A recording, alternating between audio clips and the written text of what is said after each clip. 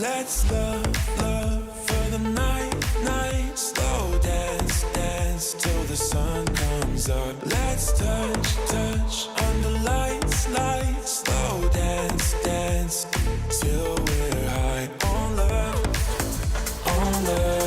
high on love. Till we're high on love, high on love. Till we're high on love, high on love. Till we're high on love, high on love.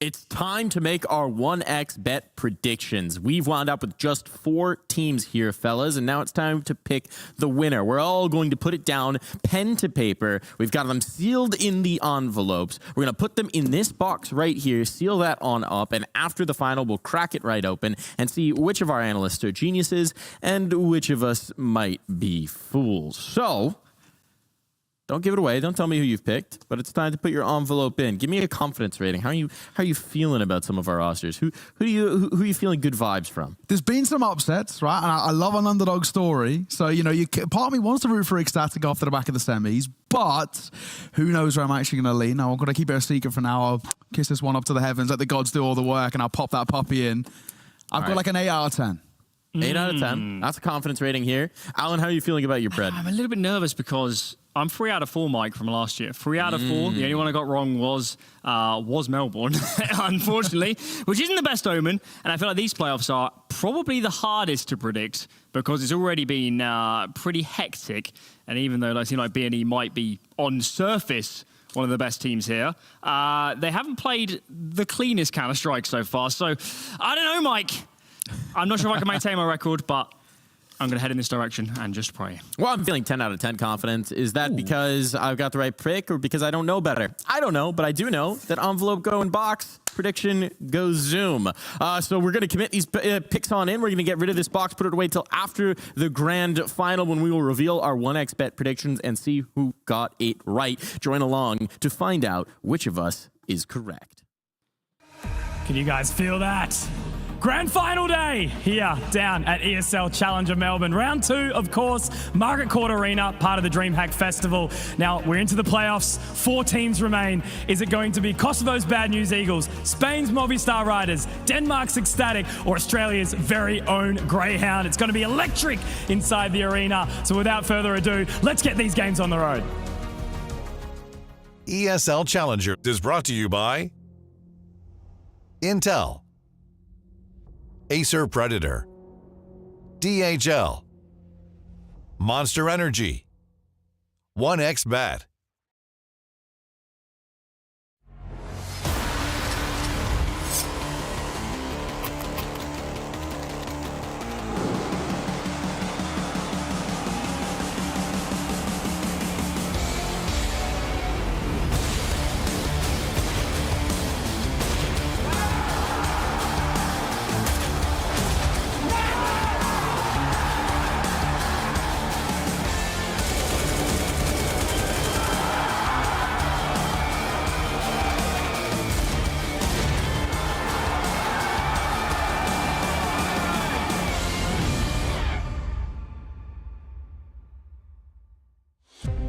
Well, good day there, and welcome to the final day of ESL Challenger Melbourne.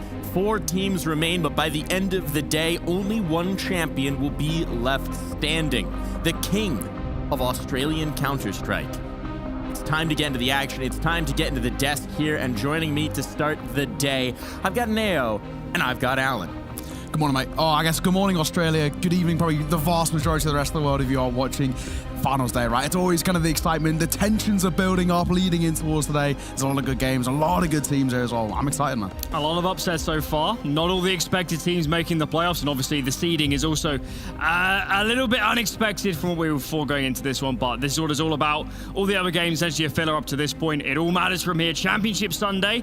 And I am not looking forward to predicting this one. I have no idea what's going to happen. It does feel like this one has just been a mess, a mire in terms of who actually emerges from the scrum of groups and who actually progresses into this point.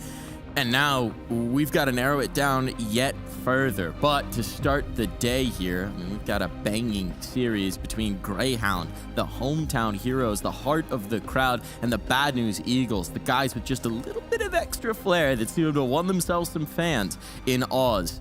I don't think they're going to have too many fans in this one, though. No, I feel like there's going to be a definite, very prominent sixth man, helping out Greyhound here. The crowd, they've been electric the entire time. Whenever the Aussie team's been playing, even Meratum as well, they had very, very good crowd support coming through. And I'm probably going to expect more of the same in towards today's action. I mean, Greyhound been playing some cracking Counter-Strike. Last time out in Melbourne, they didn't make it to playoffs. They got knocked out in the final stage, and that last kind of best of three to not make it there. Now they've proved themselves they got to playoffs, and it's time to, of course, try and cause yet another upset. On the flip side, though, B&E have a more tangible six-man in Devilwalk, who's been in this position a lot of times.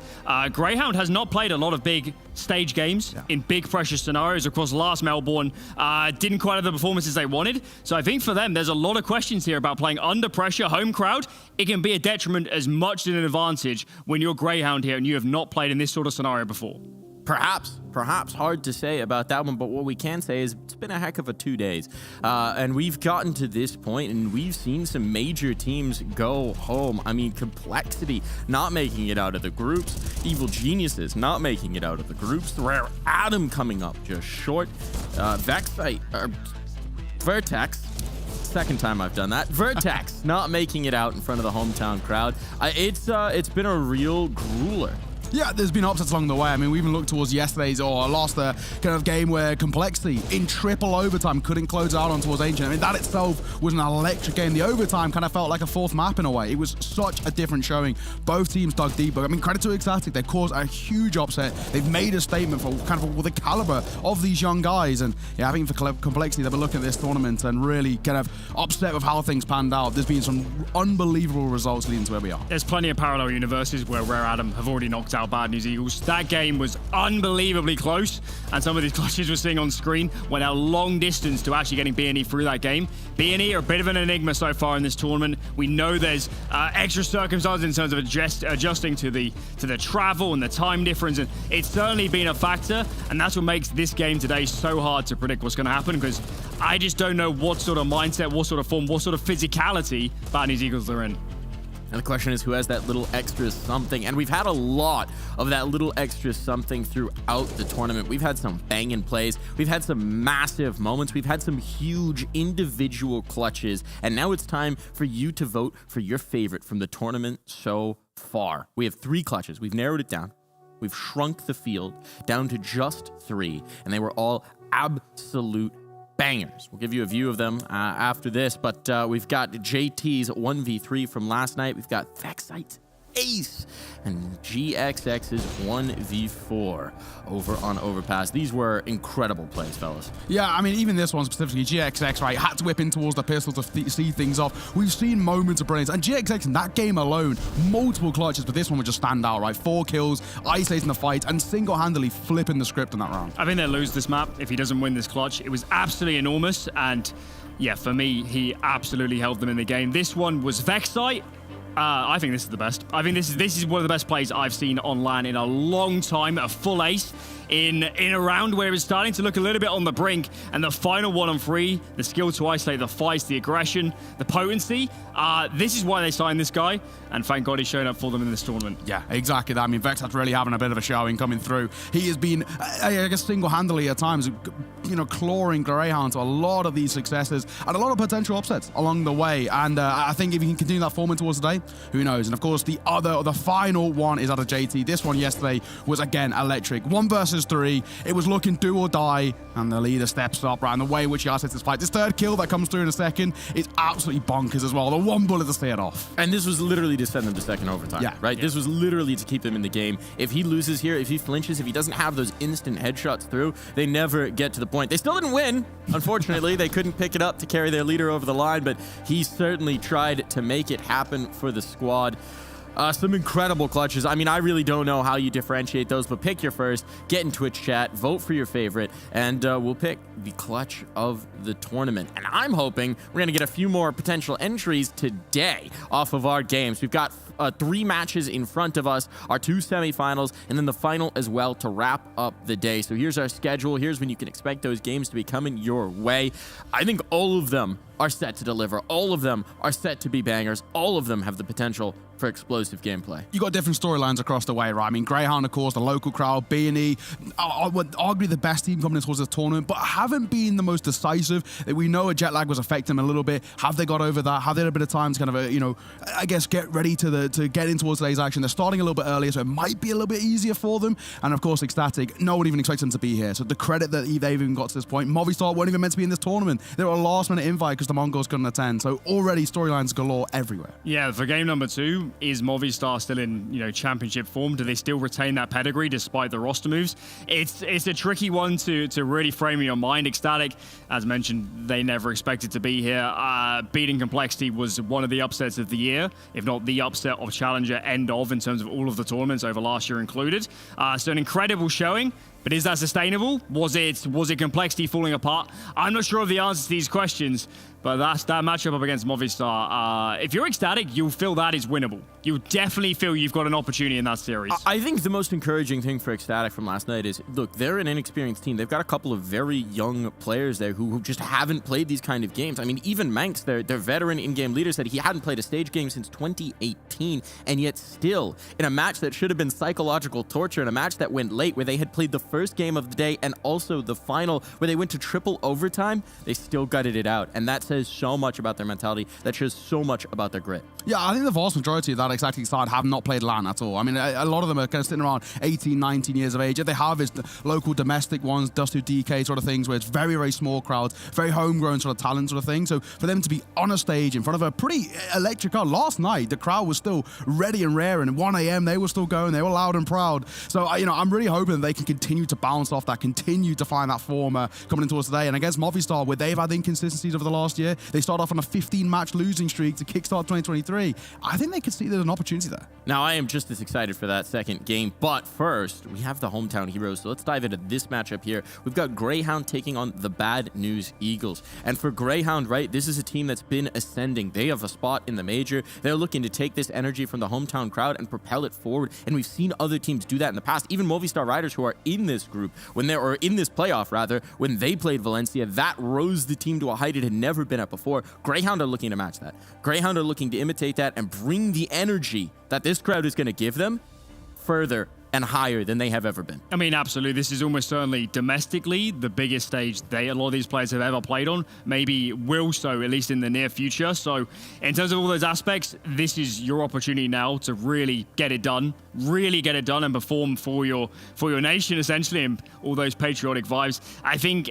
if you're Greyhound, I think you got a lot of pressure on you going into this game. This, for a lot of people, I think is the grand final. The winner of this game, for a lot of people, is going to be the favorite going forwards. And I am so hard torn to pick a winner. The veto is going to be absolutely pivotal in terms of who's going to win this game. And yeah, if I think I'm Greyhound, maximum energy on this one. This is the one where you give everything, and then when you're in the final, I'll be honest, I think you might have an easier matchup. Well, we'll see how they're feeling about it. We've got Conky standing by with Alistair to check in with the team before the game. Morning, everyone. Down here now, Greyhound with Alistair, of course, the big man on the AWP. Now, Ali, last year, obviously, you guys got to play this same event, but, the wins weren't sort of the same as what you've had this time so far around, right? Last year, it was going down to the Brazilian teams, but taking down Vertex on the stage. What's the difference in the event now feeling for you guys? Now we've had time to adjust with our roster. Last time we pretty much made a roster change and we had to use Jordan hats. So now we've got Vexite, we're comfortable, we got good roles, and we're just more prepared. So I think we're playing the level that we're actually capable of and proving it in the server and in officials and not just scrims. Yeah, absolutely. And now, of course, you guys had yesterday off, so you've had some time to rest and prepare coming into this one. Did you watch many of the games yesterday?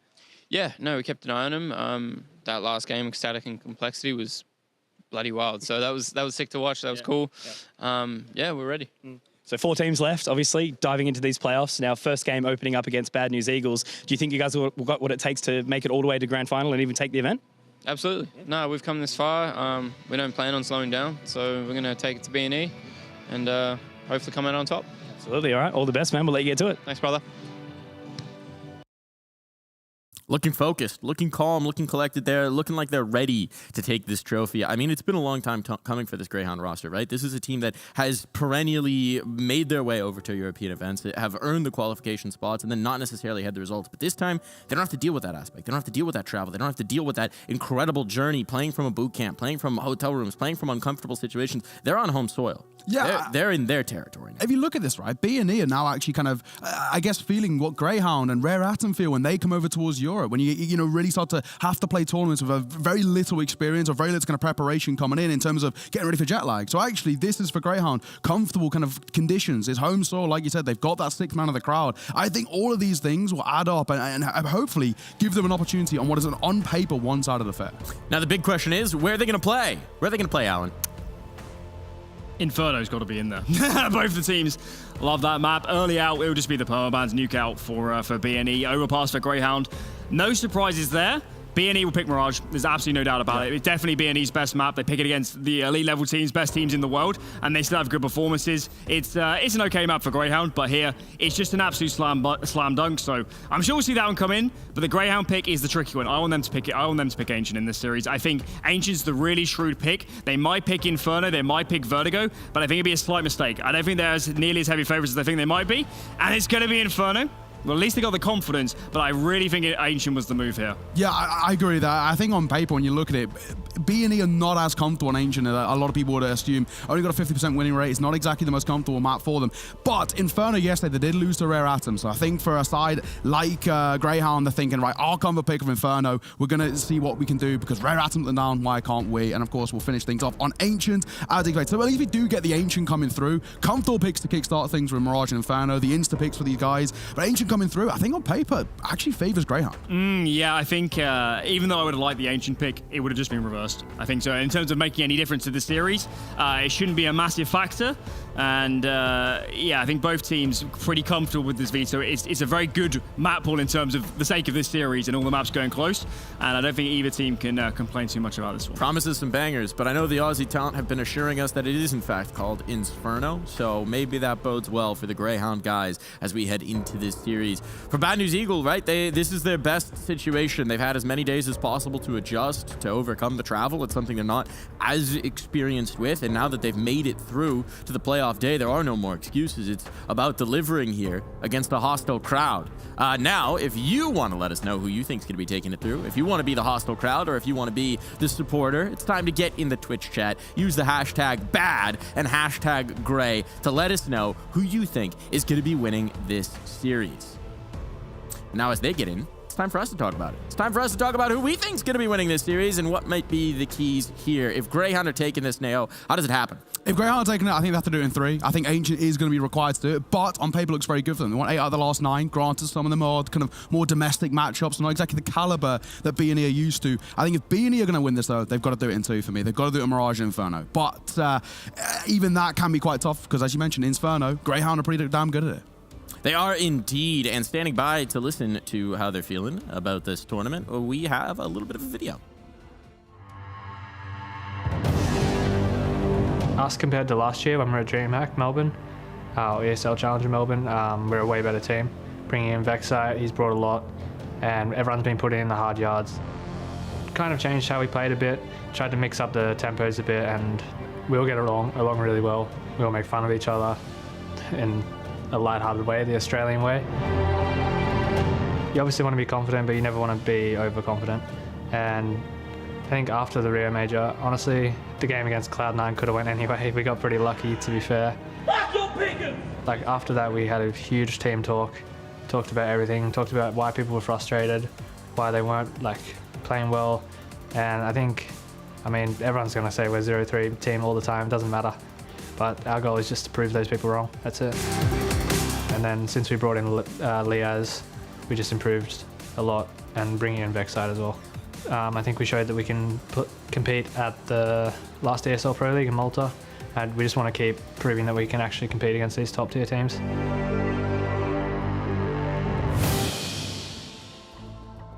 It's the Australian way for Inns and the Greyhounds, and I think they've done a good job of proving they can compete at this event. Now, they just need to prove it a little bit more. One more day of Counter-Strike. That's all they need from these boys, and I think the important thing with Greyhound is to look beyond just this team, look at the Australian region and the best teams they've produced over the last 4, 5, 6, 7 years. It's been a long drought since the Renegades team that became 100 Thieves. It's been a long drought since we've had a team as competitive as this one. This is the best Counter-Strike an Australian team has played, probably for over 3 years, in terms of the level they played in this tournament, throwing the Cloud9 game, I guess, as well, from the Rio Major.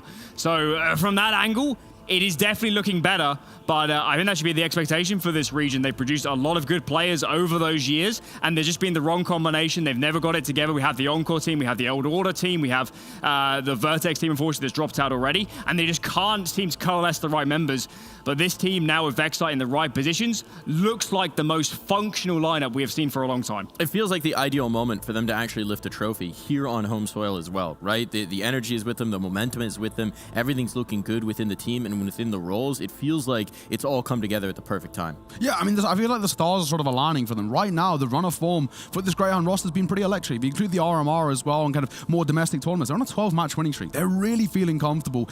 Their stars in the server are starting to show up as well. Vexite's had an unbelievable performance right now. His average rating this event so far is a 1.42. That alone is what you need coming towards this sort of event. You need the stars on the server to shine, and so far they have been. Well, think back actually to Valencia. The big storyline actually was, what other opportunity will a Spanish team get to win an event on home soil? Of course, last time at Melbourne, Greyhound won with their full lineup. It was very unlikely to happen. And in terms of domestic events, there are not that many in Australia. There's not many where Greyhound will be in a position where they are one of the favourites to win it from here. So if they don't win this tournament, they will not sleep well for weeks. It's going to be painful if they can't get through this. They've got to seize the moment. Perhaps Yes. grab the bone, if you will. And it has given them an opportunity definitely in front of us, right in front of us, just at the finish line. But on the other side, it's going to be a tough opponent, right? Bad News Eagles are not going to roll over and just give this to them. They are going to make them earn it every inch of the way. And we've got a little bit of something to hear from the Bad News Eagles ahead of this game. And of course, Rigon as well, the brainchild of Bad News Eagles here. Now, you guys have come a long way, and your schedule must be all thrown around. Now a 9 a.m. game. Have you guys had a chance to get some sleep yet? We got some sleep. It was good that we had an early game, actually, because we're still a bit jet-lagged. We went to sleep early, but overall, we're feeling good, yeah. Fantastic. And now, ESL Challenger Melbourne is a different event for you guys, right? You've been playing a lot of Tier 1 recently, coming all the way to Australia. Is it the ESL Pro League spot that's really what you guys are fighting for here? Yeah, it's actually only the Pro League spot what brought us here, to be honest, because we really need it, and we need to show what we are capable of, and that's why we came here, and we are trying to win it. Yeah. Well, you guys coming in as favourites, right? A lot of teams here you wouldn't normally play, so it means a lot to be able to come down and actually show that you're above some of those teams. But now, going in against home ground favourites in Greyhound, right? The crowd's going to be interesting. Hasn't stopped you guys in the past yet. You've been crushing it. Do you think you got it what it takes?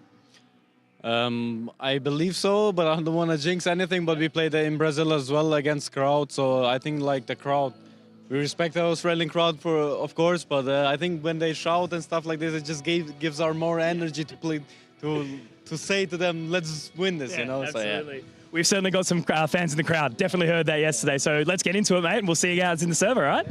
For sure, let's have a good game and let's have a good show. Absolutely. Cheers. Ready to put on a bit of a show. These Eagles always do soar high. And what I will say is, in a fight between an Eagle and a Greyhound, one has the advantage of flight.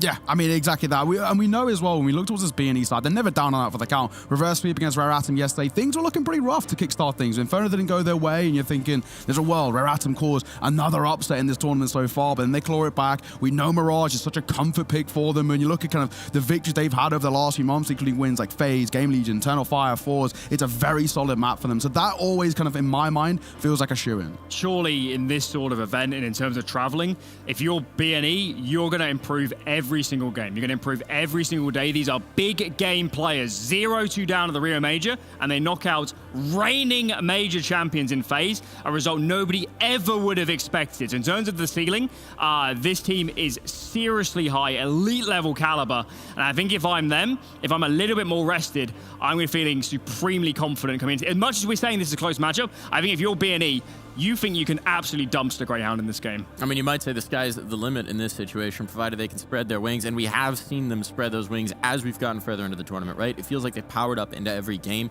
There's been some moments where maybe they've been looking a little lackluster, where maybe there's been a little bit of a lack of consistency, but as time has gone on, as they've managed to survive those moments and overcome them, they've become stronger and stronger with every matchup. Yeah, there's been a couple of stars, and obviously Juan Fletcher, I think, is a name that we constantly have brought up, but he has been absolutely farming from get-go, right? From day one. GXX as well, been performing very, very well. But, you know, some of the superstars over towards the side had slow starts. Rigon was really inconsistent day one, but game after game, like you're saying, Alan, he started to really wake up to the kind of the occasion and started to play some cracking Counter-Strike. Coming towards the day, that's the guy I'm looking towards. And you've already brought him up once, Alan, but this is the guy, right? Leading the huddle right now, Devil Walk. A little bit of an odd marriage, a little unexpected, considering he does not calm in the same language as the rest of his players, but they understand him just fine, and they certainly do respect what he brings to the table. He's been able to rein them in a little bit, and he's been able to inspire them as well. We've seen him getting animated at this event and keeping the energy level up for his boys. Well, of course. I mean, in terms of last year and those major cycles of Bad News Eagles,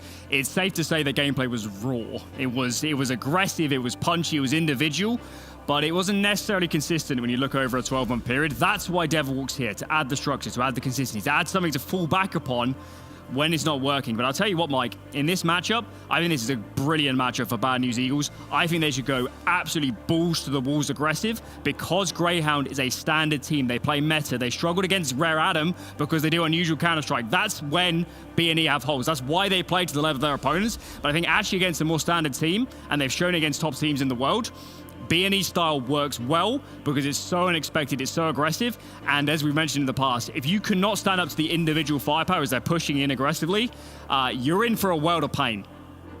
You are indeed. And I mean, we're starting on Mirage, right? So let's think about this map just a little bit, because it's one that definitely favors Bad News Eagles playbook, right? They get a lot of freedom. They get to do what they want. They get to take the control and then execute on towards site, rely on those individuals, rely on those fights.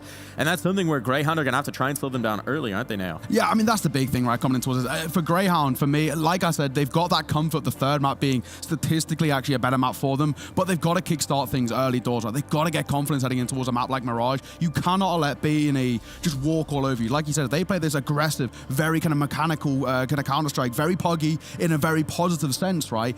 I think there's a world in which Greyhound gets shell-shocked. They get overwhelmed, and that can be worrying. And one of the things that's also key to think about here is we've made a lot about the sixth man, about the crowd, about what that's going to be bringing in terms of the energy, but we're also starting right at the beginning of the day for DreamHack, right as they open their doors, so that crowd's going to need to get there quickly, and the further that Greyhound can make it, that they can bring that first map, the longer they can wait, the more that crowd's going to fill in, and the more that energy is going to come through. But now, it's time to figure out where our energy lies, where our allegiance lies, because it's time for you to make your predictions. Nao, who do you think's winning this? I'm only going one way, brother. I've come prepared. It's only going to be Greyhound, baby. I'm all in. I'm all in with Greyhound. I'm here for the Hopium. I'm here for the Aussie Counter-Strike. For me, Greyhound are taking this in 3. I'm much more confident this is going to be a 3-map than a 2-map series, but it's going the way of Bad News Eagles. This is not a good matchup for Greyhound, and they needed someone else to take B&E out of this tournament. Doesn't believe in the magic, thinks that the storybook ending is now for the Greyhounds, but I don't agree. I think there's another chapter to this one. I think the Greyhounds are going to get their chance to lift a trophy in front of the hometown crowd. I'm going Hounds all the way. Oof, oof, oof. It's got to be. It's got to be. Give me a woof, Alan. Woof. That was no energy. Neo, give me a little woof. Woof! There you go. All right, I'm not going to try and approximate an Eagles noise right now. I might destroy your headsets. But if you're wearing one of those headsets, now it's time to find out what your prediction is for this matchup. Where's the confidence rating? Wow, Bad News Eagles fans turning out strong, at least digitally. The fans for Greyhounds, they might be in the arena, but in the Twitch chat, apparently it's all B-N-E. Yeah, I mean, B&E, as much as we've said during this tournament, playing these Australian teams, it factors them away. They are absolutely a home favorite for a lot of people. The storyline is compelling. It's always a lot of fun. The underdog stories coming through the majors, and I'm not surprised to see them winning a Twitch vote. But where are the Aussies? Where are the Aussies? Maybe they're all just They're watching there. the game. They're too focused. But we could have liked a few more in chat. They're traveling, right? They're getting to the arena. They're making sure that they can kind of get the home crowd. That sixth man that we have spoken about so often. So that's the big thing. I'm hoping at the very least that it's not kind of Greyhound diverting and, jumping ship here. The online fans are just on their way to the arena. They are indeed. Yeah, I mean, it might be a little bit of a trip.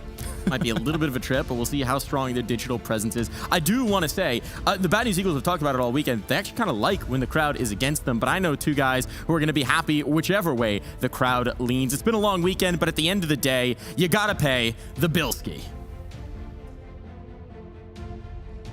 It just leaves me completely lost for words every time he throws over. I don't know what to do with myself. That is, congratulations for the creativity, though. If this was a Nat Champs broadcast, I'd walk off this desk immediately. But unfortunately, I'm a bit more obliged to be here and cast this game butt off. I don't know what you'd think of me if I made an early exit.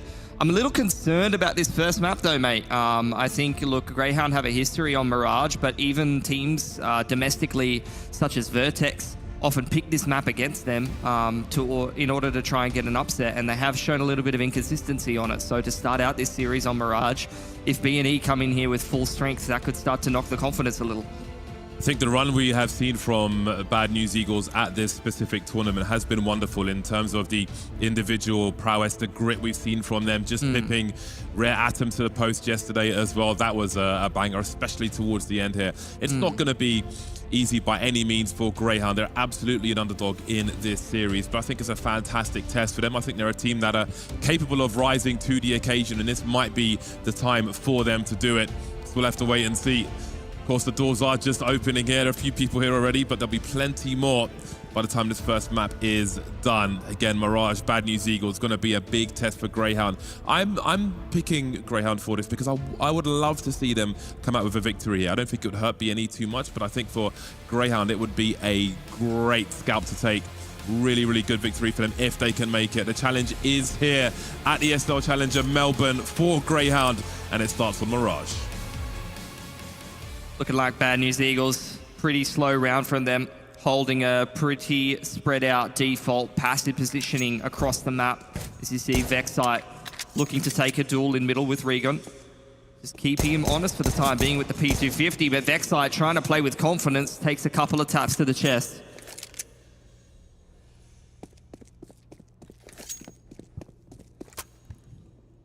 Always good to see the P250, especially on a map with rangers like Mirage, doing yourself a disservice not to. Might even be an argument for two. That would just be the one for Bad News Eagles. Bunching together for the most part. Gonna be a pretty simple set play with the two pieces of utility into A and the lurk through underpass here. The con smoke being lined up. Top con, Synopsy creeping through to that connector position, but not before he gets decapitated by Alistair. Good start then for Greyhound. Oh my God, Regan and one flatter will turn the tables on the A bomb side, but Alistair's got something to say about it. He will get traded though. You can see Liaz creeping through the smoke, but that is high risk, high reward. This time there's no reward for him, leaving Vexite in the 1v3. Just needs a one tap, just needs a headshot, but Seneri will put him out of his misery. B&E take the pistol. Already looking sharp and on point, and that is getting me a little concerned as the full biased Aussie caster that I am representing in this series. I think the thing is for B&E, like rating-wise in this tournament, with so many strong star players, you'd expect them to be up the top of the statistics, but they actually only have a 1.0 rating in terms of their whole team across the board, whereas Greyhound, only playing the two best of ones, pretty small sample size, are right up the top of the statistics. 3 of the top players all on Greyhound at the moment. So I feel like B&E, especially seeing them struggle against a team like Rare Atom yesterday, maybe it is a play style and a stylistic issue for B&E in that matchup in particular. But I actually feel like B&E have so much more in the tank, and that's what makes me concerned in this matchup, because I feel like they've made it through to Championship Sunday with their B or C game, to be honest, and I feel like there's so much more in the tank from a team that's shown that they can already beat some of the best in the world. Might be one of those teams who rise to their opponent. B&E. Perhaps more familiar territory against a more conventional opponent in Greyhound. Heading towards the minute mark, and B&E have been quite careful with their approach. No crazy plays from Greyhound. It's time to start focusing on a bomb site now. Yeah, B&E just a 1-3-1 default. Smoke onto top corner window. They're going to position Regon in towards ladder room and start this A split. Keep an eye on the time though, because we can see that Sicko's in an important position for his squad. He was though. Yeah, they've been eliminated on that A bomb site then very quickly indeed. There was a chance with that bomb, but even if it went down, there was some time for B&E to react. They're being very careful though. One rifle to potentially be collected unless it can be protected. Might be the case now as Vexine is the last man to fall here. Just the one kill then for Greyhound as they wait for their buy to come through. Got to take another single save yet. Alistair holding on to a little bit of extra cash so they can get the AWP going in round number 4. But already Bad News Eagles looking extremely sharp, getting in the face of Greyhound. And this is something that Australian teams and Greyhound as well have kind of struggled with. Whenever you see Aussie teams go overseas and play a team that plays a very aggressive kind of aim-heavy gameplay, it can be something that these slow-starting Aussie teams can struggle against. Juicy situation. Oh, never mind. All right then. He got his bell rung and then some. In's gonna move forward. See if we can do anything with this Max 10. This is the main question here, but that will be dealt with by B&E. And he's a good test as well. Like rounds like this where your opponent is trying to cause some chaos, even with the USPs, can be good to just to get warmed up, just to get sharp early on. 2 kills, could have been more, but 2 kills is plenty for Greyhound in a USP round. And now the business really begins. Absolutely. Picking on that up on that point from before, I mean, we've seen Greyhound go overseas, and a lot of the time, I feel like the Aussie teams often get seeded against some of these Russian mixers that love to kind of get in your face a little bit in some of these early rounds, and it's something that, you know, these Aussie teams can struggle with a little bit. You see them go into the first gun round there. Molly to ramp, flash over towards middle ins, getting a little bit of chip damage through the smoke early on, and we're going to get a quick bricks boost over on Cat. Actually, they're just going to aggress straight out, but Synopsy going 1 for 1. Fast moving round as B&E make their way towards the A bomb site. Bomb has protection in tow. 3 players towards the ramp then as grenades will be offered into the bomb site. GX is very blind, will still get the frag in time onto Sicko. Into an island now, will be dropped as well. 2v4 for Liaz and Alistair, and I think this one might be over for them, although they're not giving up on it just yet. Yalis start creeping with the AWP. Liaz has got some angles. He might even have a second frag here. He's got to get his reload in. GX looking to punish, and he'll do that just in time. But where is Alistair now? Perhaps it's been made doable for him, but Regon will find the angle before he can creep to the bomb site. And it's still no rounds for Greyhound just yet. Immediately shut down, economy reset. Crowd starting to filter in a little bit now. Slow start for both them and the boys at the moment, who will have to take another half buy and see if they can get any economic damage done. But B&E are not playing games at the moment. You can see all of them mechanically on point. I don't know if Greyhound realized it, but in that round, part of B&E's default in that round, they had double HEs towards the connector position. Presumably looking for Alistair in case he was there with the AWP, so he will have to be careful about where he chooses to stand once these buy rounds come through once again. Always a very mobile AWPer. Instant headshot. Leah is able to trade that one though, and Regon almost gets caught. Able to get back in towards kitchen, at least for now. That's an important kill. Gives him some space then in the B apartments. Could fall back with that AK. He'll be going to collect the bomb. Oh, that's a big one from Inns, and that really changes things here. There's no one else in the jungle position, and there are rifles to be collected. That bomb still needs to cross to the bomb site as well. So Inns will be leaving that jungle position. No concern there, actually, as he crosses. Don't expect anyone to be holding the angle. So far, so good in that respect. Alistair looking for a weapon, surely. Found himself an AK-47. HE picked up 2. 20 bullets in the magazine, that will be enough. Now they know where he is. Knows one is low, but that does give them a crossfire situation, and with that, he'll just hold on to the AK. Definitely going to be dropping that over to Vexite, likely, who spent a little bit extra in towards this round. That's going to give him a full belt of util and allow Alistair to just purchase up the orb with the 3.6. But B&E despite losing an aim duel here or there, they're going to go up 5-0. They're going to have a rock-solid economy. So this is going to be a very difficult CT side for Greyhound. And early on, already being tested. Oof. Yeah, I know. 12.6. 9-1 for GXX. Going to buy himself the AWP here, which is going to be a bit of a change-up to B&E, who have been playing rifle-centric. TAC-4's out from Greyhound. They need to stop this momentum and start chipping on in here with some CT gun rounds, because if this game gets too far out of control, and as a person who's watched a lot of Greyhound gaming, I can tell you that the slow starts are sometimes their worst enemy, and you cannot afford that against a team like B&E, who's just bringing the fire straight away. Yeah, they're going to need a lot of success. Otherwise, their economy will remain broken. Might need to string at least 3 rounds in a row to mount a reasonable comeback here in this first half. So much money in the hands of B&E. Big round then. Alistair heading towards the window, having a look-see. The smokes are up early, though. Will he have good timing for the shot? Not on this occasion. Again, B&E on these buy rounds with a big focus towards connector. First it was the double grenades, now it's the boosted AWP. But no one is giving them anything there. Yeah, no one defaulting over towards that A side of the map from B&E. A big, heavy presence on towards middle. The flashes gets exchanged between both teams, and the early pick goes the way of B&E. Might have some interest towards the short position here with the presence being shown in the apartments, and they're winning the duels as well. Oh. No answer from Greyhound in this one. Looks like they're heading towards the 0-6 scoreline then. Nothing else for Greyhound to do on the other side of the map but try to survive. And B&E are hunting for them already. It's going to be hard for Alistair to survive here. But Sicko, he might just find himself the bomb by accident. If he goes up these stairs, he'll see the bomb on the radar. But Regon creeping through there. Now, B&E are going to assume... Oh, this is so weird. B&E are going to assume that Greyhound has seen the bomb, but Sicko hasn't seen the bomb and doesn't realize that it's just there. If he goes up the stairs and everything changes here, I think he may have just... Now he's seen it. Now he realizes what's happening, and now everything changes. 35 seconds on the clock. Now, what is the read?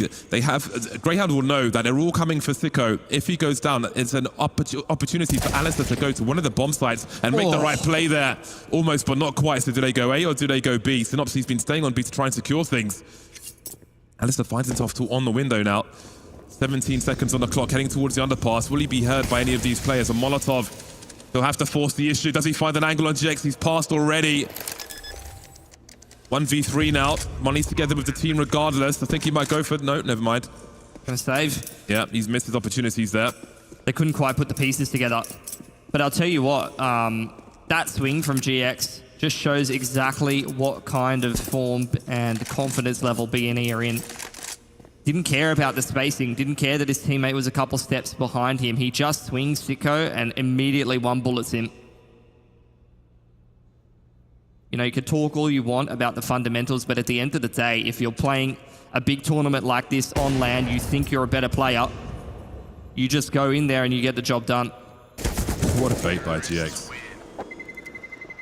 There's just no holes in the gameplay right now for B&E. Playing rock solid.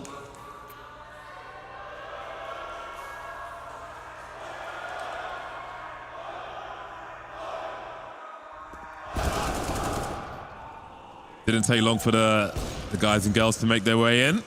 Once the doors open for DreamHack.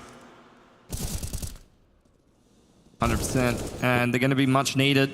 The way that this game is going, hate to say it, but even as a big fan of Greyhound, been watching their games for years, this one might be looking like too much for them already. The plan might be to win it in 3, though. Yeah. Mirage has always been a bit of a shakier one. Here's this A execute out from B&E, anti-eco. Vexite's managed to furnish himself with an M4A4. See if he can do anything with it. I think he's making his way through the molly. But can he find himself an angle? Such a dangerous team, especially with AK-47s. Vexite will get started, still standing for now. Can they find him in the smoke? He's trying to make those gambles, but GX is here with a quick scope. That is the main threat down then. Into the quick reload. Oh, outrageous from Regon. Giving into the 1 versus 2, so those frags are important. Again, there are many rounds to play in this half. So to make them buy up again could help in the long run for Greyhound if they can start winning some rounds. I'm just not sure, to be honest. GX has so much cash. They have just so much cash. And the thing is, B&E, this is something that I'm already seeing from them. They're not necessarily even relying on trades. They're not even necessarily relying on rock-solid fundamentals. Even Regon just running it straight through ticket there just shows you what they're here to do in this series. It's not about Counter-Strike gameplay with 0 holes where you're playing everything perfectly. It's about just going and taking the aim duels, getting in the face of Greyhound. Zico alive for now. B&E so hungry for kills, bloodthirsty around the A bomb site. Bomb is here as well. Regon made a mistake though. Strafing with an aid in his hand. That leaves Synopsy with the bomb. Very tight angle being held. Still gets his bell rung through the corner of the wall. And still isn't shy to continue peeking. Senary's made his way through into the bomb site, but he will be deleted. Greyhound holding things down for now. 3 remain though for B&E, and they'll still be very dangerous. Alistair will trade on Synopsy. Bomb still creeping on ramp in the hands of GXX. One Flattery will be coming in from Connector, slipping through enemy lines once again. Flashes towards CT. Alistair will be able to avoid that. Now Juan Flattery running distraction, but down he goes. Alistair creating some space for himself. Orb versus Orb, jumping to the bench and finding the first round for Greyhound. There you go. That's some vintage Alistair form. Perfect positioning, playing that pivot position around the triple box, and then a little underarm smoke and a B-hop on top of the bench. He's always been a player known for his mobility and his movement. It's going to take a lot more than that, though, for Greyhound. Big 3K from Alistair, but they took a fair bit of gun damage in that round. They're going to need something a little bit more solid to start cracking away at this B&E economy over time. Initial utility towards ramp slows down things for B&E, who I think were looking for an AWP pick. Aim duel in middle goes the way of ins. Greyhound starting to get warmed up now. Going back to the well once again. Another flash, but GXX has the angle. He's having a game, man. Always seems to be holding the right angle, just anticipating the aggression, and as soon as you peek, make that mid-round play on the CT side, you are punished. Mid-window smoke and top con smoke for B&E as they start to try to play info denial in middle, not really taking any space over there. Just trying to bait a reaction out of the CTs, and you're seeing some movements, bricks boost here, and some A-ramp aggression from Greyhound in the mid-round. Yeah, they're being very proactive indeed. Not just going to sit on here, sit and wait. With noise cut, they know that B&E could be holding some dirty angles somewhere. Continuing to push on the ramp, and I'll see that nothing is there, but if they start to run, One Flattery might hear them, so they've got to be careful. In the meantime, it'll be a split of the B bomb site, but Vexite is ready for it. That's half the task done then. Can focus on the apartments now, but it's starting to fall back, in fact. This One Flattery's lurk will pay off. Alistair dropped on the A bomb site. Zico could be important here. We're going to see a traffic jam in this mid position. He's got grenades up in a short area, and B&E are kind of stuck, or are they? They'll simply frag out. They've got more work to do now as Liaz is here looking for what, 2, only finding 1, and B&E are back to winning ways. They had to keep Bad News Eagles locked into underpass there. Even just given an inch of space, all of the duels won by B&E, even from an unfavorable position like that, where they're fighting 2 players with the height advantage, fighting from cat and top middle. They still just make it look so clean, even with a missed shot from GXX. Greyhound now back on the half-by. As soon as they drop one round where they drop too many guns, the CT side economy is too fickle.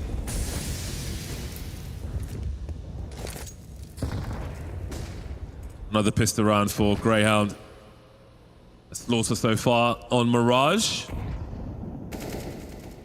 Maximum B&E is a joy to watch, though. Just pure flow state. It is. Still with organization, though, but indeed, with these AKs, they are so nasty with the fragging. I feel like B&E's style is what, like, peak Chinese Counter-Strike should have become. Just raw aim gameplay, but then mixed in with some good fundamentals, good utility usage. Just simple but effective Counter-Strike. Jungle and con smokes coming on in here. Alistair peeks Regon in towards top middle, and that's going to be an AK hitting the deck. Replenishing the smokes on A. Another connector smoke from B&E.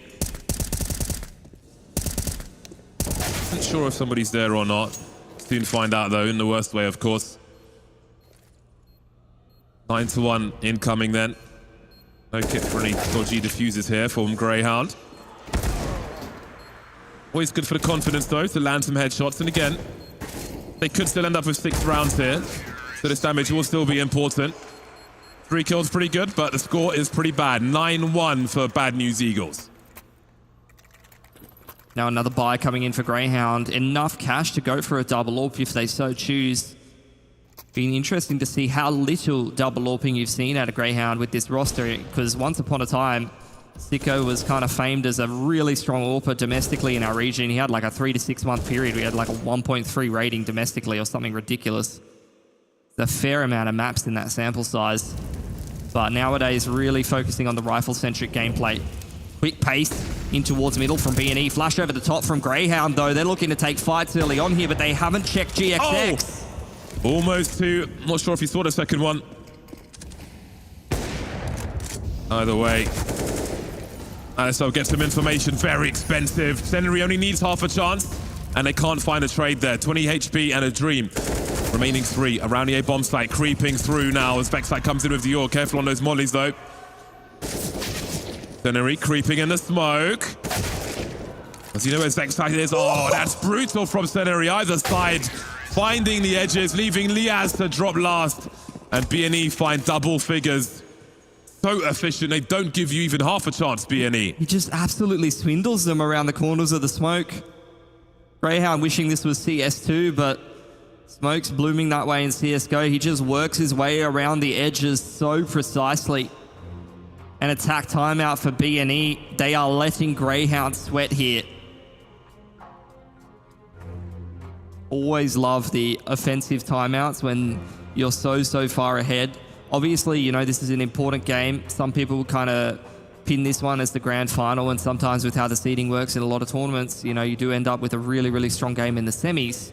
Obviously, we're not seeing that in the server, but at least for B&E, this is the kind of timeout where I'd imagine Devil Walk is just saying, you know, we're up 10-1, but keep that focus. Do not let your foot off the gas pedal and get complacent whatsoever, because realistically, if this is one of the strongest opponents, this may be the game where the Pro League spot is on the line. I feel like practically everybody has won their own pick in these series and they've gone the full distance, so not too concerned with the situation right now in the long run. Double scouts for Greyhound. I'm going to chip in with another half bite. GXX looking for a pick in apartments, and in general B&E after that tack timeout, just accounting for what Greyhound will be bringing into this round and making sure that they're playing a very slow, spread out default, minimal risks being taken. One flat row goes and secures palace control, making sure the CTs don't have too much unfair information, and then rotates back around towards the other side of the map. And B&E exploring middle now, and also looking for a pick in towards B apartments. Always a focus on connector. And these Eagles often finding someone there to frag. Very important part of the map, of course. Diaz looking for the dirtiest angle he can find. There's the bomb. What else can he get from it? The scope will be heard, and Vexite's there. They can steal around. Inviting a peek at a tight angle with this Desert Eagle. Spotted Senary. 27 HP for him. He's got Regon for help now. Only 2 players remaining on both sides. 2 shots left before he has to reload. Never mind, down to Liaz. And there's always a cleanup towards the end from Bad News Eagles. And obviously for all those that are not in the arena watching online, the level of intensity that Bad News Eagles are bringing at the moment is something to behold. I can hear their comms in the mid-round screaming out the position of the player on van there. Honestly, I'd say at the moment, the way B&E's playing, they're a little louder than the crowd is.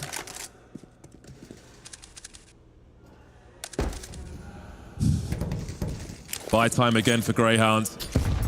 This time Alistair's in that connector position.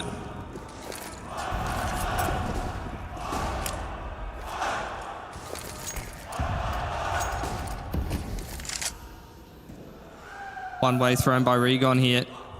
Looking to apply pressure, looking for a pick over on that A side of the map.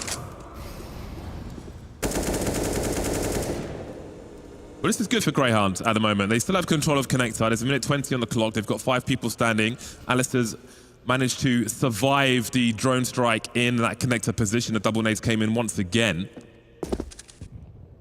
BNE still need to make their play. They've got a lot of Molotovs, though. That could be quite handy. They are somewhat lacking in terms of smoke grenades, however, but they've always got that fragging prowess. Even jump peeking was painful with an AWP over towards that position where Sicko's just been dropped. That's one of the 2 AWPs, and the flashes are on point as well. Regon moving through and cleaning house, apart from Alistair, who still stands 3v4, avoiding the pots. Oh, almost, but not quite there. So ready. He's only got 2 shots left, and he'll die on his sword on this occasion. Wow. Liaz now 1v4 as BNE just come through in devastating fashion time and again. Just you switch to any POV of any of the players on the T side, it's nothing but mechanics, raw adjustment, just that snappy aim, immediately headshotting anybody that ends up on their screen. And Greyhound just do not have an answer for that right now. The double AWP they tried to mix in that round did not work for them. I mean, that's exactly what I'm talking about. Insanity. Crosshair placement. And raw mechanics being showcased in the server right now. Bad News Eagles are in final boss mode. They are. The way this game of Mirage is going at present. That trajectory will tell a story. I think Regon may have figured it out. Will Greyhound be ready for this? This could be a massacre before they even get there. There it is. It's the grenade that gave the game away there. He understood the trajectory, came from too low a position to be from the window. BNE will brutalize in round 14. Greyhound throwing everything at the wall in a round like this. Tried to go for a bit of an MP9 or a FAMAS mixed by because they're so far behind. They're just trying to cut corners and make anything happen. But like you mentioned, the smallest little edge taken by BNE. Doesn't matter. Does not matter. It was all a bait. He wants them to peek him. That's the form that BNE are in right now. Last round of the first half then. Not going to be the best buy from Greyhound. Bad News Eagles showing how strong their Mirage can be. And this is the kind of play where it's like, give us the reason to stop doing this, just so we can change gear. And they do have more than one. Very strong start from them. Quick A execute in here. Slowed down briefly by the utility of Greyhound, but they won't stop. They will not stop Bad News Eagles. They will continue. Cenery's been dropped, but again, it's AKs versus French FAMASs. I know which one I favor. Regon moving through. Alistair looking away, maybe expecting a flash. There's been so many as well.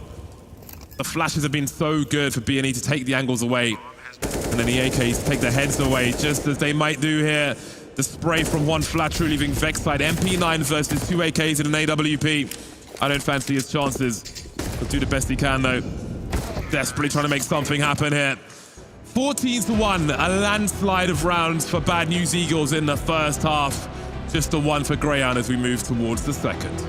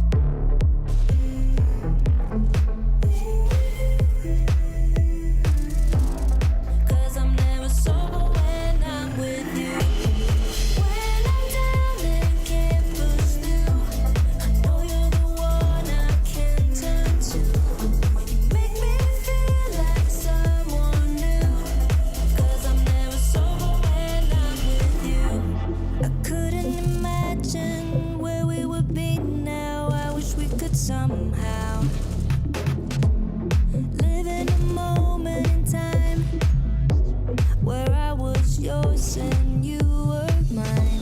'Cause when I'm alone, I get lost in my head, and I try to think back to the things that you said. But living without you is taking a toll. Feel like I might lose control. When I'm down and can't push through, I know you're the one I can turn to. You make me feel like someone new, 'cause I'm never sober when I'm with you.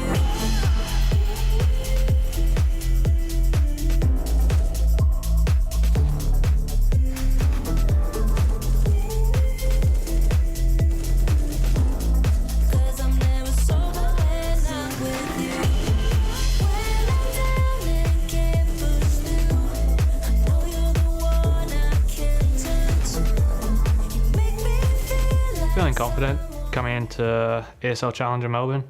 We haven't had the best practice in Australia, but we're pretty confident going in. Hopefully we can have a good showing with our full roster this time, because last year we had to use a stand-in. So yeah, we're looking forward to playing in front of the home crowd. It's always a good time.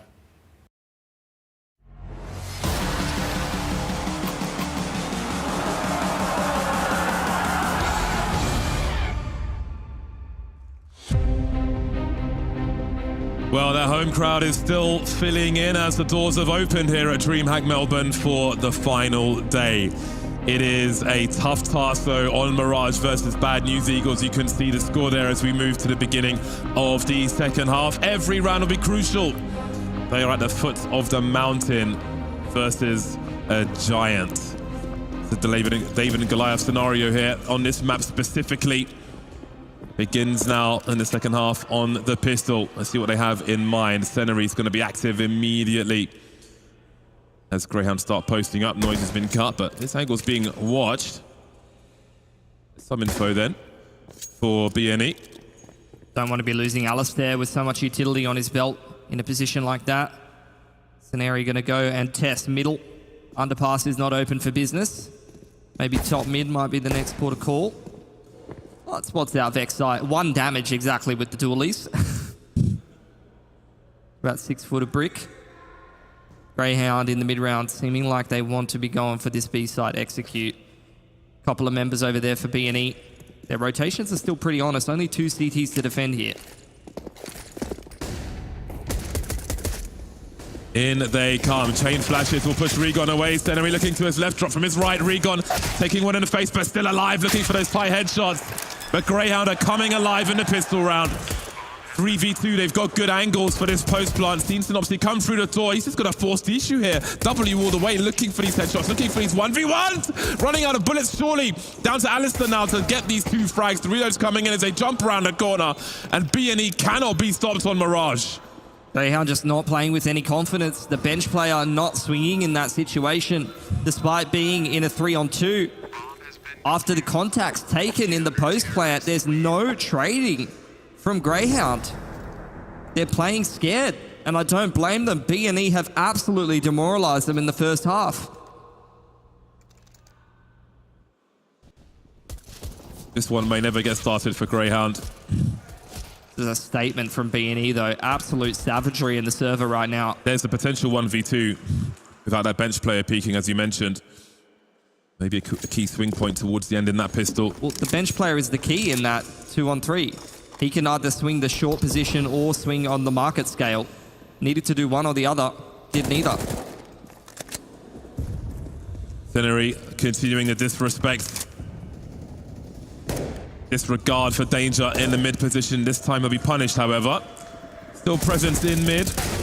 One Flatcher and Regon working together. Look at the flurry of frags here from BNE. They are maimed, though. They could be in trouble, or could they be? One Flatcher will clean it up, make it look easy from start to finish. Mirage only had 1 team on the server, and that was Bad News Eagles. Absolutely making a statement here at ESL Challenger Melbourne. They're in fine form to pick up that Pro League spot unless Greyhound can recover in the second map.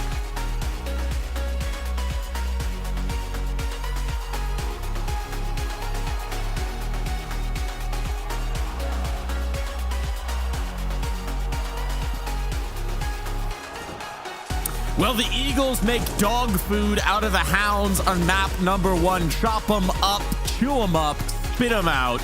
Nothing doing for Australia's best on Mirage. Oh my God. I mean, let's not beat around the bush, right? That was abhorrent. That was an absolute disaster class from Greyhound. From the start to the finish, there was nothing redeeming, nothing that was even remotely positive about the Counter-Strike they just played there. They need a completely different performance heading in towards map number 2 because that was just brutal to watch. That's got to be the most dominant map I've ever seen. Right up there. I mean, in terms of, it wasn't just the scoreline, it wasn't just the frags, it was the style of Counter-Strike from Bad News Eagles. I mean, they might have heard me in the pre-game segment. Balls to the wall, get aggressive, get up in their face. You are more individually skilled players, and they are under big pressure being on home turf, knowing this is a huge opportunity. Bad News Eagles just did them an absolute number. I do not envy being Greyhound in this gap between the maps now. I mean, the board tells the story there, right? And we were wondering, you know, which Bad News Eagles are we getting coming in? We've had a little bit of inconsistency, a bit of a wobble. I'd say they're dialed in. I'd say they're a little dialed in here. They're looking pretty damn good, right? And there was just moments where you just look at the kind of the raw confidence of B&E. Even the individuals that are usually actually a little bit on the quiet side, Stenery, for example, not exactly the most prominent fragger in this individual team, but my God, was he so confident. Yeah, like you said, they were just balls towards Counter-Strike, very aggressive, in the face, and Greyhound just did not know how to keep them at bay. And I think that last round as well is pretty indicative, right? Because it's a 5v3, and then they just immediately lose it. And we saw so many of those situations where Greyhound get themselves an advantage, get themselves an edge, and then there's just never any doubt that Bad News Eagles are still going to find a way to win it. They're just immediately right back in, reclaiming those frags. Frankly, I think my jacket is pretty descriptive of where Greyhound find themselves right now, because they are at the bottom of the murky depths, and they need to find their way back out. But this man, he sunk them. I'm talking, of course, about GXX. Yeah, well, I think multiple players had huge performances, but GXX, on the rifle or the AWP, there were situations where the rerouting or it's got a little bit funky. It's the style of Counter-Strike Bad News Eagles plays, and despite being in awkward positions, GXX was absolute money, didn't miss a shot really the entire map, and he was so confident just to get into forward positions, get up in the kind of the nest of these Greyhound players, and just cause absolute maximum disruption. And one of the things as well for Greyhound is, you know, they rely heavily on people like Alistair or like Vex or Inns really making an opening setting early in towards rounds. Like, they have to find an opening kill or they don't really find the confidence. Alistair can do anything. GXX was just destroying it. Well, we'll see if the faith is still there in the arena. We've got Conky standing by in the crowd for a check-in. Absolutely. Now, of course, when you come down here into Margaret Court Arena, you got to find some of the fellow Aussie casters, right? I got Matza here, and mate, look, it was a pretty tough one there, right? We've all been there, queuing up 4 a.m., and then all of a sudden 5 ranked demons just absolutely shit on you, and that's what's happened right here, right? Do you think the boys have got what it takes to bring it back? Yes, I think that they're going to bring it back. That was just a warm-up map. They'll bring it back hard and strong in map 2. Absolutely. There you go. You hear it. And the event so far, right? Day number 3. You've been here all 3 days so far, I'm pretty sure. What's it been like? Absolutely fantastic. It's been awesome to be a DreamHack, and even if you're watching at home, it's really great to have everyone be a part of the whole experience. Absolutely. Well, let's hear it one more time for map number 2. Inferno's coming up next. Aussie, Aussie, Aussie! Back to you guys. The fans have certainly been getting the whole experience here. Mostly the experience so far today has been heartbreak, but there's still time. There's time for recovery. There's time for them to find their form, and we're headed to much more comfortable territory as we get towards map 2 here, fellas. Yeah, absolutely. I mean, Inferno is home turf for Greyhound. It's also up there, though, for Bad News Eagles, and I think Inns, this might be the most difficult 20 minutes of his career. Getting this team back focused in such a massive game, trying to play through this, trying to win on home soil. He's got a cool sensationally. He's got to honestly be probably the best player on the server to turn this around. He's the best player on this team. He's a talisman. He's always in the most important position. He has to call around himself. Inns, the pressure on that man's shoulders is astronomical right now. And here's where they're going to be missing the presence of a coach, right? When they remove Kingfisher, they haven't replaced that role, and this is where you can use that cool voice, that sixth person outside of the server who wasn't in there getting absolutely dominated, who has a little bit of perspective to hit them with the mental reset. And, well, I mean, without that, it's going to have to be in. Yeah, and you saw at one point, right? You know, I think it was about 12-1, and then finally we're seeing a pause come through, but it's too little too late, right? The game was already gone. There was just no way back into it. They need someone to really kind of turn the mental around. We're talking about kind of morale in the camp, and it's going to be an absolute astronomical low right now. So we're looking at the likes of Insta, have a bit of mental resilience and be able to kind of really ready up the boys and get them in towards Inferno. They need to come out flying out the gate. If they don't, they're just going to get battered again. Now, one of the things that they have said in the pre-interviews in the content is that they play the Australian way. They banter the Australian way as well, and I think they need a healthy dose of humor to overcome that one. But if there were ever a group that could do it, it would be the Aussies, to just take that loss in stride and move back in refreshed and reset here, Alan. I'd hope so. Actually, kind of thinking about it, Liaz has to be a big person right in this moment. He is someone that has played deep in massive international tournaments. He has been in similar positions, I'm sure, in the past, where they've just got absolutely dumpstered on a first map, and they've just got to turn it around. So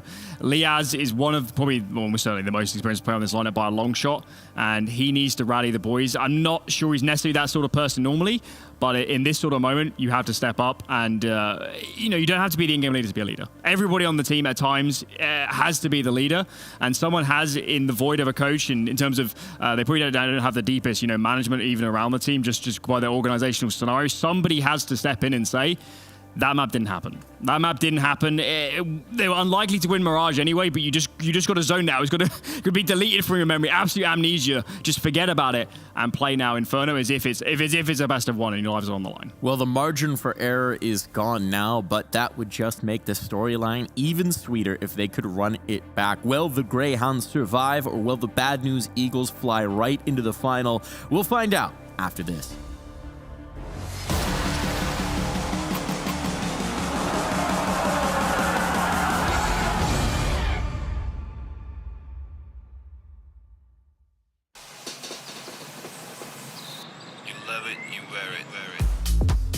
Wear your passion.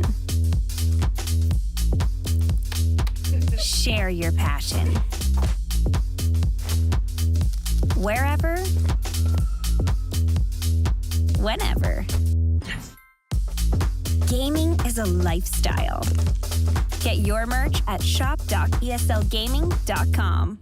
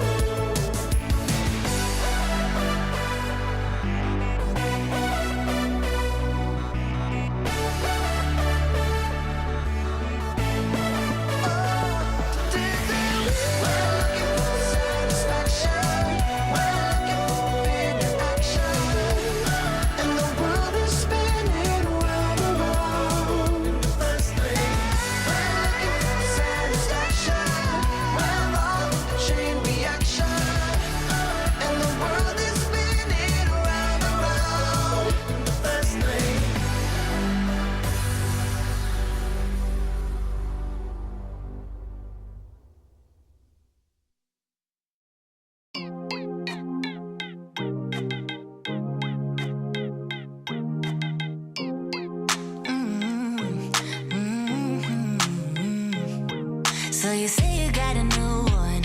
I know that you're trying to believe that you can fake a whole scenario just to make me jealous. Your shadow keeps stalking, and we should stop talking. But we got that special something. Say it like you mean it, I won't fake it and believe it when I see it. But for now, I just be breathing, doing nothing. I won't give in if you won't make a move right now. Oh, why do we go 360? You're hesitating, now it's busy. You know we always can go easy.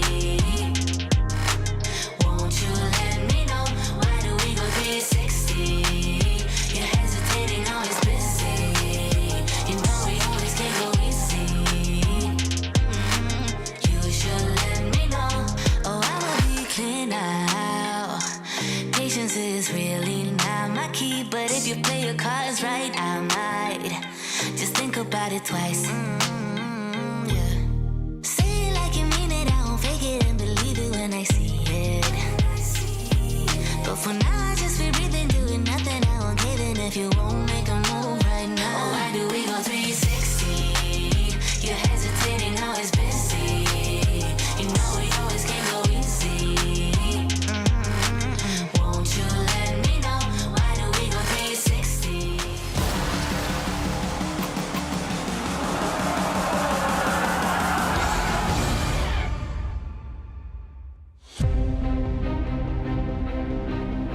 For one team, it's a fantastic start. For the other, the series starts now. Flash in the pan was Mirage. Almost all the rounds going away with Bad News Eagles, but now we'll have a much more competitive affair as we head towards Inferno. Yeah, have been issues in the past on Mirage with consistency for Greyhound, even taking a 5-16 defeat against Vertex last year. It's been a bit of a shaky one for them, so hopefully they can shake off the rust heading into their most played map, their comfort territory of Inferno. Saw some bright spots, some bright sparks, some brief ones, but bright ones for Greyhound on Mirage. But again, I think they always had to win it in 3, and it will begin here.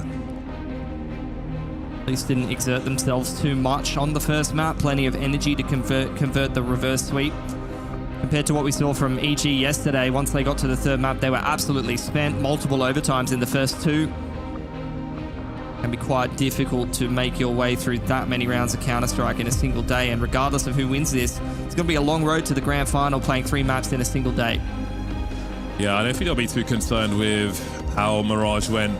Got to set your expectations correctly, so shouldn't be too much of a surprise for them. As long as you picture the match starting here, it'll be of no concern the fashion in which they lost that one. All about starting from Inferno, which is about to begin.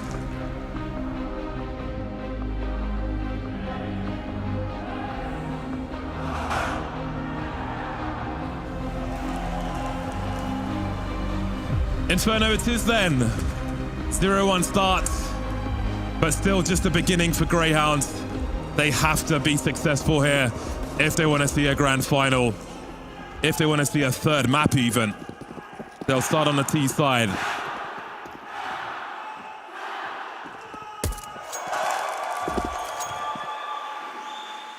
On Flatro looking for a pick in towards middle. Regon getting some information in apartments. It's a slow T-side pistol here for Greyhound.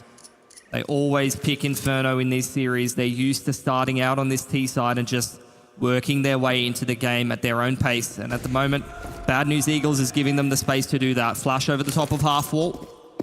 HEs to chip a little bit of damage, but dodged nicely.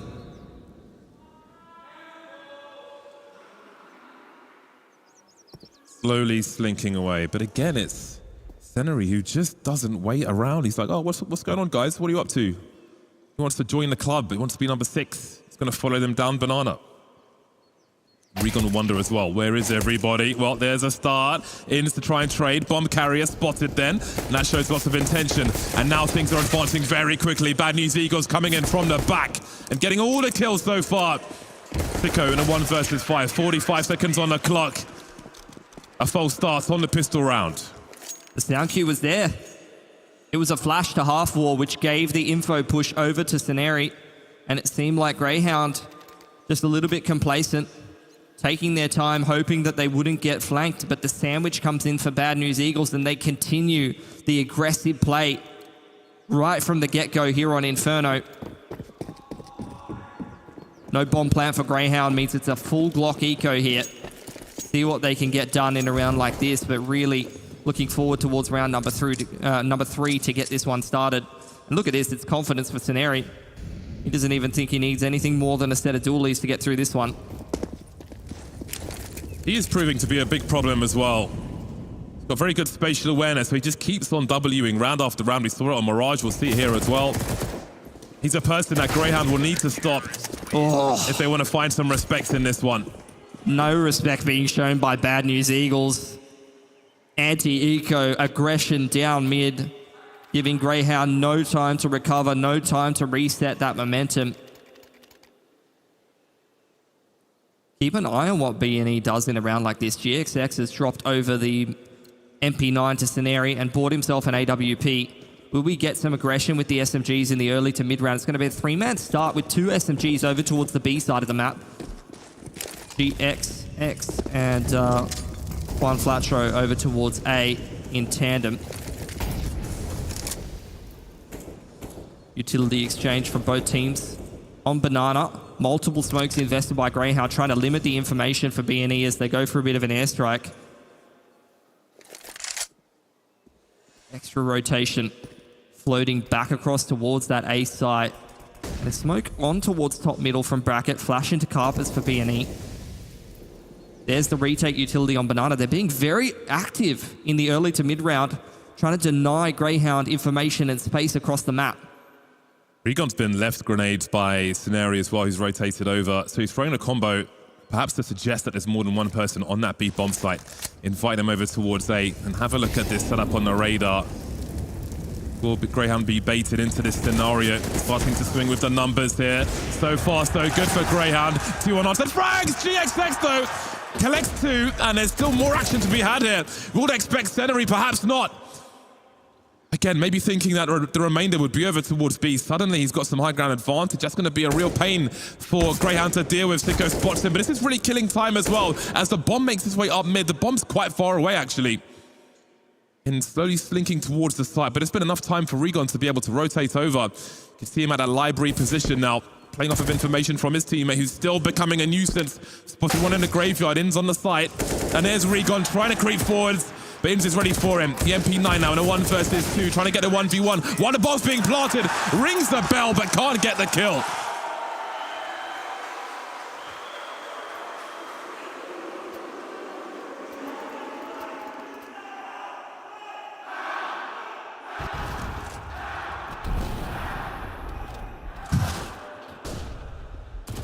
Big collat does a lot more economic damage, but it's clever play from Bad News Eagles. Didn't have the firepower coming into a round like that. So as he pointed out, the 4 stack on A with the utility pressure towards B leaves Sceneri unchecked. And he gets a little bit more damage done. Only 2 guns surviving for Greyhound means the money is a little bit shaky, but the same can be said for Bad News Eagles. Down to a Deagle on GXX, who went for an early AWP purchase, and the utility is very sparse on the CT side here. It's going to make playing a gun round on Inferno a little bit more difficult. Ooh, the smoke's got a bit of ride towards top mid for Greyhound. That's quite uncharacteristic. This is the map that they have the most reps on, and they're missing utility.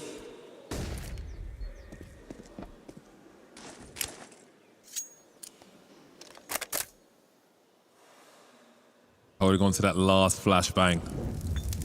Really wants to make that one count. Here comes that presence. Oh, that smoke just took a little while to pop. Enough of a window for Inz to take the eyes away on Banana. Yeah, that molly didn't bloom far enough, unfortunately. And B&E, man disadvantage now. No utility to rely on. They're going to have to get it done the old-fashioned way. Nothing but headshots. Seems that B&E have a hard read based on that lurk smoke that was put up. Inz was showing presence over towards that B bomb site, but instantly Synopsy tags Frozen A's and rotates over towards A. So they seem to have an understanding as to what Greyhound might be doing here, but can they get the kills? Will the corner be checked? It will be! Sicko says hello in the most painful way for Juan Flattroop. And they're heading towards that B bomb site where they still have a lurker. Time on the clock could be an issue, though, if Seneri could find an angle here. They are on the way. Will he be checks for? Indeed, he will be. And there's a trade they needed. 12 seconds to plant the bomb, and no one here to challenge it. Seems like Greyhound might be off to the races on Inferno. This GSX with the Deagle looking to scavenge a rifle from jungle side if he can find it.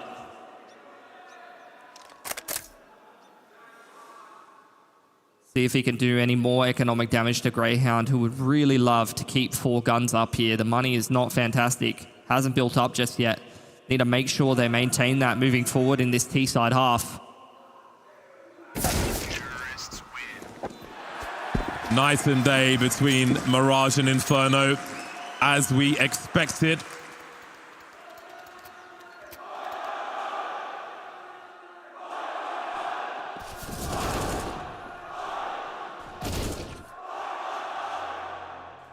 Building confidence early are Greyhounds. Still up against a dangerous opponent though, but if they can keep Bad News Eagle broke on their CT side, that might be half the task done. Attack timeout for B&E. They've got no money to work with at all. Only 2.4 loss bonus means that once again, similar to the last round that we saw in round number 4, they're going to have to play a M4-centric buy with pretty limited utility unless they want to go down to MP9s or Famises. Might pigeonhole them into a bit more aggressive play.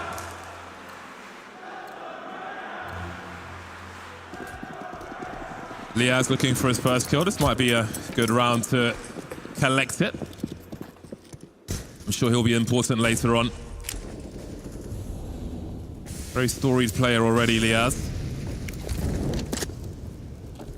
Big focus then from BNE in that mid position. Banger's avoided, and Sicko's got the angles to clean up for his teammate. So far, so good. BNE always dangerous, always trying to concentrate the forces together. Nothing is given away for free. Good test for Greyhound to deal with this. Being patient, moving through, cleaning up, leaving Seneri alone versus 4. Still dangerous though, could get some kills here if he's fast enough, but Sicko's faster. 3-2 now. Cash has built up for Greyhound. They are well and truly on a roll in this T side. AWP out on Alistair, and he's got a front spawn as well, so interested to see his movements. Could go for a quicker one up Banana if he wants to chance his hand. This is his M4-centric buyout of B&E, though. The utility is very sparse. They have absolutely no kits, no Molotovs, which on Inferno is going to make taking map control a bit of a pain. They're going to kind of be pigeonholed into some more aggressive play in the early to mid-round, I would say. Rely on those crossfires, maybe some cheeky stacks.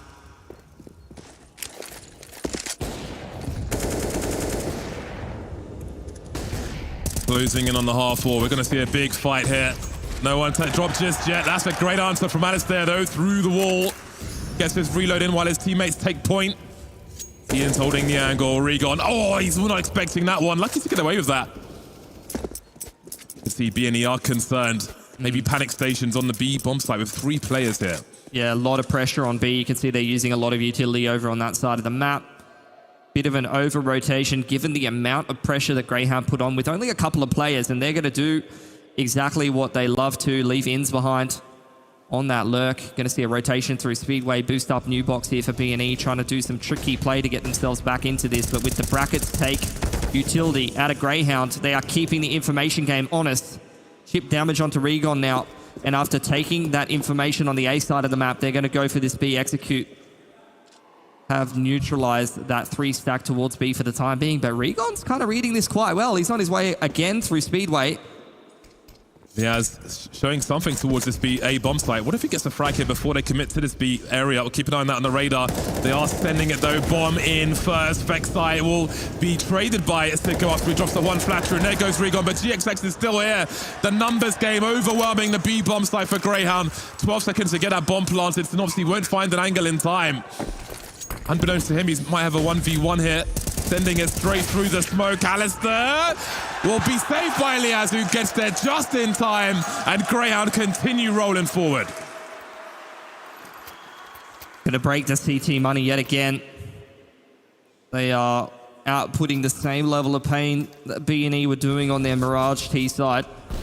Just constantly keeping that CT economy back. Nice little wallbang through half wall. I think that had to be multiple connections because I don't think that the HEs were actually thrown towards half wall that time. So I'm assuming multiple wallbangs there from Alistair, the second one being the one that finished off Scenari. Half buy now for B&E. Back on the pistols once again. Oh, through the smoke. That's the kind of variance that can favor an ecoing team. A deep HE as well. Could send the rifle forward if it was close enough on the floor. And they continue sending it with the flashes. The AK from Scenari looking for the transfer. But Alistair dependable once again. Still a dangerous round with 3 players alive. All unknown elements. You can see Synopsy is creeping. Vexite keeping an eye on mid for the time being, just in case there are any pushes elsewhere. B&E being patient. They'll be moving away from the rifles then on Banana. Again, they're never shy to just peek and find out what's going on. That's some important information. They'll stay in situ on the A-bomb site, and the rifle continues to flank as well. They can't be too slow about this Greyhound because of that lurking AK now. One flash through, moving away from that long position as they bunch together. Vexite starting to cross Synopsy, so close to the angle here. He might find something in mid. Fires a few shots. Alistair's got to be careful. Wants to have a look, but he's got the bomb as well. One flash through, still alive at that 5-7. Outmaneuvered. GXX hasn't played his card just yet, hasn't played his hand. Starting to now. He's got a nice headshot angle. A little elevation as he swings left and right. Synopsy and his teammate versus 2. Inns creeping forward. Big headshot from Inns. In the pit is GXX with that Desert Eagle. Gets a 1v1. Down to 7 HP. Still dangerous. Just needs a headshot. Creeping forward now, and he will fall finally. Another test passed by Greyhound. This is where they'll encounter the most difficult one of all. The full buy going to come through for B&E. I'd imagine GXX back on the AWP if he wants it.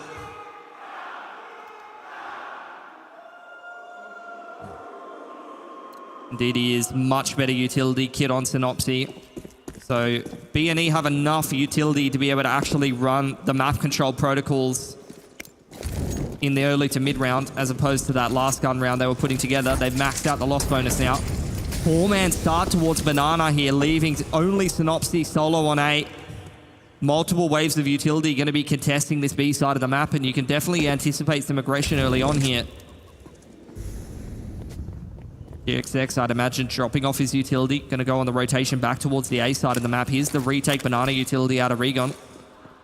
But Greyhound don't seem interested in this. May go for a quicker one towards the A side of the map. At least B&E seem aware of that. Already starting to rotate over towards that A side of the map with 3 players. Again, getting curious on Banana as they smoke the bottom, but that can be heard by Greyhound. This will be an important duel. Is Vexite ready for this close left corner? Oh, he's got a lot of people coming behind him as well. 1 minute mark now, and he hasn't checked it, but it goes there to trade. There'll be no molly thrown. Desperate situation now as the flying Inns will deliver. Out of position are B&E. Are they going for the save, I wonder? Scenari coming through along with urgency, but B&E are losing a lot of rounds in this first half. I feel like there was a situation, especially with that fast second mid flank from Regon, where maybe they could have put the pieces together, but they lost Synopsy. Oh, GXX chipping down the numbers. I don't think it's going to trouble Greyhound too much, but some of these players actually a little poorer than I would be expecting, and Regon seeming like he wants to continue trying to take guns away from Greyhound.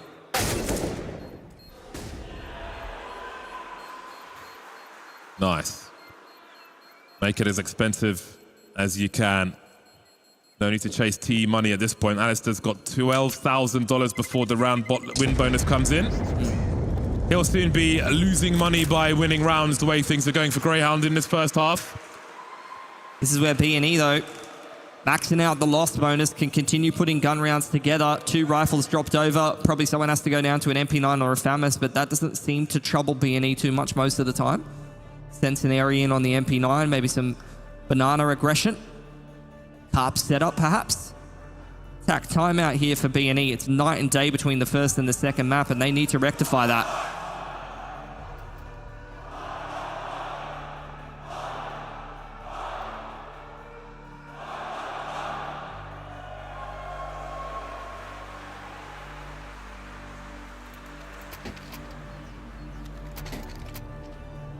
We're going to actually half buy. Interesting.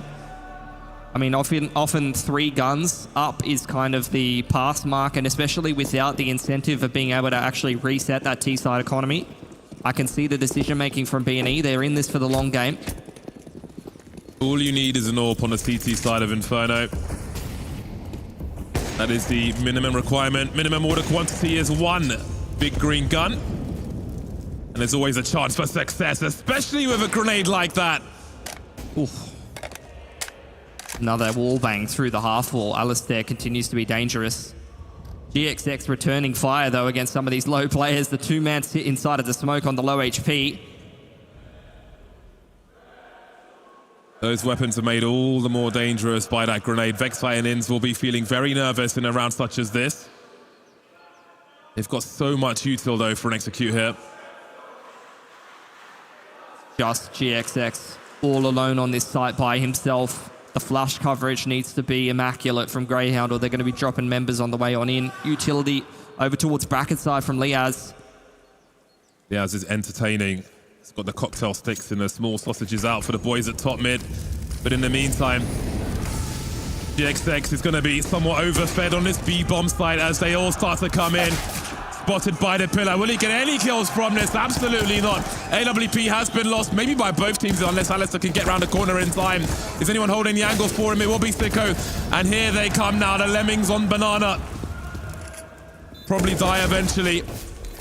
No one here to save them, that's for sure. But all these T's are tagged now. The money is together, but B&E won't realize how much opportunity there is continuing to pursue, though. They can make this expensive for Greyhound. They can make them die on the bomb site at the very least, and that would alleviate some pressure. Starting to peak now. They don't have a kit, but again, they can still make it expensive, but they won't. Inns delivers 2, and Greyhound deliver another round to the raucous crowd.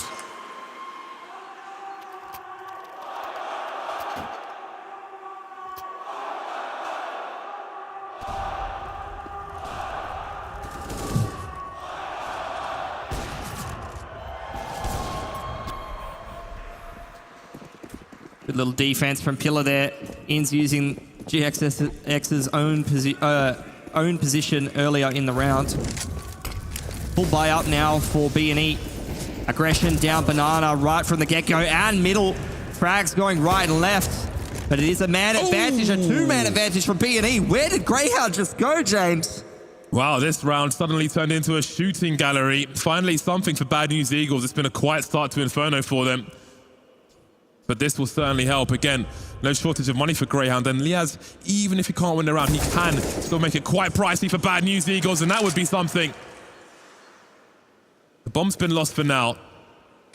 He could be in a number of different places. Flashbang towards mid, and I think GXX has the information as to where Liaz might be with that. 1 minute on the clock. The GXX is unsure as well. Liaz needs to find as many kills as possible here. Waiting for this peak to come through, but it's a long walk for GXX. How patient will Liaz be? Oh. You can see the cogs turning there. He's anticipating the peak from jungle side, but can never quite get the timing right. And even just 1 or 2 extra picks from Liaz do actually make a difference in that kind of situation. Even if he doesn't complete a 1-on-4, every gun taken away makes a difference. Massive from GXX there. Quick shots back to back, peeking out top middle with full confidence as the rifle is sent straight down Banana and middle. B&E, maybe that's what they needed. Mix in a bit more aggression. Let's try it again here. Oh, they're not expecting a repeat. They're not expecting the same thing to happen again, and that's exactly what's happening. Sicko in a sandwich, sees the barrel of the gun being picked by Synopsy, entertained. The mid-push has been dealt with for the meantime, and now it's maybe awkward for B&E as Synopsy comes in for the peak, but Alistair's here to trade. 3-on-3 will favor Greyhound with 1:30 on the clock. Absolutely fine for them. Taking a lick of damage towards the end of that Molotov. Senery forced forward by Alistair's one, but who gets the next frag? Senery starting to peak, perfect timing, drops the bomb as well. While the remainder of Greyhound are focused towards top mid. Now Liaz will have to go and try and rescue that before it gets smoked off. And there is more utility coming down towards the bottom and the smoke as well, which will really slow the round down. That'll make it even worse. Backside all alone now. trying to swindle something through Speedway. Bit of a traveling salesman.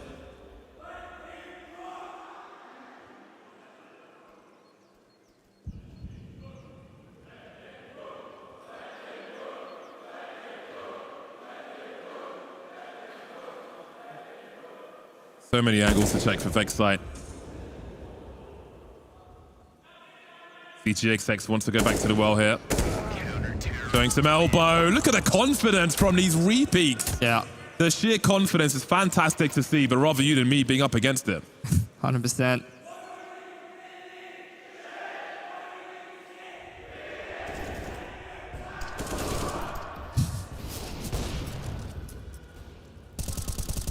The same thing on Mirage. GXX just swinging with full confidence. He's in some fine form heading into the series today. Frustration. They want everything from all the opportunities they can find, no matter good or bad. And B&E, they've been grinding in this game of Inferno. You can see the impact on the money for Greyhound now. They're on the precipice of being broken by B&E. Need to get back to their winning ways. That's a great start. GXX will be able to escape after the trade. Buy some time as well. All punch short's always going to be good for a repeat towards top mid, so that'll be very dangerous for Greyhound. The flashbangs are stellar though. Greyhound will take position for the time being, but again, the re-aggressions on from an AWP on short are so common. A rare miss from GXX, and Sicko will take advantage of that. He's got so much to do, but Greyhound, again, they were on the edge, but they have fought straight back. You wouldn't have seen that on Mirage. You wouldn't have seen any of those misses. B&E.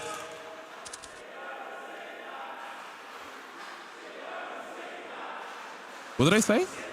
They say, I can't say it on broadcast. I'm not allowed to say that. Sorry, boys. You have to be a little bit louder. Bardolph can't hear. No, don't worry, I can. I was just joking. I can hear it. Everything's fine. Trying to bait me? Oh, man. See if Regon can hold on to this AWP. Greyhound don't really seem too interested in pursuing too much. Alistair's going to go down. In's in hot pursuit. Yeah, don't lose too much. You might run out of money to... Oh, no. Sicko's got the AWP. Never mind. 8-4 then. Again, that was an important round for Greyhound to survive in, to win with their numbers up, get some more money in the bank. Couple of missed shots from B&E that round. Very uncharacteristic. Crucial one. Sicko with 2 here on that short position. A game changer in this round. Should never get away with 2 on a Galil in that situation. B&E, I think, letting that one kind of slip a little bit. Either way, they've got another buy heading into round number 13 here. Going to quickly go and contest Banana yet again. Ceneri throwing caution to the wind in tandem with Regan. All right. Ceneri, always a problem. Sicko with 15 frags so far. Starts to head towards long, standing in the flames. That'll make life easier for Stanopsy on the reload now as well. It's B&E fight back for one more round at least. 1 on 3 for Inns. Needs to collect this bomb, but he'll collect some lead to the face instead. What's the money like for Greyhound now? It sucks. Yeah, it's a little shaky, honestly. 2.4, 2.5, 3K. Inns can kind of buy, I'd say, yeah, pistols with a hero AK. They did a little bit of economic damage in the last round, so the money's a little shaky for B&E at 8-5. 2 rounds left in it. They could give themselves an outside shot at winning this round and breaking the money straight away. That'd be fantastic for Greyhound, but worst case scenario, just try to hamstring the last round of the half in terms of the CT money. Quick boost on top of Logs is fruitless. Going to back away and slow things down yet again. T-side scout on Inferno. Always fascinating to see what can be done. That fast peak. Movement speed, the main advantage, but again, very hard to achieve with that. Numbers moving through once again. Trying to draw the crosshair away. Rifle won't get to work. Alistair will, though. Now it's down to that scout. Won't last for long. 2 kills in a round for Greyhounds as they move on to their bye once again. Yeah, not going to make too much of a difference at the end of the day. I think a couple of kills in the last few rounds really stops B&E from putting together as a double AWP, but outside of that, they'll have access to everything else they need. Been a pretty tight half, been a good resurgence from B&E. Greyhound definitely setting the pace early on, but B&E responding in kind, and I dare say moving back over onto the T side in the second half. They're going to keep rolling with that momentum. Can Greyhound make this a 9-6 here? Quick pace straight onto brackets. GXX just goes forward. Presence of mind there. Knew what needed to be done, understood what might be happening, and delivered. Synopsy having a quick peek. Can never let your guard down versus B&E. They're so active on their CT side, always looking for opportunity. Always finding the gaps. Things will slow down immediately then as 4 remain for Greyhound.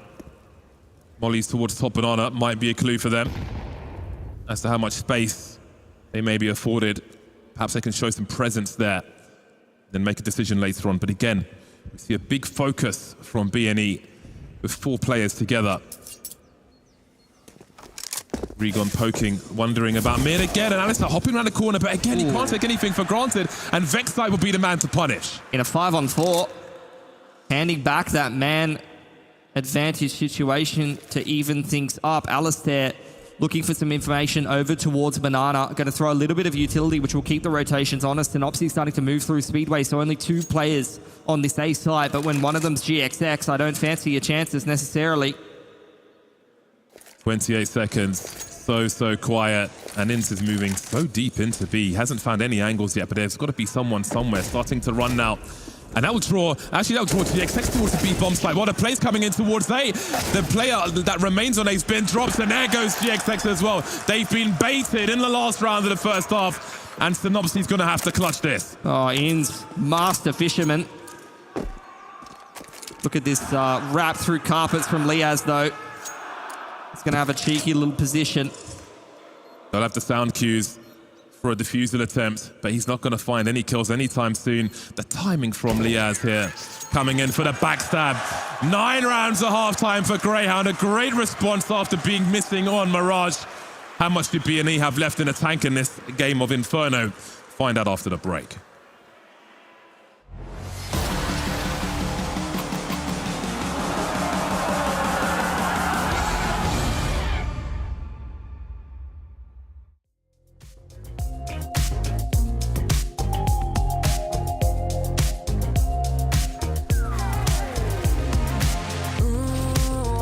Stop this feeling.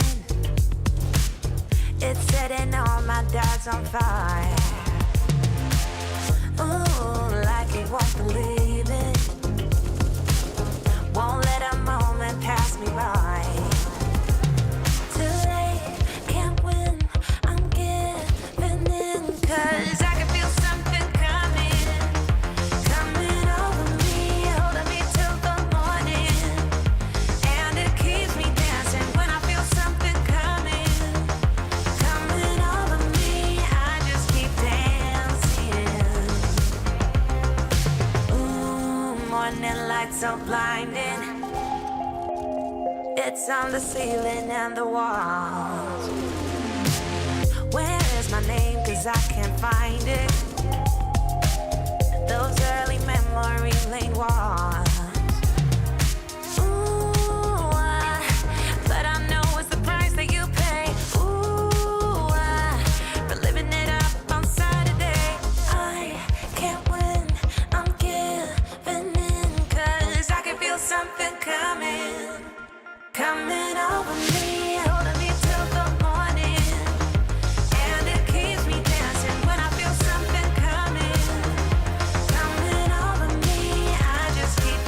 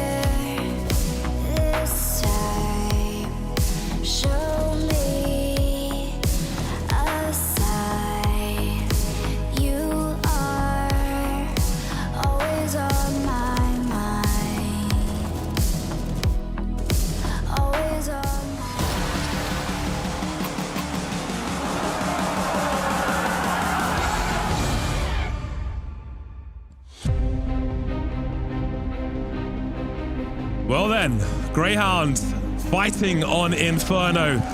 Currently in the lead as we move to the second pistol of the second map. Again, the game really started on this one. Question is, will it go all the way to a third and deciding one? Picking up the pistol would certainly be good. Let's see if they can take momentum into the beginning of this one. Melbourne!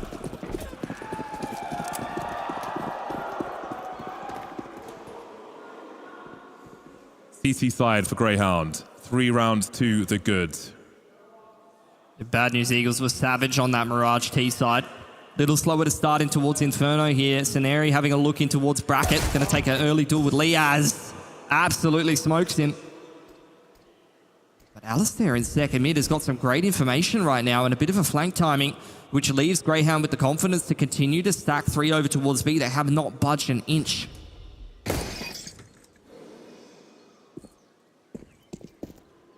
Footstep heard by Alistair. Oh, hello. And goodbye to Synopsis. Some revenge. BNE have been doing that to Greyhound so often. But have a look at Senna. He's found himself in CT spawn as the team are rotating away from the B area, so we can cut off that rotation. Will anyone check this spot? Alistair can raise the alarm here. Will they check for Regon? So many things happening here. Only good for that one frag, but the bomb site's been taken by BNE. A fast plant for the CT side as one flat through hides in the corner and gets an easy one onto Alistair. Not done yet, it seems, as he looks for more. Big damage done in the 2v2. You can tell his team he knows where both these CTs are, making a crossfire now are the remainder of BNE, but Inns is swinging around the side as Sicko makes his way into the apartments for a time to see what's going on there. Inns will get one for free. They've broken the crossfire, and as GXX finds himself alone. 1v1, just one shot away from victory as Inns has got 22 HP, but there's 2 HP for GXX. Next shot wins, surely! And there it is for Greyhound. They take the pistol and make their way to 10 if there's time for the defuse. Just in time. Massive clutch for Greyhound. That XVX getting so scary. Such a tense round. Losing Liaz right off the bat in towards Dig's side. Playing that 4v5. Alistair holds his nerve with the second med push. And it's the double-edged sword of the aggression from Bad News Eagles that can sometimes be a little bit of a curse. One flat show playing with the confidence to take the duel towards Bracket side, gives up the man advantage, and things start to fall apart there for BNE. This force buy though, Bardolph, it's dangerous. BNE are always dangerous, especially with the T-side weaponry. Vexite's in trouble, a lot of grenades lost there. Alistair coming around the corner. There are more assailants coming his way though. It's got to dance. Got to be careful, Alistair. Pre-firing for the third. Close, but not quite. GXX down to 20. Bomb hasn't been spotted recently. Synopsis on 25 HP and a scout. That's going to be very awkward indeed, especially with the likes of Liaz waiting for him. He is on an island for the time being though, but what a great angle he's got. Bomb's been lost now. GXX might be in trouble as well. Net is closing. Bombs on the balcony. Liaz jumping up for the last one. Very cheeky indeed. Momentum continuing for Greyhound. Oh. And look at the moves. Liaz, a bit of a KZ champion, setting a couple of records. Almost hits the hops to be able to hit the E button on that AK. It's a small little details. Not everyone has good enough movement in CSGO to actually pick up a gun in that situation. He almost does it. Bad News Eagles are going to invest in the Deagles here, try to keep the economy honest, and even Synopsy down to 1k, as well as Regon buying armor for themselves. And look at that, there's a reason why they're playing with confidence in terms of their economy. Just swinging straight onto Vexite, almost gets out of there. Bad News Deagles. I can't be the first to say that, but it's Greyhound on the receiving end of it. The numbers swarming the A bomb site now. He's in so much trouble, Liaz. A small highlight there from Sicko, but here is the main pain. Drawing the attention, pulling the crosshair away. Always dangerous. Not so much for Greyhound to even save here with the Galil and the MP9. They may look to try and find some more kills at the very least, but 2 versus 3. They'll create some space for themselves if they can. The Deagles will continue to rattle One flash will be a problem with this M4. Where is Synopsy? Left with the Desert Eagle now around the corner. Sicko's got a kiss, so is Ins. Someone's got to get on this bomb. Synopsy starting to creep now. They haven't checked the short position just yet. There isn't really a focus here as no one's touched the bomb just yet. No one's checking! Just holding on to things. Sicko! He defuses the bomb just in time. I cannot believe it.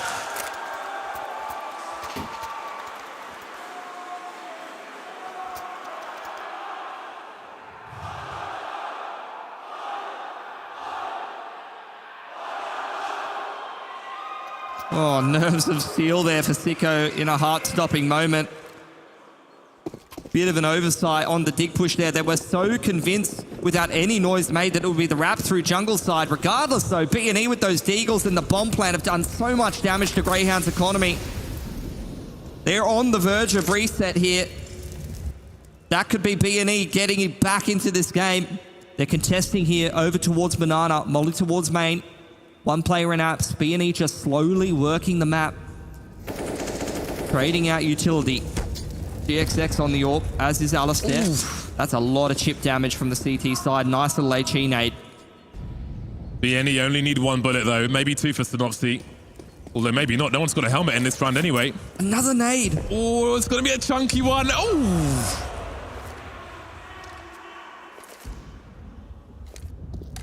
Ins will be dropped. Starting to move through towards this B bomb site now. Sicko has to deliver here. They're jiggling from Seneri. Sicko will fall off, drop a smoke for himself. One flat through. Thought he had something. Turns out he had nothing. Synopsy and GXX remain 2 versus 4. Sicko in a good position, but is anybody ready for this push into CT? Vexite's ready for it, jiggling. There's 2 of them as well.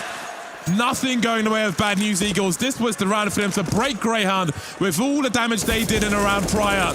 But nothing's going their way. 4 survive for Greyhound, 13-6. Past the test with flying colors, and Sicko and Ins having a phenomenal game right now. They've won multiple XVXs, converting the 2-on-2, converting the 2-on-3 against the Deagles in that clutch situation and topping the scoreboard for Greyhound. They do not want to go out of DreamHack Melbourne here.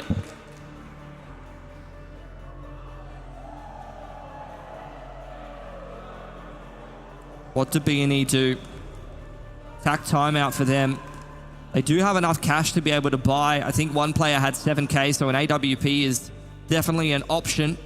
And if they do invest here, they might have to go a little lighter on the utility or go down to Galil's because multiple players had 4.3 or 4.5k.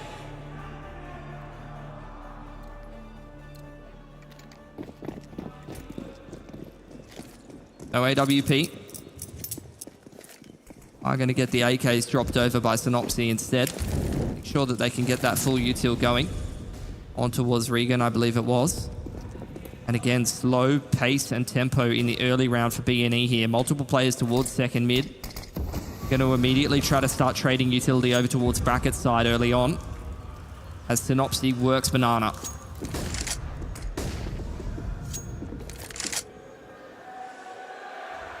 A take up top mid then. B&E forced to play a more standard game here on Inferno. Sicko knows how close they are, but he's on an island. Oh, these two shoots between them. Often happens. Big gap in that smoke, but you can see Graham playing very defensively. Concerns towards CT as well as In starts to wonder. A lot of work for him to do here as Regon rounds the corner. Good angle for Regon. Taking heavy damage though. Quick shot for Alistair as he knows he's got some work to do. He doesn't know what is happening around that banana position, but he will focus on CT for now. 48 seconds on the clock here. As B&E have been waiting to cut off rotation. You can see Regon still sitting in the library position, but nobody is showing just yet. Vexite starting to wonder, but he's going elsewhere. As Alistair sees the bomb, still no one goes towards Regon. Seneri's got to do it alone. 30 seconds. Regon's been so patient. Has a look towards the other side of A, sees nothing, and Liaz's flank starts to activate now as Vexite comes in from Banana. Alistair still posting up on the site itself. Still has time. Vexite's on the way. There goes Regon. Seneri alone now into a crossfire. And there's a trade fragger. Greyhound cannot be stopped on Inferno. A 3-on-5 converted with ease there from Greyhound. Insanity. Both Ins and Sicko putting most of the work together up until that point, and then the rest of the boys step up together. There is no weak links on this CT side for Greyhound. And with only single digits to their name for Bad News Eagles and multiple opportunities where they've missed that economic reset window, this could be a very one-sided game of Inferno response after that Mirage defeat from Greyhound. This is going to be a quick apps pop, though, into the orb of Alistair. He knows what that means. How much help does he have, though? How did Synopsy get into this position? How on earth? Liaz has got no idea, but he hasn't got the range of the Max 10. The target priority from Synopsy is pretty smart, and now he's found himself a much better weapon. Behind enemy lines there, almost the entire team is here, actually. It's almost like they've traded positions. Inns is in that long area. He's going to be crucial as Liaz drops the bomb. Plenty of plays in the red now. Juan Flattery will finally be finished off with that 1 HP he had. GXX on the side will be denied. Nothing happening for BNE. Game points for Greyhound. That got spicy for a second, but the flash from Vexite was superb over the top. You can see GXX getting ready to take that duel onto Inns, but with the flash from Vexite, throws off his aim and Liaz dives into the pit off the back of it.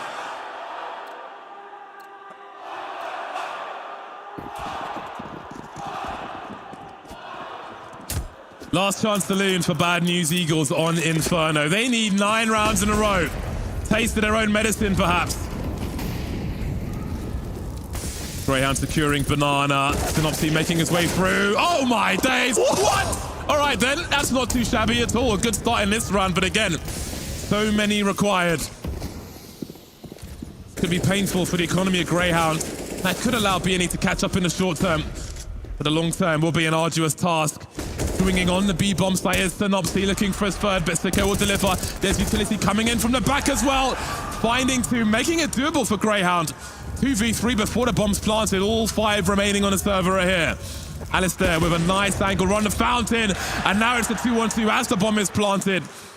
Plenty of time for them to clean up the rest. Alistair continues to creep, continues to frag. Where is Juan Flattery? He is miles away. He won't find an angle. Greyhound have done it.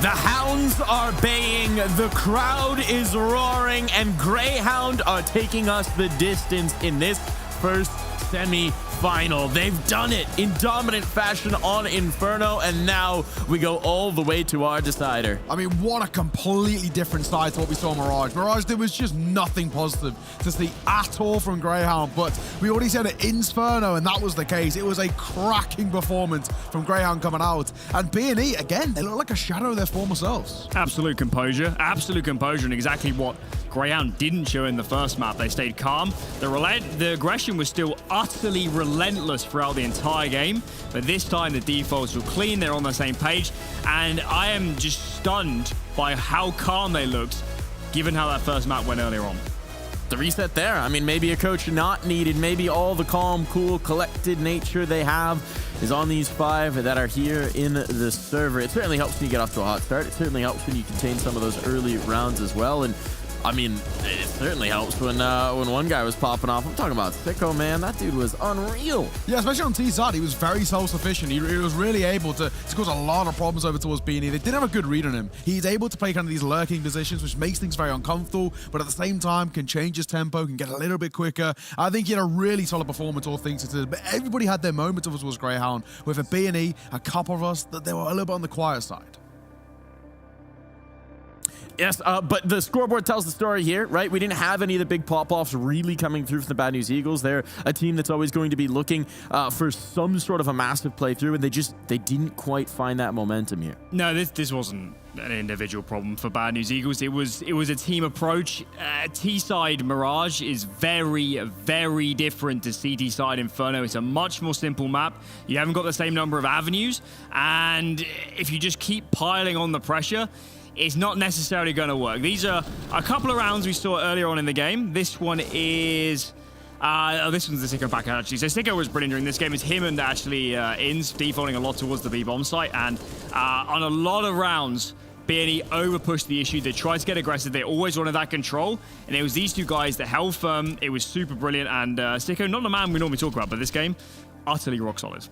It really was. And it's a great place to be in if you're the Hounds, having, you know, maybe a player who's not expected to be called on ordinarily, but who's got that experience, who's been a piece of this team for a long time, step up, be that backbone for the team, to give that energy back in, to will them back into the series. You can tell as well he's a mature player, right? He's level-headed. He knows kind of what the situation was like. Off the back of Mirage, we needed a complete reset. We needed this side to come out as a kind of a refreshed unit in towards Inferno, and they did exactly that. And I think Sicko was a large part of it. It was the two slightly more experienced players in terms of age, maybe not in terms of, you know, Counter-Strike. We also know Liaz has the international experience, but Sicko, level-headed, he was very calm and collected, and he made B&E get kind of, I guess, put under pressure. He really punched them a lot. Yeah, Inns as well. I think they did play a pretty standard game for Greyhound. I'm not sure they had to outmaneuver B&E that much. It's more like just holding off against the onslaught. And this is one of the rounds straight down Mitch and Flatro. Endless aggression. And it got to this point in the first half where I really thought they were going to turn down the dial. They're going to go more passive, but they did the exact opposite. They got even more aggressive and just said, this is the only way we feel comfortable playing. And in this round, it did work. It was scrappy. Scenario as well towards Banana right at the end was getting crazy. This is the round after. So we start off with an app setup. It's just a bit of a trade. That doesn't really matter. The crazy part is we've just seen some players mid. We've just seen players in apps, and then these guys decide to fight in towards mid, right into the clutches of the T-side players on Greyhound. It didn't really make sense. It wasn't all cohesive, and that's where this team could fall apart a little bit for B&E, because you can't always just push. There has to be some logical progression here, and it wasn't always full of logic, was that CT side of Inferno. Certainly not, and they might not be bringing the logic, but they are bringing the feel, and while they might not have a coach, it does feel kind of like they've got 1,000 standing behind them. I'm talking about the crowd, of course. We got Conky in that crowd for a check-in. Here we go. Now, of course, the best part about this is that your parents can actually come down since it's down in Melbourne, right? So I've got Mama Inns and Mama Alistair here to sort of give us a little bit of an understanding about what's happened on that map. So, look, how was the vibe after Mirage? Were you guys feeling all right? Oh, we're a bit dead, actually. Stress. Yeah, of course. But obviously, Inferno has rocked up as per usual. You happy with that result? Yeah, awesome. Inns was played really well, so all the guys. And Ali had a real pop-off map that time. So do you think he's going to be able to do the same on Ancient? Absolutely popped right off. Yes! Mate, absolutely. Best part about it. Make sure you guys are down here in Margaret Court Arena as well. We're going to go back to the game. So give it up for Greyhound! And Bad News Eagles are crushing it too, all right? Let's go. Mom energy, undefeated, unmatched. How can the Bad News Eagles hope to withstand when the family's in the crowd, when that energy is on point? And we were hearing the noise all game long, right? They were bringing the energy, they were bringing the fight. They've certainly woken up into this, and now we come to our decider. We come to Ancient. This is where it ends one way or another. Here, as we enter our third map, how are you fellows feeling about the confidence check here? I mean, for me personally, when I came in towards this one, I said if Greyhound are going to win this, they have to do it in 3. We always knew Mirage was going to be one-sided. We didn't expect as much of a blowout, but we knew it was going to be not the greatest map for them coming in. We said it, they're going to do it on Ancient. And for me, in my eyes, statistically, it actually looks like a pretty good map for them. I think on paper, there's a world in which they can carry on the confidence from Inferno heading in towards the likes of Ancient, actually potentially even take it 2-1. Yeah, I think Greyhound are much more of a known quantity on this map, 7-map win streak, albeit most of those domestic or at least Asian competition with the RMR. I'm not really sure what to expect from B&E. I haven't seen them play it a lot this year. Last year, it was always a middle ground map. It does suit them on the T side, but I think on the CD side, it's not, especially with mid changes, it's not super well suited to their play style. I don't think you can be relentlessly aggressive on this map. It's a bit like Inferno here to be a bit more calm and calculated. So, Devilwalk can win in this series. Devilwalk is the man that can talk to them between these maps and say, let's readjust this CT side. T side, fine, keep getting aggressive, keep getting up in the face, but CT, more thoughtful, more process, and not so much like they did on Inferno. Oof. Well, I don't know where I'm at in terms of the confidence rating, but let's talk through what might happen here. We've talked about the aggression. We've talked about Devilwalk potentially being a difference maker here for the team. But if you're looking at this from the Bad News Eagles, right, your signature style just got completely stymied on Inferno. How do you change things up? I mean, for me personally, I'm looking at the likes of Synopsy, right? I think he does need to calm these guys down at times, especially on that CT side. You spoke about the relentless aggression. I think for 9 times out of 10, it just plays into B&E, right? They love it. You know, balls to the wall, guns out, fight fire with fire, right? They're always trying to take fights as early as they possibly can. It's not always the greatest, though. We do need a little bit of anchoring coming through. I'm looking towards Rigon, right? Can he anchor on towards the side? Can he slow things down a little bit? Can he allow a little bit more space for potentially the likes of a One Flat Show to at least dispose in some way? I think Rigon is the player that individually is going to decide a lot of this game. He plays mid on both sides, and it tends to, at least now with the modern changes, it's such an important position to play in and out of and make good decisions. So, yeah, Rigon's got to be on point. I hope that prep is good, and if he predicts it well, then he can be a massive boom for this team. Looking at the other side, right? Looking at the Hounds. We've checked in with the crowd. We've checked in with the mums. But who's it going to be in the server? Who's going to change things up? Do you want to take this one first? I mean, for me personally, I would throw out Alistair. I think he bounces well off the crowd. And potentially, of course, with his mum there, that always does help. But Alistair, for me, if he can really find a bit of form, it could be a key factor into some things going well. If he can make GXX feel under pressure, I think mid's going to be really good for them to control. But it's easier said than done. Potentially Vexai, I need a little bit more out of him. Vexai, definitely. On the T side, he defaults towards B. It's a spot where he's going to come under fire. There's going to be definitely going to be a lot of aggression on that B side coming out from being in this game. So I think Vexai, both in terms of the entries and being stable and holding off the aggression, he's got to be perfect. Oh, we'll look to Vexite, we'll look to the young guns, we'll look to all of them to potentially bring it through. Can the Hounds secure a spot in their hometown final here at ESL Challenger Melbourne, or will the Eagles snatch the opportunity away from them? We'll find out. One more map when we come back from this break.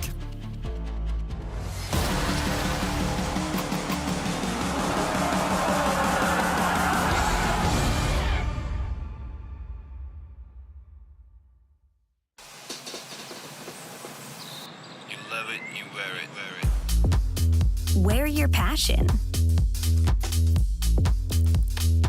Share your passion. Wherever, whenever. Gaming is a lifestyle. Get your merch at shop.eslgaming.com.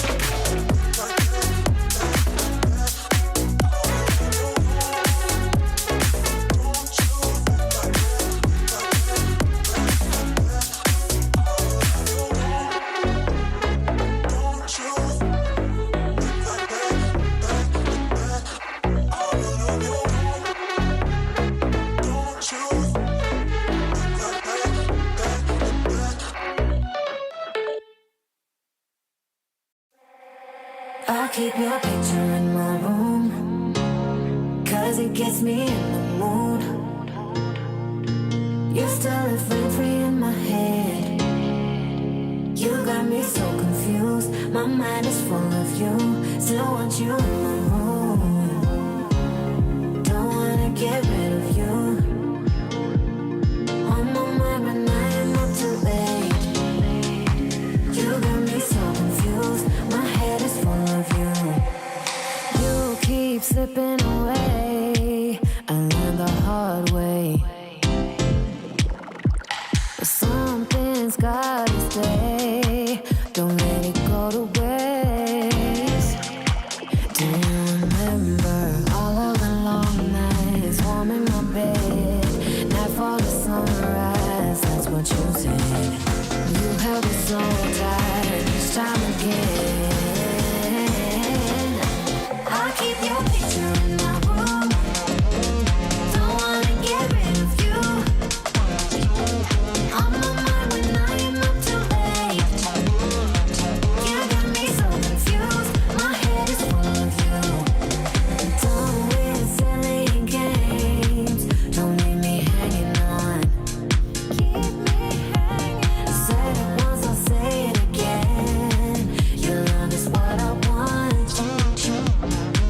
Do you remember all of the long nights, warm in my bed, not for the sunrise? That's what you said.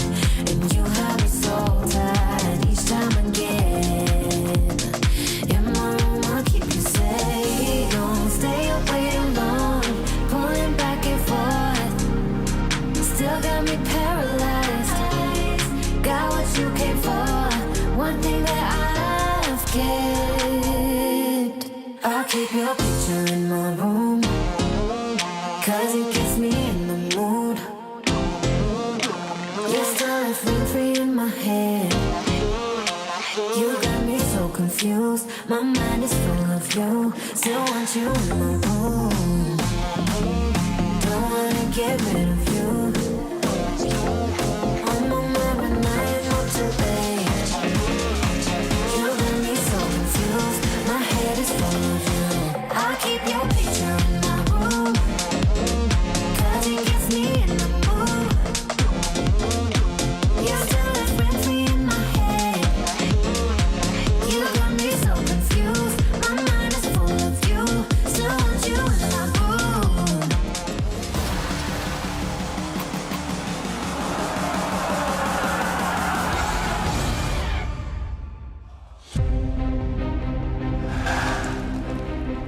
One more map for a place in the grand finals.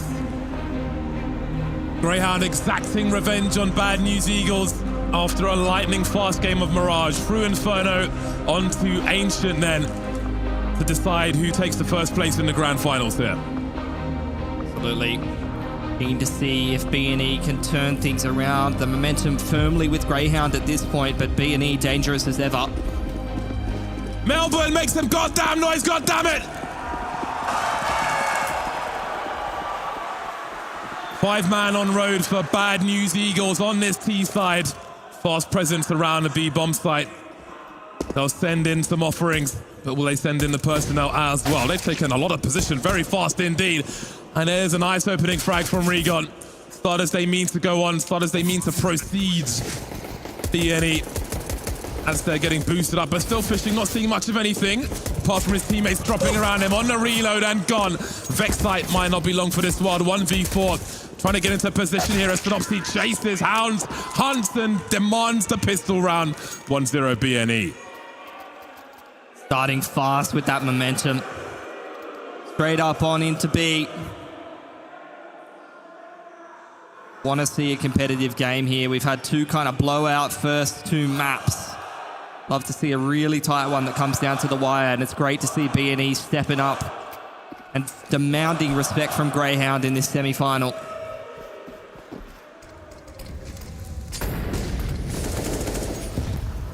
Force buy is here from Greyhound. A pretty big force buy. There's left some extra money in the bank, and there's the opening frag from Liaz. Greyhound have something to say about round two, despite the loss. B&E will slow things down. These smokes will come and go. B&E repositioning around towards this B ramp, link up with Synopsy and maybe a bit of a contact play straight up on in there. It's only Sicko to receive.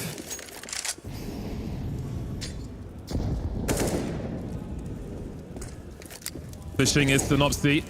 Sicko's got a chance though, but Liaz, oh, he's unknown. Sicko can still hide. They'll focus on Liaz. They went check for him. Down goes the bomb. Looking for the rifle, but that gives GXX the chance to try and keep that away from his hands. 4 versus 2. This is dangerous for B&E, but they have got the right men for the job in terms of the multi-frag, the spray transfer. Maybe the most capable people in this tournament for such a situation. Using that pillar to try and hide as best they can. Now they come. Here comes the charge. Greyhound forced it back. Only one loss to the victor the spoils. AKs galore. Force by converted, immediately shifting the momentum back in the favor of Greyhound. Absolute robbery, that initial deagle shot from Liaz. And look at this. 3 AKs picked up. And a Mac-10. That's going to be a massive economy swing for the CT side early on. But with this bomb plant, how do Bad News Eagles respond? A force buy of their own, surely. Ooh. That was filthy. They don't look super comfortable with this scenario. Bad News Eagles. Greyhound are looking sharp. They've got a lot of bites. Let's go. Look at the pop-off there. They want this bad. Imagine Greyhound in the grand finals here. The atmosphere would be insane. But we're still very early here on Ancient. And B&E will make an investment here. There'll be a hero AK and plenty of danger behind it. The Bad News Eagles might be back once again in the hands of GXX and Synopsy. In's contesting lane here. A lot of T's on the other side of that smoke. It's only Synopsy alone in middle, and for the second round in a row, Liaz opens things up. He is looking extremely on point at the beginning of this game. This deciding map of Ancients. Nasty on the Deagle, nasty on the AK as well. Heading towards that minute mark now, as B&E are taking their time. That smoke into mid will soon be gone. In starting to wonder, he'll see one. Falling back just in time, but what of the mid position? Liaz has been lost in the meantime. Dennery creeping, but Inns is so comfortable. A chance to plant the bomb though, as Alistair will be hearing these players coming through the donut position. Hiding in plain sight with 40 seconds on the clock here. GXX going to look for a bomb plant. Will he commit to this? Coming off of it as Alistair is here. He's got to be careful though, because Regon is on the hunt. 30 seconds, 1v3. Damage might be good enough, but he still has time. This is still very dangerous for Greyhound. That bomb still on the floor. 20-second mark now. Closing the net are Greyhound. As time passes, he knows it gets tougher and tougher as he focuses on the frags. The Mac-10 says hello. Oh, it's so awkward for Regon. He might die after time the way things are going. Made himself a 1v2 though, looking for the CCs, trying to run away maybe, but I don't think that's going to happen. $950 in the bank account for Regon. All of them earned with the kills to his name, doing damage to Greyhound's economy. But outside of that, with no bomb plant for B&E, they are going to have to save. And Regon even buying a Deagle, he's accepted his fate that it's Mac-10 or Tech-9 next round, regardless of what happens here. While the rest of the boys buy, B&E would love a bomb plant here, and Greyhound would love a clean anti-eco. Greyhound playing a stifling game of CS so far in these early rounds, especially after losing the pistol. Came back with brute force and determination. Not so many Deagles on this occasion. That was the only one, in fact.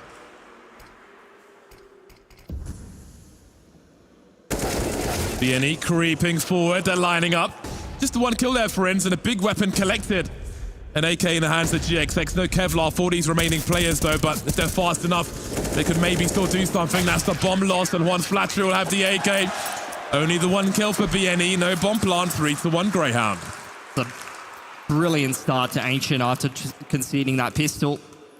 Instant turnaround in the force buy, and they have built up their economy very well right now.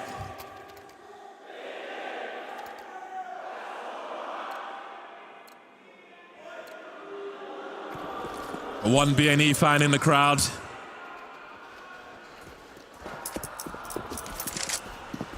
Denobsky then will have the Tech 9 rifles for the remainder. Now the real danger begins for Greyhounds. Bad News Eagles with AK-47s. Let's not forget how capable they are, but Greyhound are ready for it, it seems. Pre-fire from it's got to be careful! One flash through forcing the issue through the smoke and looking for another one, but Sicko will deny. 3 on 2. Bomb collected by GXX. He and Senery have got to work together here. Greyhound will post up for around the B bomb site then, as BNE quietly reposition.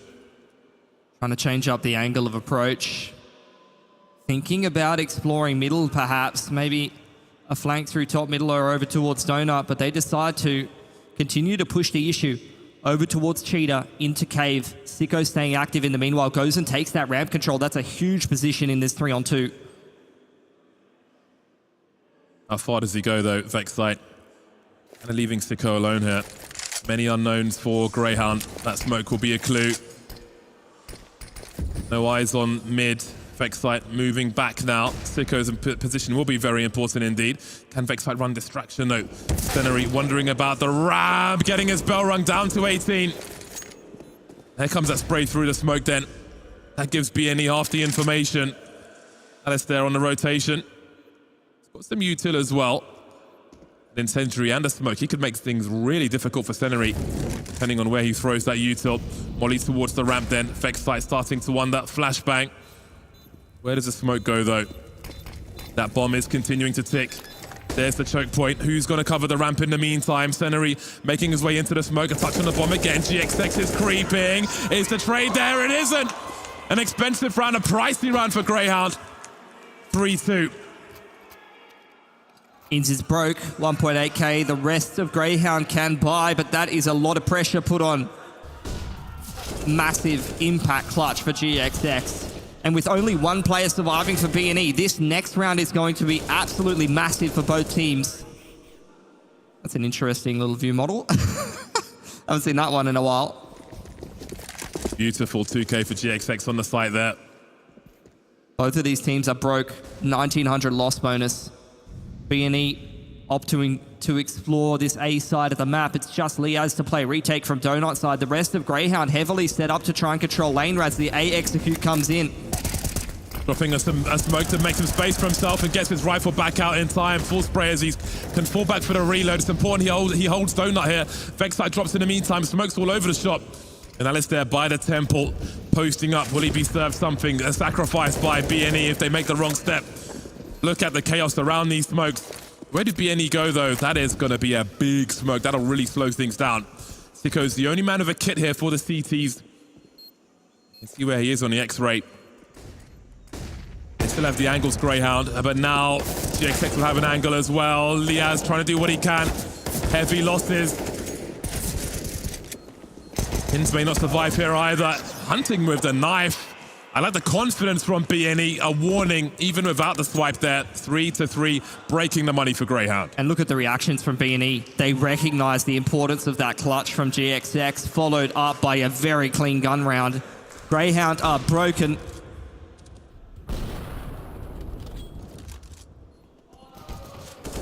We'll have to take a full save here and allow Bad News Eagles to start to build up some momentum once again on that T side. They were a little quiet since they took the pistol, but they are well and truly back into this game now. All right. Not too shabby a start then. Only a MAC-10 picked up, I say only. See if they can get into position. Oh, it's going to be hard versus GXX now. Regon catches Alex to hiding, and a fast eco round is a good one. BNE take the lead on not Inferno, it's Ancient. On the buy once again are Greyhound. No AWP.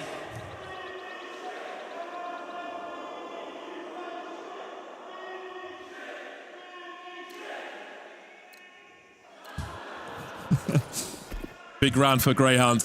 If they want to stay in this, if they're broken here, maybe Bad News Eagles pull away a little bit. No kits on Greyhound, so if this comes into the mid to late round, some kind of clutch situation, that could be difficult. Ooh, oh, no, not so much damage. BNE looking for a really fast one into this B bomb spot. I think that molly was very, very key. Otherwise, it just would have been a surge. It still will be as Regon makes his way in. Look at these peaks with the AK. BNE warming up, but Inz is already hot. Where's the bomb? Someone's going to go back and collect it as the bomb site is surrounded, but they do have some time and they can focus on the frags for now, but they're going the way of Greyhound. That FAMAS coming in with 2. Vexite thinning the numbers for BNE. Inz is on the flank as well. They'll get the upgrade. Synopsy is lost, wondering why no one's on the radio. 1 versus 4. He's got time. It's the only thing he's got. See the peaks there from Alistair. Ooh, that's a tight one. But Liaz will trade. Not too much damage done. Greyhound survive with 3 and tie the score again. Little bit of an oversight, little bit of a mistake for BNE. A couple of good rounds chipped in there, but leaving the bomb behind on the backside of ramp is not something they're able to deal with, unfortunately. Crispy entry from Regan, but without the bomb, they can't set themselves up comfortably in towards that post plant position that they were looking for, and from that position, they kind of flail around and things fall apart. Vexite takes full advantage with a 3K.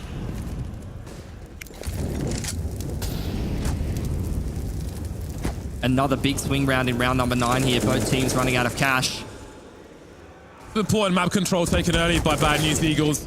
You see the priority, but Vexite is creeping in mid. Early 5v4 advantage for Greyhound.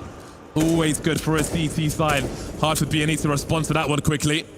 Yeah, they can't. They're getting pushed away by the utility. Multiple smokes used over towards the B side of the map to lock out Cheetah and Ramp, where the majority of BNE are applying their trade for the moment. Ian's getting tickled in the toes. Quite a focus on B for the time being. You can see the positions of the A guys, although Alistair is on the rotation to some degree. Focusing on long A from close to CT spawn, close as possible.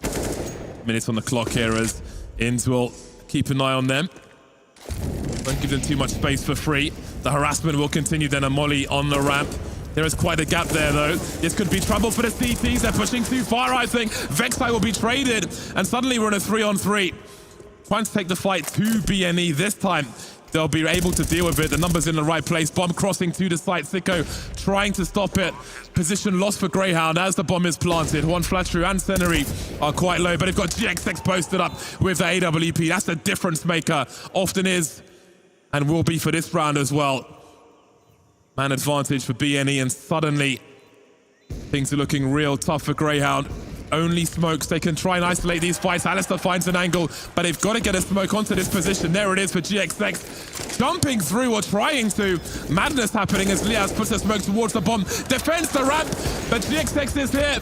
The defuse is here as well. The knives around. It's like a chicken shop in London as the defuse comes through.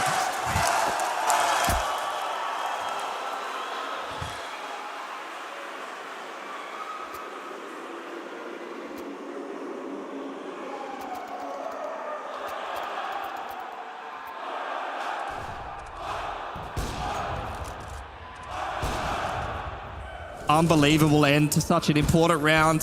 Inz and Vexite having such a fantastic start to this game almost throw that round in the bin. But the XVX post-plant situation turned around. Aggression in towards middle. Dealt with by Vexite for the time being. BNE unable to trade, locked behind the utility.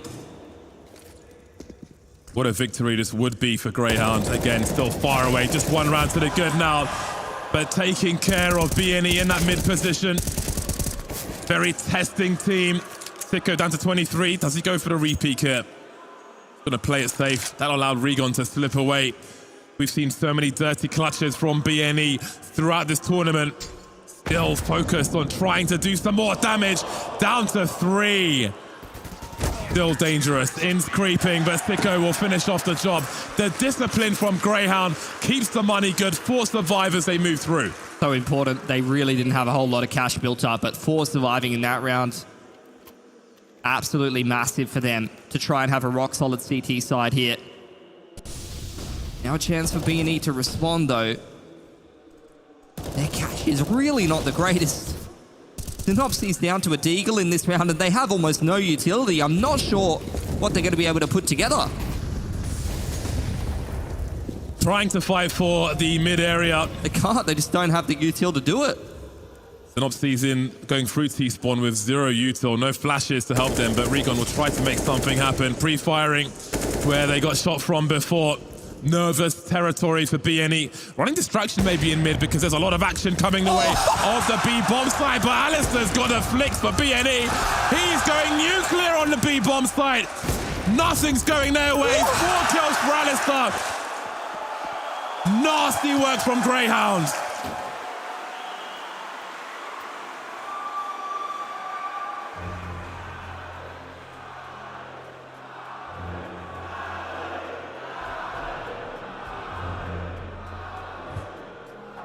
Give the people what they want. Stylish frags from Alistair. Instant timeout from BNE. Devil Walk desperately trying to reset the mental. They had a window in this game. The clutch and the reset round that followed was where I thought the T-side was going to start to run away with things, but Greyhound have responded excellently. Now their money is rock solid, and BNE are going to have to go back to the drawing board, take a single eco. Just the pistols to be offered into this round. 2 for the price of 1. Meal deal, hunger buster from Alistair. Very nice indeed. He's a hungry boy. You got to feed that mustache. That round came with a free drink for Alistair. Ooh. Bad news on the Deagles, because Liaz is having a great game. Plenty of highlight reels from Alistair so far, but Liaz, again, from the pistol. The second round, rather, with the Deagle. Been so good, so consistent, so dangerous. Inzo maybe a little too confident there, but again, it's Liaz who drops the priorities in that mid position, in control of the bomb. Vexite on the way for help as well. Scenery and 1 flat true. All that remains for BNE in round 12. Score isn't too monstrous just yet, but the way Greyhound are winning these rounds feels that way. Trying to do what damage they can. Won't be so much damage, not in that position. Feels like BNE as well. All of the boys on Mirage across the board were all hitting their shots, nothing but headshots and crisp aim. But as we got deeper and deeper into this series, it feels like that's where the inconsistency started to bleed in a little bit.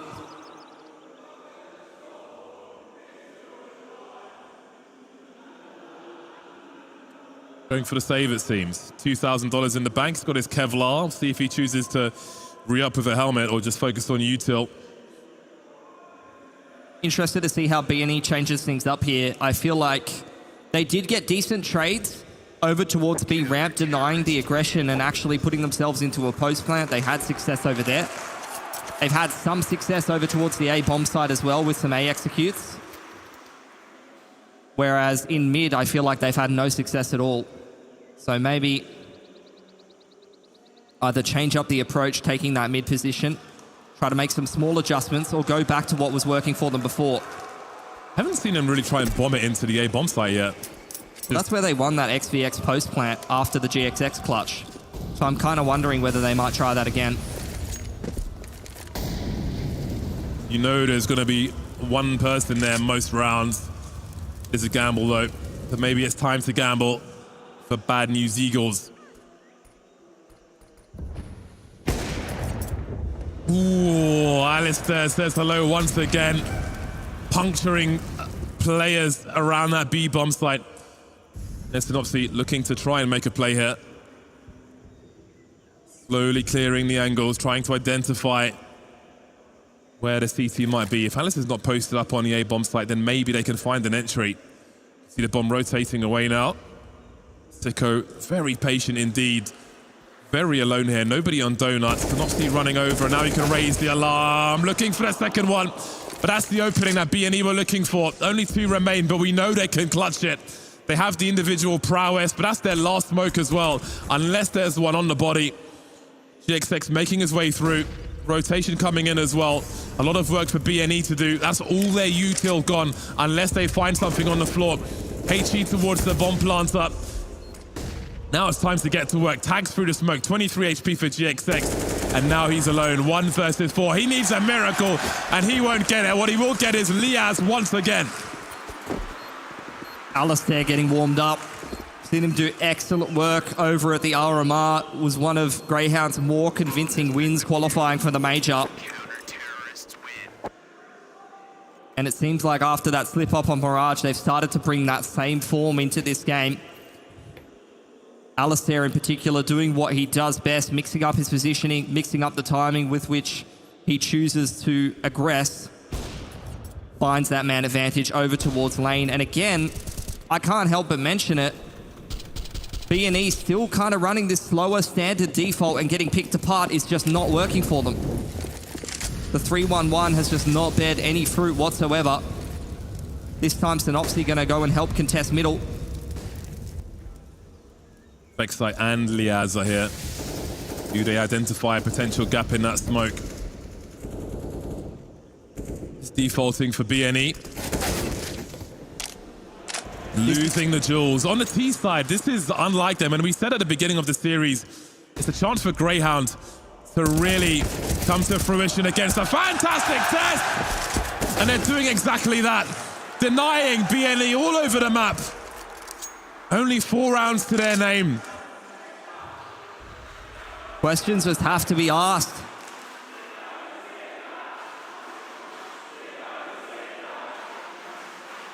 This T side from BNE is not working. You can't just keep taking these dry duels in middle, walking up lane, just walking around the map into CT angles is not working. 10-4 for Greyhound in complete control of this CT half, and another tack timeout for BNE. Devilwalk's got to try to put the pieces back together. It's not going to be easy. Last round of the half here on the T side, the money is a bit all over the place. They didn't get a bomb plant. So at best, 3.5k for the majority of this T side squad. AKs and light armor, maybe some Galil armor, but the utility is going to be limited.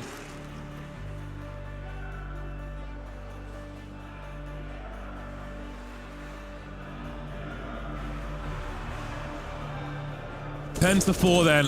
We move into the last round of the first half. Greyhound have been a brick wall on Ancient thus far.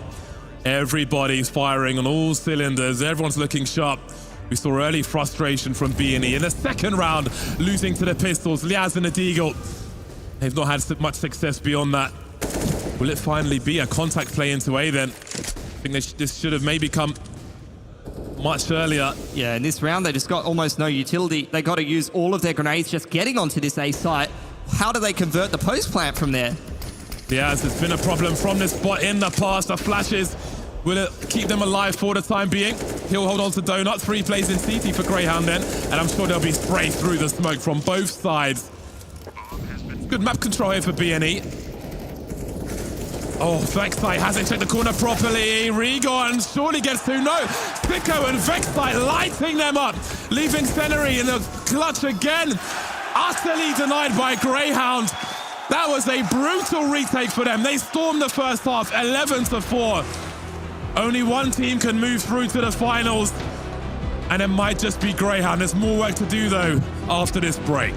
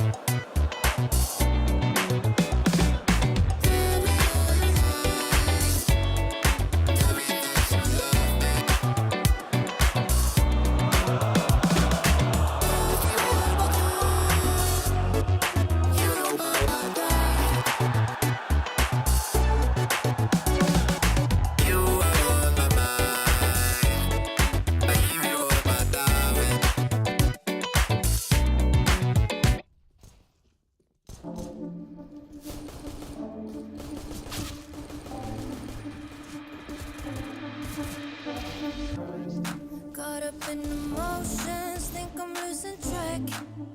I need you to stay by my side. Feel like I'm floating, comfortably detached. Will you stay if I lose my mind? And I want to let go. Don't let me even if I try. But I need you to know that I don't want to lose this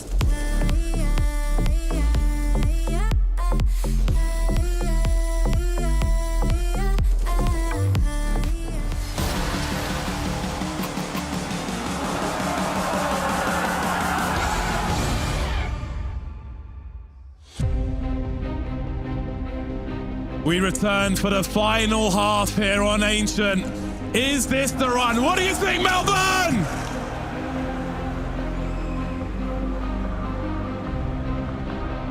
(11-4) for Greyhound. They have a lead. They denied Bad News Eagles on their notorious T side with the AK-47s, and now they need to defend. You can see how pensive their faces are as this one starts. Smoke to top mid for Greyhound. Waiting to see if there's going to be some kind of response out of Bad News Eagles, who are heavily stacked in towards Donut here. Retake over on the A site. Oh! Ooh. Not done yet then. Always a dab hand with the pistols, BNE. That's a great start. Always about how you finish though. Synopsy holding things down. They're walking into a sandwich, but Senri might be running out of bullets. Switches to a Glock. Very nice from him. Buys some time for Regon to come through in the back. Now leaves Alistair in a 1 versus 3. Got to be careful. Regon's coming. Finds a 3K in the pistol. That's going to get a jump start for BNE in the second half. They needed that so desperately. A T side which looked flat and dejected, just individuals peeking out onto angles and getting absolutely blasted. If BNE can now on this CT side start to get that fire rolling again like we saw on Mirage, then this could be dangerous, because Ancient is a map where CT aggression is key to your success. That's exactly what BNE wants to do.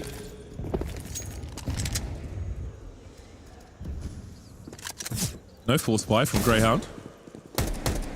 They want to get started early. They want to ride. Oh, that is X-rated from Vexside, but what can they do over towards the A-bomb side? They're swarming with the numbers. Can they reset BNE again? They've won both pistol rounds. Last time they got reset. What about this time? A smoke to create some space. Sicko getting that reload in, but he can't survive. Synopsy is clearing house, leaving Vexside with that MP9 to come through. In the smoke, one flat through though will deny him the opportunity. This time they survived the test, BNE, but boy, was that a dangerous one. Greyhound bought almost nothing in that round. Synopsy was having none of that though. Just literally sprinting by himself straight through the A bomb site and deleting T side players right and left. Recovers things for Bad News Eagles, who have taken a little bit of economic damage here. Only 2 or 3 of the players have cash. Regon and Scenari quite broke, but 4 rifles here.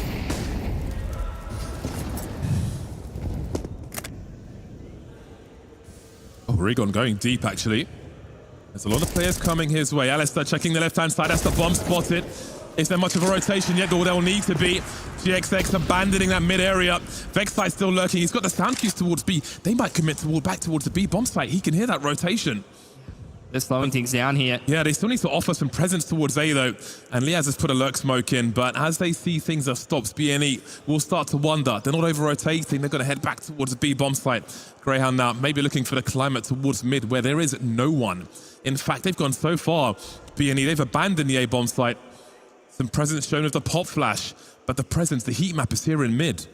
There's just so much utility here for Greyhound. They can continue splitting the map and running their default even after finding that opening pick over towards the A side of the map. They show the presence of mind to just continue working that map control, giving BNE enough rope to hang themselves with, but after all said and done, BNE actually in decent positions to hold this B site. How long can they hold these spots for though? They have no eyes on mid whatsoever, nothing in red room at all. 40 seconds on the clock, no one checking the flank. That smoke will buy them some time for Seneri to have a very cursory look. But Synopsy is starting to wonder also. Liaz offering grenades towards the A bomb site, but they're non-believers. Maybe that gives BNE more confidence towards B, but they still need to deliver. The flashes are here, and so it's one flash to remove that MP9. 20 seconds, the flashes will continue. But still, the advantages are coming through for Greyhound. Look how they wipe out the bomb site. 12 seconds, bombs drop, GXX 1v2. They've got to act fast. Inns finds an angle, GXX pushing forward, focused, looking past the smoke, and Liaz has the off angle. 12 rounds for Greyhound. Immediate reset on Bad News Eagles. Greyhound continuing to roll through with the momentum. Keeping on top of things here. All of that damage where they only had a Tech 9 on Vexite, and Glocks has a massive impact here as they complete their first gun round. It's a force buy from BNE. They are concerned. They've got half the score of Greyhound. A big favourite for this tournament. They may not step foot in the final unless they act now. All power for GXX. We know what he's capable of. That'll certainly help, though. One flash through of an overperformance of the MP9. Always capable of it. Every single member of BNE is ever so dangerous. Doesn't matter what they have. And there's a perfect example. 1 HP for Juan Flatru. Done all he needed to. Huge response from BNE. The force buy working out so far.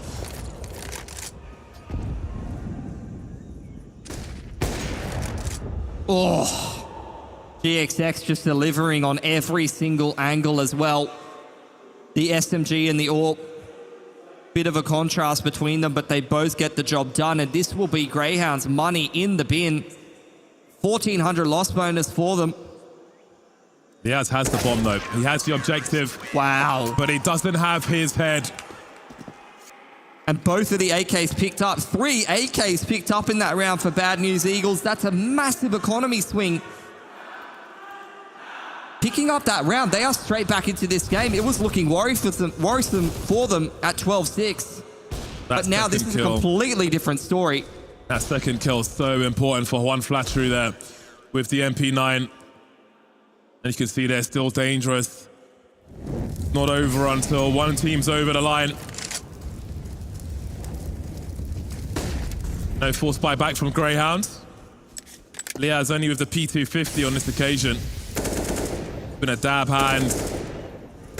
Deadeye with a deagle. That's in Sicko's hands on this occasion.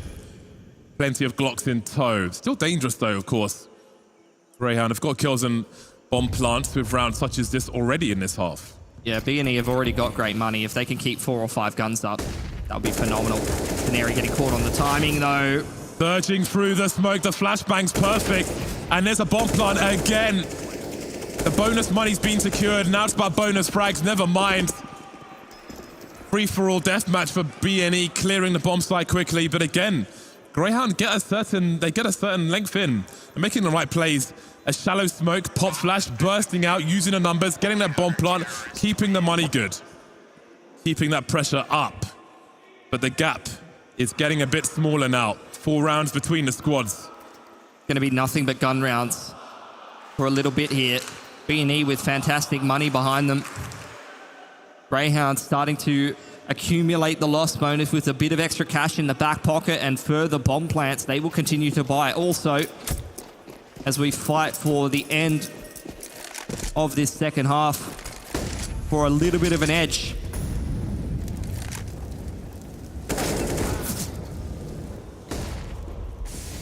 That's the start BNE needed. They look to claw back some rounds.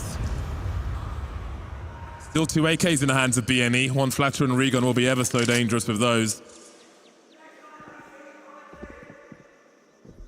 Exile having a phenomenal game for himself again here on Ancient. Always seems to vibe well on this map. And in this 4-on-4, Greyhound cutting all noise. BNE right now with a deep info line towards middle, that player in Donut, allowing them to not have to rotate that extra player off the B site. But it seems like they're going to anyway. Trusting Juan Flatro in towards cave side. You got Synopsy leaning over towards the A side of the map. Going to go pick up some additional utility and ferry it back over on towards B. GXX's position is so strong here. If they creep towards A, Greyhound are all but guaranteed to lose a player on the journey. Vexite's going to be low health lurking in that mid position. If they don't find an angle for the util, they'll be in trouble. Sorry, it's Alistair in that mid position, excuse me. Who strikes first though? They're just around the corner, not showing just yet. Can Alistair get activated? Can he draw the attention of GXX away? There's that free kill. Stereo frags for BNE, leaving it a 4-on-2 for them. Oh, great denial from Vexite though. That's 3 in a round so far. He might be on for an ace there. He still has Alistair for support. Going for a plant for Donut, of course. Can it be stopped? Alistair holding on the left-hand side. But look at this. Bunny hopping. Denied by Alistair. Beautiful movement, but to his demise. Both players low now. Need to avoid engaging. They can hear the beeps. Gets around the corner just in time. One Flash is going to have to dig deep to find some kills here. Off angle for Alistair. All the way in to find him, but he'll be punctured. They turn it around, Greyhound, to get their second round in the second half. Quick multi-frag from Vexite comes out of absolutely nowhere. Comfortable on the server in his hometown right now. Denies the aggression at the start of the round, and this double in the mid-round was so impactful. He's got a few multi-frags in this game, I feel like, Vexite. Good for him, man. That ace on Vertigo earlier on in the tournament was absolutely insanity. Always a bit of a highlight machine. BNE, a little bit lighter on the util this time. Still able to pick out the AWP. Synopsy with the only kit, so we'll keep an eye on where he dies. Greyhound sizing up this A side of the map. Not interested in any control of lane or cheetah. Bearing in mind the slow pace they had in the last round. Slow pace again with a different formation could catch BNE off guard, especially with where their sniper is. Info denial in middle. Smokes to top middle and Donut with the Molotov into cubby. Flash over the top. Greyhound take control of the middle of the map. They've already secured the extremity over towards A. Now pressure on Synopsy and Donut. Molly coming straight for Synopsy, but that's a great spray through the smoke. Finds a second as well. That is really going to help them. Can reset into new angles now, as most of the threat through mid has been neutralized. Vexite waiting for rotation. Liaz has to perform, but Synopsy is ready for it. BNE punching again. Alistair looking to do more work. He's one in Donut. 1v3 now. 35 seconds to find the rest. That's half the info for him. He knows where GXX is. Last seen exiting towards long, but focused on the bomb slide here. He's made it a 1v1. As Smoke to create some space, he might find a bomb plant here. 20 seconds. Does GXX have the angle? Off it comes. Looking around the boxes. Surely he can clutch it. I can't believe it. Alistair again.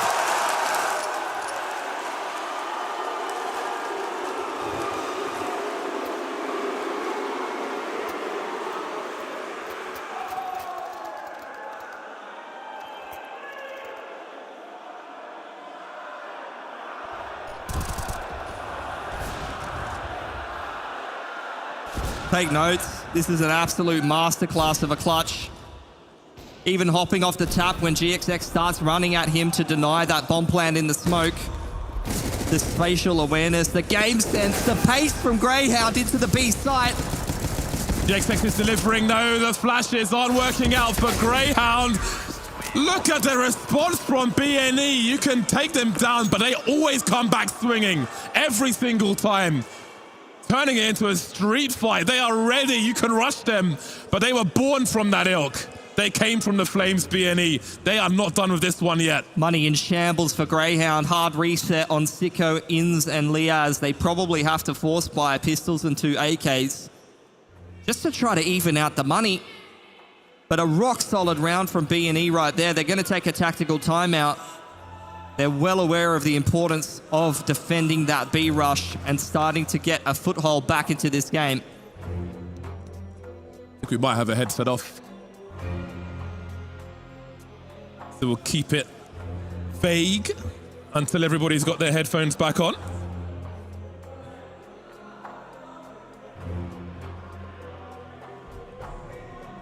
Been a banger of a semi-final though.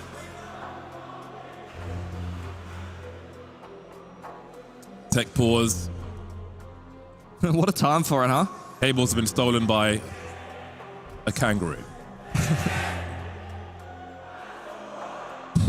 Come on, boys. Don't sledge him while he's got the headset off. That's just rude. Unbelievable. You're all meant to be on your best behavior.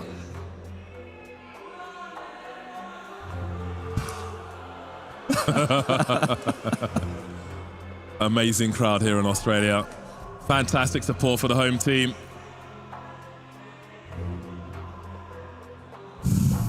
Nine to 14. What a performance so far by Greyhounds. Hard to pick them as a favorite, but again, it is the perfect time for them to rise to the occasion. They certainly have so far. But there's still work to be done. Headsets are back on once again, and Greyhound tried to catch Bad News Eagles off guard, but again, the individual skill on these players, it doesn't matter if it's a 5.7 or a rifle, they will deliver. Is the force buy from Greyhound. What can they put together with a round like this? Already starting to make moves over towards the B side of the map. Again, it's pace from them. Sending it once more, so blind once more. The rifles though. Vexite, it's Vexite again. From round to round, Vexite's putting in work. Look at the peaks. Synopsy is denied. They've got smokes as well. 2-on-2 with 1:30 on the clock. What is happening? Regon's coming through. He's going to be so important from that cave spot. But it's Vexite. Frag after frag. His third of the round, leaving Regon in the clutch. The smoke is up. The AKs are out. And match point is around the corner. 50 HP. 2v1. Knows it might be a crossfire, it might be a bait setup. Where are these T's hiding? There's the first. Vexite with 4. What a hero for Greyhound. Match point for the Aussies. One of only 2 hero AKs in that round. The impact that this man has had in this map is just not measurable. Flipping through the smoke is just such cheeky play in the XVX. Not only does he open up the round, but he closes it down himself, putting the team on his back and breaking the money of the CT side here. Tack timeout for B&E, the last one that they have available to them. 31 frags for Vexite. So many multi-frag rounds. A diamond for Greyhound. The force buy succeeds. 15-9. 6 match points for a place in the grand finals for the home crowd. No kits for B&E. Utility is just really not there. And having to make do with a couple of SMGs and a 5.7 Greyhound. Not interested in the mid control this time. Sending the boys towards the extremities. It's a quick B execute util from them, and then a walkout contact dry onto the A site. Oh, that's a big one from Regon. He certainly helped his teammates. He's left a bomb in isolation. That's a bomb commit. That definitely slows things down. Vexite with 25 HP. Money sucks for Greyhound if they lose this one. Not done until it's done. Let's not forget B&E and Rare Atom. Cool, that one was going one way. Greyhound have done one better than 14 though. 1 minute on the clock. Inz's patience will pay off for him. More people lurking though. Needs to keep that AK alive. Senery's seen an opportunity for himself. He hasn't seen the bomb though. Inz keeps moving, but when will he start to wonder about his 6? He's got multiple places to look as Senery starts to pop out, but he's been denied. Bomb's on the way. It's turning again. 2 more frags between Greyhound and the grand finals. Bomb being planted and bomb being denied. 25 seconds to fix this, and now it's down to Alistair. He's been seen. They know he's on the ramp. And GXX will deny. They are not done with this one yet. What a sharp 3K on the A4. Put any gun in this man's hand this series and he will deliver the AWP, this time the A4. Massive 3K to keep B&E alive, and exactly as you mentioned, Greyhound again, their money's in shambles, and this time don't have enough cash to put a hero AK in Vexite's hands. They're going to have to take at least a single save, and with no bomb plant, maybe even a double eco here. And that makes this comeback of 15-15 much more achievable for B&E. They could really start to push for OT. Only a couple of gun rounds will they have to win to get there.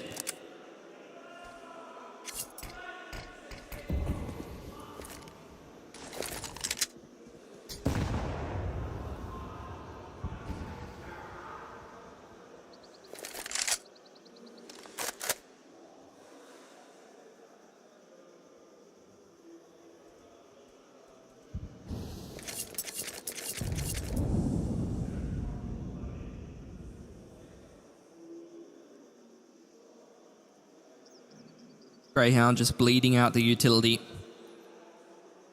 Using this Glock eco to have a bit of a chat.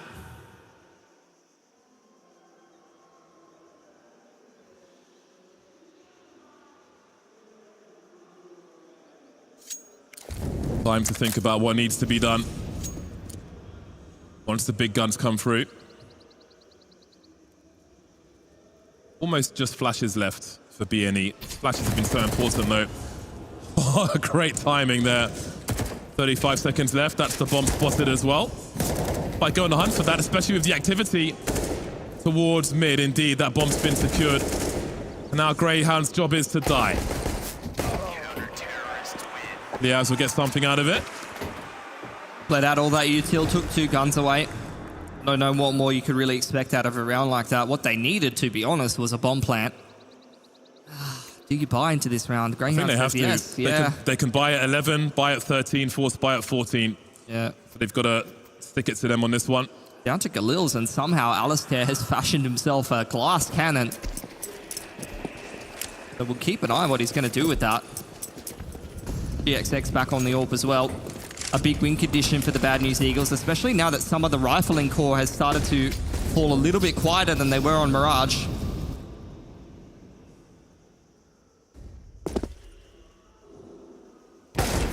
GXX going to see a lot of people coming his way. Bell rung to 4 HP. And it's Vexite. Who else on Ancient to finish him off? Sees one making his way towards Temple. They've got one more smoke on Sicko. Inns is a far way away. Continuing to try and deliver. Regon is lurking on the side, though. They might not know that, but there are flashes in which both teams will eat. One flash who drops the bomb. Inns is still far away from his squad, and they are tanking damage here on the bomb site. That lurk won't find anything.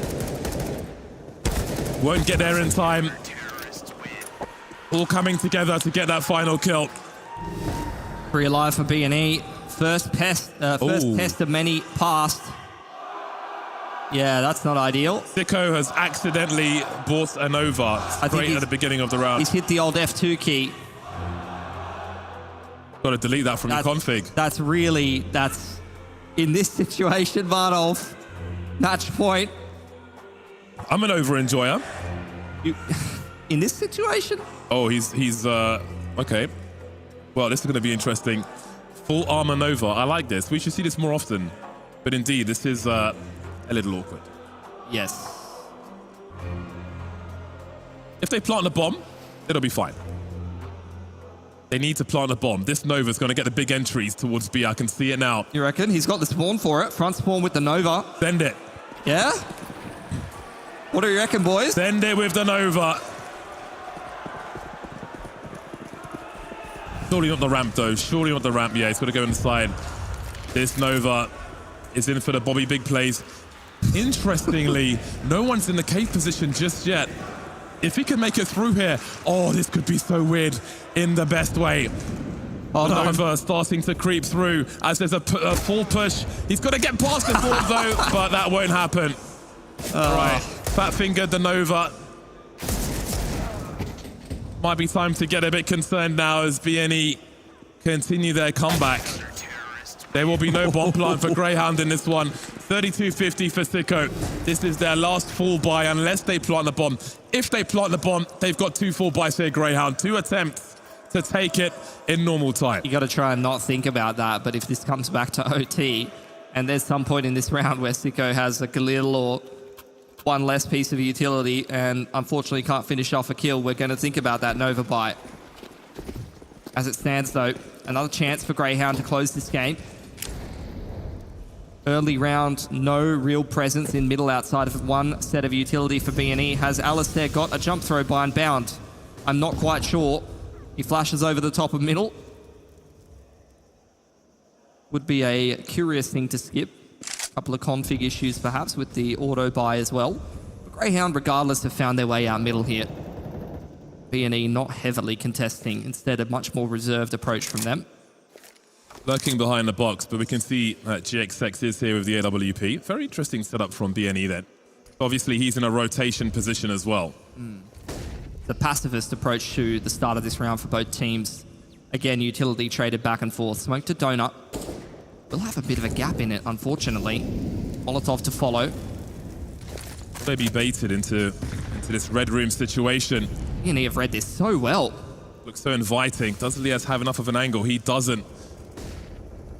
So they have position, but who strikes first? How do they pull players away? Synopsy's more or less committed here. Even if GXX rotates, if he does, the sound cue might bait them into Synopsy, who's starting to jiggle, and he's been spotted by Elias. The patience pays off, but there is the trade from GX. However, Sicko's in position now. As there's a focus on the B bomb site, the rotation will be heard. Regon's on the way. That's going to be a big duel. In the meantime, GX is creeping around the smoke with an AWP. 20 seconds. How has he found them? 2 remain. They've got to plant the bomb here, Greyhound. 2v3. Alistair waiting. There's GX. Saves his teammate, but he sees all the CTs. Sicko's got the info, but he's only got 10 seconds to find these kills. He knows where they both are. Pre-firing everything. The Galil. The headshot, but not the kill. That's exactly what I was thinking. Sicko, after that 1-for-1 at top mid in red room, is actually one of the key players in that round.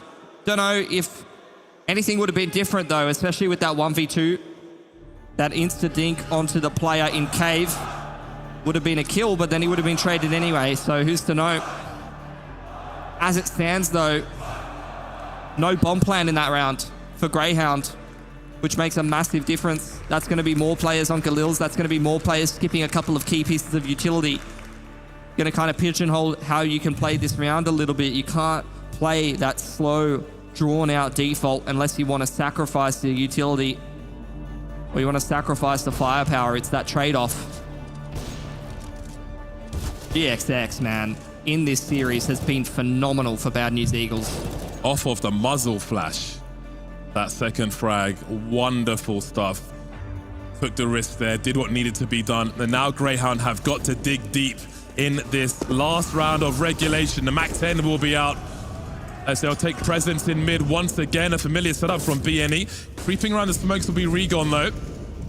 Alistair will have to be careful. What's he up to here? Oh, the trigger discipline from Alistair. He wants more than this.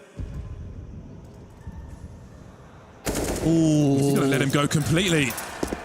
He came from Donut, and that's where Alistair will go. Gotta be careful though, Synopsy is here.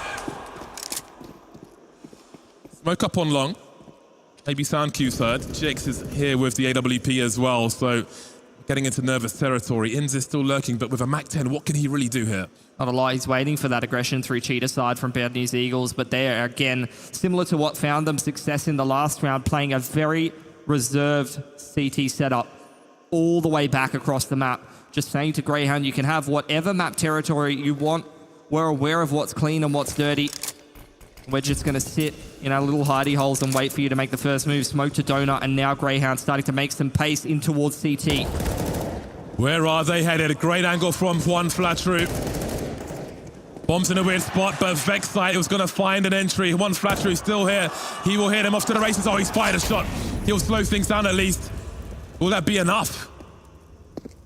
3 kits and all the CTs, 20 seconds to plant that bomb. They've got to deal with Synopsy. The bomb's been dropped. Vexite's in the clutch now. He's done so much, but he can't stop overtime. And there's the release from Bad News Eagles. They were up against it that whole game, and they forced it back. They are not done just yet.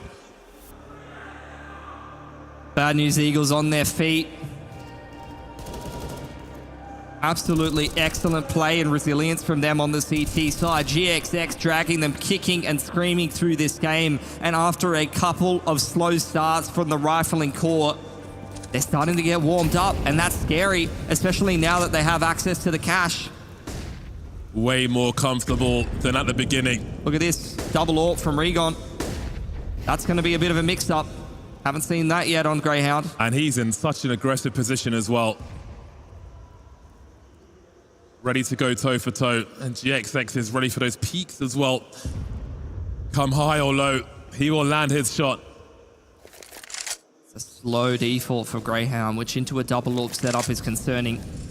Going to have to make sure that their shoulder peaks and the utility usage is on point, or they're going to be dropping players in the early to mid round. Smoke to top mid from Alistair, limiting the info of Synopsy. Rest of Greyhound working their way towards lane and Cheetah. That boost is still there on B though. There'll be a flash. The dry peak would be painful. Comes off to drop some util. Where is that AWP headed? There's no info towards mid. GX will be wondering about Red Room. It has been popular of late. They still don't see anything on the ramp just yet. 45 seconds on the clock and the intentions of Greyhound are unknown. Lurking towards that cave position though as BNE. Look at the angles they are holding. These are absolutely menacing, and Liaz is going straight into the cave. But the timing! I can't believe it! There's one more to find though, and that could be a problem with 28 seconds on the clock. Bestico delivers, traded by the nade. Bomb collected by Vexside, 16 HP, crossing to the side, going for that bomb plant now. 4 on 3, your move, BNE. They've got one lurk in Synopsy. The other two showing presence in CT. They need Synopsy to find something. But will Liaz be checking the back? Not at the moment. Synopsy coming in from the back. Liaz turns around just at the right time. Advantage Greyhound. Regon and GX moving through. Regon on the Desert Eagle. A double AWP retake is going to be so hard. 1v2. How do you avoid a trade frag? Liaz hiding in the corner. That bomb is really ticking as well. Big headshot. First round for Greyhound.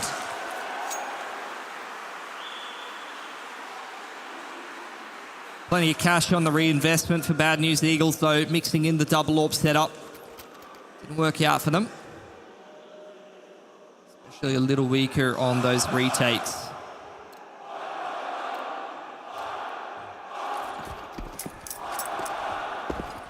Slow tempo from Greyhound works in that round. Slow, constricting style, finally ending in an explosion on the B site.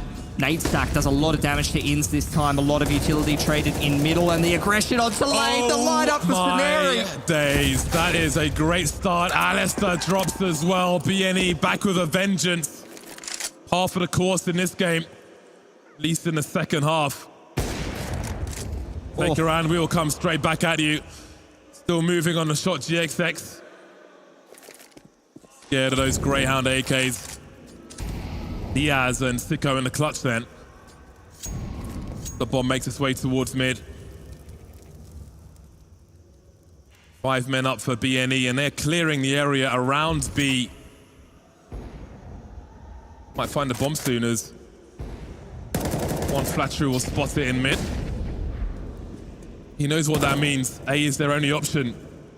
52 seconds is a long time. Zenery posting up. This is important frag. That's all the opportunity there, really. Maybe heading towards Donut now. GXX though, surely there's nothing that can be done about that situation, that angle.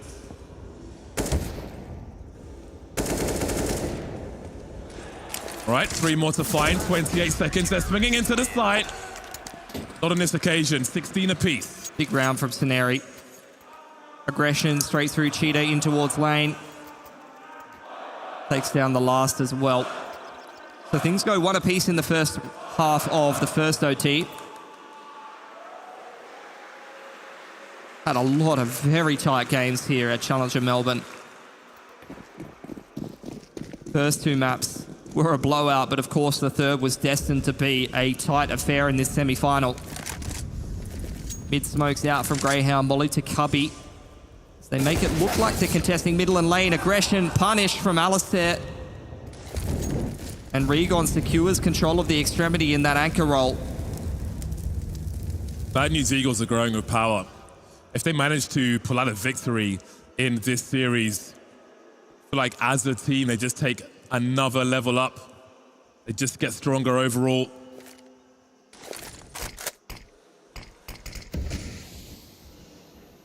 These gritty victories build so much confidence for the squad, belief in each other. But the same is true for Greyhound.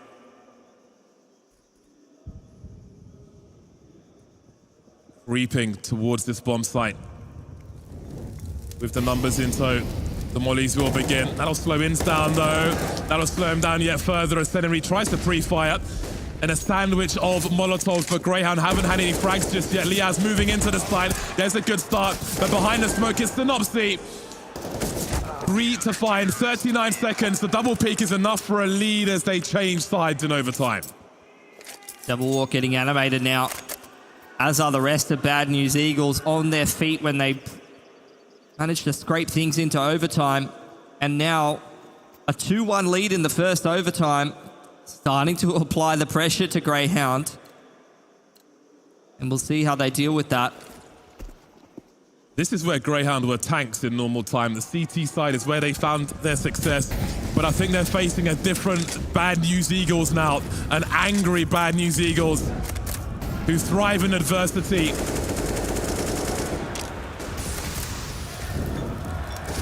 Diaz drops early. Inns could be in some trouble here. Look at the aggression from BNE. They've forced the CTs away from these positions on B, but Alistair has got something to say about this round. Dealt with Regon.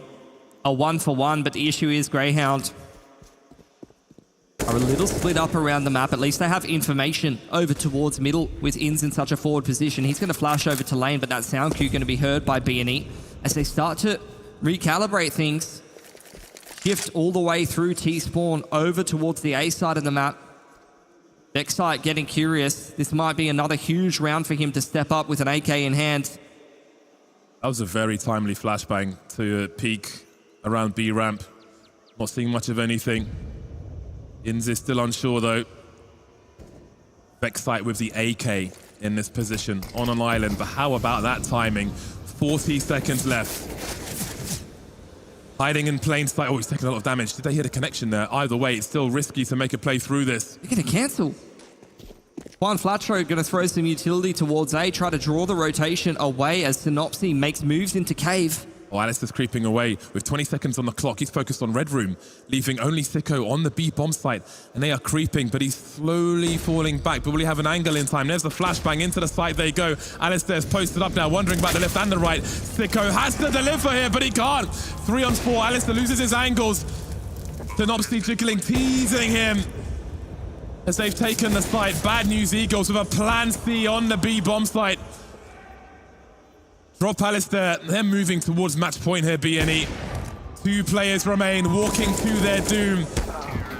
Vexite with so much to do. There's the trade, and BNE now are on the cusp of victory. Series point, it's been an absolute slog for them. After an 11-4 first half that they suffered, they have responded with a massive comeback. They were up against it 10-15. I wasn't talking, that was you.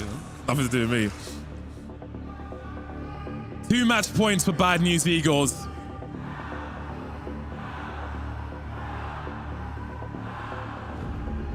Greyhound need 2 from 2. A very stressful affair. It was always going to be versus Bad News Eagles. They always had to do it in 3. Match points have come and gone, and now it's about survival in the short term. Now's not the time to be quiet, Melbourne. I think your team needs you. Let them know you're behind them. They are fighting for a place in the final. They need both these rounds here. They've got the tools for the job. They've got the personnel. They've got the skill. They've got the talent.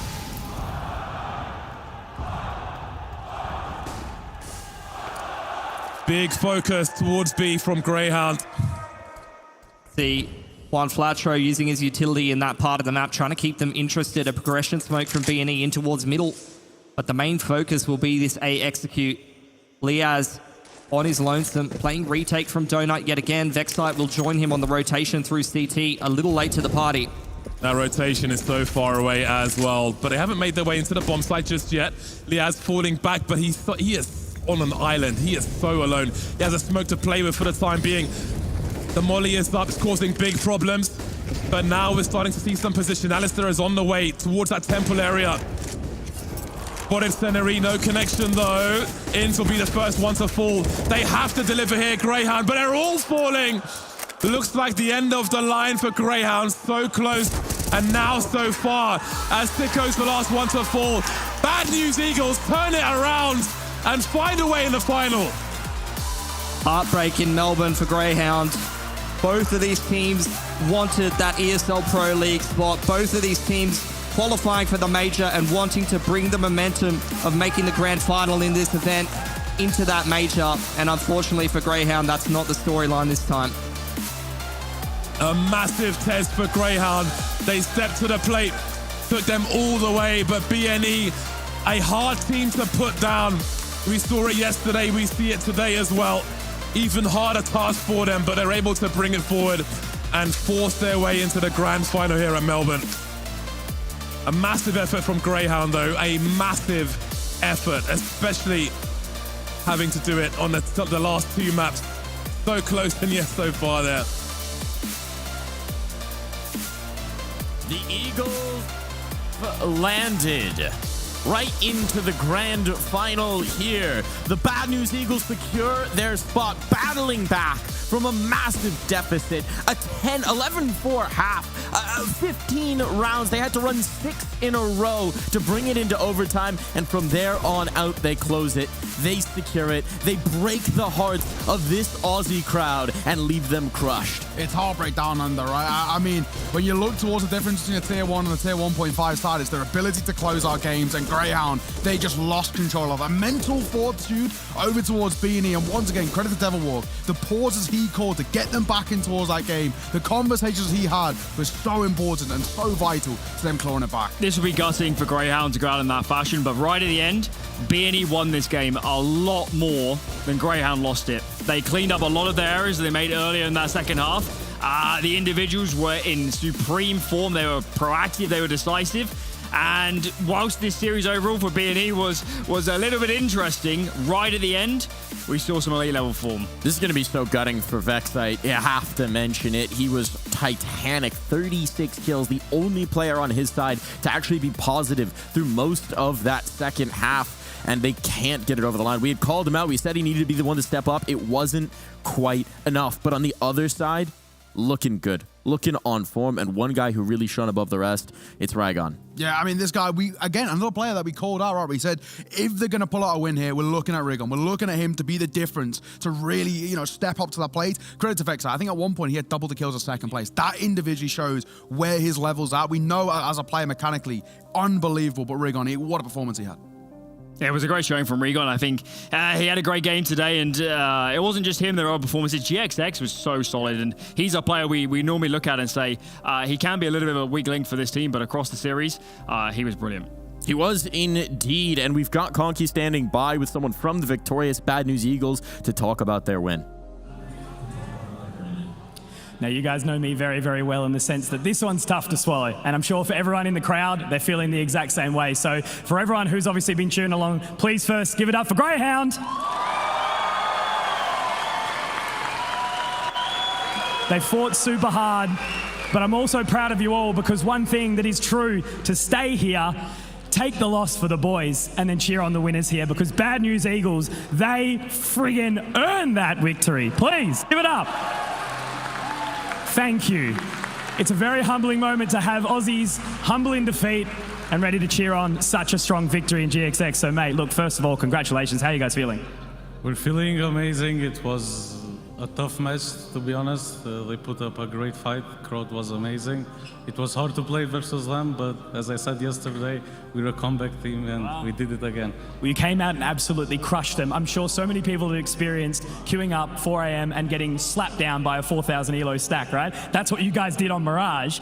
And then they came back on Inferno, 16-6. That's quite a tough pill to swallow. What was the reset like before you guys came into Ancient? Because you had to fight all the way to overtime.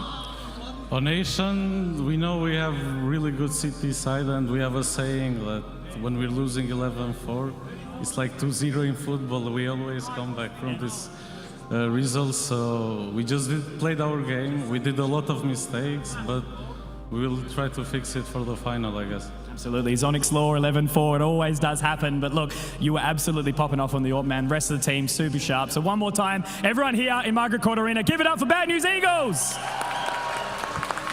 And we'll see you guys back very soon for the next game. Back to you guys on the desk. Apparently, Zonics Law does translate into Albanian because they did manage to pull off that comeback. The scoreline not too daunting. They made it work.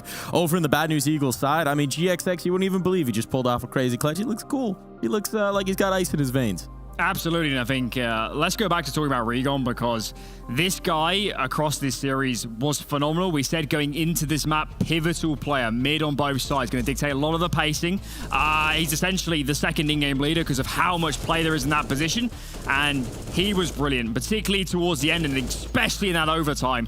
This guy was crisp as can be. He never let that down across the series. Whilst the team might have been fumbling, Regon was sensational, and towards the end, he was the absolute death blow that ruined a lot of Australians' day. I've got to say as well, for the first couple of days, he was a little bit lackluster, right? We just didn't see enough out of Regon. He wasn't really getting towards his contact plays, but my God, he stepped up to the plate when it mattered most. In towards that final map, we needed a hero, and Bad News Eagles found him. He had an absolute corker. He did, and across both their victories as well. That map 1 stat in isolation may not be so big until you realize, well, it was the 16-1, 18 kills in those 16 rounds, 125 ADR. This guy was delivering. He was making the difference for the Bad News Eagles. I mean, check out the opening kills as well on the last one. And of course, as I'm saying, he's the player that goes out mid, and a lot of those were late in the game, opening kills against the Vexites and Liazes of the world. And in those situations when it's going super close, it's a scrappy game, every entry kill is worth its weight in gold. The pressure it alleviates off his teammates is enormous. It was indeed, and there was one round in particular in that match that propelled them into it, that got them started back in here. Yeah, it's hard to isolate one in such a crazy game, but this one was a full force buy. John Fletcher there goes in front of a Molotov, and I have no idea how he gets the second kill in this round.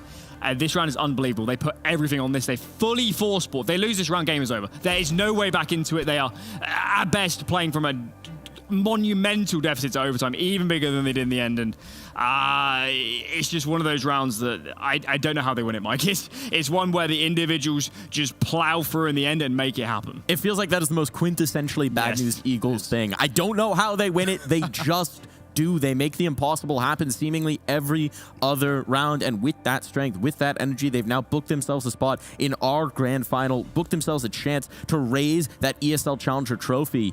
But we're looking forward now, folks, because we've got to send one more team through to the finals. We got Ecstatic, we got Movistar, and they're looking for a date with the Bad News Eagles. So this one's the next up. Movistar Riders, defending champions of ESL Challenger, at least last year in Valencia, and Ecstatic, the new kids on the block who have absolutely earned their path here into the playoffs. One more team to send through, one more team that will fall just short of that grand final. We'll find out who's it going to be after this break.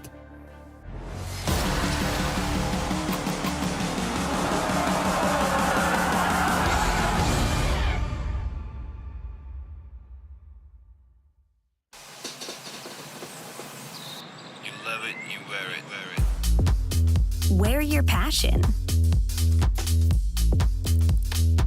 Share your passion. Wherever, whenever. Gaming is a lifestyle. Get your merch at shop.eslgaming.com.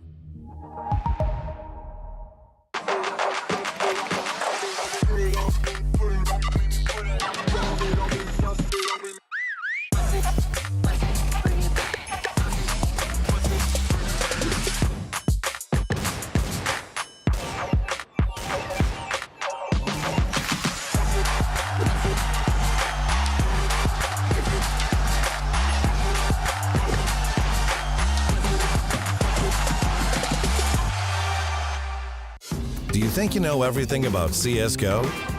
Then stay alert and look out for the DHL drop quiz on the ESL CSGO Twitch channel.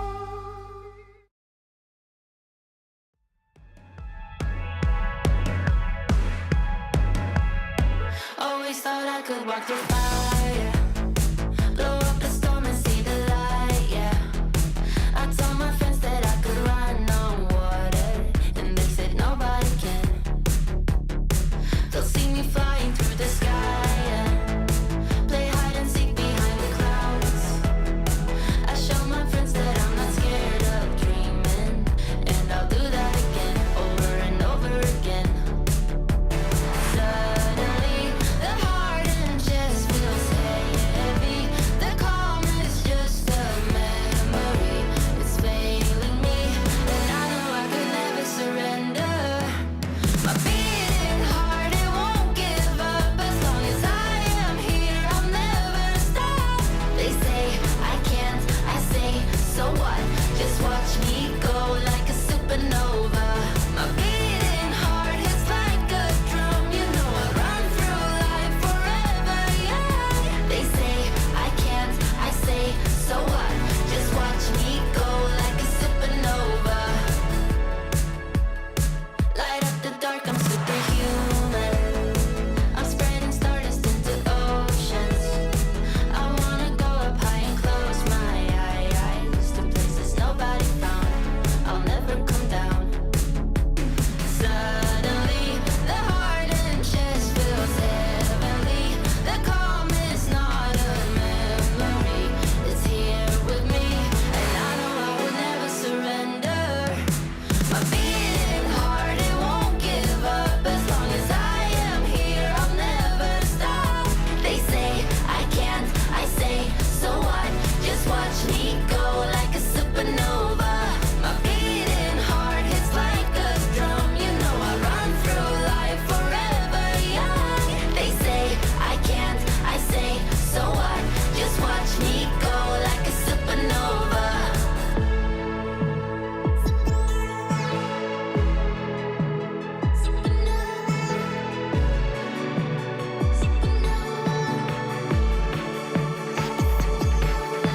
My beating heart, it won't give up. As long as I am here, I'll never stop. They say I can't, I say, so what?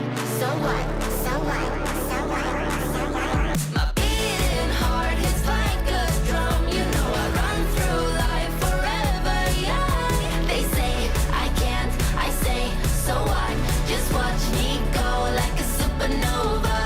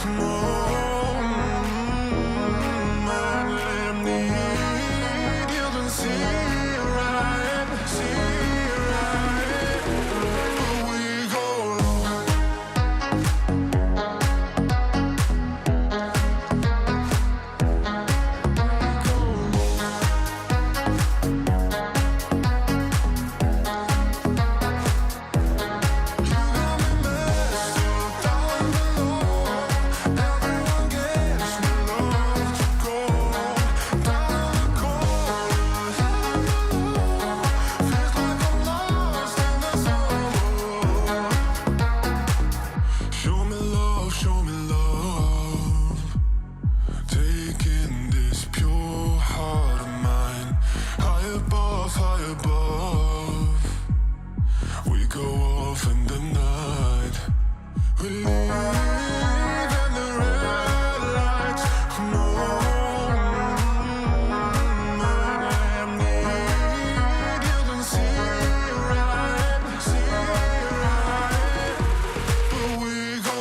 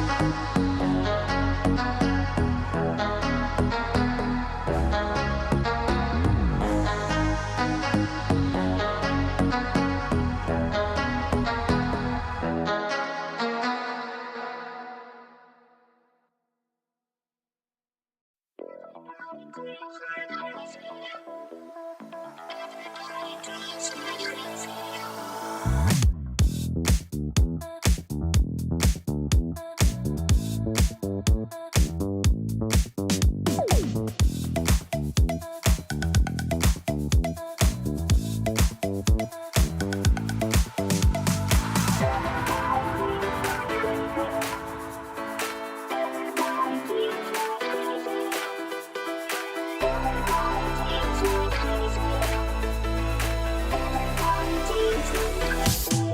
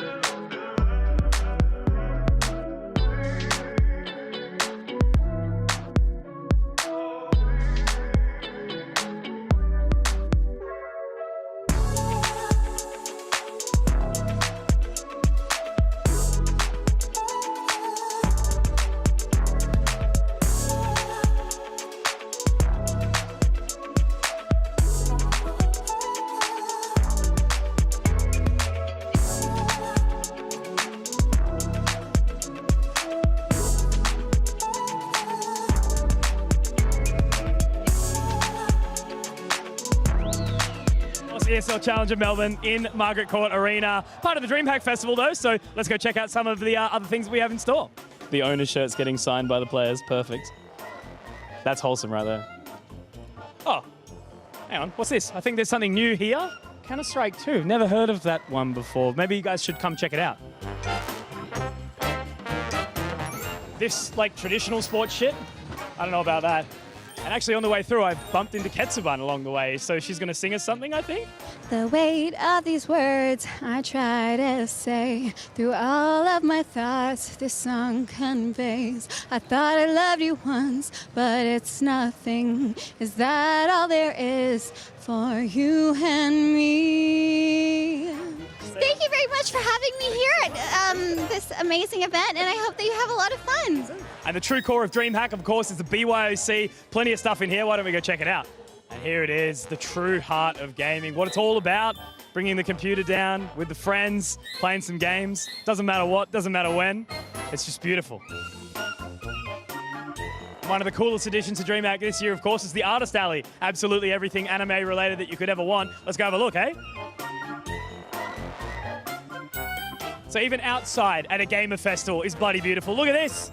Melbourne skyline right there, cosplayers, people cruising around. And of course, we've got to go check out Centerpiece, where most of the action is.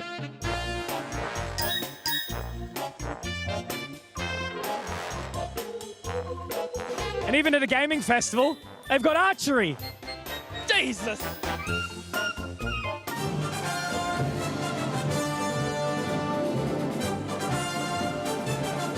Well, that was an incredible look at the festival. I got some work to do, so I'm going to get out of here. See you guys in a bit.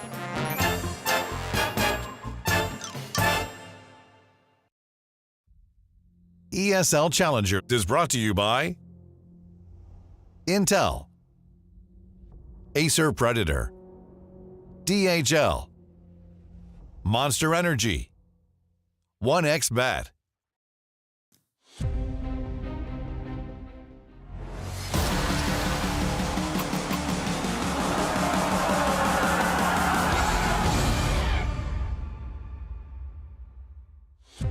Welcome back to ESL Challenger Melbourne, where we are set to get our second semi-final underway. The Bad News Eagles have already earned their chance to get one step closer to the trophy, and now it's time to find them a date. Time to find them a partner for that grand final dance. Will it be Movistar Riders or will it be Ecstatic? It's time to find out. And joining us here on the desk, we've got Hege coming in for final day. Yeah, I'm almost thinking that you're introducing me. I'm also the one who is looking for a date, looking for a partner. But you know, that's not. This isn't the dating show in reality. But I do appreciate it. Maybe we'll start handing the team some roses, you know? Yeah, maybe something like that. They're trying to earn their rose here, though. They're trying to earn their rose. And Movistar and Ecstatic, both of these teams, for different reasons, perhaps shouldn't have been here, right? Movistar Riders, a replacement invite into this tournament, coming in after the Mongols pulled out, and they've made such a meal of it. And meanwhile, for Ecstatic, I mean, they're coming up. They're a team that we didn't really expect to make it out of group, the lowest seeded here, and they've changed our minds. They've turned our heads. Yeah, lowest seeded here, and even in the closed qualifiers, I don't think a lot of people would have looked towards them. You're looking at sides like Fours or Sprout maybe to have made it here. So I think Ecstatic have been shocking people along the way, but actually proving what they're all about. There's a lot of good talent here. I mean, it's the classic Danish system. There's so much young talent coming through the ranks, and they continue to prove what it's all about. And they've earned it every step of the way, haven't they, Hege? Yeah, absolutely. And what tremendous amount of steps they have been having to take to get there. All the way, every single round counts, and brilliant that there's a little bit of a veto here. There is indeed. We've got Nuke as the pick for Ecstatic, Inferno coming through from the Movistar Riders, Ancient as our decider. How do we feel about this map pool? I mean, Nuke, Ecstatic live and die by it. It's their go-to map. Whenever it's open, they'll always pick into it, no matter who they're coming against. They play for comfort. This is the Ecstatic way. They don't care about counter-strateging for the most part. When it comes towards the map pools themselves, they play for themselves. And I rate that, right? You know, there's no point playing into kind of making your opponent feel uncomfortable. Just play for what you feel best. Then Inferno, they pick a Movistar, that's a map the which is same, good for them. Right? It's the same. Yeah. They're comfortable on it. Exactly. The only thing is, Ecstatic play this map a lot, right? They do actually quite like Inferno. So in a sense, you already start to think, okay, it's a bit of level playing ground. However, Ecstatic play it badly. So that already starts to lean that for me. Regardless, this will go 3 maps. Yeah, only 33% win rate they have on the map. But if you're looking at the sheer number of games that Ecstatic have been playing the last 3 months, it's a lot more than Movistar has. Well, you can let us know what you think here. We've got hashtag MRS and hashtag Extra to vote in Twitch chat. Let us know who you think is going to be taking it through. But let's talk about these teams, right? Because this is a sort of an interesting one. We've already set the stage a little bit. Maybe neither one was expected to reach this point, but they have gotten here. And they're looking like the best versions of themselves we've seen in a calendar year, frankly. Yeah, and for Movistar, we haven't really seen too much of them because they haven't really been playing in the tournaments. And they're not going to be playing in any further tournaments besides this either throughout the rest of the season. So this for Movistar riders is the highlight point. This is where they really need to put in all the steps because they truly want to win. Well, we know they've certainly got their focus on this, and to hear how they're feeling, we've got Conky standing by on the sidelines for a bit of a chat. Now, of course, with the captain of Movistar Riders in Alex. Now, mate, you guys have actually had the upper hand in a way. You had yesterday off, coming in straight from the opening day into the playoffs. How are you guys feeling? We are feeling pretty good. We went to visit Melbourne yesterday. It's pretty cool, to be honest. And yeah, we didn't see any single match. We saw the Bunny Eagles against Greyhound, and I mean, we prepared the match and we're here. Yeah, fantastic. Well, that was a super close one, right? I'm sure your guys won't be any different. With Ecstatic, have you guys actually played them before historically? I don't think so. I mean, maybe we play against them in practice, but never in an official game. So I don't know who is going to be the match, but I hope it will be a pretty cool match. Yeah, absolutely. I definitely think it's going to be crazy. First match was sick, and obviously this one coming up. You guys were a late invite after the Mongols had to pull out of the event. So, one step away from the grand final. You guys must feel awesome. Yeah, man, this is incredible for us.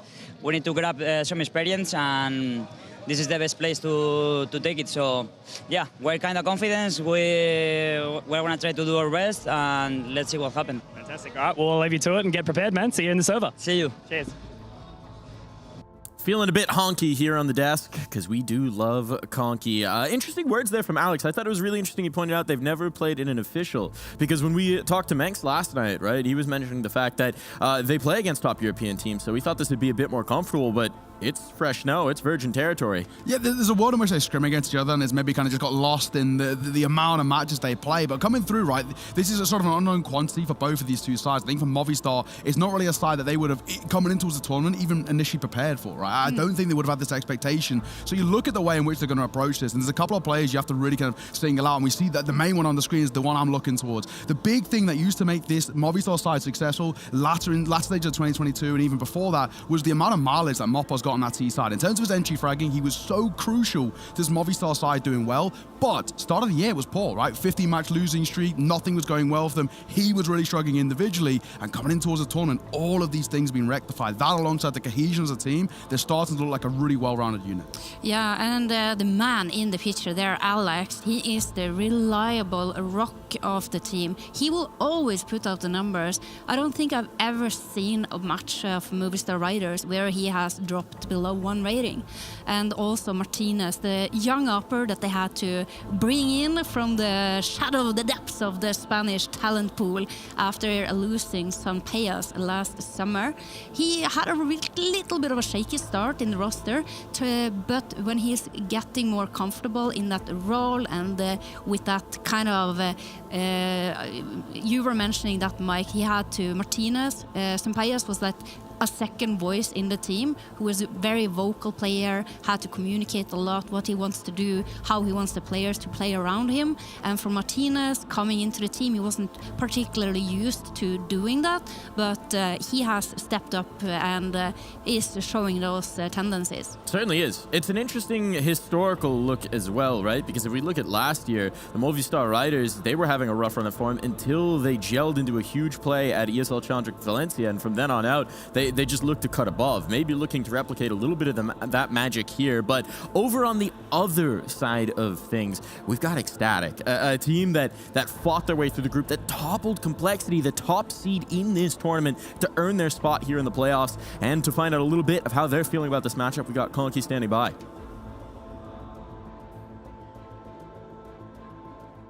Now, first team, cab off the ranks, Ecstatic. We've got Nodios, who was absolutely popping off yesterday. You guys had an overtime into the late night. How are you feeling this morning? Did you get some rest? Yeah, I got 7 hours of sleep. I was pretty excited after the match, and yeah, we are ready to play now. It's even like a thing of when you get home, it's so hard to wind down, you know, to get calm and fall asleep. So glad you managed to get some rest. But of course, going into this match against Movistar Riders, they've had the day off yesterday. Do you think having the pump up yesterday is going to give you an advantage as opposed to having the day off? I think for us, yeah. We are like when we are at home, we are playing like 12 hours a day maybe or something. So yeah, it's just normal for us, and we're ready to play. And finally, we play a European team, so we're ready to win against European teams and not only American teams. Well, you guys have been a little bit of an underdog coming into this event, and now you're one step away from the grand final. Do you think you can take it? Yeah, I mean, like before this match, the former matches, we didn't see us as underdogs, to be honest. Like we didn't think we are like the seed 8. We thought that like we can beat everyone in this tournament. So yeah, we are ready to go to the finals. Fantastic. All right, we'll hope to see you there, mate. Thank you. They're used to the grind. They're used to the grind. Tier 2, Tier 3 EU, that is an absolute slog. So the endurance for these gamers, it's on point. And you saw it in their matchup last night, right? They outlasted Complexity. They out-sustained against Complexity. They survived what was actually just a marathon affair. Yeah.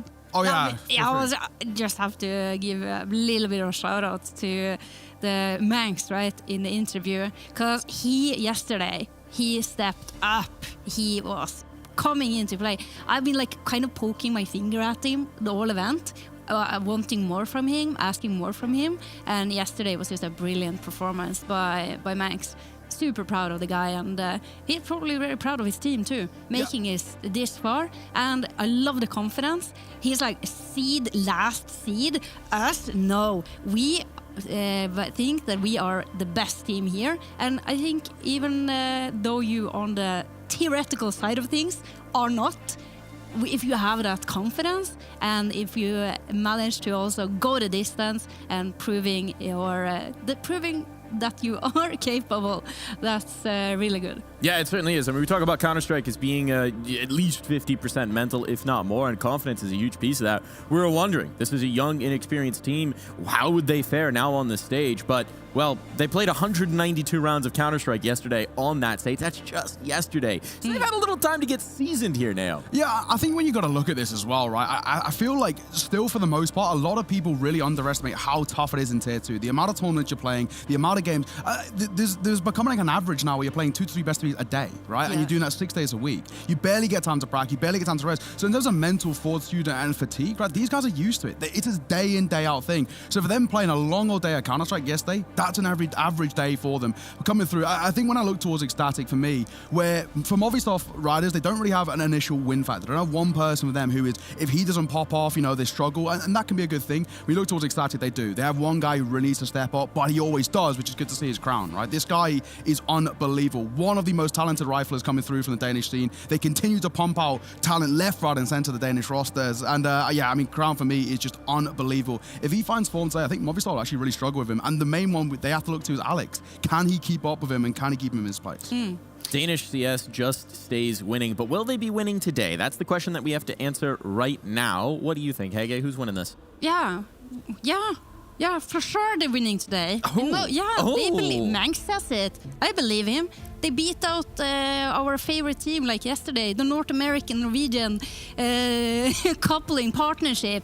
Why not take out Movistar Riders as well?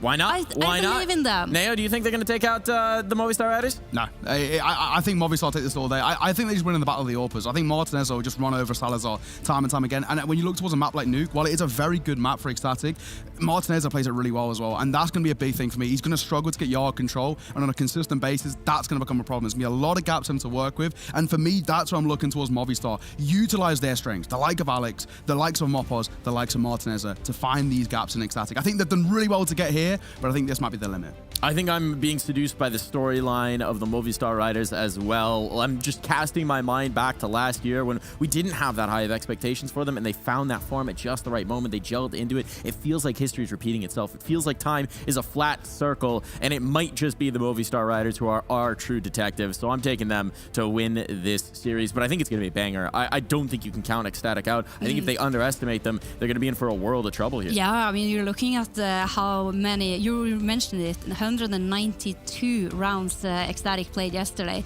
222 in total. And really, if you're playing 7 maps, you're supposed to only maximum be able to play 210 in theory. So already with the amount of overtimes they've been pulling through, being able to sit and have that determination, never give up. You can't underestimate that grit that Ecstatic has. No, certainly cannot do. Certainly cannot do. And let's see if Twitch chat underestimates their grit, because it's time to reveal the results of our poll. What do you think, Twitch chat? Oh, they're leaning towards the Movistar Riders. 80-20. That's a pretty strong confidence rating here. Question is that the confidence or is that the Spanish fans turning out big? I think regardless, 3 maps is going to be needed here. I have a really strong feeling that they're going to take their own map picks. I think they're going to have to work towards for Nuke, but I have a strong feeling that Movistar are going to take Inferno pretty comfortably. I think that ain't just going to be needed. And we look towards yesterday against Complexity, Ecstatic play it well. On paper, it looks like the veto favors Ecstatic. I'm just leaning in favor of the individuals over towards Movistar. I think they have the edge and firepower. They seem to be back to their form as of late, you know, the form of the last stage of 2022. And if they are, I mean, it could be the rest of the year could be very good for the Spaniards. The rest of the year, perhaps, but today, I mean, third map is Ancient, right? And we all know what happens when Ecstatic get onto Ancient. It's gonna be double overtime minimum, and in the end, they're gonna take it. Well, we'll see who is going to take it, because it's almost time to hop into the server. A quick break first, but then your casters will take you away. A couple of Ecstatic Movistars themselves, James Bardolph and Mr. Pilski.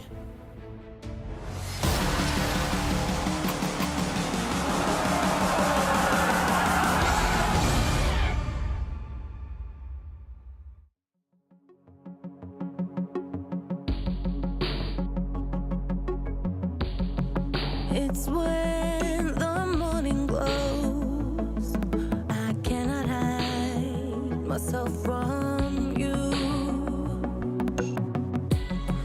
It's when my feeling grows, I'm coming back to you. When I step out, when I step out, when I step out, when I step out of the light, I come into the light. I will be happy, happy, happy. How could I not be, not be, not be? And hey, do you think I can stay? 'Cause I will be happy, happy, happy. How could I not be, not be, not be? When I'm with you, I cannot sleep at night, 'cause in my mind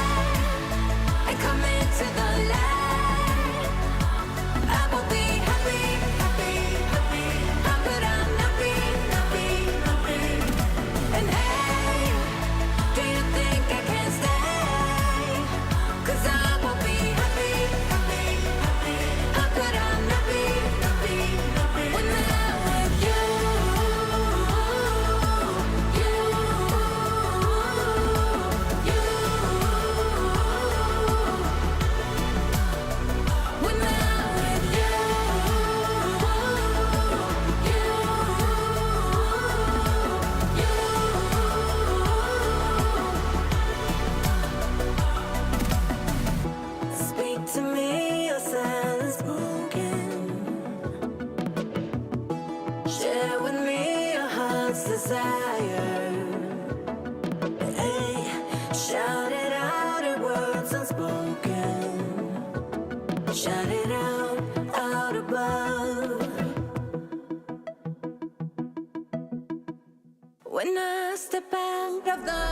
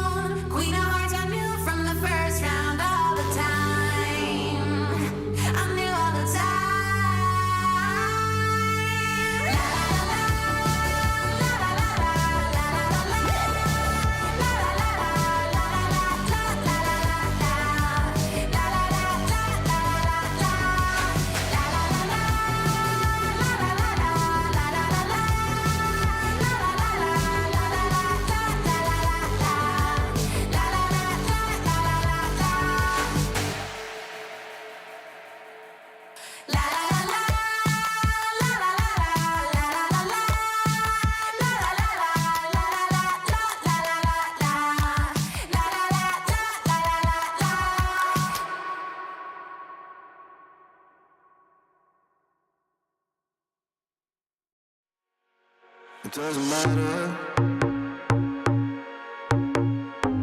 We seem too young to understand. For the better.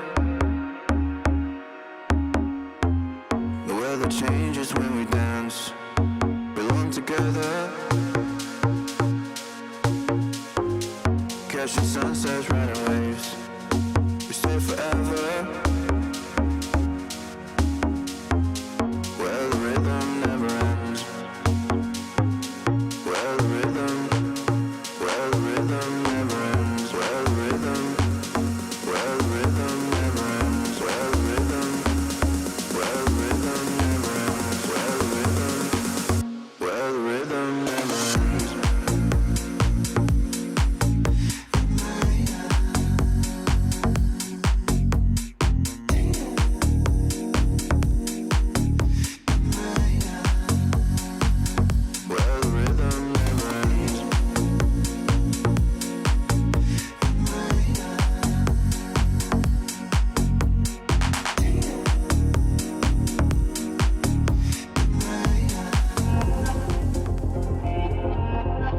in the moment that we just reached new goals in ESL Cologne with Sumpayos and the team, and Sumpayos afterwards just leave the team, it was really hard for us. It's like even if we are giving our best, it was kind of impossible to play good or just have a really good behavior between us. It was like everything got destroyed, everything goes down, and I didn't know how to go up from that situation once again. Like this. It was super frustrating for us, and we couldn't do anything about it. But right now the team is growing again. We just get a few good results. We just went to CCT, and even if we didn't win, just playing the tournament, we were feeling good. Like this. The future looked bright. Right now we are a team. You are not able to surrender. You need to keep going forward every single day.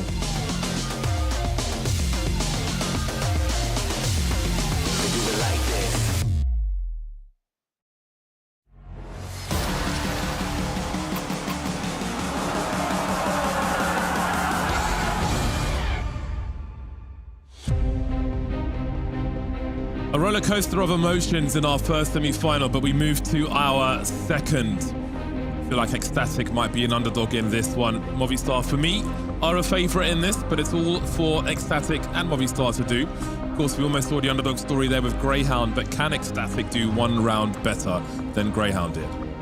Can't say you're too surprised to see nothing but European teams left in a tournament like this. Complexity, definitely the favourites, but Ecstatic proving that, you know, despite some limited experience on land, they deserve to be here. They slogged their way through that series yesterday, and now another high-quality opponent in Movistar Riders.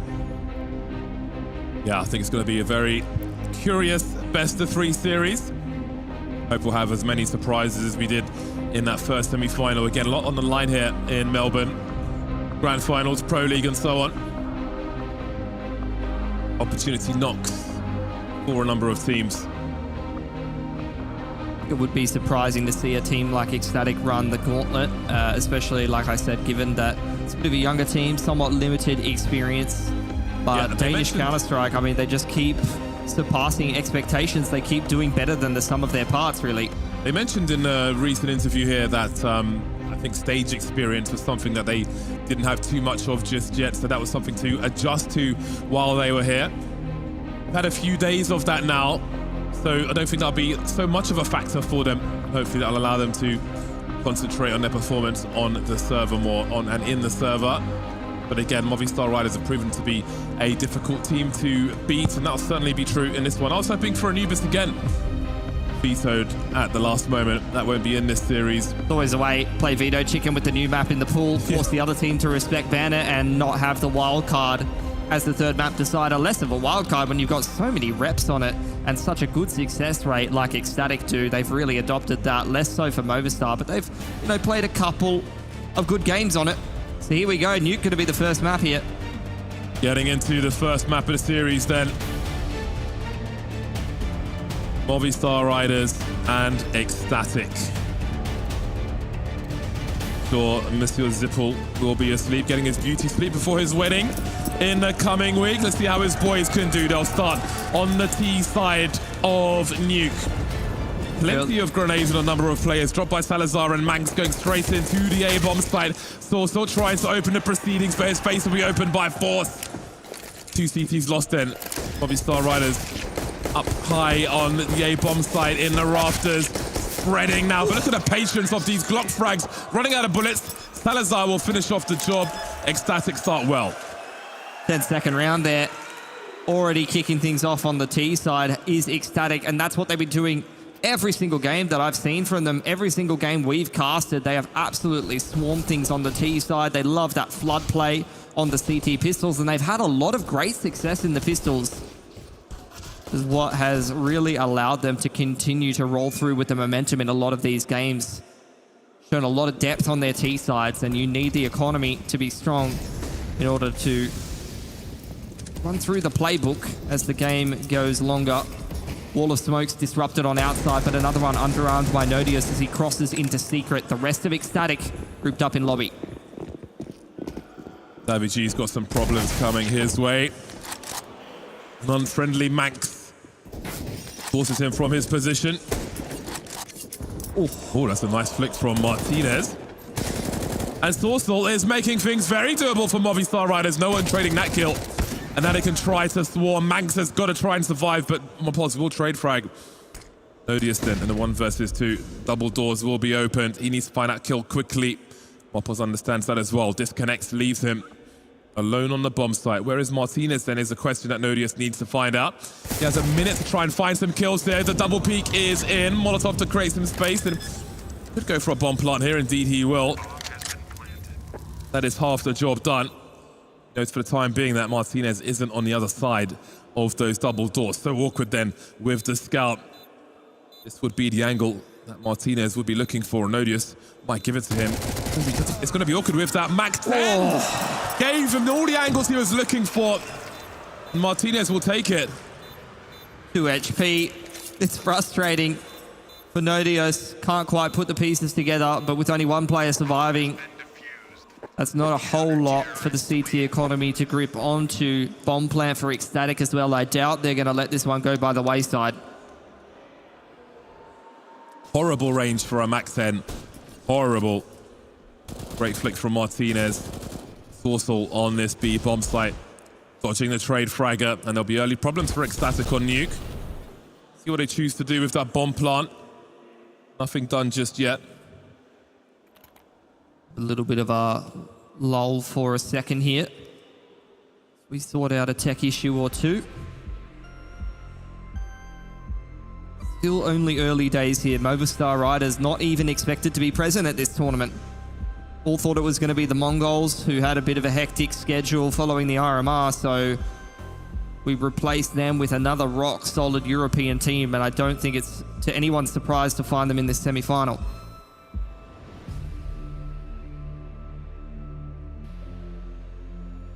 Waiting for everybody to be ready to resume this one.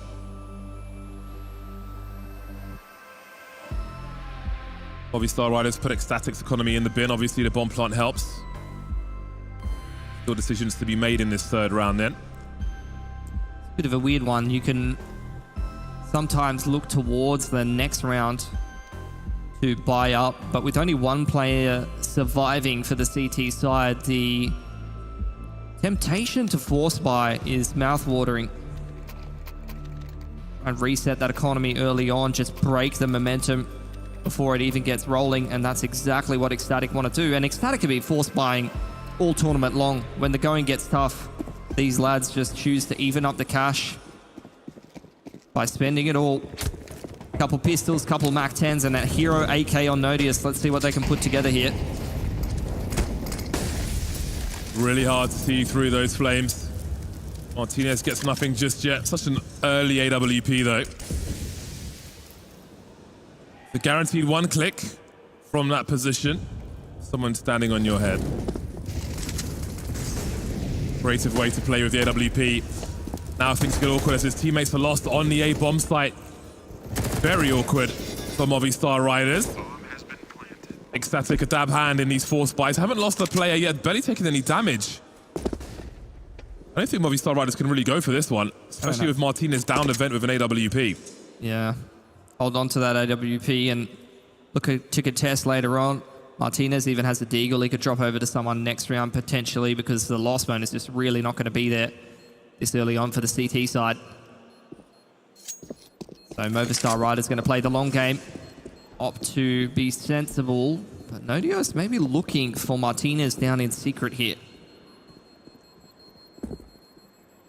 Great response to the early adversity. Ooh, quick scope from Martinez.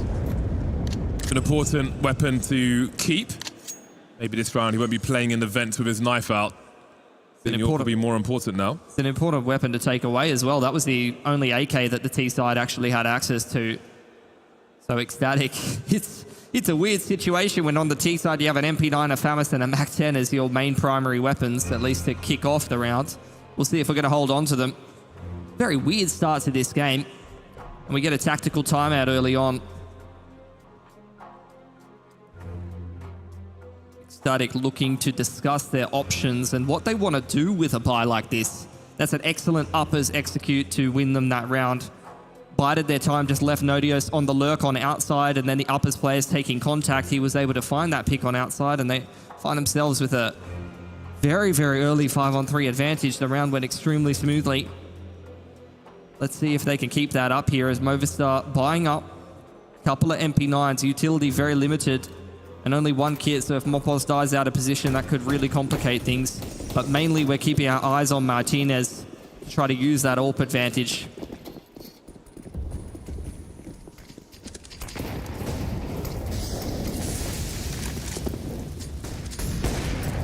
Getting even closer. Great start, Martinez. But that was an AWP they really needed to hold on to. He may have wanted to hold on to that bomb. Manx will collect that. Be very happy indeed. Also showing presence by the vents. That's a big weapon lost by Movistar Riders. Big gamble taken. CT Utility keeping the T's at arm's length right now as Salazar gets handed the AWP. He is the primary AWPer after all. Guns juggled at the backside of lobby as Ecstatic look for outside control and Movistar Riders aggress into Squeaky. That's quite a pick from Mopos. They have all of the inside. What of Ecstatic then with the 3 remaining. Sorcel's moving into position. He's got Alex in tow as well. Double MP9 play as they come through and start lining up. So awkward for Ecstatic. It's collapsing again. Nobody for Nodius to find. Daring going down the vent. He's got a chance to get some 1v1s. He heard the decon door. Now he's in a 1v2. 30 seconds on the clock here.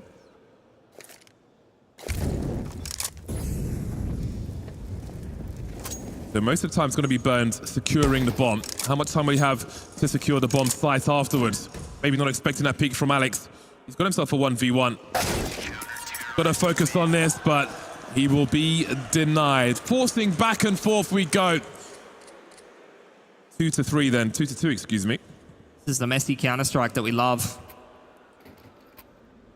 2 players with only $1,500 in the bank account for Ecstatic, but a couple of them can buy AKs and armor. Martinez trying to put the team on his back.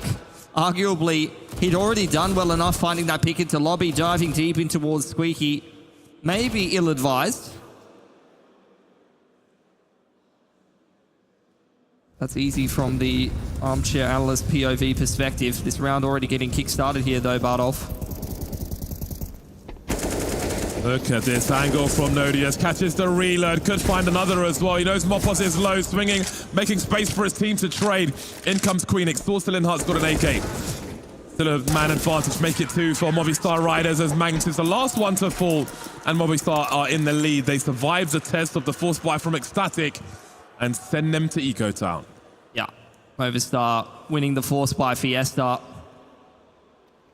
Finally managing to stabilize with 3 guns up, rifles across the board. They break Ecstatic's economy and will start to run away with this game a little bit on the CT side. Ecstatic now going to be put to the test. This is their map pick. They have a lot of reps on it in the last 3 months, so they're going to well and truly be able to stand that test, I would imagine, with the playbook they built up on this T side. Oh, that's big damage. Love to see it. Big red bars. Not much danger here. Got a Desert Eagle on Max, and that's gone now. P shooters on the rest of them. But Nodius is collected as a Desert Eagle. Always good to try and invite the CTs to peek in those very narrow channels. Ooh, nice bunny hopping. Trying to make something from nothing. Chicken salad out of chicken hoop.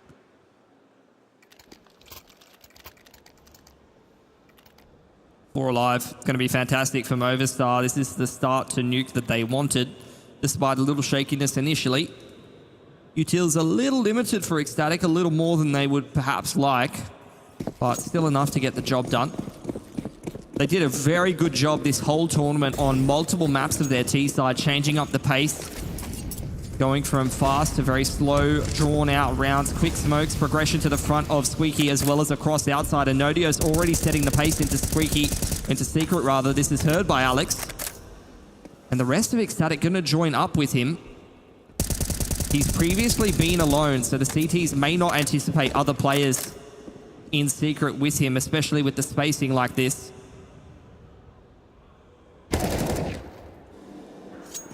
Strong angle from Davy. In control, off control. Manx opening the door to get domed by Mopoz. Thought he had a window. He didn't. Rotations from Movistar are phenomenal. Crown trying to turn this around from top of Annex.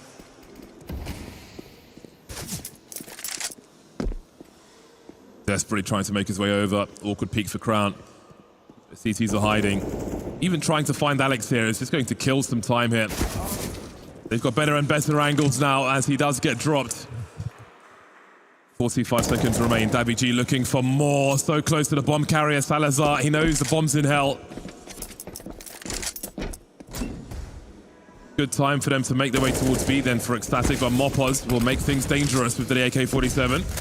Util to create some space now to try and delay these players as they walk to their doom. Wow. Mopoz with a flurry. 4 kills for him in the round. 5 rounds for Movistar Riders. His initial rotation off the back of the information given by the outside player was perfectly timed. He finds the opening pick onto the players over near the lower side of doors, and then a massive multi-frag to shut that round down.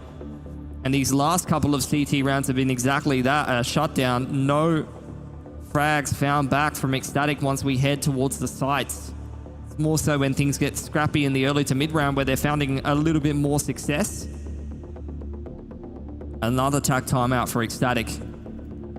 And their timeouts have generally been good. I've actually really enjoyed watching them this tournament. When they take a tack timeout, I'm kind of thinking in my head, how would I like to see them respond? How would I like to see them adapt given what the other team is showcasing? And they often do make good reads. But this is going to be a difficult situation to work their way out of given the start that Movistar has had. So on the half pipe, they'll see what damage that they can get done, if they can even swindle themselves around. But outside of that, we're probably waiting to see what happens in round number 9.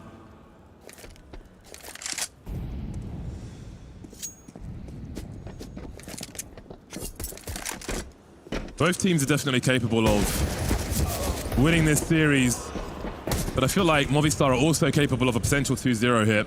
The picked up walk will certainly help though, but Manx creeping forward. He's going to give Davy G 2, in fact, as Crown drops as well. 2v3 with an AWP. This is dangerous for Movistar. This might be the kind of funky round Ecstatic we're looking for. 2-man setup in lower from Movistar. It's only Alex on the uppers site right now, and I think he's more so exploring outside. He's actually sitting on windows on a massive off angle. Mopoz now starting to creep up the vent into Squeaky.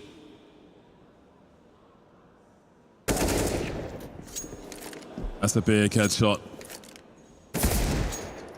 Ooh, lovely Deagle. 40 seconds remain with the AWP.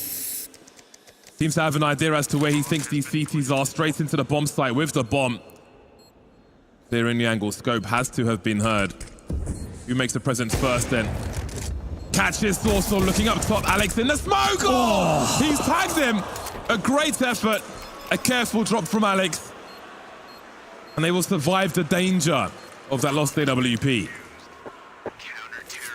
The leg shot from Queenix is a bit heartbreaking. That could have been such a massive individual play, but still, that has impact. On the comeback train is Ecstatic on this T side, and every gun they can take away from Movistar Riders in a pistol round such as this is important. That could have been a huge 4K from Queenix. He also trades that kill on Megaton.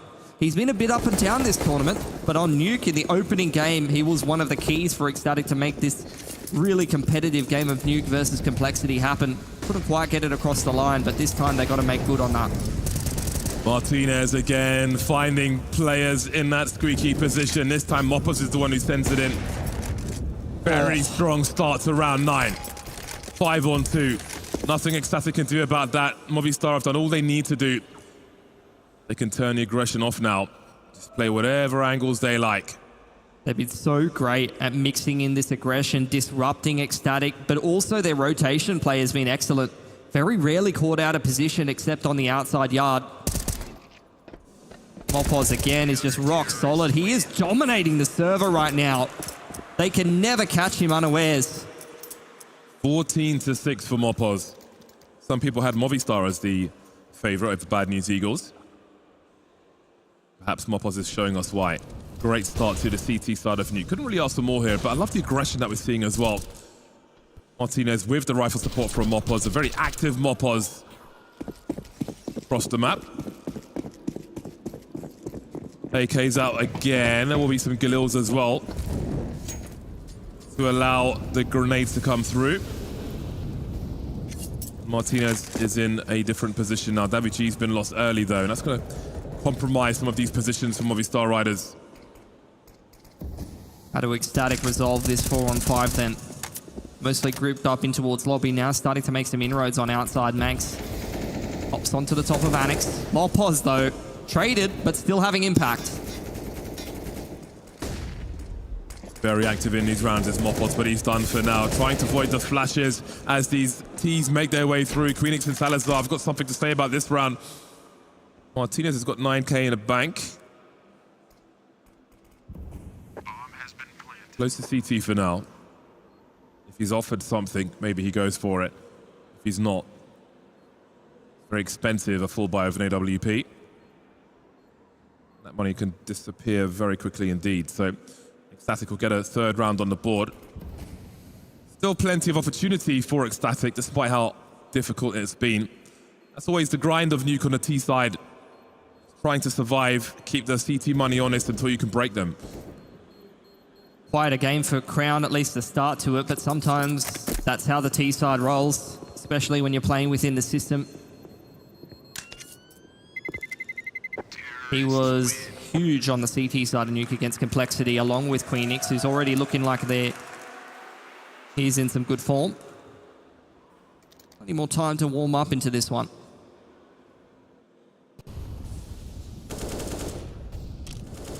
Lovely lineup from Queenix. Knows his angles. Putting in more work elsewhere. Let's see what the CT money looks like once their buyers come through.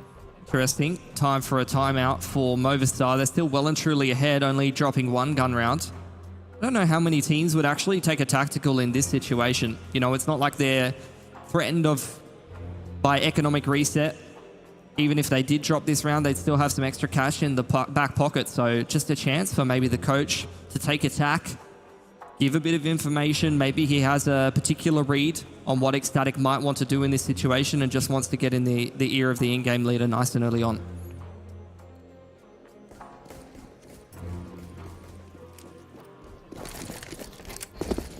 Early smokes to the outside from Ecstatic. Got 4 rounds to claw back. More impact to have on that CT econ. Going to be a full send into the A-bomb side then. Trying to draw the attention outside, and they have done that successfully. But Mopoz with the multi-frag, dropping the bomb on A as well. Movistar with reinforcements around that main position. Only 2 remaining for Ecstatic. This one hasn't quite gone their way then. Early wall of smokes outside, trying to draw Movistar out of position, but Mopoz dropping 2, committing the bomb to the A-bomb site, has crushed this round for Ecstatic. Dominating the server right now, destroying the T side before they can get out of those choke points and scale onto the site. Bit of an anti-timing from Martinez here as Salazar is given control of ramp room. Movistar quite happy in this 5-on-2 to sit all the way back. Minimal risks being taken. The off angle from Davi looks good for it. Very nice angle. A wide swing from Salazar could prove fruitful though. There's an opening. And there's a closing. That bomb is in A. Up the ladder he goes, finds himself another 1v1. Can he keep it up though? 42 HP. There's the third one from Salazar, baiting the orb shot, moving into the site. Where is that second player? Where's that trade fragger? Where is Mopoz is the question. Won't matter as Martinez holds the angle. Getting scary, but again, there's big damage done to that CT economy. They're keeping it honest. They're keeping it close to breaking point. Yeah, good damage.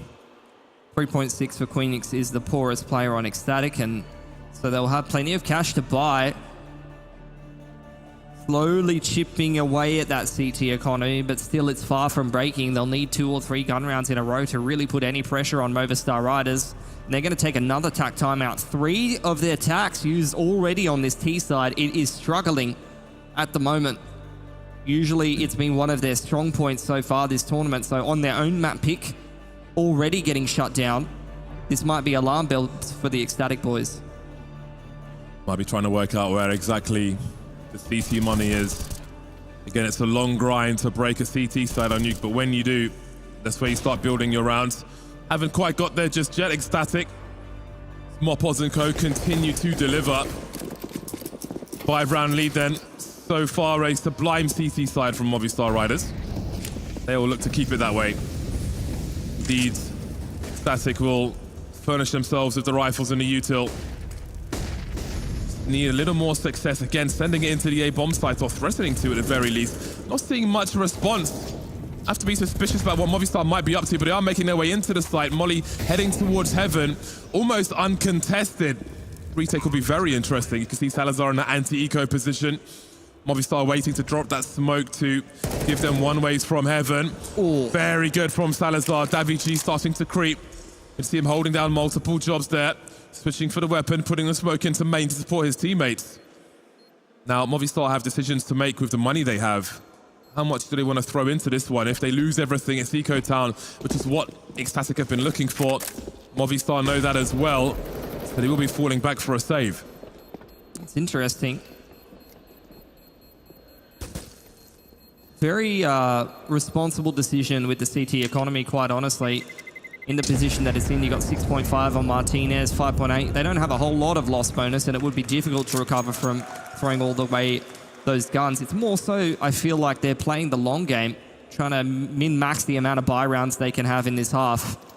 And I don't mind that approach, but at the same time, that means that you're not taking guns away from Ecstatic. You're allowing them to also stabilize your economy. But with the way Movistar is playing, them gun rounds versus gun rounds, they'll be happy to take that.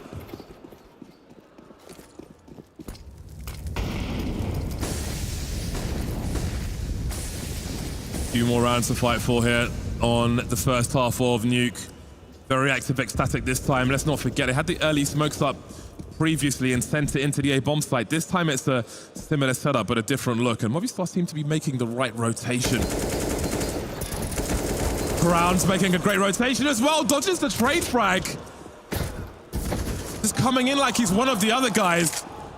But can Ecstatic capitalize on this? 4 on 3. Oh, Martinez misses a swing. Not enough of a connection there. But Alex has got something to say about this one. 17 HP for Nodius. What a start to this round. It would be a shame for them not to win it. Movistar. These both of them. 1 minute on the clock, and it'll be the M4A4 rather than the HE. It's quite an interesting flank. But still no round. Quick rotations from Movistar has been a big success factor for them, and Crown trying to play around that. Trying to catch them in transition. You could tell that, you know, Ecstatic is aware of that. They're seeing these CTs in position in lower as a response to the outside wall of smoke. But it's not all the time that Movistar are going for that. We've seen rounds where Ecstatic are throwing the outside wall of smoke and then they go for the opposite, and Movistar are in position. That round they choose to rotate down to lowers. It's a bit of a scissors, paper, rock situation, and they just happen to be choosing correctly more often than not. Ecstatic now taking their last tactical timeout in the first half only. Shows you the importance that they place on this T side of Nuke. 6 rounds would be pretty fair for Ecstatic, and they are well equipped to try and achieve that goal.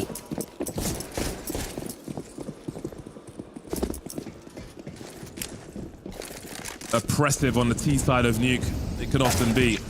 Salazar posted up, but he can't see. Martinez so ready for these angles. And he keeps going once again, as he did when they needed that AWP. So much success in these positions. And a quiet game for Crown so far. Great time for him to come alive though. 3 on 3 now. Martinez will be forced into pursuit. edging forward.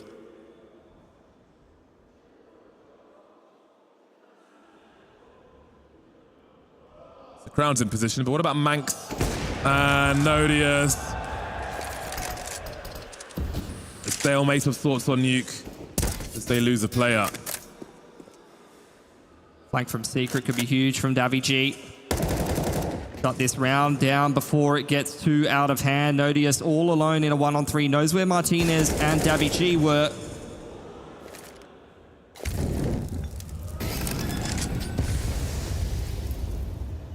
Very nice. Do you commit to it then? It's a gamble. Spots Davy G, but won't land the shots. 10 rounds for Movistar. Fantastic CT side. Great start to Nuke from them. With no bomb plant, ecstatic. A little poorer than they would like. Couldn't quite crack that 4K plus. Massive round from Martinez. And time and time again, especially after the first time that he aggressed in towards Squeaky and got shut down 1-for-1 against the SMGs earlier on in this half. He is not perturbed by that. Multiple rounds after he gets shut down, he continues to aggress into lobby like that and has shut Ecstatic down.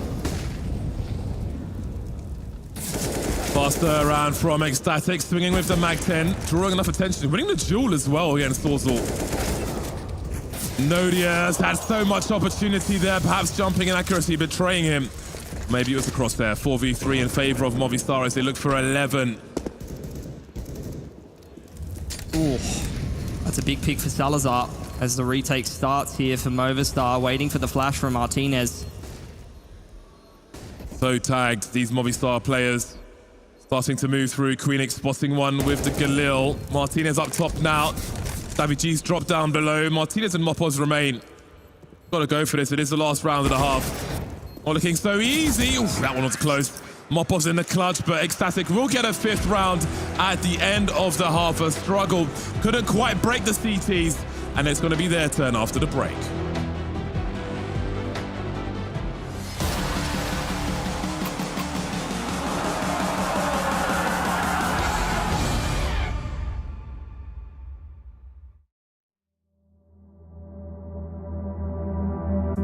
Is it wrong of me to think of you all the time?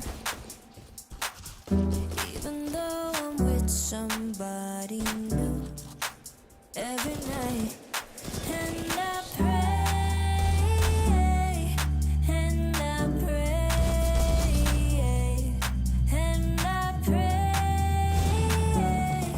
that you feel the same way. Is it wrong of me to think of you all the time? Even though I'm with somebody every night, and I pray, and I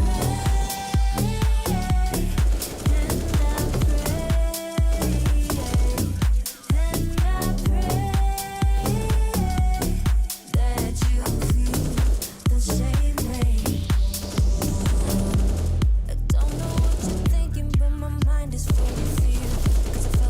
Without you, I feel safer when you're here.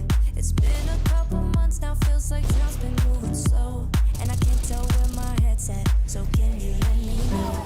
Is it wrong of me to think of you all the time?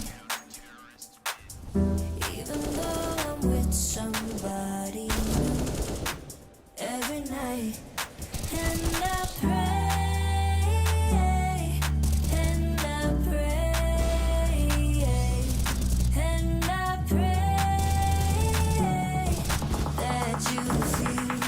Same way.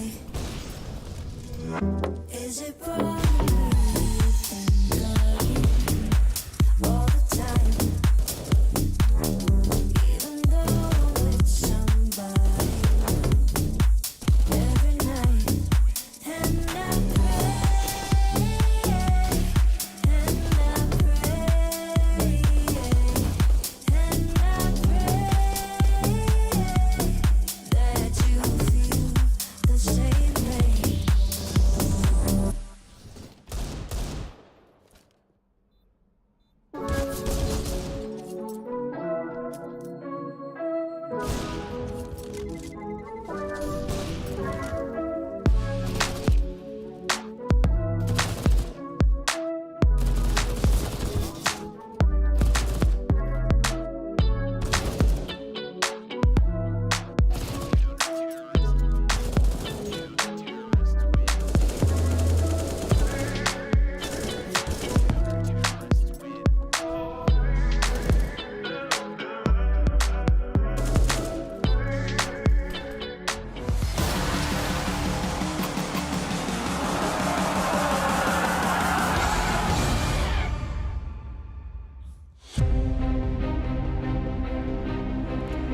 CT side, Nuke can always be a struggle. On this occasion, it was for Ecstatic, but maybe they got enough rounds. Can they get a good start on their CT side?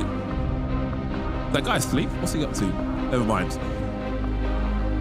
Pistol round will be important to start off well with a close score for Ecstatic, but Movistar Riders might have something to say about that on their T side. Came into this one gliding through Squeaky with the AWP and so on the CT side.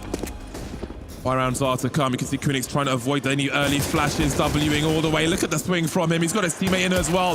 They coming into this one looking for vengeance after that first half. So far, so good. Alex switching out for the Julies himself. Nodia starting to creep forward. Queenix to drop heads. Martinez and Davi G remain with a flying knife coming, I think.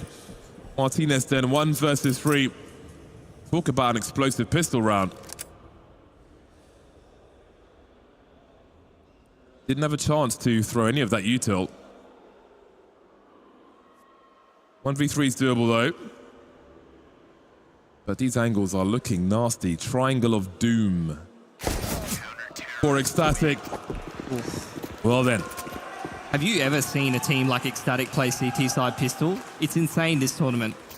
They play it like T side. They've got somewhere to be.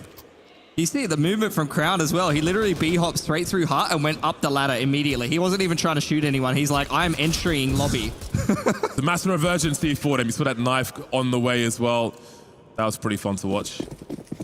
But that's great. It's good confidence as well. Psychological warfare from Ecstatic at the beginning.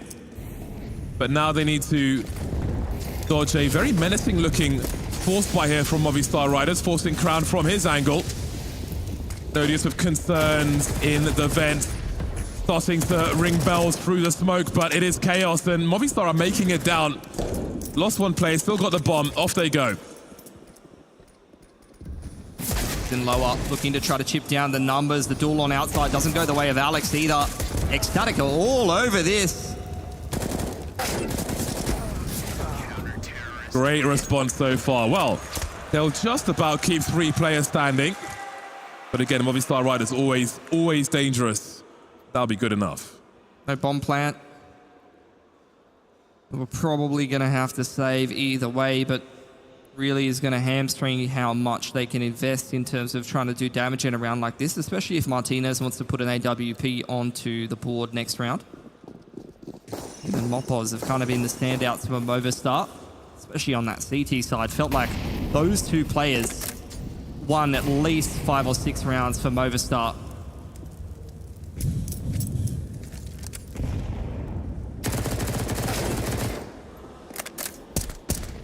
That is a drill, that MP9.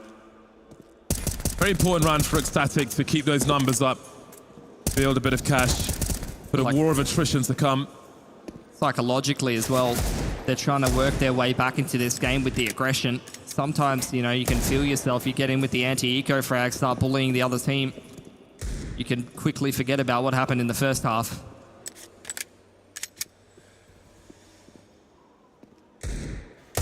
Two Deagles remain close, but not quite. Crown's so low. That elevation change on that angle. You can see the crosshair placement from Sorsal. That's a bit of a weird one.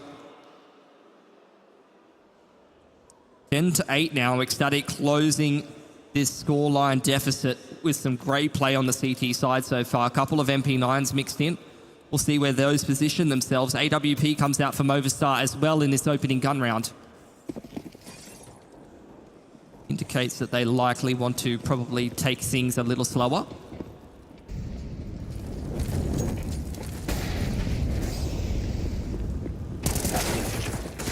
Wow, Crown's got somewhere to be. These are so explosive. 3v2 for Ecstatic. Salazar catching the bomb carrier. There's a minute 34 and there are 4 people alive and it's Nuke. What is happening? We're in the Southern Hemisphere, Bardolph. We're back to the Asian CS ways. 10-second rounds. I'm rush here for lobby, it. 5 seconds into it. I love it. It's a fast forward from Ecstatic. What a great way to utilize the MP9s, though. Absolutely. All rifles left, including the AK on Salazar. Be a great time for him to rise as well. Everybody fragging for Ecstatic. Big performance from him could be a difference maker in this series. The team performance right now, Crown's the lowest on the scoreboard. Not a lot between him and the rest of the boys, but Ecstatic have definitely started to get warmed up more and more into this tournament. Crossfire across ramp.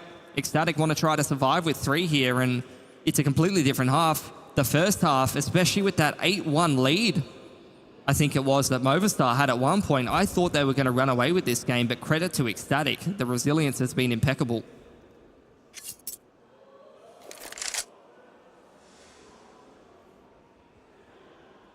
Long save for Alex then. Slowly moving away. How do you think he came up with his handle? Can't imagine.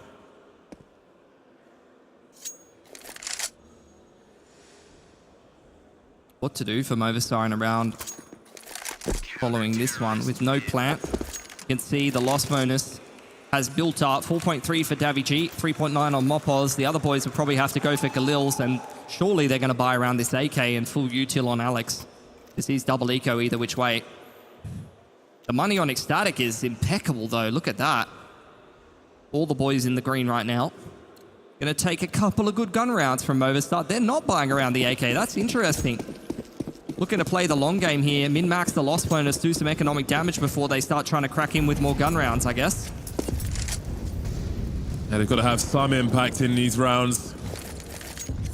Always building on the T side of Nuke. Always building for that crescendo where you start to claim your round. Not there quite yet. Wall of smoke on Martinez. Let's see the lineups. Can we see the lineups? Yeah, here we go. Missed the first one. That's all right. Got a couple of them at least. Throwing all the smokes for the boys ever since that nade dropping update.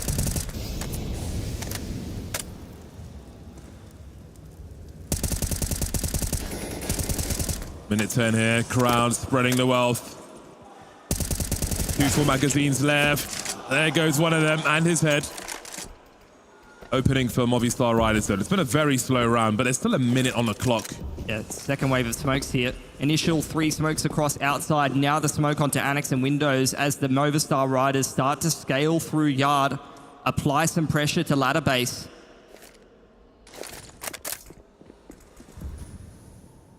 That smoke may have gone too deep, I wonder, in that position. Looking for info Ecstatic, but they are also leaving the bomb site. That might be a problem. Mopos still on the ceiling. 23 seconds. Such a nervous round. What info do Ecstatic even have? Such a dicey scenario for them. Queenix looking for more lurkers. Martinez carrying the bomb with the pistol. Down he goes. Sorcel's here to trade though. He's got to focus on his bomb plot. There's only 10 seconds now, but look at the CT starting to charge in. Mopos trying to cover. A gritty, slow round by Movistar Riders. That's a masterclass on how to abuse outside control. Crown picked by the singular AK of Alex. Then the progression smokes onto Annex and windows, the flash over the top, and Ecstatic in a position where in the 4-on-5, there's just too many avenues to hold, too many angles to worry about. They go and take lobby control, but it just simply does not matter. Movistar, with only a half buy, make that round look easy, and now there's a lot of pressure on the CT economy. This could potentially be a reset round. Shot missed by Salazar. Martinez going to step into that space here. Completely outmaneuvered. Movistar showing their depth in that round. More work to be done though. Full buy from Ecstatic. Look at the chaos again on the outside. Davy G will be dropped, but there's so many smokes up again. Ecstatic will be somewhat devoid of information. Sourcel almost had an angle on one, following Queenix through the wall. Very scary stuff. How do you calm these positions?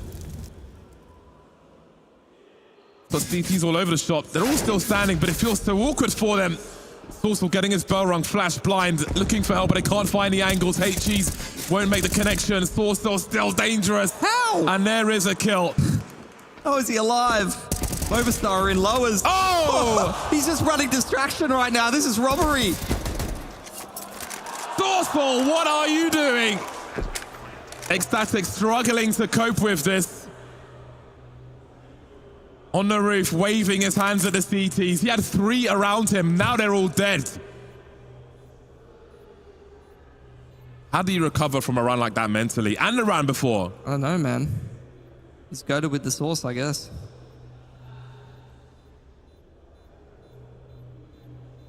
Very special stuff we're seeing from Movistar.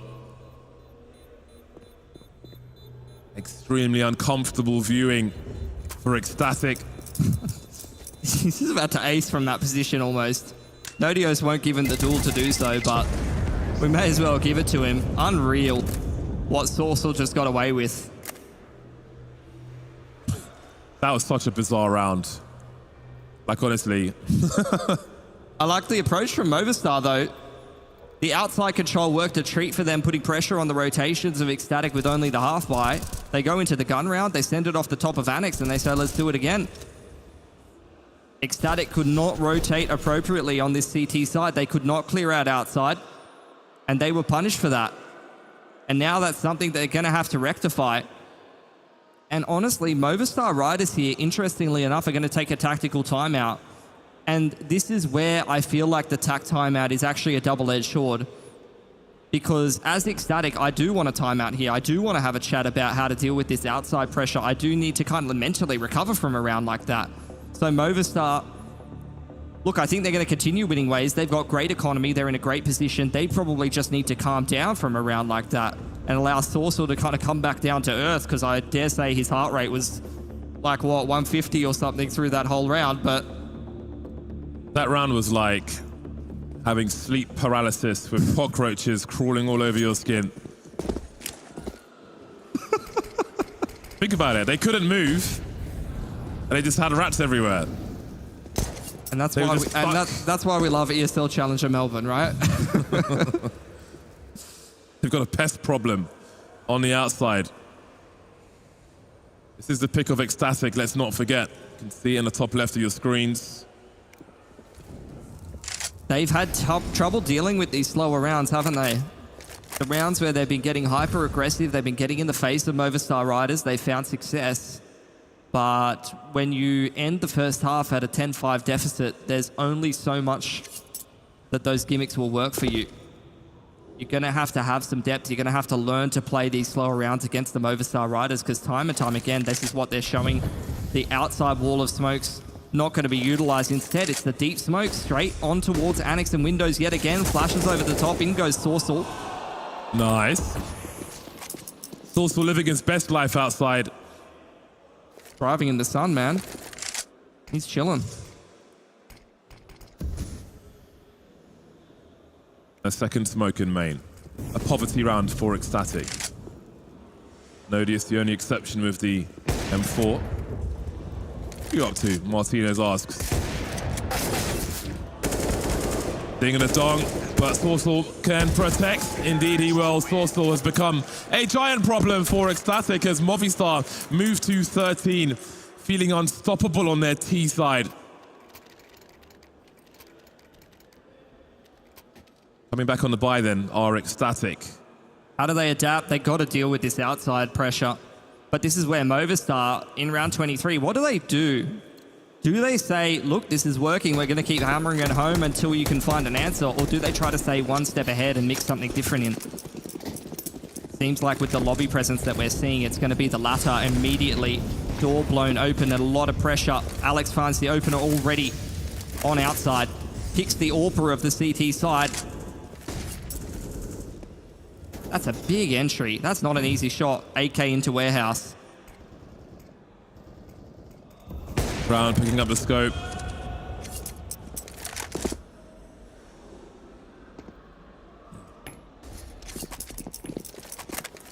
Like Movistar going to slow this one down. Drop smokes in spawn so that they can throw the outside wall of smoke. Maybe link up with Alex, having picked that outside plater. I don't think their plan was to initially actually go towards this part of the map this round.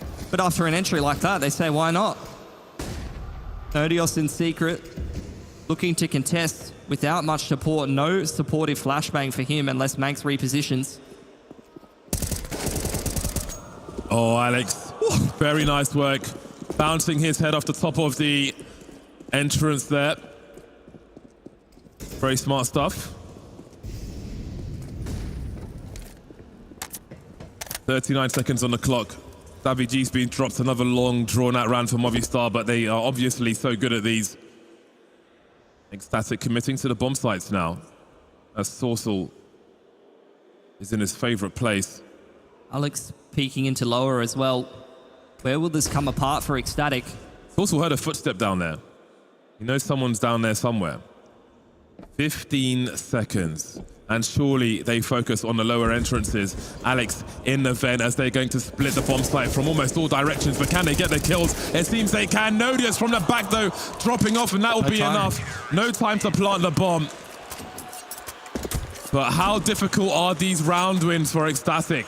Impossible. Only one player surviving is going to hamstring their economy. No cash left over here. That's the worst way to win a round as a CT side. And with Movistar, with plenty of bank behind them, they can continue to invest and potentially even break the economy of Ecstatic, which would just put them on the ropes here on their map pick.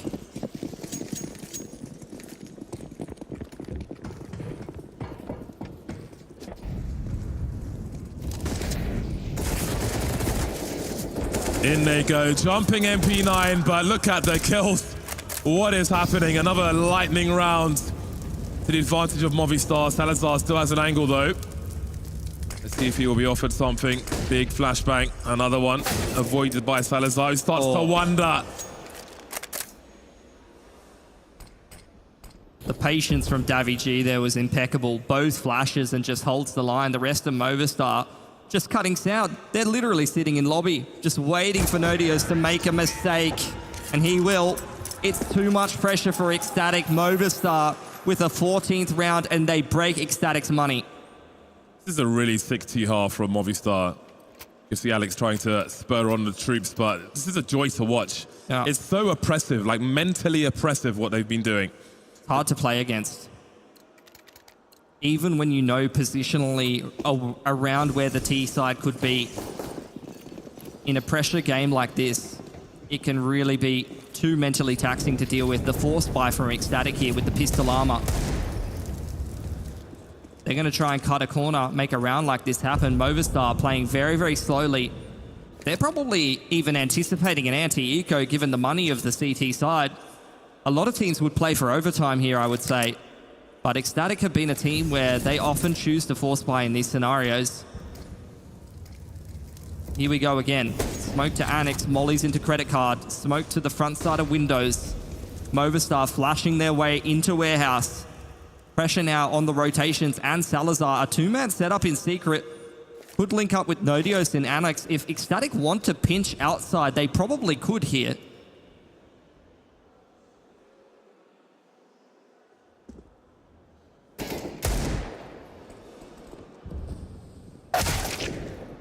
Oh. More work to be done, though.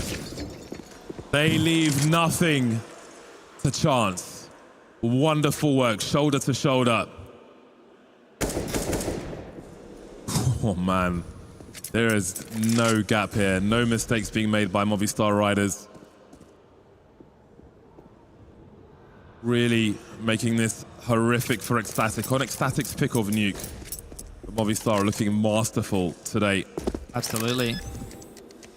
And with how convincing they're looking, a team that wasn't even meant to be participating in this tournament looks like they might be the favorites to take the Pro League spot and first place. It was a shaky game from Bad News Eagles. I'm feeling more convinced by Movistar watching this T-side of Nuke. If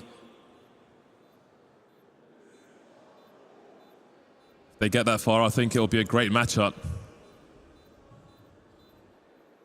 And indeed, I think of all the matchups we've had, I think Movistar could be capable of a 2-0. Be the first one of this tournament. We've been talking about it. A lot of tight games, a lot of drawn-out series. I do think both these teams could win this series, but if there was to be a 2-0, I think it's only Movistar who are doing that. Was my thoughts at the beginning of this. Got so strong on Nuke. I can't believe this half. It's a horrible feeling to save a Deagle, an MP9, and a Scout to try to fight for map point.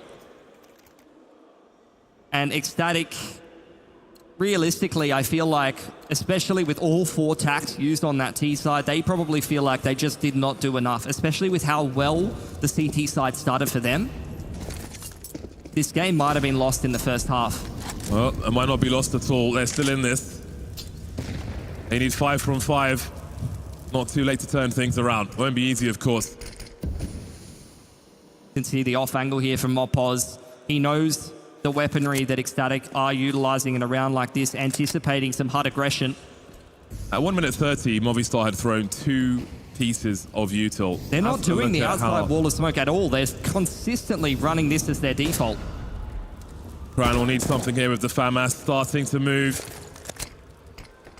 Find himself something. That smoke may give Sourceful some extra angles. As again, it starts to get uncomfortable for the CT side. Even in the 5 versus 4, it feels like it's advantage Movi. Not anymore, though. That's an important frag. Again, they're only 5 rounds behind here, Ecstatic. Oh. Now things are turning around. Alex looking for a third. Nodia stuck in the corner for the time being. Starting to jiggle. Hasn't been seen just yet, though. That's pretty important. Martinez posting up. 38 seconds. Do they hold position here? They've got plenty of money. Queenic starting to creep. No need to get too curious, though. Tight angle from Nodius. Martinez won't want to give them an AWP if he can avoid it. Even going to smoke him off. That's good team play for Ecstatic. Minimizing the risk. Most of these players dying on outside, though, and as the CT side in this position, you desperately want to recover those guns if you can. You need those AKs. Here you go. Nodius has done a bit of scavenging. I don't think Max will be able to replace that MP9, but it's better than nothing. Ecstatic passed the first test.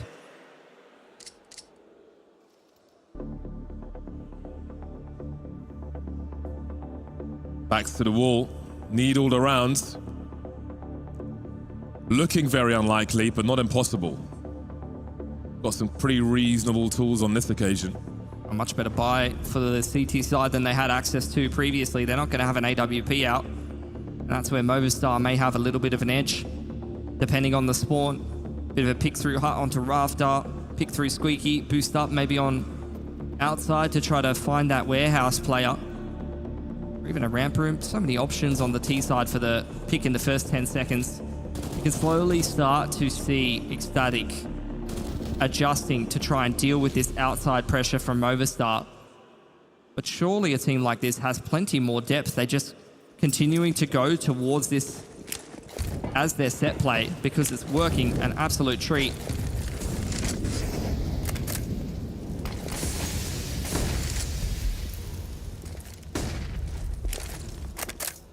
A few more tests then for Ecstatic.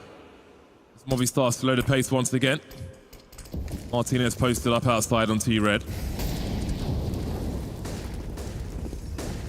Will they cross the secret? Gotta wait for that molly to go. Teammate dropping off main, and there is Crown punctured.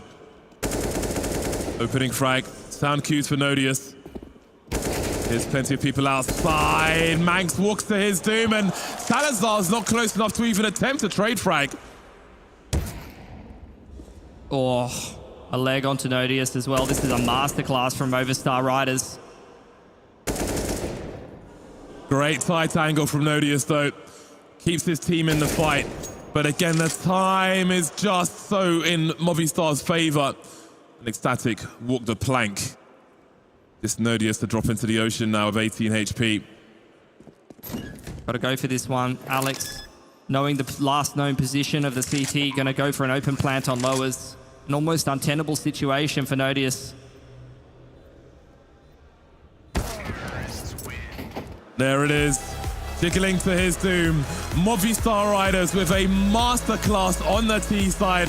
They were unbroken on CT, but the T side was beautiful. They take the pick of Ecstatic and go 1-0 in the best of 3 to see who finds a place in the final.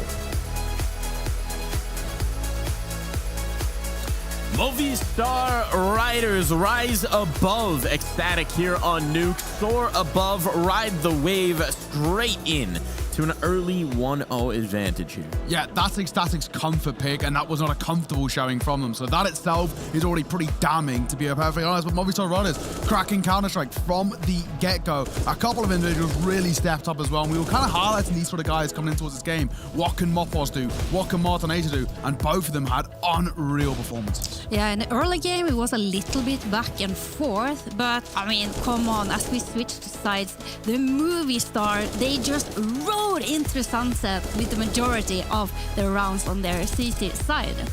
That they did. And I mean, we saw some strong individual performances to propel them through, but they also just looked like the more put together squad. It's something we often talk about with the Movistar Riders. It's something we were talking about over in the green room is they're rarely a team that gets caught off guard, right? If you don't have some sort of edge over them in the veto, if you don't have some sort of edge over them in the server, there's not going to be a lot of mistakes from the Spaniards. No, and we've seen Ecstatic. They've been pulling out a lot of these like gimmick tricks, gimmick rounds time and time again in the tournament, but Movistar Riders, they're not going to fall for any gimmicks. So the solid fundamental counter side, that's how you can potentially win against them. But Ecstatic couldn't have that on Nuke.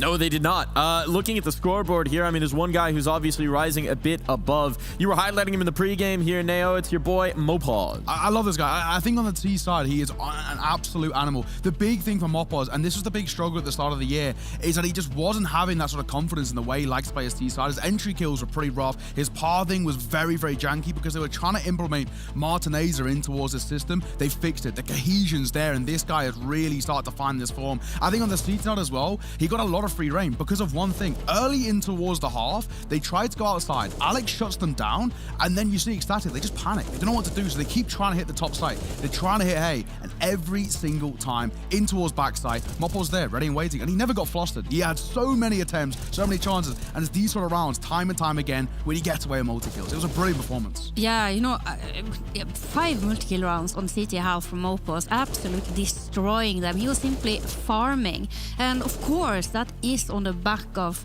Alex. They don't know how to deal with him on yard, so they're just not gonna take that battle.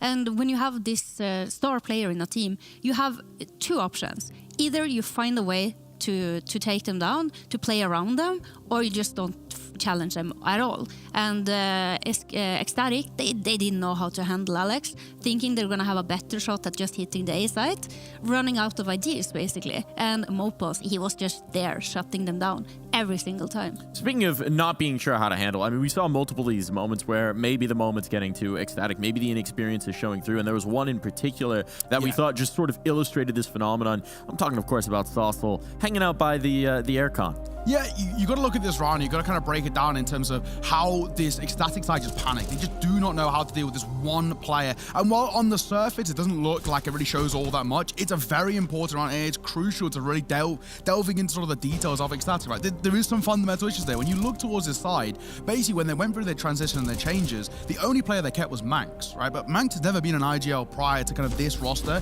The only reason he took up the realm of leading the side was because he was the eldest. Yeah, and looking at the round that we had the replay of here, this is a saucy round by Saucel because he's managing to get himself into this very tricky position, and Ecstatic, they don't know how to deal with him. At one point they had 3 players trying to take him out. Saucel single-handedly just managing to stay alive and stressing the out of Ecstatic. In the end, Manx tries to go for the duel, thinks that he has dinked him and it's an easy frag, and then Saucel just turns it around. Flashed, he manages to find the frag and then drops down and takes 2-3 more.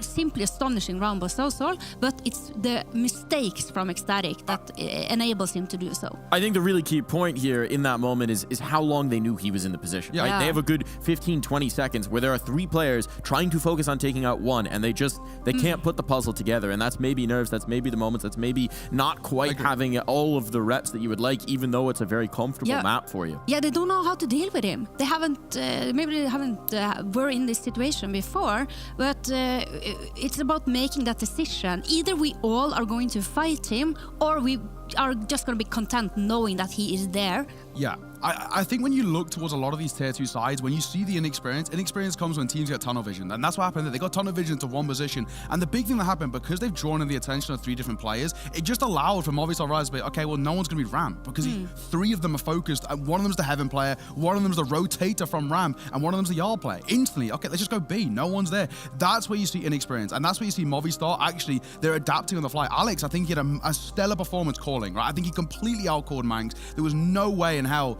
that he was ever going to fall flat, because he just knew their number from the get-go. It did feel that way, but we do have more of a series to play out here. Movistar Riders certainly looking strong, but we move forward in this veto, right? So let's talk about potential ways for Ecstatic to get back involved. They didn't have the individuals necessarily showing. We didn't have Crown performing as he has so far this tournament, but there's still a chance here on Inferno. Yeah, but I think you're onto something there. When Crown, he's done so much for this team, enabling them to be in this position prior in the tournament, and to not have him show up and be the bottom of the scoreboard for his team, that is just, how do you say it? Like a nail in the coffin for Ecstatic. So on Inferno, especially when he is playing that crucial position in the banana, he has to show up, he has to step up. And I think you wanted to say something. Well, I mean, the big thing I say coming into this game is that the likes of Ecstatic, they have a win factor. It's Kragan. It's a blessing and a curse, though. Movistar don't have a win factor. They don't have one person who has to step up and wins. They don't need a win factor necessarily. Exactly. Ecstatic do. We knew this coming into this game. We knew this coming into this tournament. At the moment, he's averaging over a 1.3 rating. That is Kragan. He's an unbelievable player. But if he doesn't show up, this team fall flat, because they don't have anybody else to pick up the pace in terms of the fragging department. It's a blessing and a curse. Yeah, a blessing and a curse. I mean, the rest of the team, they were doing what they could. But when the thing that you need to take you over the edge is that you have Crown go absolutely bananas, then, and he's not doing that, then that's just, it's not going to happen. Well, hopefully he'll have a chance to go bananas, because we are headed to the map with a banana. We're headed to Inferno after this break.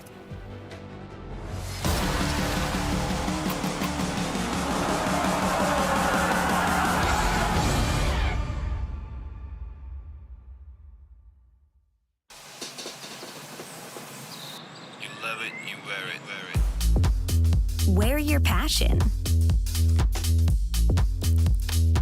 Share your passion. Wherever, whenever. Gaming is a lifestyle. Get your merch at shop.eslgaming.com.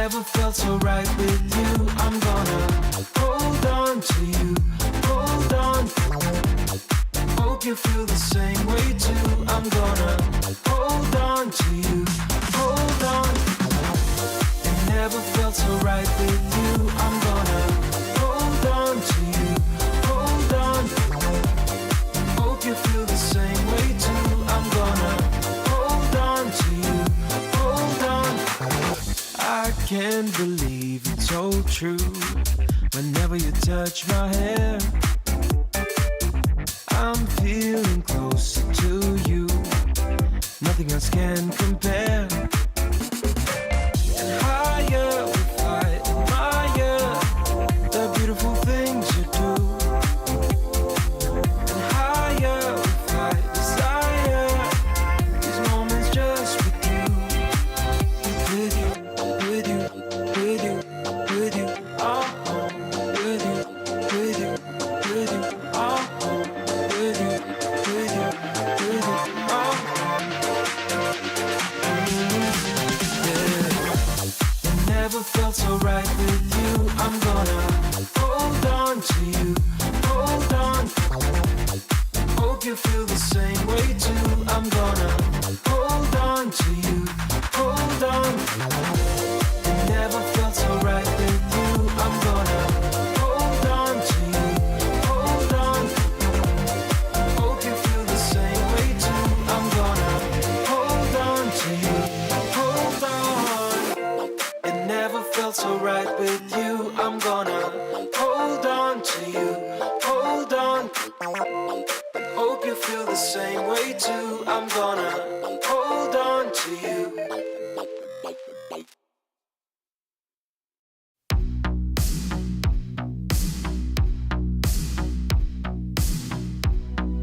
Stay here this time. Show me a sign. You are always on my mind. Always on my. The stars align. Show me a sign. You are always on my mind. You're always on my mind. You're always on my mind. You're always on my mind. You're always on my. You're always on my. You're always on my mind. Slow down this ride. Speed up this high. You are always on my mind. Always on my. I will this time show you a sign.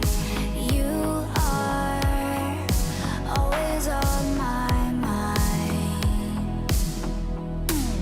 You're always on my mind. You're always on my mind. You're always on my mind. You're always on my. You're always on my.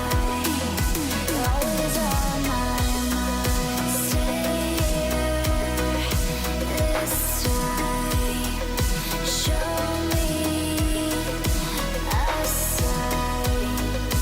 You are always on my mind. Always on my mind. The stars align. Show me a sign. You are always on my mind. Always on my mind.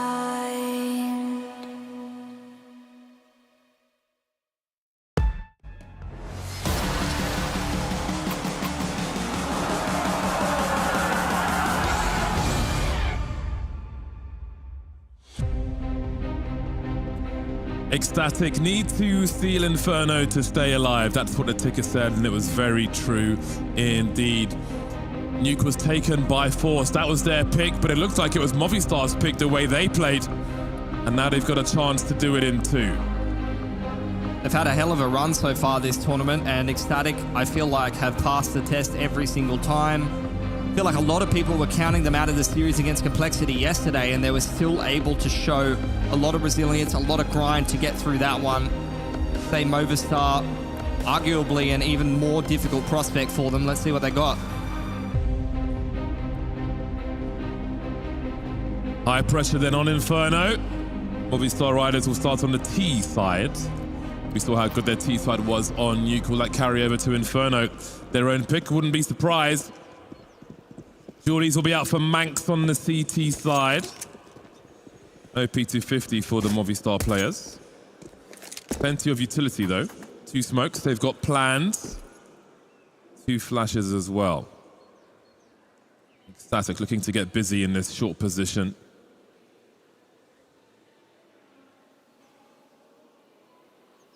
All about the headshots. The Glocks will be in range. You can see Nodius shoulder peeking on long. Main action to come from short. Salazar playing anti-flash. There are 2 flashes here for Movistar. Look at this jump in mid. 4 players dealing with Salazar immediately into the crossfire. There you go. Only 1 frag to show for it for Ecstatic. And Manx has a lot of work to do. Coming from the B-bomb side, 1 versus 4 with the Julies. Even 2 pistols might not be enough for this situation. A flank is on the way already from Mopoz. They know exactly where he is, but he's here for it. Manx turns around at the right time. Where are the rest of them then? Inviting them with some shots there. Jumping around the corner. That won't help him fire some shots. Pistol goes for Movistar. Got to be a difficult feeling for Ecstatic. Felt like they knew what was coming their way in a round like that. All stacked up on Dick's side.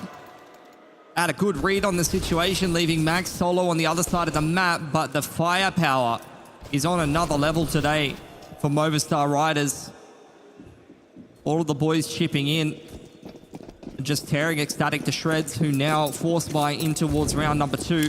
Going to start this time with 3 players over towards Banana. Movistar, initial utility just to keep the CTs at arm's length here. Further Molotovs into main, double nade onto sandbags.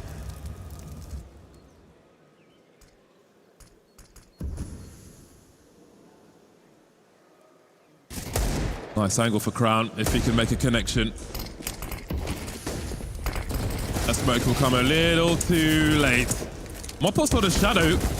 Hasn't realized, turns around eventually as Manx runs out of ammo.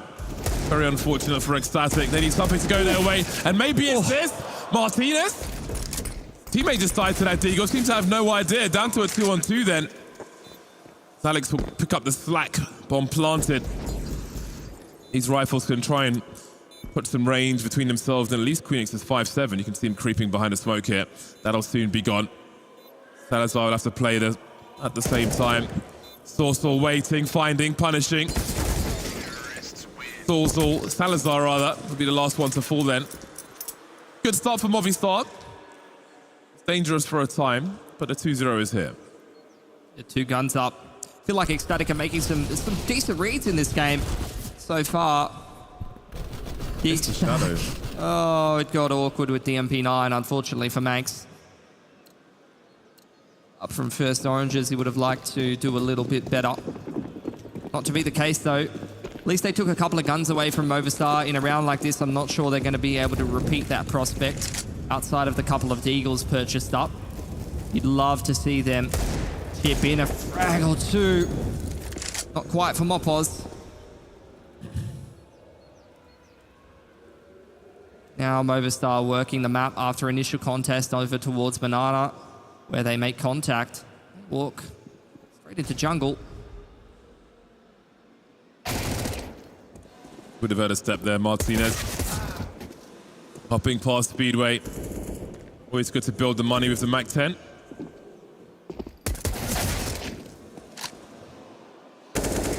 Nothing doing there. A very dry start to this one for Ecstatic. Clean. For Movistar, another fantastic start. Have they even had to take an eco this series? Outside of like the first couple of rounds of a half?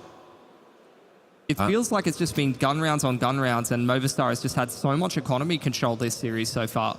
Yeah, you could be right. They have done very well with their cash. Big test then for Ecstatic in the first buy round. Again, pointed out Salazar in the first map. He'll have the AWP here in a second. Ooh. He'll need to be profound with that.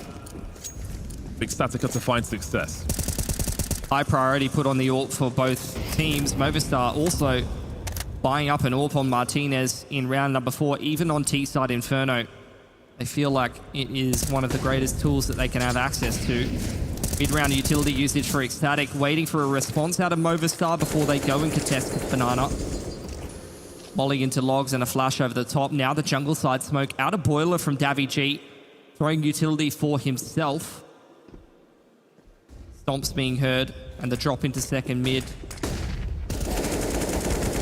Look how they've taken the angle away. Nodius can't help his teammates. That is simply not enough in response. They've got to concede the rest of top mid. Mini pit smoke coming as Movistar spread. They swarm, they emerge down that short position. Crown now won't be checked for just yet. Trigger discipline, but his crosshair never finds the target. What a flash from Davy G. Little lineup there. I don't know if we can get a replay of that somehow, but the lineup of the flash, it's a pretty standard one from outside of boiler. I think is the exact same flash that blinds both of the players on dig side and allows him to multi-frag there. You know, it's a pretty standard play that Ecstatic is getting caught by. You would have thought the player underneath Porch as well would be anti-flash, but somehow both of the CTs caught by that one. Yeah, that was... I feel like you don't often see that kind of result, top mid. That was really, really crazy. He was waiting for that trade frag to come in, but it came in all too late. It was self-sufficient as well. You know, it's not like it was any kind of crazy stroke of genius out of Movistar. That was literally just Davy G saying, I'm going to throw myself a jungle smoke and myself a flash. And then he does this. Way more than they should be getting from that. You might think with 3 people there for the CTs. Caught sleeping. Better wake up fast, Ecstatic. Body language tells the story. It's, again, like a really slow start to Inferno, which did not yield them a great result on Nuke. I'm getting concerned for them here, Bardolph. 2 of the players on Movistar haven't died yet. 2 of the players on Ecstatic haven't fragged yet. Maybe those things will come together at once. Manx with something on Banana. Well, they found 2 frags then. Well, this could be an unlikely round for Ecstatic, even if it is. What we need to see is something they can replicate in the other buy rounds. Oh, the timing from Crown. That's got to be so frustrating. That's the B-bomb site lost. Look at the range he's got with the rifle as well. That turns things around for Movistar riders. Mopos continues to deliver. That's utterly brutal timing for Crown. He's been insane, though, Mopos, so far this tournament. This series particular, that first map, the amount of multi-frags he was putting together on the CT side is really what shook Ecstatic's confidence to the core. You're trying to get your T side rolling and you're running out into the sites where a player with a rifle is just multi-fragging with ease. It can feel like you're going nowhere fast. Looking to salvage something as Queenix. Not finding much of anything. Might have to go a bit further. That will certainly help. No one towards T-ramp just yet. Martino to the USP will be enough. A 5-0. Still looking for a pulse on Ecstatic. Perhaps we'll find it in round 6. We're going to take a timeout, have a chat about this game. See if they can work their way into it. An AWP could be on the cards here for Salazar, who's had a rough time getting himself into the game. He's had a lot of relatively slow maps so far in the tournament. Ecstatic often getting it done by committee.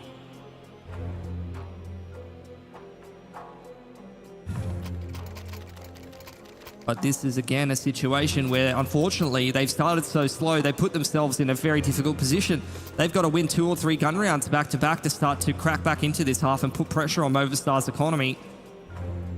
don't want your sniper 0 for 5 on the CT side of Inferno. Salazar's got a promising spawn on the A-bomb site. There's the usual flash. Nodius having a look down towards second mid, but not getting much of anything. And Salazar is behind him in a long box like breadsticks. 0 for 6. Queenix will be traded. Oh man, they just don't have a grip of anything. Hands covered in soap, ecstatic.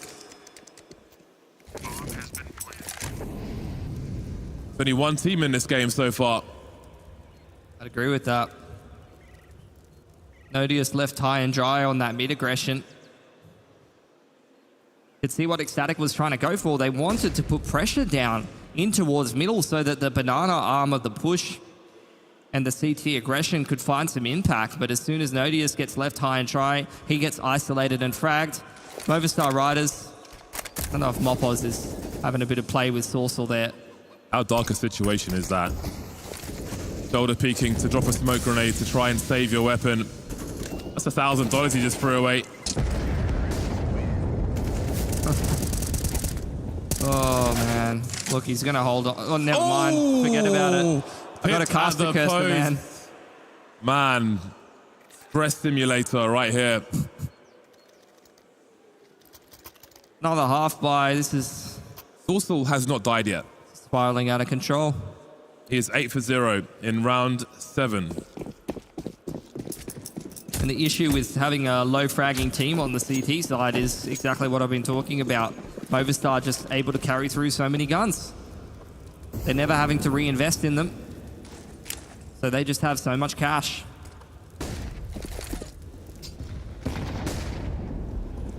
Very well avoided. How about that? They had a setup with the grenades and they were on the receiving end of them.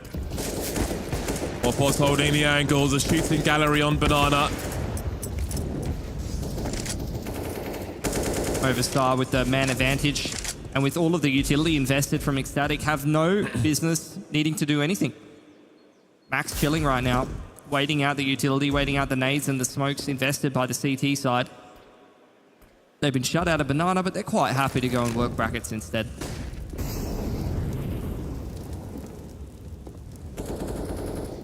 When will Ecstatic show up? And that's the question in this game of Inferno. All focused on the A-bomb site now.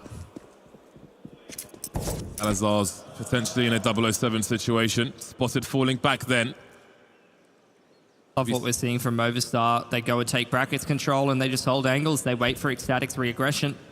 The CTs eventually have to do something. When they do, Sourcel punishes 10-0 for him. And 007 for Salazar.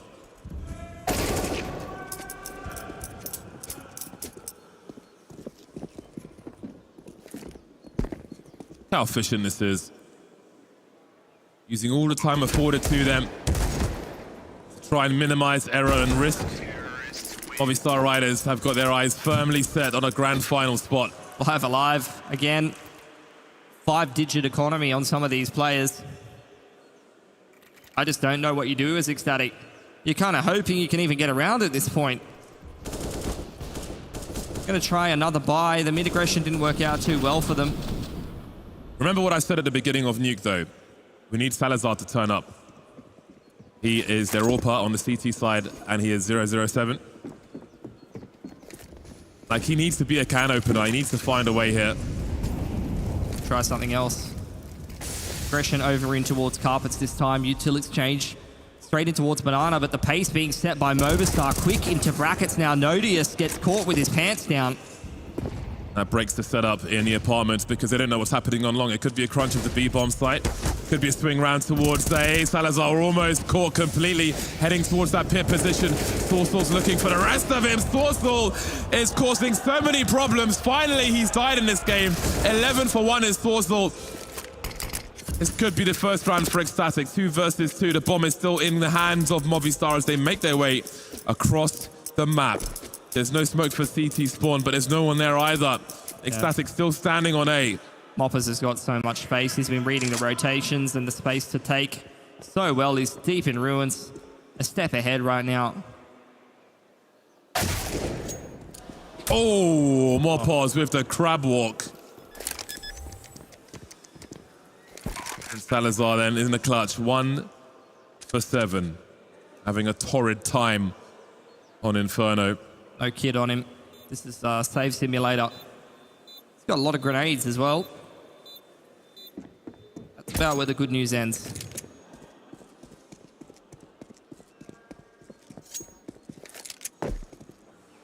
Finds himself. There's a kit. He's great at scavenging. He can go back now.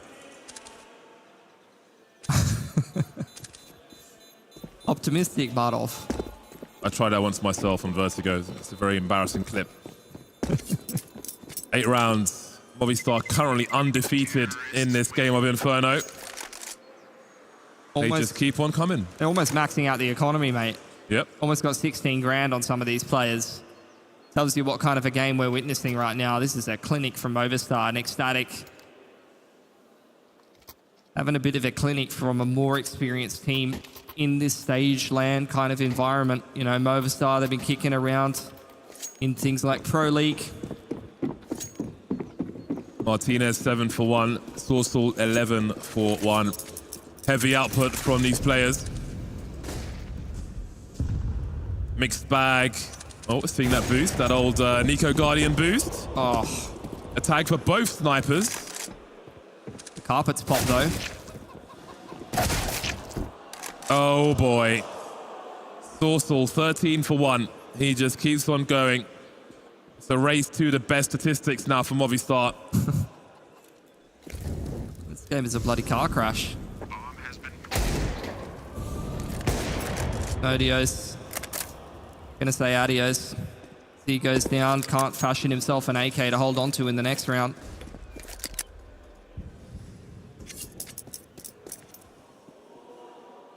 (9-0) then. They keep on coming. Do we rate the skins? Are we at that point? There isn't. I was just thinking there isn't a whole lot to say at this moment. What do you reckon? The Fire and Ice 5-7? I'm not a Fire and Ice guy. Is? I think so. I don't know. I don't think so.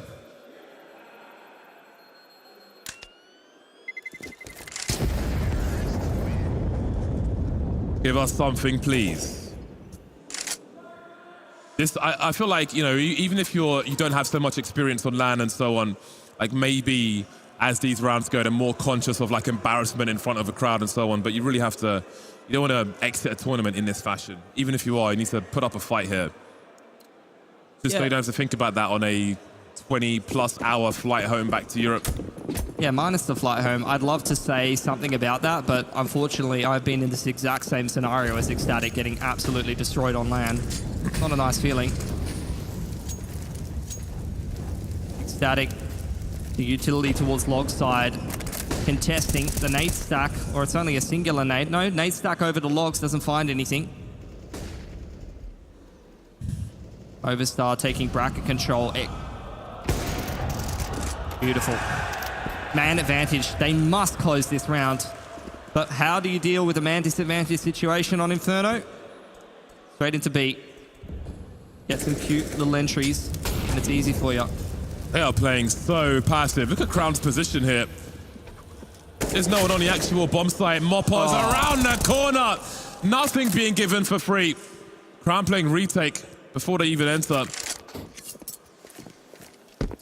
They're one man to the good Ecstatic. Still some util here for Movistar Riders. They still have to deal with Martinez in the AWP in a post-plant position. There's a ton of util here for Ecstatic though. They can smoke off Banana. They can molly dark spot or triple, whichever one they prefer. But Martinez in this spot will show plenty of promise. There's a flash for Salazar. TT starting to move over. Hold on a second. Who's holding what? Davi G will deliver the revenge, finding 2 and delaying. Down to the pistol now, down to the clock. He rings the bell of Salazar and finishes him off. Has he killed enough time? It's going to be a close one, but I think the CTs have got it.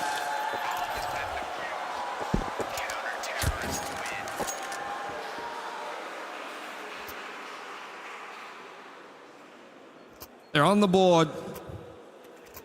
AWP retained as well for Salazar. Could drop an A1S over to one of the other boys if he wanted to give Queenix access to more utility, but instead opts to buy it himself. Famis out for Queenix. They only survived with one though, so I don't know how much more confidence that fills you with, especially because Movistar are never going to run out of cash this half. It's going to be nothing but gun rounds on gun rounds if Ecstatic are going to make anything happen here.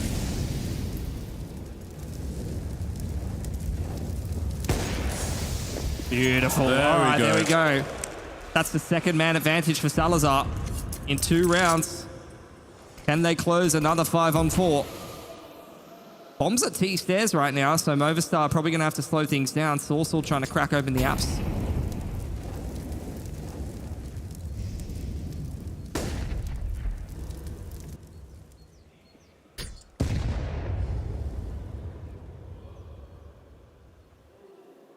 Not peeking just yet, Alex.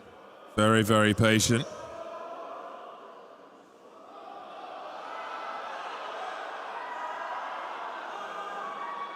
You cheeky bastards in the crowd need to shut up. Glad someone said it.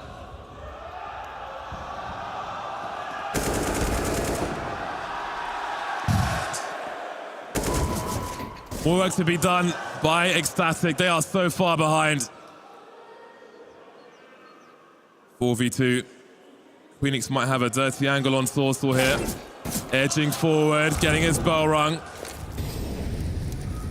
Again, Movistar have got the money to get kills even if they lose the rounds. Keep it expensive. Davy may have to go for an individual play here. Not sure if he's made a step just yet.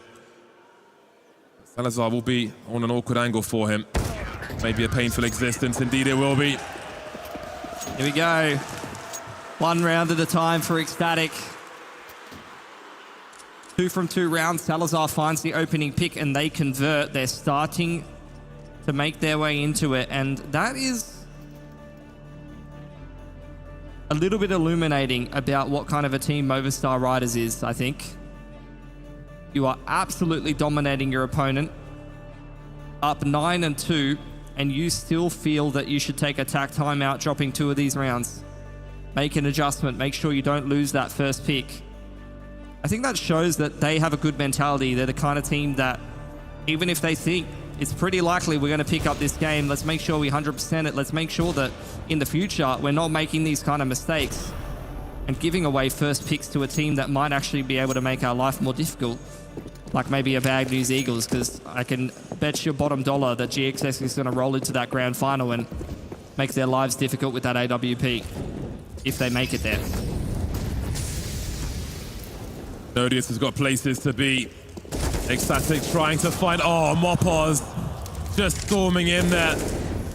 Unfortunate angle for Manx. That leaves Crown in a dodgy situation. They're lining up for him, though. Team kill from Movistar, leaving it a 2 versus 3. That might be enough, though. Davy moving through. Oh, and there's a 3rd round for Ecstatic. Not too late to mount something. Some kind of comeback in this first half. 3 in a row for him. The initial aggressions were not working out for them. Something that was a key on Nuke. And it's like I said, how many gun rounds did they need in a row to start pressuring the economy? I mean, it's starting to get there, but unfortunately, especially if there's a bomb plant and with the 2.9 building up, I don't think they have very much reset potential. Maybe 1 or 2 of the players might be a little bit poorer if they can pick up 1 or 2 more rounds. Util exchanged over towards Banana early on. Manx in the pole position. He's found his way down to Logs this time, unpunished.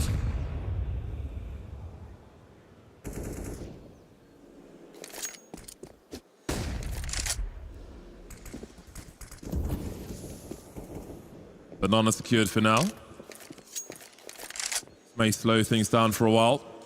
Movistar looks like they may want to re-establish control there. Martinez is in position to drop some flashes for them.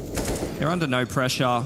Happy to hold on to their utility, allow the CTs to use theirs in the early to mid-round.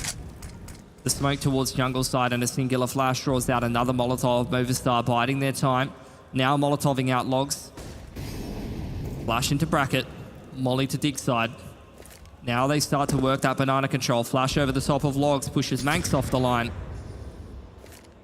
Working this map absolutely excellently right now is Movistar in the mid-round. Oh, great peek from Mopoz. He's got the information. There's the pop flash. Trying to deny information here. Top mid was taken a while ago. Mopos continuing to be a nuisance. Manx has lost his position, and I can see Mopos continues to push forwards. Manx went back, and now he's been lost on a B bomb site. Nodius has to deliver here. Really awkward for Martinez to peek that. He can't really do anything about that frag. We have to kill that Mopos got earlier. Looks like they're going to send it towards the B bomb site. You can see how desperate Salazar is, running down Speedway position. That may give some sound cues away. Double smokes and flashes are here. Crown looking for multiple, but he will be traded, and indeed there is no time. Not going to work out for Movistar. They've outplayed their hand here. Overplayed it, in fact. They outplayed themselves, to be honest. Giving them credit for all of the map control work they did in the mid round, but as it came towards the late rounds, couldn't put the pieces together. Couldn't find a clear path or a plan.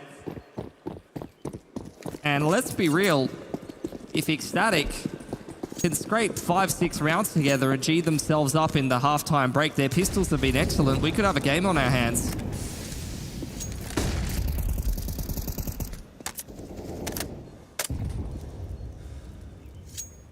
Six rounds would be a hell of a comeback for Ecstatic, but they lose the first man in round 14. Oh, the push from Manx isn't gonna work out. Didn't think Alex would have his gun ready in time, but he will. 5-on-4, pushing through the smoke on Banana. Might wonder if that was necessary. Full rotation now towards a bomb site. Not sure if it'll come in time. You can see the smokes on the radar as more smoke pushes will come in. Salazar getting sprayed. Can't really respond properly. This is chaos. This is variance. And it's not going the way of Ecstatic at the moment. But Queenix has got something to say about it himself. Dropping off from the pit. Turning things around now as Alex finds himself alone. What was that round? Where did that come from? A quick rotation through Speedway. All of the chaos created by Salazar causes Movistar to be so indecisive. A skill that works so well for them on Nuke, running the clock down, waiting for the CTs to make mistakes. This time has started to be a double-edged sword. And they've allowed Ecstatic way too much room to rotate, way too much room to breathe and thrive. And now a chance against a weaker buy on the T side than they may have had access to before. 5 in a row for Ecstatic after what looks to be a blowout. The game was done. It really was. It should have been. You almost never see this happen, especially from a team on CT. Usually you see the comeback starting to be mounted, but at some point the T side with an economy like that will just break your economy and secure themselves double digits. It never happened. And what a crazy round that last one was. 3-on-5 from Ecstatic when they lose the first 2 picks and are hard rotated on the wrong side of the map. This time Movistar still have all the weaponry they need access to, but a lot less utility. They cannot play a slow, drawn-out round against a CT side that is better equipped than them. Salazar, what a turnaround. 007 to 7-9. 3 first picks in gun rounds.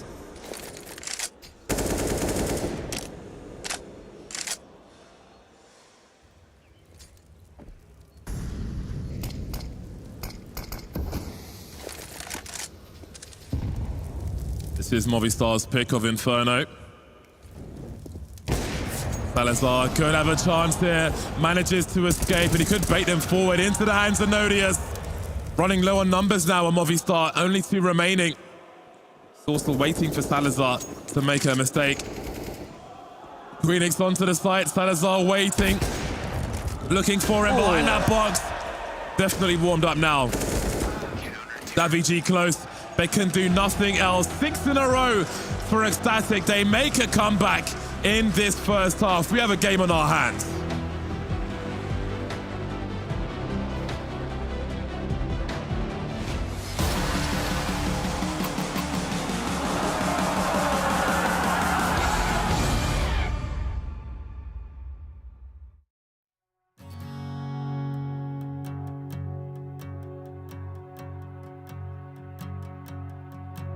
You hold this map, I'll hold your hand. Take this love around the world. Don't mind those crows buzzing around your head.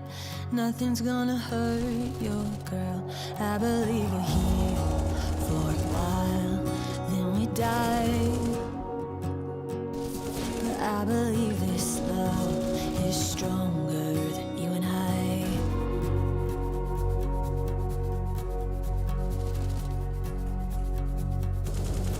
Let's take the Jeep along to my dad.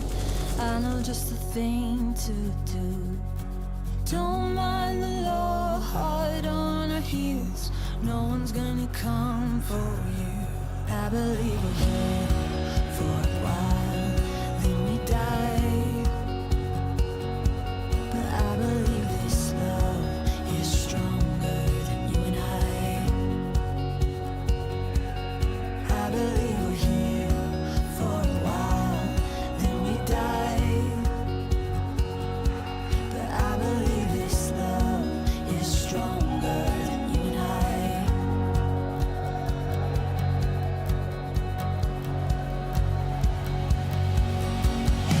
I wanna be where the sun comes out with you. I wanna go where the feeling of the chase is new.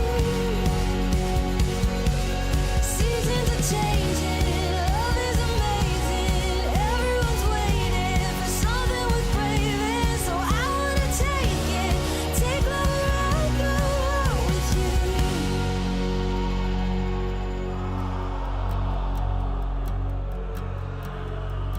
You hold this map, I'll hold your hand.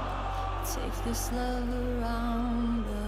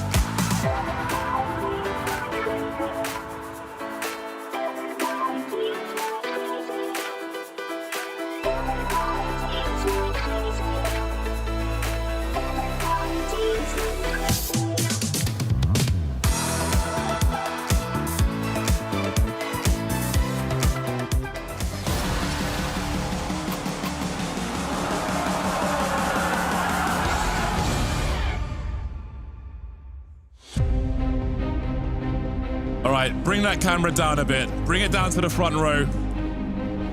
During the break, there were some gentlemen who launched some beach balls. Some of these guys in the very front row launched some beach balls right into the faces of people like 3 rows in front of them. Turn around, oi! Turn around and face the camera. Who was the guy who blasted a beach ball into the face? It was that guy in the middle.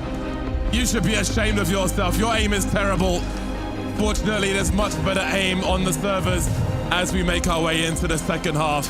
Ecstatic and Movistar Riders are actually in a competitive match finally, with a string of rounds towards the end of the first half from Ecstatic. Only 3 behind now as Nodius has a look at Alex, denies him. Look at the one-taps we're seeing. Movistar Riders continuing the second half as they started the first. Contact play through Carps to try to put the pieces back together. Sourcel to defend. Oh my God. The movement. Ah, Martinez. He's missed them all. He's drawn an outline around him. Surely they can't 2-on-5 this. Bro, Lawrence is going to be so excited when he sees that. Jesus, but they need to convert this round as well. What a way to make your way out of the apartments. It would be even better to steal the entire round. That clock is ticking. There is a kit here for Movistar. Davy sorry, Mopos is in the middle of mid throwing smoke grenades. Better get your skates on, Movistar Riders. That Molly's going to slow you down. And Davy will be dropped as well. Surely they can't win this round. Crown hiding. Listen to that bomb. It's so far. Mopos, he's got a kit. He has to get on the bomb. But I think there's no time. I don't think there's time. We need to see the defuse. Oh, they didn't quite get it. There's the kit. Wasn't quite enough. Unfortunate. A 2-on-5. put together by Ecstatic. They had no business winning that whatsoever. And Movistar going to be kicking themselves given how cleanly that started. They're going to force buy here. Mopos has got a very special weapon indeed. They're bunny hopping out of the apartments. Had a big part to play in that round being doable. It was honestly absurd. We'll have to see a demo of that later. That was crazy. They're going into the Mag 7 here, Bardolph. Uh-oh. Oh, the money maker. Pushing the smokes, but why?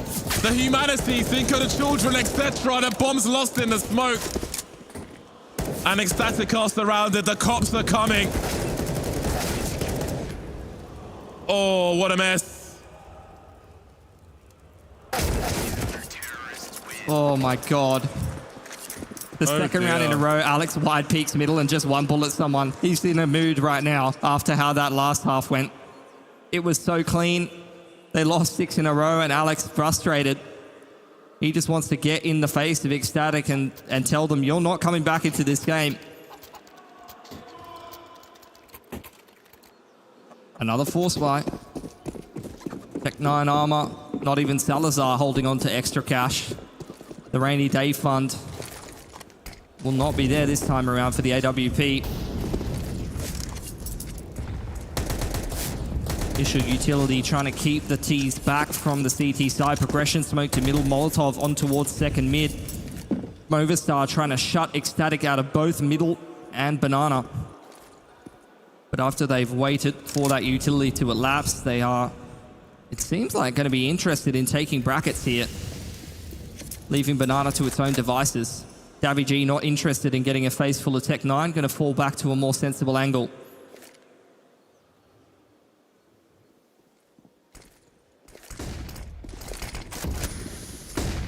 Such a dangerous smoke.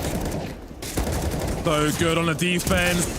Only good for one frag though, Davy G, and Queenix is up to some shenanigans in this pit position. We've seen it once, we see it again. That is maybe just about damage for him now. He has time though. If he finds Martinez, he's got to be careful. With 22 HP, that'll stop the bleeding. Movistar Riders get the upgrades as well. 11-7 now. No bomb plant for Ecstatic. They'll be brocus pocus for this round. All 3 M4s retained there for Movistar right at the end. That's beautiful stuff from them. Full eco for Ecstatic now. Gonna have to concede the 12th round to a Movistar Riders who will once again have a great start to a half and cement their economy, forcing Ecstatic to be the ones on the comeback train. How many times can they do it? They did it yesterday against Complexity, couldn't manage it in the first map. So they're gonna relax here, have a little bit of a chat around the kitchen table. Parlay. You remember the old days of Inferno? Oh, hold on. Are we letting them cook? Is that what's happening right now?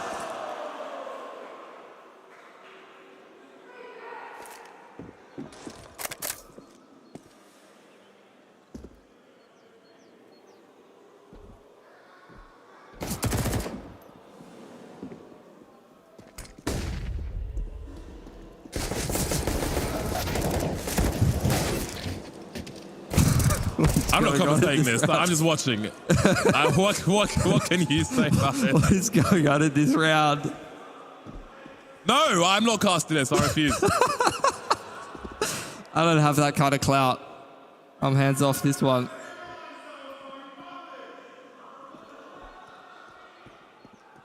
This is toxic.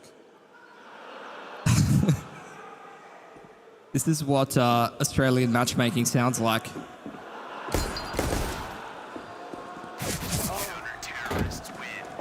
See you later. Oof. Breaks his knees.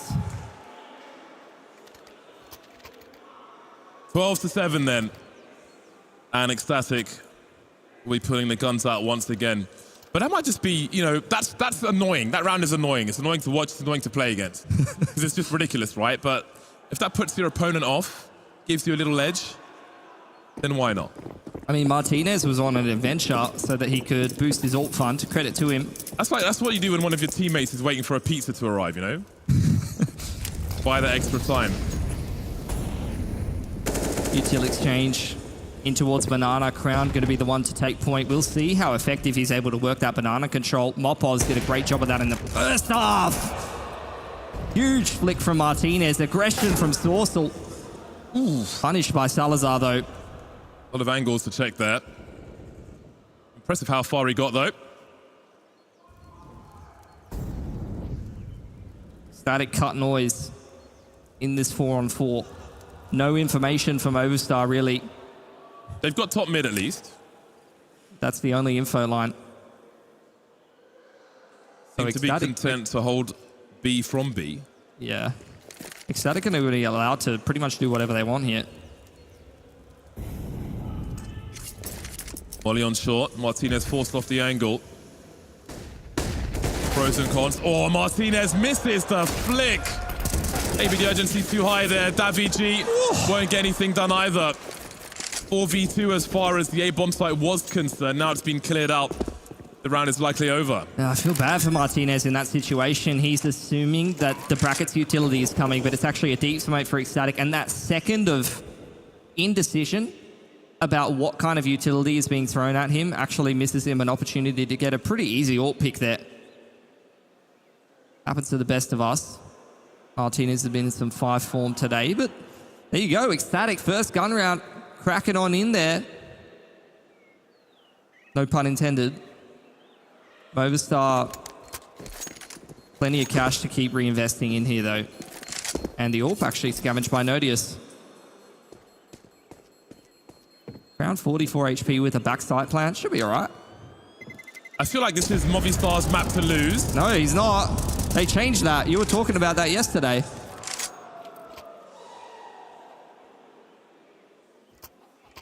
Movistar's map to lose here on Inferno feels somewhat unpredictable at the moment. Not really sure what to expect. I had a pretty strong opinion when it was 8-1. I don't know if that. I don't know if I do anymore. I'm one of those people, you know, just flip flop. Yeah, it's like they start hot Movistar, then they cool off in the vacuum of this Inferno through of the first half, even earlier on the second maybe. They are very capable, however. Let's not forget they did lose their first player down mid as a CT side. Could be a carpets pop here from Ecstatic on the timing. Speaking of timing, the fadeaway incendiary will split the defender. The attack actually, Sorcel's good enough with 2, but Davigi, can he find what he can? That's the bomb as well. Very good timing on the incendiary there. Manx making his way through short. Davigi's on an island. They didn't realize that though, and that is buying time for this rotation. They are closing the net, they are creeping. Where is Davigi? Drops the AWP around the smoke now. Manx in the pit is in a 1v4, made 3. 1 minute on the clock. Still the bomb needs to be collected. They are closing that distance. Smoke, oh look at that spray. Beautiful from Manx, still in the clutch. Plenty of cover. This is awkward for Movistar. Looking for another 1v1. Creeping. Look at him go. Down to 2 HP. Alex will put him out of his misery. Almost made his crosshair there. What a round. What an attempt. Seeing giggles from the Movistar Riders players. I don't know if I'd be giggling in that situation. I think it's Martinez quite amused with how that round was going. Just threw all your CT guns away, mate. No way Sorcel holds that. It was the Molotov timing, really, wasn't it?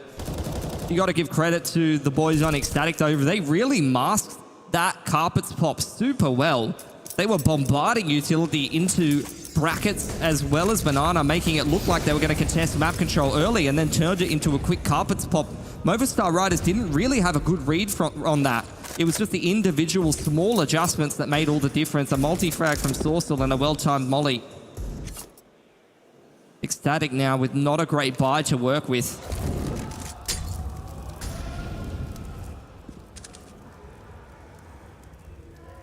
Heat map is busy on Banana. Martinez heading towards the log, sees a little jiggle. No connection made. Queenix lurking around Boiler. I think he may have taken some damage from a grenade. He's been robbed. Yeah, it's still 10 players up. Minute mark is reached. The pop flashes here. Alex is ready. Seems he's going to continue, actually. A jump peek from Crowd. He's seen a lot of information, but there's no frag just yet. Martinez delivers. No way into B for Ecstatic. 3 remain. Looking for options towards B. Davy-G, did he see Odious? Did he raise the alarm there? He's caught a bomb carrier. He has the main prize. That leaves Queenix with a lot to do. Shows too much butt, and down he goes. I don't know if Ecstatic can come back into this one. 5 alive for Movistar. They stabilize their CT economy, break the money on Ecstatic. And Ecstatic are again in a situation where they're facing conceding map point and series point in this case. They force buy rather than taking a single save and trying to play for OT. Trying to cut a corner. See how it works out for him.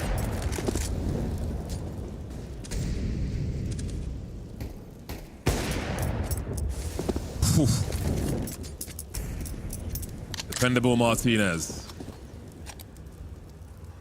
This is a dangerous round for Movistar, especially if Ecstatic get going quickly, because they will be so outnumbered on the A-bomb site. No incendiaries remaining for Movistar on this occasion. Ecstatic are taking their time. That's going to allow a third person to come back.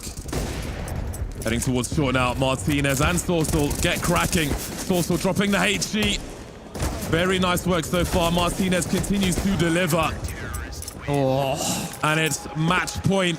Grand finals point for Movistar. You can see what that means. Trying to rally up the troops. They're back in control. Well, normally that's exactly what you want. Mac 10 and a Tech 9 buy with a couple of flashes over the top, running straight into an all-par. But unfortunately, when you're not scaling up Diggity with enough pace, you give Martinez too much of a chance to just take another angle, take another shot, and he doesn't miss those. Not today. Series point for Movistar. They have looked like the much better team in this semi-finals outside of a couple of short bursts of rounds for Ecstatic.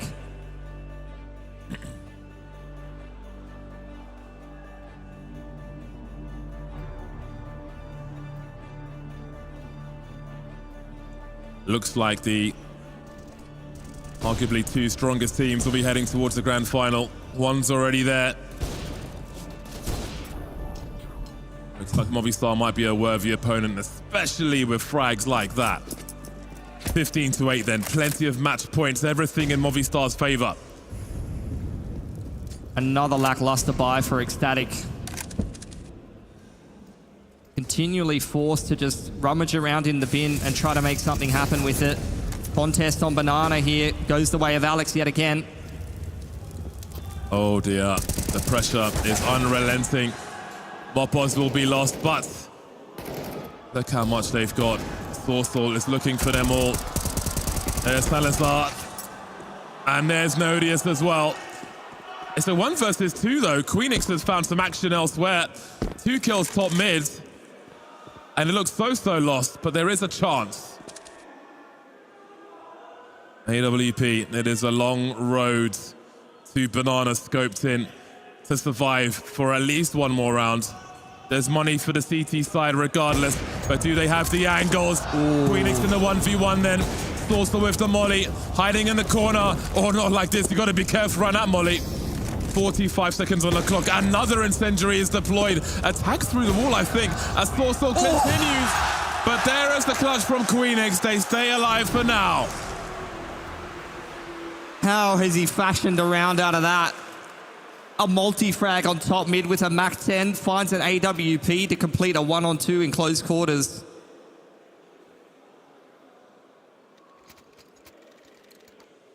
Movistar have the economy to be able to recover from that in the short term, but if they drop this next round, that could be the reset from Ecstatic, and that could be the foot in the door they were looking for.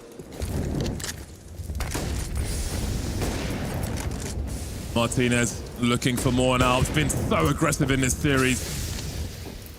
From Nuke to Inferno.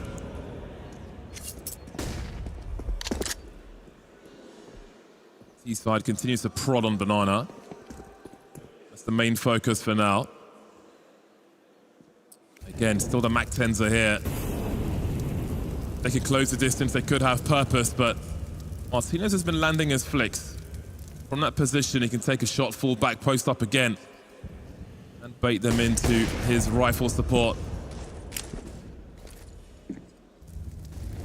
Flashbang forces him away, but back he goes in the meantime. Queenix is going fishing. We'll see if he finds a fish or a boot, but Alex will be the first to strike now. Mopos dropping the lurker. Queenix in the meantime. There's a tag crown down to 9 HP. Moving through the fountains. AWP would be perfect for him, but Alex knows his lineups. Nodius planting on the elevated plant, avoiding that spray. 4v2. Movistar fighting for a place in the final. This could be the round. Nodius creeping past the smoke. He's been tagged. 61 HP. Still alive for now. Mopos doing it through the smoke, or trying to. What is happening in this round? Sorsal versus Salazar. Switching for rifles. Smoke on the bomb. Baiting Salazar out. He's still stuck in the smoke. This is utterly chaos. What is happening in these rounds?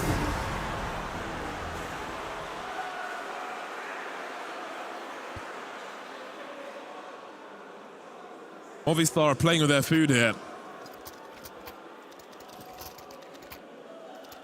I'm not so sure. What is going on here? They had a massive numbers advantage, creeping through the smoke, giving up the frags to Ecstatic, who find themselves on double figures. Movistar have put themselves on eco with that fast. Yes, and Sorcel's Glass Canada Famus, interestingly. I guess it makes sense because he's gone for the totem pole boost. Ecstatic now with the chance to close the scoreline deficit. Perhaps another overtime. Movistar have 2 full buys left. They have 2 full buys left. That's it. Ecstatic basically needs to pass 2 tests versus 4 buys, and they've got a good chance to take this to overtime. This would be embarrassing if they got that far for Movistar. Oh. Just Davy G. You guys love your anti-ecos. Rooting for the underdog, for the little guy. I feel like they've already exceeded expectations. Another gun drop, though, could make things more difficult. Davy G knows he doesn't have the space to pick up that AK. Wisely will fall across to the bridge side. Maybe try and take another angle. Crown will put him down. 4 more. It's doable. They're getting away with an absolute BS this game. The 2-on-5 pistol, that clutch. Feels like every couple of rounds, Ecstatic are just getting away with something they should have no business doing. Movistar buy at 15-11. They buy at 15-13. They force at 15-14. That's the situation Ecstatic might be looking at here. Might be marginal situations where Movistar save and squeeze another buy, an extra buy, if you will, but from their point of view, it is time to finish the job. From Ecstatic's point of view, they basically have nothing to lose here. The thing is that not all buys are alike, and that's what you're going to see in this round. The util is very sparse. 2 Molotovs, no kits. If this goes into another post-plant situation, things could get even messier than they were before. And in a round where you have limited utility, you sometimes are pigeonholed into playing a little bit more aggressive, maybe trusting a crossfire. Quick smoke to bracket side here. Onto jungle. And a flash to contest from Ecstatic. But these initial pieces of utility are only trying to draw out a response from the CTs, whether it be in utility or whether it be in aggression. Either way, they're happy. It's that short molly. Davy G blinds. No kills for Movistar just yet. Martinez drops as well. This is one of those 2 full buys for Movistar. They don't have enough to save. The spacing is impeccable right now from Ecstatic. They might not be fragging hard across the board, but the way that they're moving together as a unit is beautiful to watch. Mopo's going to hold onto the A1S and once again show us this beautiful apartments area. We love to watch that so far this half. I think I've seen it more in this game than I've seen in most Infernos in the last 6 months. That's one of the full buys past then.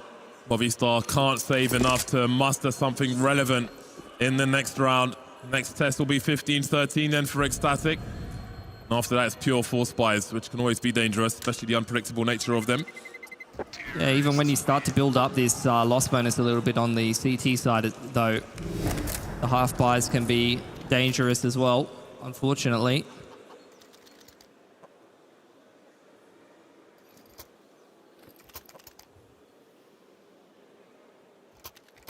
Not really much for Movistar to do here. Got to make sure they have a full buy in the next round, so there'll be the odd pistol.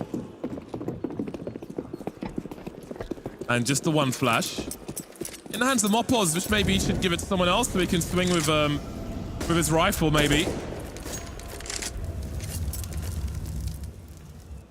Indeed, he's handed that flash over to Alex. CT's be creeping. Well, there's something. That might get rescued later. A deep molly will tell Movistar that there's more presence in the apartments and maybe protect the rifle as well. Martinez, aggressive as ever, trying to sit inside of a fading smoke and have a favorable angle. Can't quite snap onto the head. A lot of damage onto Manx. He saw the bomb moving backwards towards Banana. Mopos is on the way. He's still... Okay, Alex is going back. Alex still has the flashbang. No, they're leaving. The rifle's been shown towards B. So you would think, all right, let's make the play towards A then. That one saved player. Alex showing some presence and spam. Manages to draw out Nodios' position. Davichi's got that AK from the apartment earlier on. I thought he might have disposed of that, but no. It's there and it's been collected. But he's nosed up the spray. It's so messy. The pressure really compounding at this point as the bomb goes down. Two-man set up in pit with an AWP. Finally baited the shot there and gone past the angle. Salazar, you really need to deliver now. There's some util for Movistar. It's been thrown. They're closing. This is a bonus attempt for them. Very nervous by all ways. Nodius and Max tagged. There's no kit for these CTs. They've got to get their skates on. Looking forward to the side. Davigi is dropped and the rest will slip away. Surprised to see the Deagle armor saved. But another from Ecstatic. Dicey round just against the pistols, and you can't save in the pit. How many times? We still have cash to replace that, but long term, oh. Well, this is the last full buy for Movistar. This is the last full buy. I don't know how we are here, but we are. This is their last full buy. 15-13. This is a very weird game of Inferno. Double nades zooming down. No damage on Crown. Double nades down mid. And Manx is down to 9 HP. All kinds of airstrikes coming out from Movistar. Promising start in that regard. A lot of chip damage, a lot of utility used by the CTs early in the round. Flash into carpets. Exchange from both teams. Movistar playing relatively subdued in the backs of the sites. Info line on bracket side from Martinez. Almost walking into the spam there from Sorcel. Onto Nodius. Crown making inroads up towards half wall. When will Ecstatic take brackets? The answer is now. Push Martinez off that information line. Make sure that they're keeping the info game honest. Molotov and Flash to bracket. They're going to set up Nodios for potentially some progression utility, maybe a bit of a lurk. What do they do in the late round, though? Their options are open to them. Jungle wrap into B, perhaps, around the world.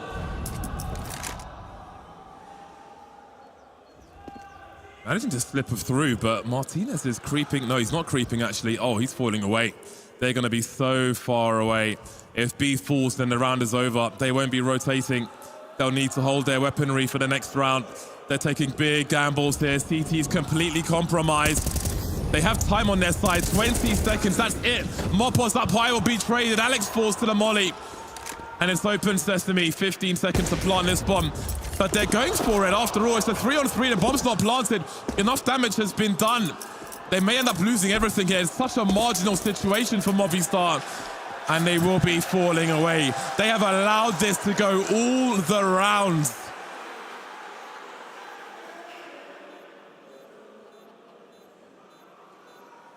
And I think back to the round where Martinez is giggling to himself at how close one of the rounds got when they had a much more comfortable scoreline lead. I think it's a bit of a different vibe now.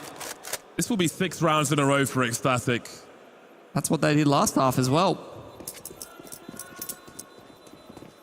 Mopoz 3.6 in the bank account. Should be totally fine to buy. Alex as well. In fact, Movistar will probably have a better buy in this next round than they had access to previously. They can even choose to double AWP if they want. Backs against the wall. No double AWP. It's going to play things by the numbers. Ecstatic, everything, all of the effort on the line here. After dropping their map pick, they just refused to die. They wouldn't lay down and let Complexity have the game yesterday, and it's the same story today.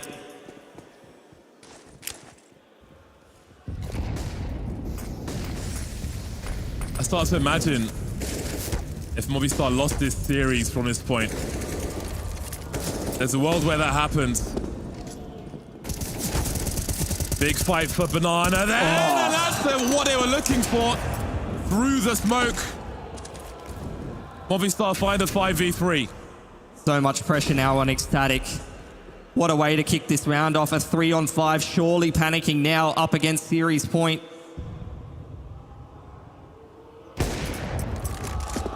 Creeping into the angle from Martinez. Movistar march on. The bomb is caught, and so is Queenix. It was looking great, then it was ugly. Doesn't matter how they do it. They have pushed on and made their way to the grand final versus Bad News Eagles. Credit to Ecstatic though. Really solid play in this tournament. I think they surpassed everyone's expectations, coming all the way from the open qualifier and pushing some of these better teams represented here. We'll see how Movistar fare against the Bad News Eagles in the finals though. Bit more of troubled waters there, perhaps, for the Movistar Riders, but they right this ship at the right moment. They close it out in 2, and from here on, it's smooth sailing straight into that grand final. The Riders, they're back, baby. You got to give them credit, right? I mean, like we said, we've already kind of built these narratives about how they were a last-minute replacement. I don't think they would have had a lot of preparation, but the work they've been doing over the last couple of months is obviously paying off in dividends now. They're looking very comfortable. The counter-strike they're playing is clean, and the individuals starting to look pretty cohesive. This is what you want to be seeing going into the grand finals. Yeah, what an absolute stomp the first rounds we had of this Inferno. They had Ecstatic's number, and they were not allowing them to have any room for any aggressive plays, and it was just a complete shutdown. It was 9-0. It was. It was an absolute slaughter in the beginning, but I mean, some positive news for Ecstatic, right? The guts, the grit to fight back in there, to rally. I mean, it was looking abysmal for a good stretch. They were just completely outclassed, but as we saw last night from them against Complexity, they're a team that doesn't really know how to say quit. Yeah, they don't want to say quit because of the amount of grit. And Queenix, as a good example, he's at the top of the scoreboard for Ecstatic. Him and Nodius, the rounds that they managed to pull together. I think Queenix had so many impactful rounds, multi-kill rounds, especially one on the very end of the CT side where he's alone in pit, using a smoke very well, gets up to 2 frags. And the way that they were pulling things together on the T side too, I mean, it's backs against the walls for them, and they still managed to take Movistar all the way in on Inferno, which is just very impressive. Very impressive indeed. Fighting back from the deficit, but it was the Riders who were ultimately the more impressive team, and standing beside the stage with Saucel. There we go. I got there eventually. We got Conky. He's got better words than I do. Let's give him a listen. Got there eventually, mate. Well done. Proud of you. But no, look, I've got to admit, I came actually down here prepared because Movistar Riders were, 8-1 up, something like that. And then it was like, okay, all of a sudden they start to come back. So as a part of that, because apparently there's a heap of Ecstatic fans in the crowd, I do need to give it up for Ecstatic. Come on, guys. Come on. Come all the way down here. and they've put on a bloody good performance. 192 rounds they played yesterday to then come and play this one, so absolutely incredible. But the Kings here are Movistar riders, so I've got Saucer with me, who, yeah, as I mentioned earlier, right, Nuke, you guys were really in control. It was close, but you guys had the lead, and then Inferno started to get really, really hot, so you guys managed to close it at 16-14. What were the comms like leading up to that moment? Yeah, I mean, we were in control in the beginning, but I think they adapted really well in the T side. Like, we started now 9-0, I think, and then we ended the half 9-6, so they adapted really well. And in the city half, the same thing. They adapted really well, and we had to like play more aggro and they get more info because we're playing a little bit scared towards the end. Yeah. So yeah, I think it was a good game, and we managed to close it out. Yeah. Absolutely. Now, it's been a very long event. This is actually the first 2-0 of the entire event that we've had so far. It hasn't gone all the way through. So that must mean good things for you guys. Now, going into the grand final against Bad News Eagles, do you guys have what it takes? You have for what? For Bad News Eagles. Are you guys ready? Yeah, I mean, we were watching the match between them and Greyhound. And I think they played like really well. So, I mean, we have to talk now. Yeah. But yeah, we'll get ready for them for sure. Well, I'll let you go talk, mate. All right. Cheers for that, and good luck in the grand final. Thank you very much. Cheers. There you go, guys. Make sure you're back here for that grand final. Until then, back to the desk.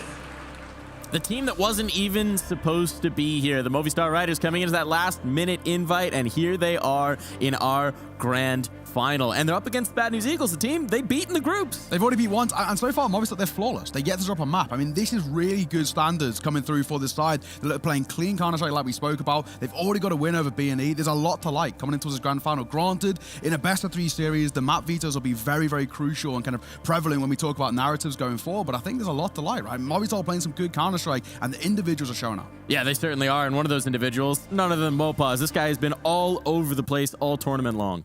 Yeah, and on Inferno, he starts off exactly how he ended things on Nuke. This man, the ability he has to enter onto the bomb sites is just incredible. Phenomenal how he cleans up, and he has literally no fear. I said it, you know, coming into the series, there was one big win factor that was going to be super key for this Movistar side to do well, and it's the mileage he gets from the T side. How well is he going to play when it comes towards entry fragging? And at times for 2023, it's not actually been too clean for him. He's been struggling to find that confidence. He looked really good today. I mean, you can see him getting in towards those very strong positions. He's getting a lot of frags on the board, but the most important thing that he's doing is just creating so much space. That's all he needs to do. Create space and allow for the rest of the team to come support him. He's doing a cracking job of it. I mean, you can see on the graphic there, he's getting about a kill around. That's kind of absolutely insane. It is absolutely insane. And do you think there's entry kills, right?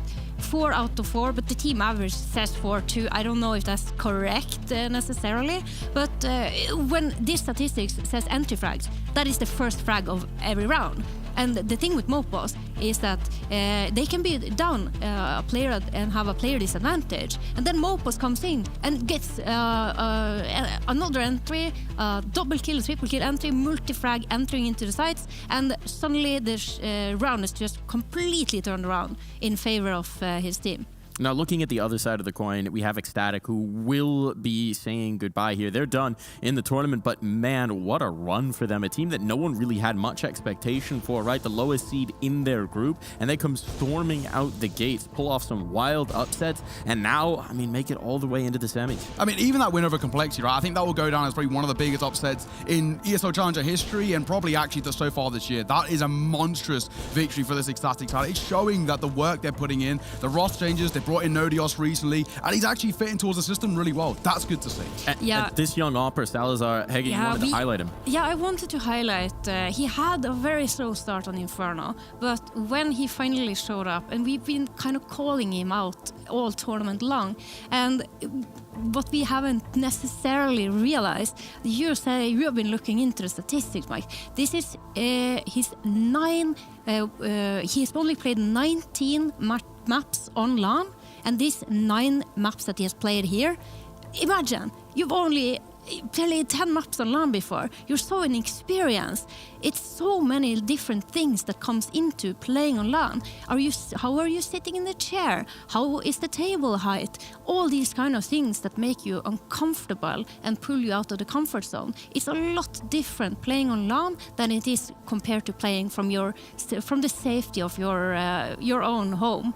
And I think what Salazar is doing here at the very end on Inferno, it just showcases the potential that he has as a player. And if he can continue this upward trajectory, he is going to be one to look out for in the future.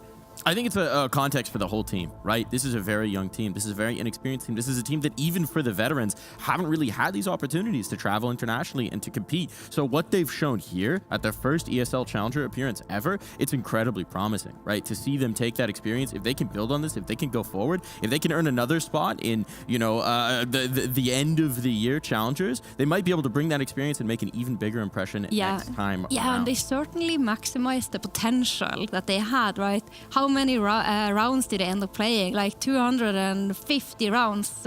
That's a lot. And for a team with this little LAN experience, that is just gold. They're getting their money's worth out of the plane tickets, that's for sure. But it is the end of their time in the tournament. We've got 2 more teams, and one of these squads is going to be writing their name in the history books as the champions of ESL Challenger Melbourne. Will it be the Movistar Riders? Will it be the Bad News Eagles? We'll find out after this.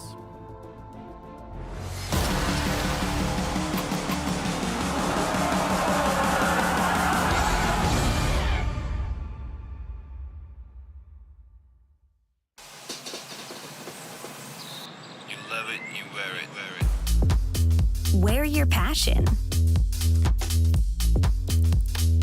Share your passion. Wherever, whenever. Gaming is a lifestyle.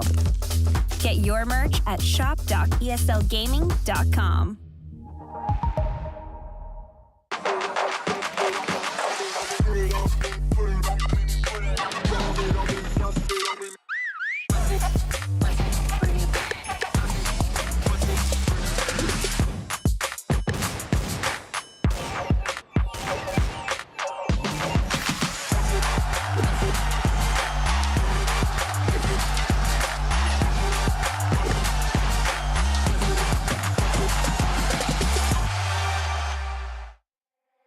I'll keep your picture in my room, 'cause it gets me in the mood.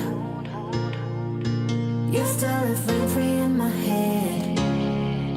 You got me so confused. My mind is full of you. Still want you in my room. Don't wanna get rid of you. On my mind when I am up too late. You got me so confused. My head is full of you. You keep slipping away. I learned the hard way. But something's gotta stay. Don't let it go to waste.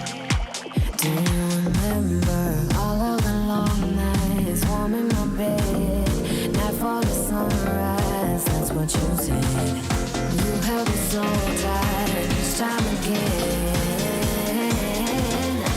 I'll keep your picture in my room. Don't wanna get rid of you. On my mind when I am up too late. You got me so confused. My head is full of you. Don't win silly games. Don't leave me hanging on. Keep me hanging. I said it once, I'll say it again. Your love is what I want. Do you remember all of the long nights, warm in my bed, not for the sunrise? That's what you said. And you held me so tight each time again. In my room, I'll keep you safe. Don't stay up way too long, pulling back and forth. Still got me paralyzed. Got what you came for. One thing that I've kept.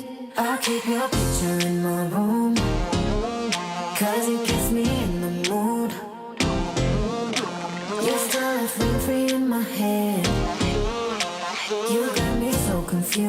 My mind is full of you. Still want you in my room.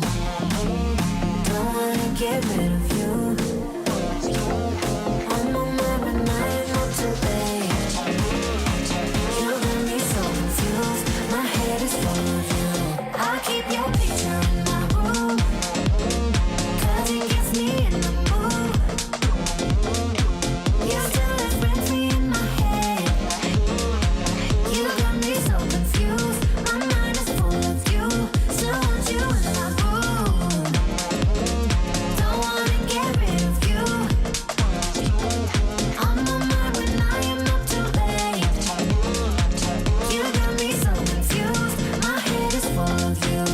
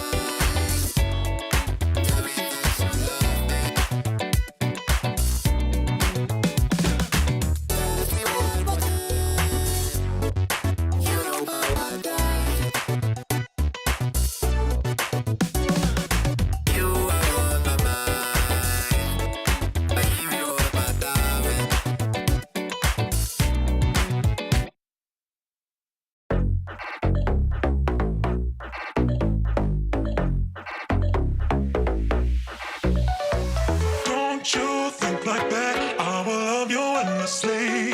If you only believe in me. Don't you be like that? I will love you forever. If you only believe in me. Yeah. Don't you think like that? I will love you endlessly. If you only believe in me. Don't you be like that? I will love you forever.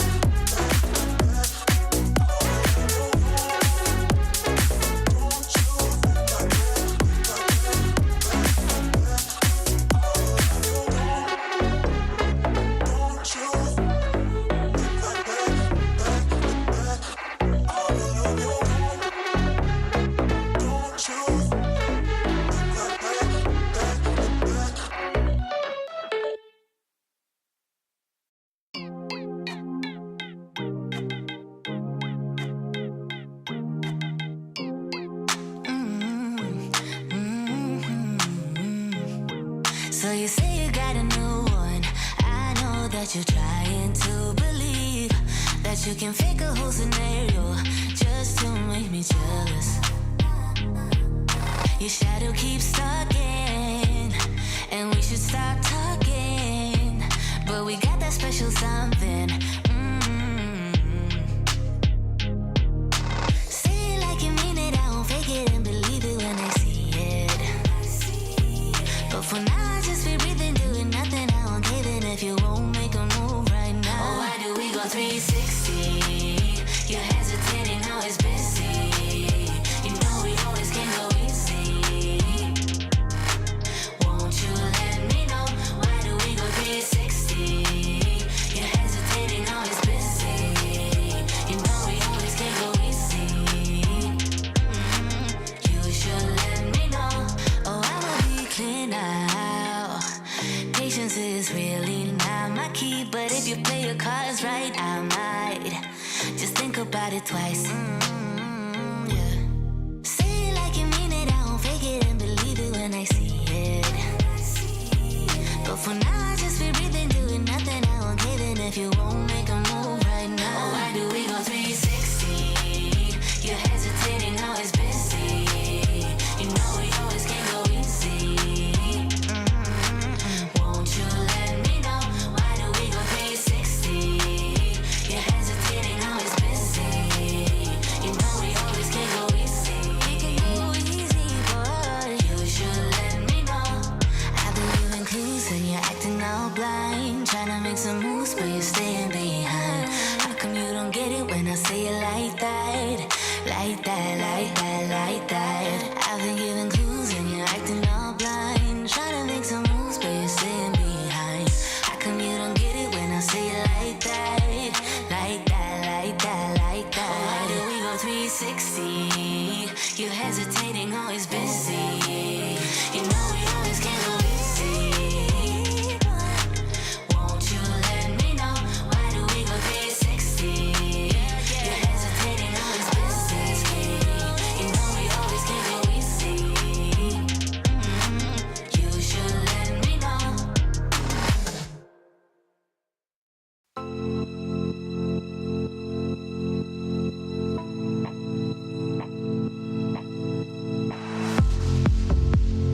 How can I save you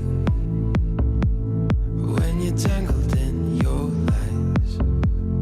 Caught up in the middle, I can see it in your eyes. Lonely in the corner, waiting for somebody to come and save you from the cold of night. Easily, we've been falling in disbelief. I think I'm ready for another try, but this feels like the last time. So why did you say goodbye?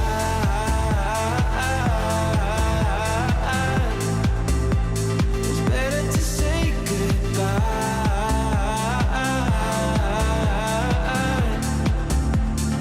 Why did you say goodbye?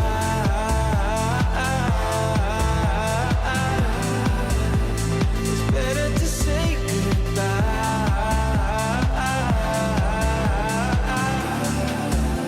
So why did you say goodbye? Quiet like the ocean, with the rumble running deep.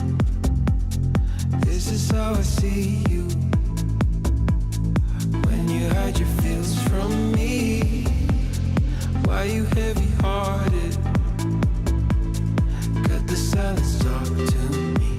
Release your mind, get what you need. Easily, we've been falling in disbelief. I think I'm ready for another try, but this feels like the last time. So why did you say goodbye?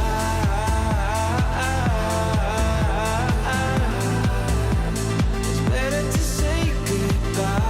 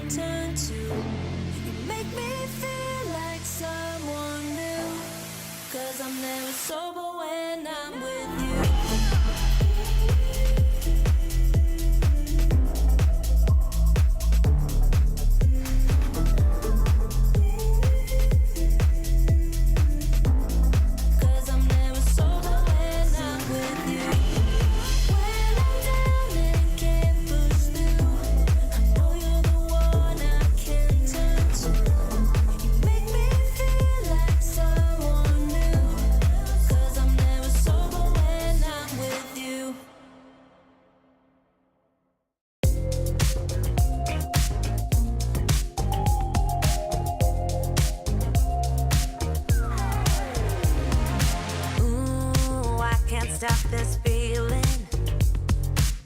It's setting all my doubts on fire. Ooh, like you won't believe it. Won't let a moment pass me by. Too late, can't win, I'm giving in. Cause I can feel something coming over me, holding me till the morning. And it keeps me dancing when I feel something coming over me. I just keep dancing. Ooh, morning light so blinding. It's on the ceiling and the walls. Where is my name? Cause I can't find it. Those early memory lane walls. Ooh, but I know it's the price that you pay. Ooh, for living it up on Saturday. I can't win, I'm giving in. Cause I can feel something coming over me, holding me till the morning. And it keeps me dancing when I feel something coming over me. I just keep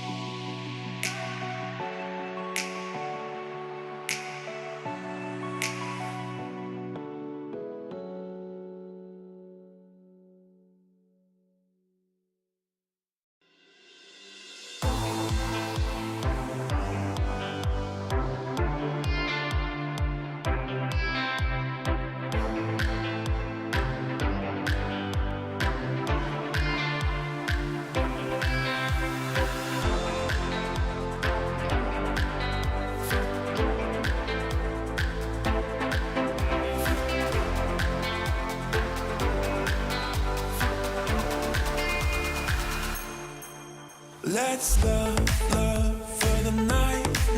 Slow dance till the sun comes up. Let's touch under lights. Slow dance till we're high on love, high on love. Till we're high on love, high on love. Till we're high on love, high on love. Till we're high on love, high on love. Till we're high on love.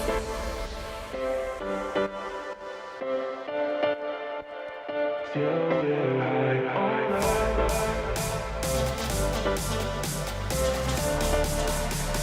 Till we're high on love, high on love. Till we're high on love, high on love. Till we're high on love.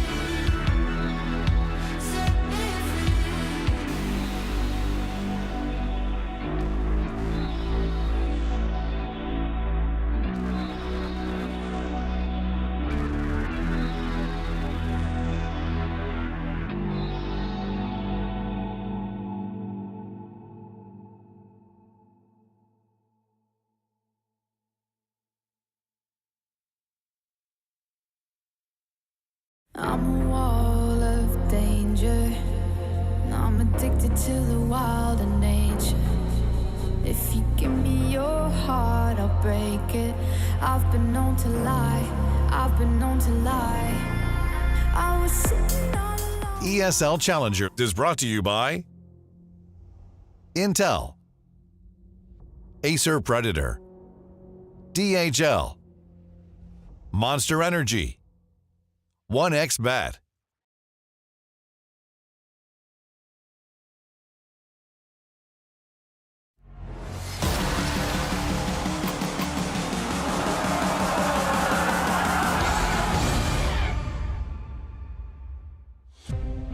Welcome back here one more time to the sunny streets of Melbourne, Australia for ESL Challenger. We've come the distance. We've come to this moment, this grand final, and now it's time for us to crown our champion, our kings of Australia. Will it be the Bad News Eagle? Will it be the Movistar Riders? It's time to find out. And here joining me on the desk for this grand final, we've got Mr. Alan Hender, and we've got Hege Botman. Yeah, born a bot, brave as a bot. I don't know. No one can at least blame me with that bad comment because, you know, yeah, it's half of my identity basically. It's always good to embrace one's identity, and we're going to figure out who's going to have the identity of champions after today's series, because only one of these squads can walk away victorious, and it's very different storylines for them both coming into it. Oh, absolutely. Of course, B&E, as we framed from the off of the tournament, in the bigger picture, major cycle. That's what they're really here for. They're really here to get the experience to go into that major in top form, as well as Pro League later in the year. This is their best chance now to qualify into that Pro League, get another massive international tournament for them to look ahead towards. So I think for B&E, this is a huge game. They have to knuckle down and focus because the potential rewards, the confidence going into that major is kind of undeniable. Could they get over the line? Could they indeed? And for the Movistar Riders, they're looking to reclaim a little bit of their glam, right? This is a team that last year reached the highest highs for the organization ever, and it started with an ESL Challenger victory. Finding another one here, I mean, this might propel them right back into the spotlight. Yeah, it certainly can. And, you know, rebuilding, and it's not necessarily a Spanish siesta that we've had here in Valencia, because no, in... That was in Valencia, in Melbourne. They've showed up. They've undefeated so far in the tournament, right? And I think that's the storyline. They haven't dropped a single map. They came prepared and they came to play. It's kind of a very different story when you compare these two teams, right? B&E have had these wobbles. They've always been able to recover. There's always been able to regain. They've always been able to propel themselves through, but it's been Movistar who've looked like they've been taking care of business every step of the way, and now we're going to see these two sides clash. But that's not the only competition taking place today. There's another competition that you yourself can be a part of, because now it's time for the DHL drop. Do you think you know everything about CSGO? Then stay alert and look out for the DHL drop quiz on the ESL CSGO Twitch channel. So now it's your chance to get in the competition, to show us your knowledge, flex it, and let us know if you really know what you're talking about when it comes to CSGO, and win fabulous prizes. Our question today for the DHL drop is, who is currently the only player that won 2 Intel Grand Slams? Is it A, Simple, B, Twists, C, Magisk, and D, Kerrigan? And here's the fact, that'll be the only player to have ever won 2 Intel Grand Slams in the history of CSGO, because there's not enough time to win another one before the new game comes out. So, a good question here. Give us your answer. Get in Twitch chat, use !DHL drop along with the letter of your choice, and you may have a chance to win fabulous prizes if you get it right. If you don't, too bad, so sad. You'll be going home disappointed. Much like the team that doesn't seize this moment, doesn't seize this trophy, doesn't seize this opportunity to crown themselves champions. For both of these teams, this represents a massive chance. Absolutely, and I think reflecting on Valencia for Movistar, they were underdogs the whole way through. The whole way through, outsiders were in that tournament. Furia went out early, but they were probably the pre-tournament favorites. And right up until that grand final, outsiders looked like they were going to win it. And it was Movistar that came from behind. They were the unexpected team. And I think the difference is, with the playoffs overall, and particularly this grand final, Movistar are going to look at this and think, this is a massive opportunity. This is a huge opportunity. Bad News Eagles for a grand final matchup to get a big title. That's a very winnable game. And if you're Movistar, you played these guys so many times over the years. I'd be stunned if they don't come into this with confidence. Yeah, surely. I mean, Bad News Eagles is a team that is just oozing of confidence. That's their bread and butter. They thrive when they don't really have to pull out any strats and can just run at their opponents. Guns are blazing and shooting heads. They grew up playing qualifying into FPL. They found each other, could build up this team, this roster of and be proud together. We don't know what necessarily is how much talent is in that region, but looking at this team with these 5 players, how they managed to. Because you're from the UK. I mean, let's talk about UK. I'm from Where's this going? We're in another part of the Commonwealth. Let me just finish the point, right? In the UK, they've been struggling. You can't really get a 5-man roster. In Norway, we struggle too. We can't put together a team of 5 players who can perform at this level. But Kosovo, they have managed to do it. And it's grit, it's determination, it's hard work, it's hours upon hours of grinding Face It, grinding FPL for these players out of LAN cafe before they even have their own PC. And it's just a fairy tale story, the Bad News Eagles. And I actually hope that they can do it all today. But they've never found that fairy tale ending. They've never found that trophy lift, and this is their moment to take it to its conclusion, to bring that energy of a potential LAN win and take that into the final major in CSGO. We've got our veto here. It's time to set the stage. It's time to figure out where we are taking these maps. What should we be looking for here, Alan? Movistar got a lot of hard choices in this veto. They can take it many a different way. There was a big question of, coming into this one, where's Mirage going to be in this veto? Is he going to go out early? Are they going to, leave it in for later on? And I think if I'm that Movistar squad, I would have spent a lot of time pondering about what to do here because they just got so many choices. Yeah, and as we had this discussion in the back room. You see Movistar, they're banning Mirage. Yeah. They don't want to let Bad News Eagles have any of their favorites and not be comfortable at all. And they're going to pick Anubis, which is Bad News Eagles' worst map statistically. We saw them struggle against Rare Atom and just barely were scraping by in an overtime. And then, of course, fantastic pick here, Ancient. That's a spicy pickup for Bad News Eagles. This is an excellent veto for Movistar. I think the option here was to ban Vertigo. It kind of has become their essential permaban as of late, despite being 7 maps. That's the one they chose to float. They said, we don't want to play Mirage. We know they're going to pick into it. We want to make them as uncomfortable as possible. Other factor is you've got barely any time to prepare for this best of 3. And BNE probably thought Mirage was going to be open. They probably prepared for that map, thought about the pistols the first go-rounds. That's out the window, and they're going to go into something else. I thought it would have been Vertigo, but they haven't picked into it. And looking at this video so far, they also, of course, the Anubis pick out from Movistar. It's a bit of a risk. It's not their favorite map, but they know BNE hate it. So this is a bold veto from Movistar, but I love it. I absolutely love it. It's aggressive, and it might just win them this grand final. It might indeed. If you think it's going to, now it's your time to let us know what you do think. Get in the chat. Use the hashtag MRS or hashtag BAD to give us your vote about this one. They didn't change them around on me. I made a gamble there. And much like they have with this map veto, let us know who you think's going to be winning. And maybe you'll be right, maybe we'll be wrong, because it's going to be one of these two. But this sets the stage in a very interesting way. It almost does, again, feel like the tale of these two teams at the tournament, where Movistar, it's been about being in control, being ahead of the competition, whereas for the Bad News Eagles, it's been about that extra boost factor to catch up, to cover the gap when you most need to, when you look like you're going to be pushed out of things, to fight back against the odds. And again, they had to do that in the groups. They lost to the Movistar Riders. So here's their chance for revenge. Here's their chance to fight back. Yeah, and with that Inferno loss, of course, they were not feeling particularly well. They were jet lagged. They were a little bit iffy. They have been traveling for a long time and, not mentally prepared for how difficult it can be when you have to travel half the way around the world to play in a tournament.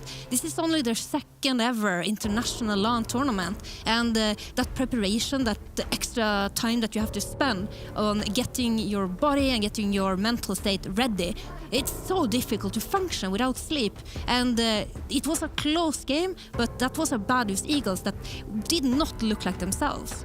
Speaking about the stars going into this matchup, I feel like there's been a lot of parallels between these two rosters, right? You have a very aggressive rifler who's been playing very well. We're talking Juan Flacho for the Bad News Eagles. We're talking Mopaz for the Movistar Riders. And then it's been about the Opper. GXX for BNE and Martinez stepping into his own as part of this Spanish squad. Yeah, I mean, I think for both of those Orpers, they've had a rough 6 months. GXX especially has been a little bit up and down. Martinez, of course, the shoes to fill couldn't really be bigger for a Spanish player. And coming into that, it's beyond just the Orping.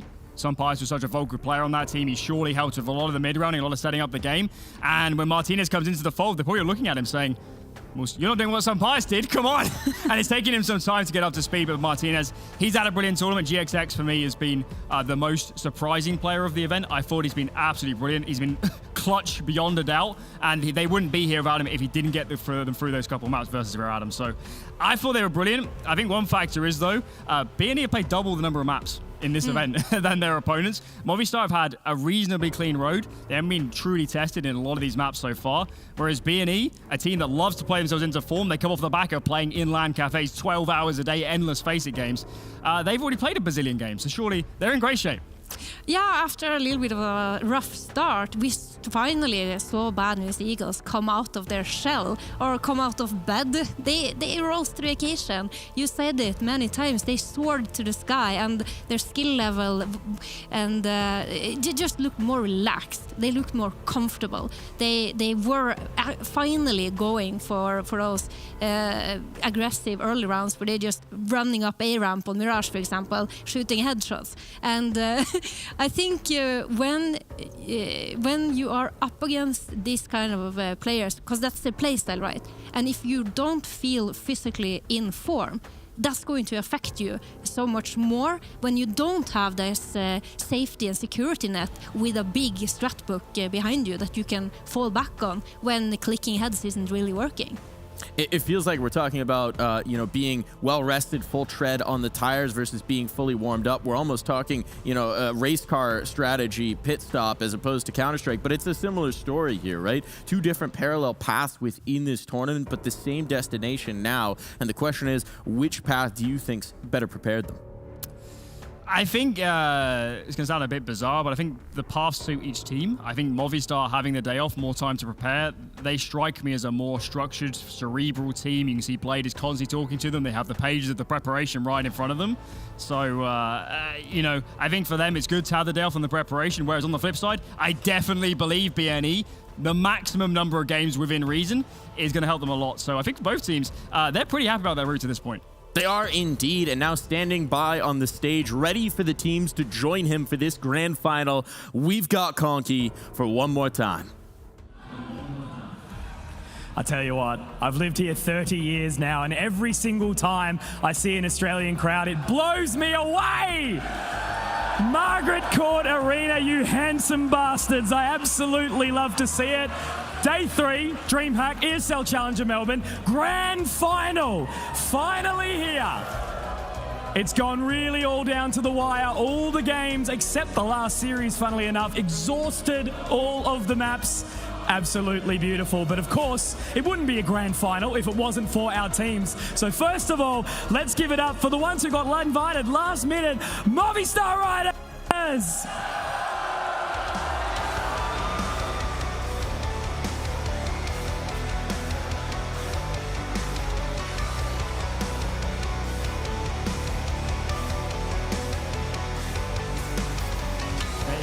So from right to left, your guys left to right, Sorso. The IGL in Alex. Martinez, the demon on the orb. The man looking for love, David G. Mopaz. And Golda as well. Coach, beautiful stuff. And of course, BNE, right? They came in absolutely hot into this competition. They almost got knocked out, but they're back here in this grand final. Give it up, Bad News Eagles!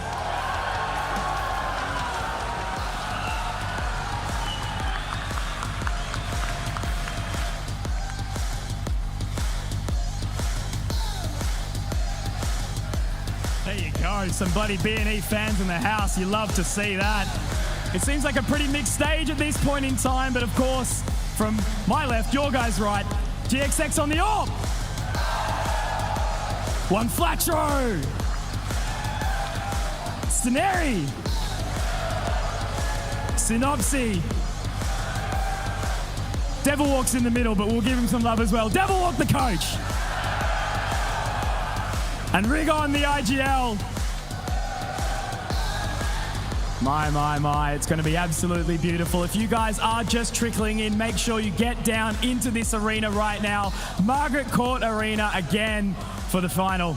Winner of this one, 50K cold hard cash and a spot at ESL Pro League. So let's get the guys over here. I believe I've got Mopoz and of course Rigon. Guys, come on in, have a little bit of a chat here. Okay, so listen, Mopoz, mate. It's been an incredible run for you guys, right? Last minute to get here, big tier competition, you know, huge games on stage. How are you guys feeling so far? We are feeling really good because we didn't really expect to be here. We just get, as you said, coming here in the last moment. So, and we are enjoying everything. Even when we just went outside just to watch a little bit Melbourne, we just enjoyed really. I mean, this country is amazing. We really like it, and I think that we really like to come back again in the future. Absolutely, it's been a pleasure to have you so far. And look, if you guys win this, a spot at ESL Pro League, what does that mean for the team? It will mean a lot of things. I mean, it will be incredible for us because just be able to play in the Pro League is like being able to play in the Tier 1 events once and again. Yeah, absolutely. All right, now over, of course, to Rigon, mate. Now, you have had an incredible run through this. It was a little bit of a knockdown on that first day, but then you guys came back really, really strong. You've made some fans here. How have you loved Melbourne so far? Melbourne is great, the crowd is great, and Australia is great. This is the thing about Australian fans, right? You beat Greyhound, you upset everyone, but then they come back to cheer on. How good's that? They're loyal to us, and I love them. And we also spoke a little earlier as well about similar thing, right? ESL Pro League spot on the line. You guys can get back in, coming all the way to Australia to do it. You know, what does that mean for your guys' team? It means a lot for us because we are a little bit bored of playing all these online cups. So if we would like to qualify for Pro League so we can play the Tier 1 tournaments. All right, well, I'm going to let you guys get back into the server. Can I get a fist bump, gentlemen, please? There you go. Good game. All right, now the grand final is almost on us, so let's give it up one more time. Margaret Court Arena for Movistar Riders versus Bad News Eagles. Go! Yeah! Melbourne, you sexy bastards. Back to you guys on the desk. Loving the noise, loving the energy there in the Margaret Court Arena. We're going to need all of that energy all the way through. So save your voices or just get them all warmed up. It's almost time to hop into the server. It's almost time to get live with the Counter-Strike action here. So let's talk about who we think is actually going to be taking this in just a moment. Alan, how are you feeling about our grand final? Movistar Riders, Bad News Eagles. I think torn. Torn is the word. Before the veto, I was confident it was going to be Bad News Eagles, but now I've seen it. I'm starting to waver. I'm starting to waver quite heavily. BNE 2-1. BNE 2-1. Movistar can do this, but it has to be a 2-0. If it goes to overpass, it's BNE's title. Hey, yeah, I think it's exciting, of course. Anubis, the newest map in the map pool. We appreciate Movistar Riders for picking that, but against a team like Bad News Eagles, who is so heavily aim reliant, Anubis isn't a map that is necessarily needed to have such a deep strat pool, and I think that this veto may just have backfired to disadvantage for the Movistar Riders, and I'm totally 100% on the same page as Alan. I think BNE will win this. Well, I like the confidence here. I'm not so confident. Frankly, I don't know which way I lean in this one, and I feel like I've been the voice of the people throughout this event in terms of the prediction, so I think I'm going to give my voice over to the people in the arena one more time. Here's how we're going to do it, Margaret Court. I'm going to say a team, and you're going to cheer, and I'm going to go with whichever one cheers the loudest. So let's start it out here. Are you ready? Are we going with the Movistar Riders? All right. I like the energy here. Oh, helmets off. Now one more time. Are we going with the Bad News Eagles?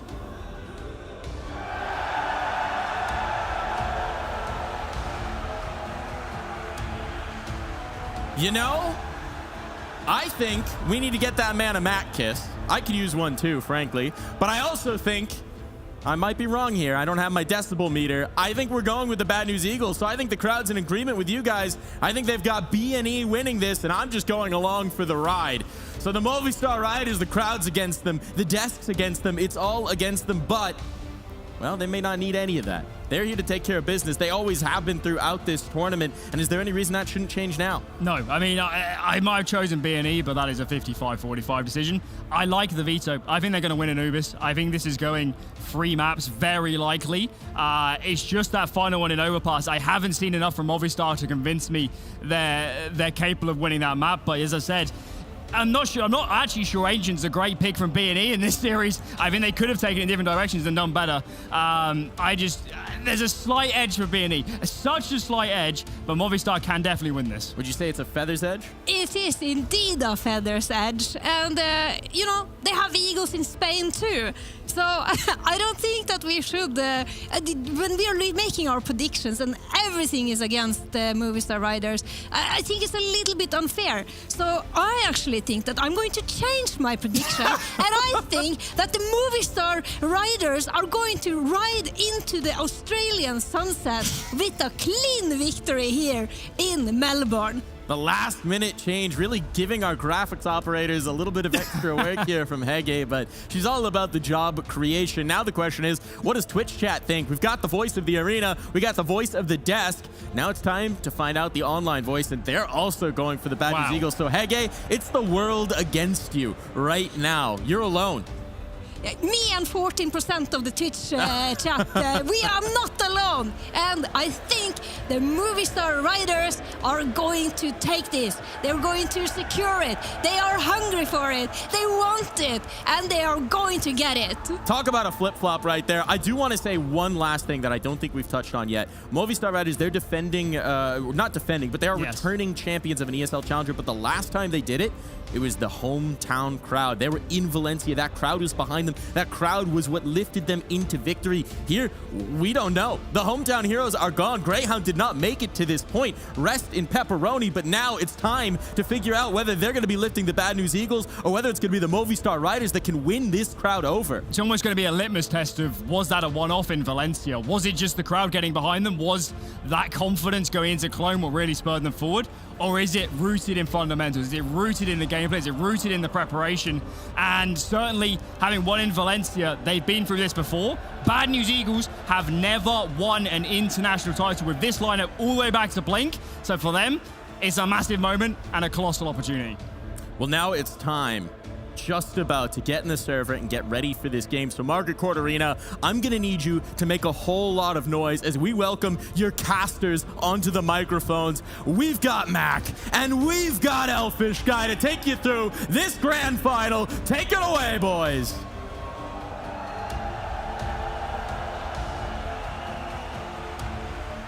Obviously, Mac, at the moment, you know, this is a very vibrant arena here in Margaret Court Arena. It feels fantastic to be here for the grand final. Everyone is popping off, and we couldn't really ask for a better atmosphere, could we? No, I don't think you could. It's insane. I've been in stitches for the last hour just listening to these nuisances up there, making a lot of fun for everyone. There's been streakers in the arena. I don't know who it was.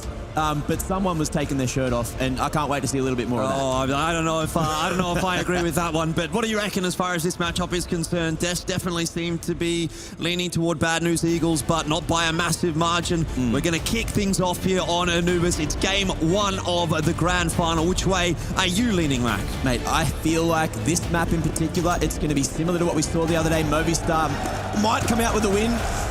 So B&E, I'm feeling it's a reverse sweep angle. We're going all the way to 3. And I can't wait to see what we get from the first round here on Anubis. Mopos looking to go straight up the guts real damn quick. Yeah, certainly hoping we're going to get 3. Almost every game has gone to 3. Oregon, though, he can't deal with 3 as the Movistar Riders drop off the bridge into his sightlines. One flat throw now with a bit of work to do just outside of dark. Fairly unorthodox position. But Movistar Riders, they'll back away, and one flat throw walks into the trap.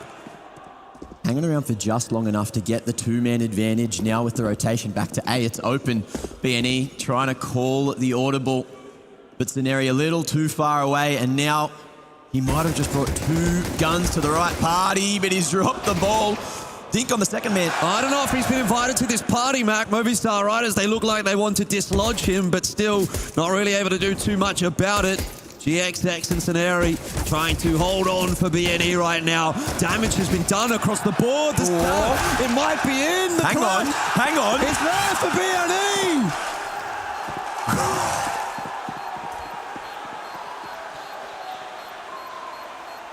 And he is defusing. He wasn't just celebrating, but getting the crowd on your side nice and early is always going to help BNE with that CT pistol. And from what we've seen recently on Anubis, these CT rounds are few and far between. Yeah, so a solid start to the grand final for BNE. Yeah, that has to be a round that really rattles Movistar Riders because they set it up so perfectly. They got into the bomb site, 4-on-2 post plant. You don't expect to lose that one at all, but BNE, big clutch from GXX and from Scenari. And look, that's not too surprising considering what we've been seeing from those two throughout this event so far. But for Movistar Riders, definitely not the way they would have seen that round playing out. So they'll have to reset here. Did get the bomb plant down, so can invest. Only one member with any util really to speak to. Just looking to lock onto the dark control here. One flat row. One flat roo. How do you say his name? I don't even know. But he's just dropping this molly at a nice moment. Mopo's waiting to make this move, but Smoke going to be invested at the minute mark. Ooh, creep in GXX. He's been sharp on the stick today. And he's got one in the second round. Yeah, 5-on-4 to kick things off for BNE. Better start than what they had in the pistol, and they were able to convert from a rougher position than that. Doesn't look like they're suffering any real problems in this round. GXX already with the AWP in hand. And BNE a clean sweep in round 2. Oh yeah, that's solid for the economy, great for the confidence. And I'm sure they're just going to keep their heads on tight this time. Things got a little out of hand when they ran away with it early against Greyhounds earlier. Had to close it out in map 3 in a slobberfest. A slobberfest, A slobberfest, mate. It got a little messy on both sides. Yeah, it did. Movistar Riders, though, they're going to keep things clean in this round. Not really much of an investment. And GXX waiting patiently for anyone to peek middle. Does have a little bit of backup there as well with Synopsy hanging around. It's a decent setup for BNE. They won't be rewarded for it just yet. Double nade. Doesn't really do too much damage, all things considered.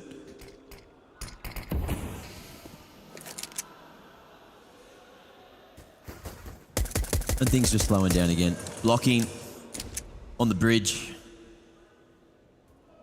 BNE happy with the setup that they've got. And Movistar probably just happy for the util to be used. Waste that cash. Ooh, peaky timing maybe for Mopos. We'll see what goes down. Synopsy even going to the secondary here.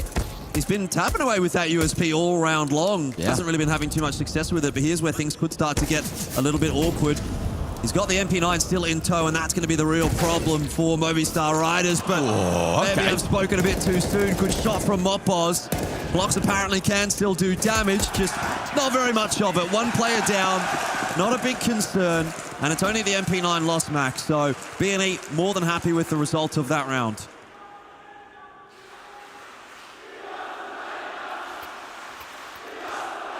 I can't hear you guys. A little louder, please.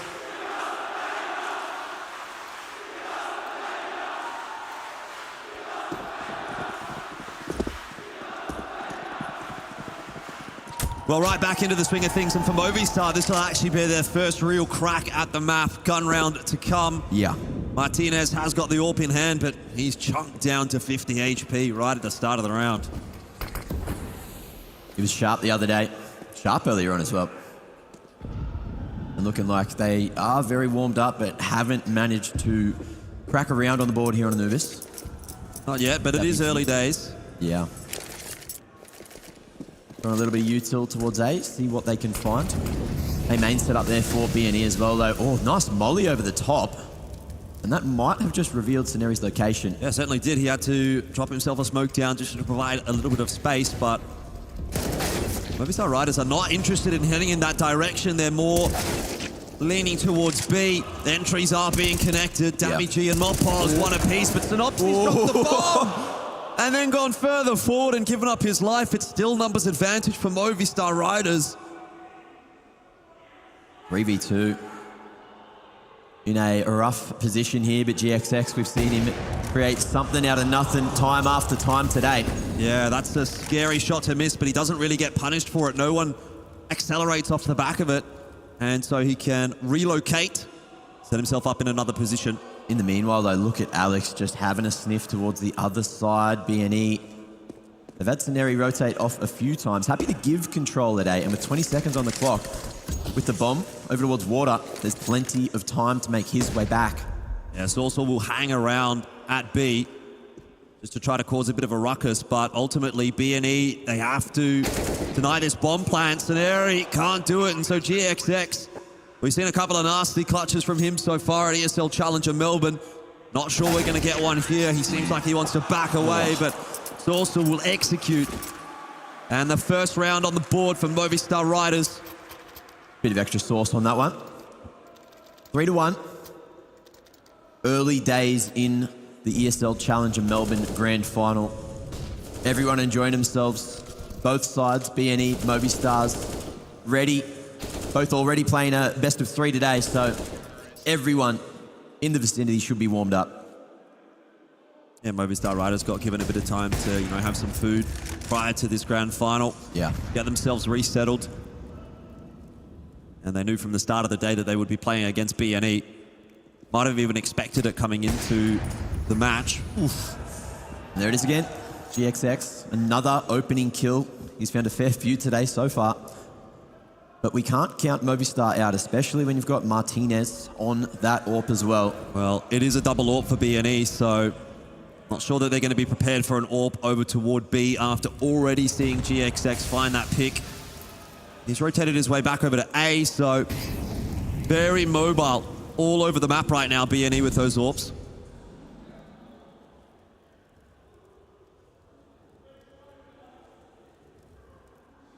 Just waiting out the mid-round.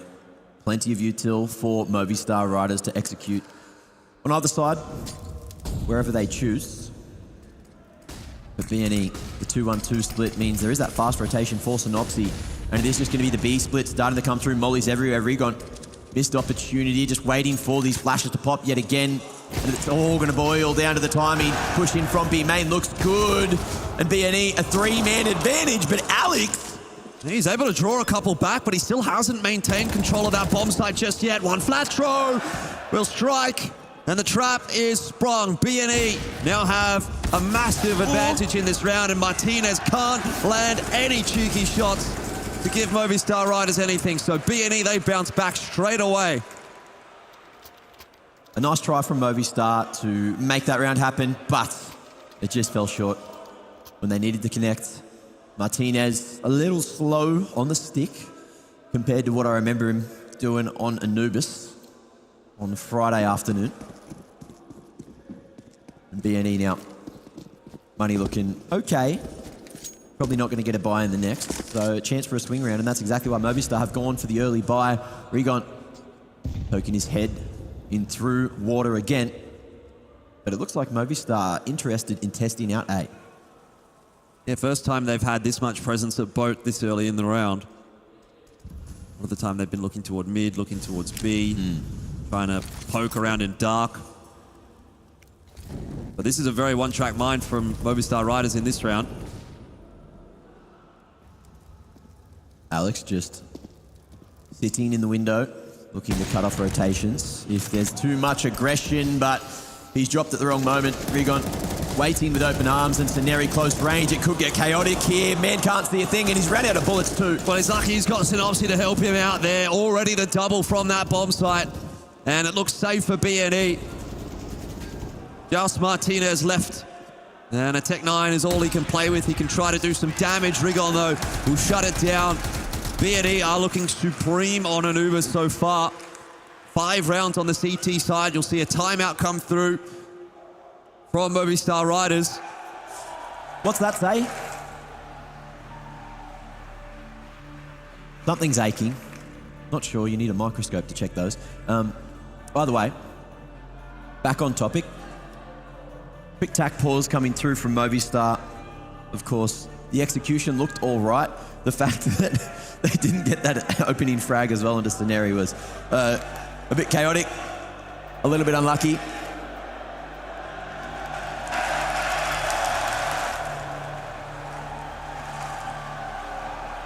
Is that the first of the weekend? No, there was one last night, 1 or 2.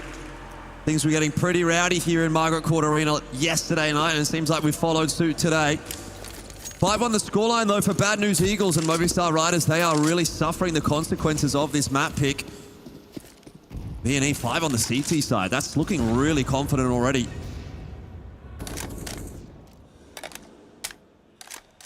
Slowing things down.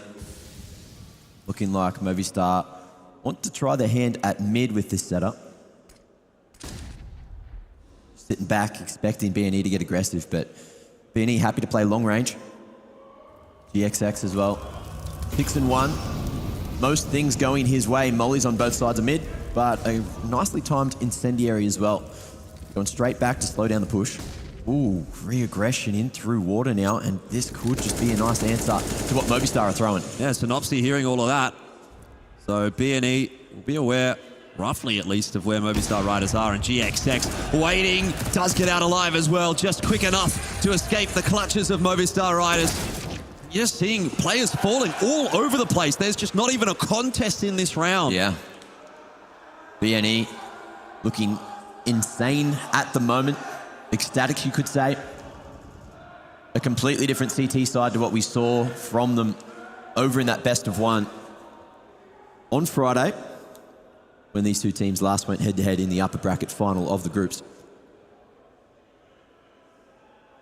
And I remember back then, we saw Devil Walk on the player cams just giving it to the team. He's very vocal, isn't he? Yelling at them in those tack pauses. But they haven't needed one yet. A much better start. Yeah, if it ain't broke, don't fix it. BNE very happy with how things are playing out so far. Synopsy goes down, but that is just an MP9. So BNE, if they're going to lose a gun, they're happy it's that one.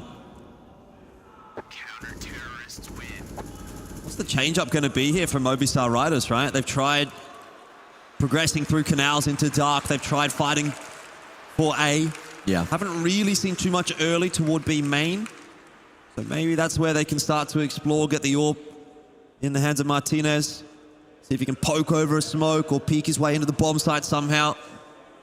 Risky prospect, though, considering how solid GXX has been. And even, to be fair, Rigon taking that second AWP looked pretty good as well.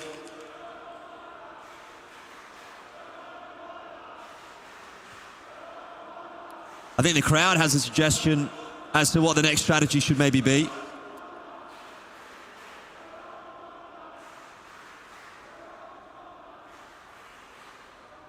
It is true. If he just turned it on. If he just turned it on. Definitely would help.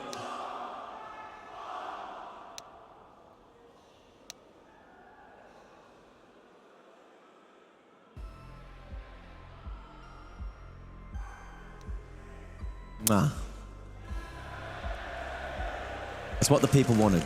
A little smooch in the microphone. But we're back.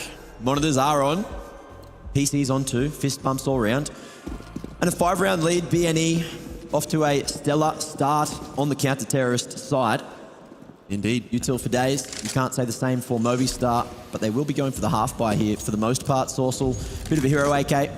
And Rigon as well, just jump peeking over the smoke, hoping he can see anything. He might have just seen some feet there. Looks like he's hunting, fishing through that smoke, but won't find anything.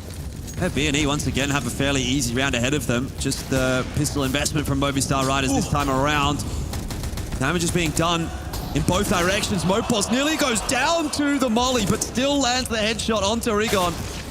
It's 4-on-4, but not for too long. Movistar Riders somehow are putting this round together by the skin of their teeth. Now it's GXX who misses the second shot, but not the third. And BNE, well, they lose control of the B bomb site, leaving Ceneri solo to clutch. But the two players remaining for Movistar are so low. Ceneri has an AWP set up for him.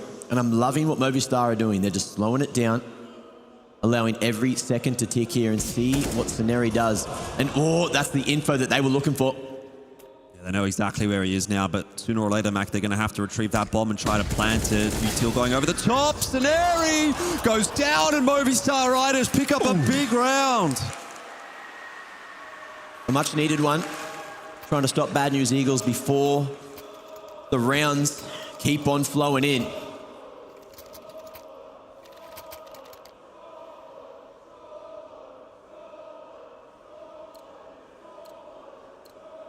I reckon we could make a rowing team out of them. Maybe. Send them to the Olympics. The E-Olympics? One or the other. Early Util going to be traded over towards the stairs. Alex cops the pointy end, but so Synopsy. And this change of pace in towards A might just work. Mopos still going to be smoked off here. Well, he's trying to work that smoke, but hasn't seen too much. Really much of an aggressive response from B&E so far on this CT side. I think we expect to see that maybe a little bit later on if it's not going too well. But it's been fairly standard so far, and that has been successful for B&E. So they don't need to do anything too silly. Now starting to get a bit antsy. And a little foot peeking through that smoke will be the end of Juan Flatro. Maybe it's starting to crumble for B&E now.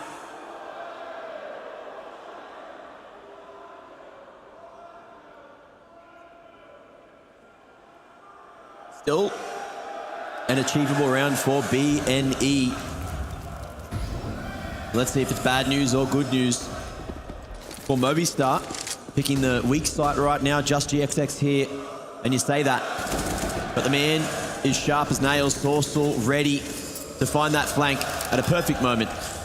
And the save will be called. Movistar, great patience to hit A late. And now the 2v4. There's no shot that B&E go for this one, but surely some exits are in order. Yeah, you've got to give some credit to Movistar Riders here. They've been working hard on this map. They haven't really been rewarded for it, but now it starts to feel like the fruits of their labor are coming into effect. They win a couple of rounds. Money's starting to get low for B&E. So Movistar Riders can start to think about their campaign on the T side rather than just trying to restrict what B&E have been able to do so far. Yeah. But keeping two alive here on Flatro with 3.4k in the bank. That means that there's potential for another full buy from BNE in the next. So just hedging their bets at the moment. And Movistar slowly creeping back here in the first half. Slowly but surely. Job's not yet done, Mac, though. T-side of Anubis, you want to be getting a lot of rounds on the board. Is the job ever done? Haven't quite got it. The job's done when we hit 16. True.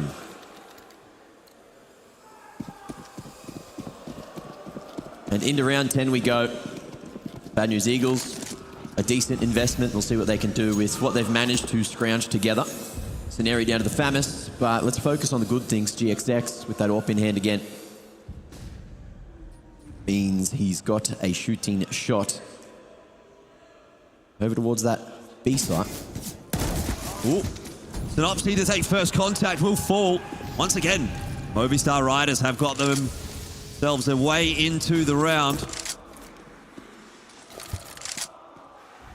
Deep smoke over towards Palace. And it looks like it will be the attempt at the split in from a late push from Savvy, but Ceneri going to be holding at the stairs. Yeah, nice double with the Famis. Not going to have that every day, but let's see how much more he can grab. Certainly under pressure. Push coming in from multiple directions. He's covered off nicely as Davichi will go down, and so too will Martinez. It might be the ace. It's taken away ultimately, but 4 kills with the Famis on the site. You'll take that every day of the week.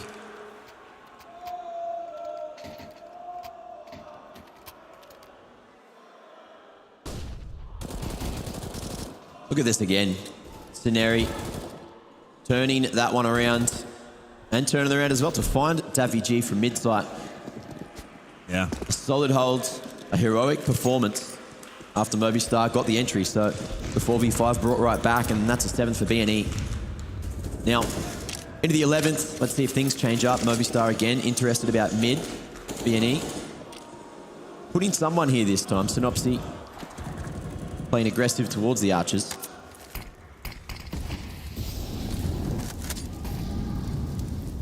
And happily just cycling through the util, answering what Movistar are sending. Again, no early progression out from BNE. They're not really trying to overcommit to anything. Alex with the spam through the smoke will catch Synopsy. Movistar Riders once again will start with the player advantage.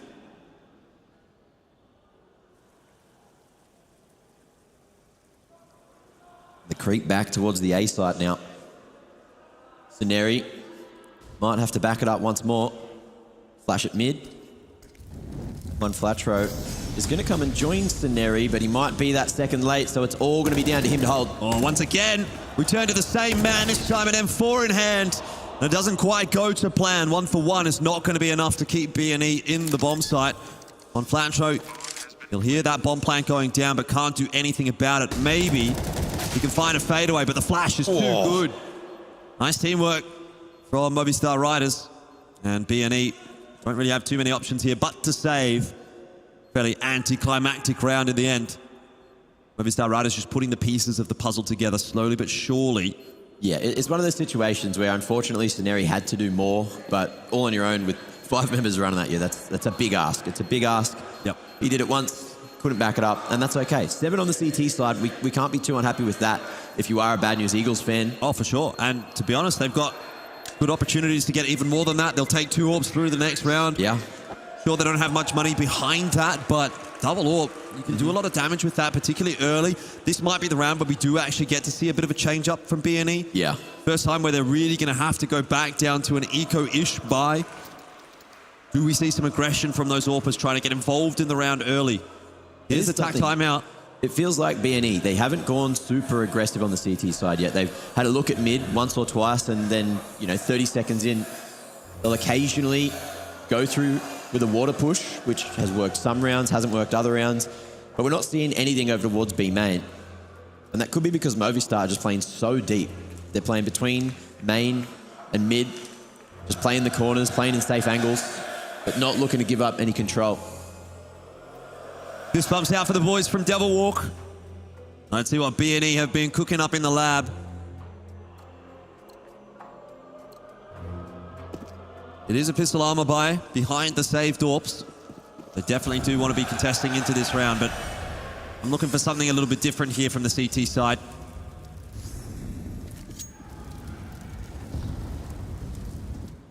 Whoa, big dunk on a Martinez. All right, well, that's a big dump as well. Onto one Flatro.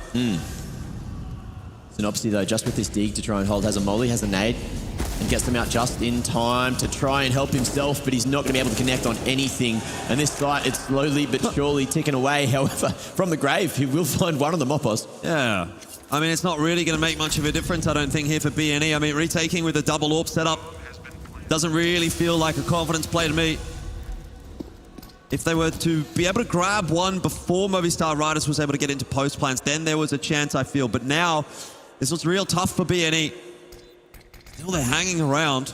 They have this smoke as well to allow to deny some of these angles, allow the retake to start to come through. That last flash used, and Rigon not going to be able to do it. Sceneri able to trade with that 5-7. Not enough. Up the AWP, but he's not going to connect just yet, and that time is ticking away. However, connection onto Sourcel 2v2. They got a defuse mag. Time is a ticking. Martinez hits one. Pistols out, and defuse not secured. So Movistar Riders will get another. BNE, they got close.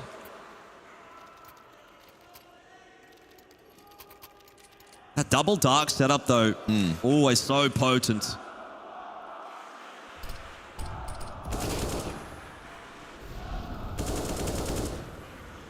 And looks like B&E are just going to go for the full save. Maybe get some kind of util to make something happen on the pistols in this next round. But Movistar looking to keep the half as competitive as possible. Sorsal has a lot of members in front of him. We'll see how they play. It looks like it's just one banger Sorsal. That might be a rifle in the hands of B&E. It will be. Not a bad shout. That's the first time we've seen any aggression from B&E on this CT side. And it has given them one weapon, but obviously with that, the information gathered, Movistar Riders very quick into the A bomb site, able to get the bomb plant down before too much of a ruckus is caused. One flat throw with a USP is being a bit of a pest, and Regon has connected another with the Deagle, so starts to look a little doable for B&E until Mopaz strikes back. And at this point, B&E are happy to try to look for some of those exit frags. Damage being done. Does tempt them back into the bomb site, but straight away, trades across the board. 2v2, GXX down.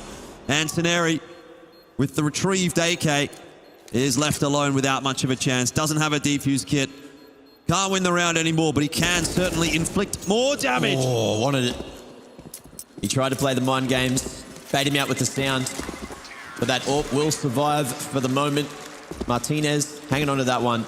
And it doesn't really matter. You're looking at how much money Movistar have here. They're good for this round. They're good for the next round. Martinez is the bank.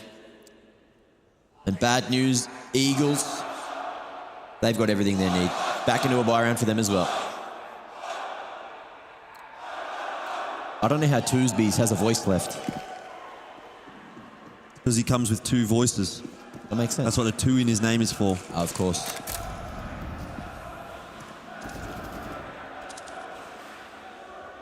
I think you guys might have turned up to the wrong game. Are we barking again, are we? Love that.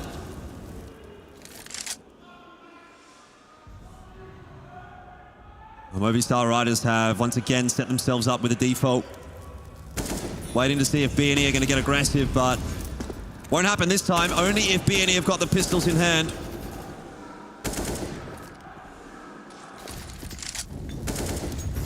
Nade. Angle looked decent. Mopaz, he's just playing around all this utility so well to survive. The molly as well indicates to B&E that it's probably going to be this B hit, but it might all just be a ruse, Jordan. How many layers to this execute are there? That's the question. Well, I can tell you B&E have completely run out of utility. So they have absolutely nothing to stop Movistar Riders from getting into the bomb site except their aim. And smokes are getting tossed across, one for Heaven. Molly in as well from Movistar Riders, and that's bad news for B&E. Losing a member on the other side of the map, but still Saneri. He's held strong from here before, and he won't quite do it again. Almost. Very nearly did. Has kept that door open for Synopsy, who's now going to go hunting for info. That's a quick info gathering play. Big news, but also 10 seconds to play. Big damage. They got to get here. Juan Flatro never bloody left, and it looks like it might just be the save. They're going to give it a crack through dark, but they've got 4 seconds to get to site. If the flood comes through, then there's a chance for it to stop, but it's not going to happen. Yeah, GXX is positioned to try to clutch this one up for B&E. Has spotted out Sorsal, his little elbow peeking around the pillar. But it won't matter, Sorsal's too sharp. Yeah, Sorsal, the key player in that round for Movistar. Just making his way in through mid, nice and late. The flank into A, stopping Juan Flatro, who'd been there anchoring the whole round, was pushing, looking to stop that bomb from being planted. But the timings worked out so well for the Spaniards. Yeah, very calm in that round on the T side. That's easily a round where you can just get a little bit confused, a little bit frantic, throw the round away. But yeah, Movistar Riders, they played that to perfection.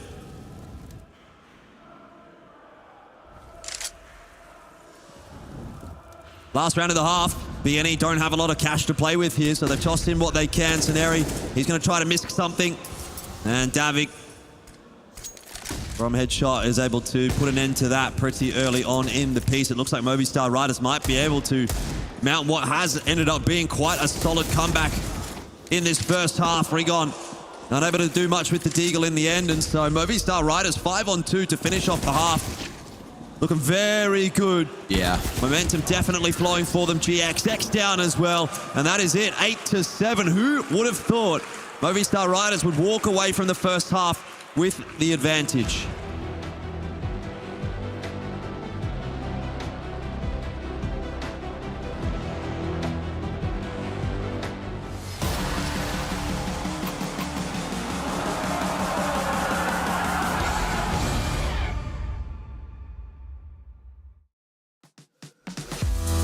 That same old feeling. Don't know what's right or wrong. Searching for meaning. I've been thinking about it way too long. So whatever you long for, don't give up along the way. Don't give up along the way, you know, and cherish the moment. Come on up and just let go. Come on up and just let go.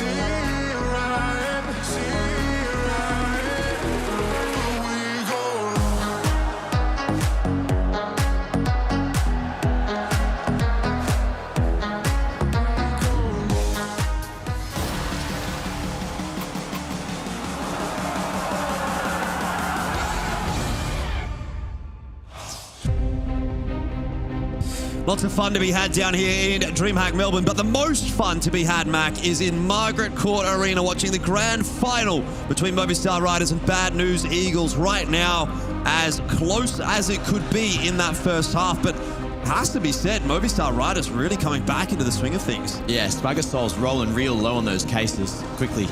Hopefully his luck improves. Skill issue, I think. Skill issue, probably. Second pistol, B&E. Pretty solid pistol for them to kick off the series, but let's see if they can back it up. Oh, okay. Well, that's a good way to start the pistol from Alex. Nice headshot.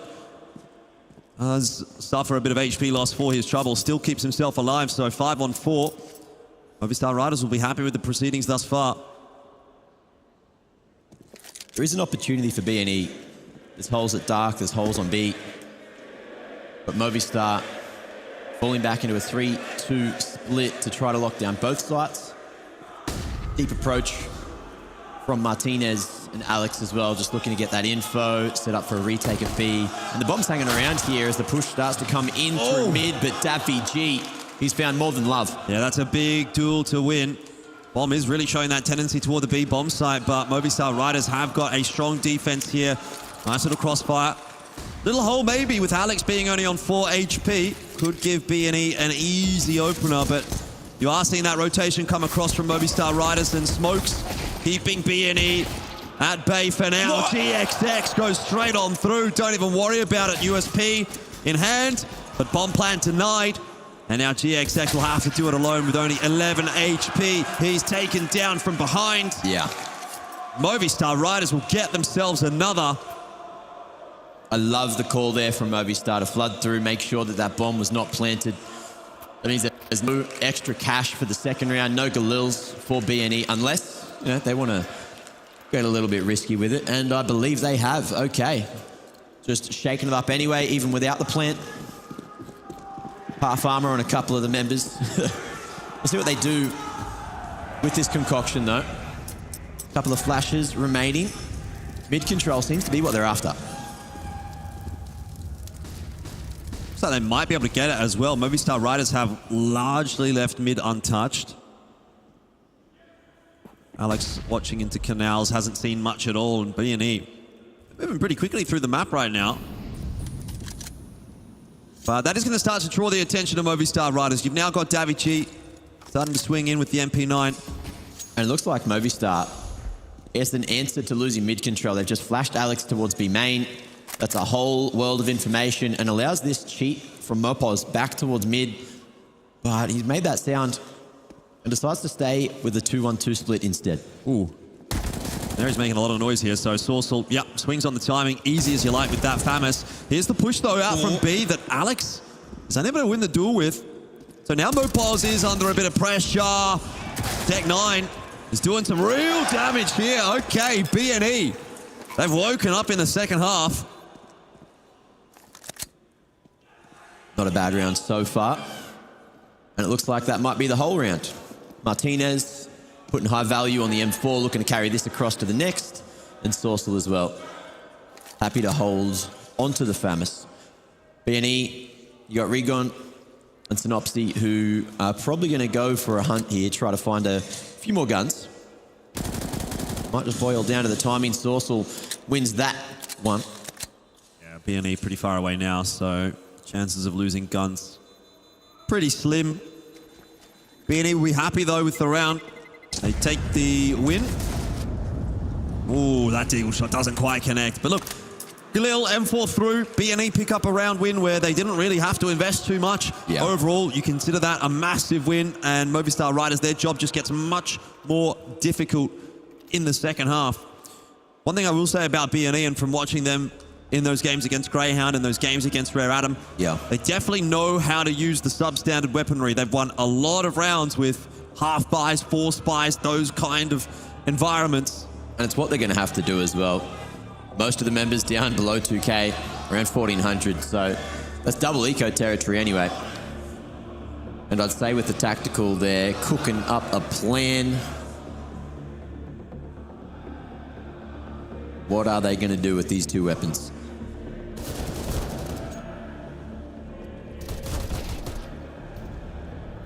Having a look at those cracking entries with the pistols. GXX overperforming. But Movistar still managing to maintain the lead. It's Deagles, it's Util to complement the 2 rifles saved across. Faster approach. He's not messing around, is he? He's just charging his way up mid, having a look through double doors. And he's cleared out mid as well with 1.5 minutes left on the clock. This is a spicy start to the round for Bad News Eagles. Looks like they're ready to go into the A-bomb side as well. Here's the contest from Movistar Riders, 1 for 1. The smoke does go down, which will keep Synopsy at bay for the moment, but he has to be worried about long. And that charge is coming in from B&E, thick and fast. Navi G unable to do too much. Nice open plant as well for B&E to play around. Re-smoke on camera. We'll see how they play this one. Galil retrieve. That one's been left in the chaos at mid. And it might just be the save again. Yeah, not sure they want to be going for this one. Still early days in the half. Trying to keep the economy as healthy as possible. You can see that Martinez, he's got that Tech 9 in the back pocket. Alex as well with the Deagle. Yep. So you've got something to work with in the next, but this is going to be BNE securing a 9th, securing the tie. Yeah, 2 pretty decisive rounds from BNE in a row. We'll leave Movistar Riders feeling a little awkward about how this half has progressed. They had a nice pistol, but beyond that, really all been the way of Bad News Eagles. Yeah.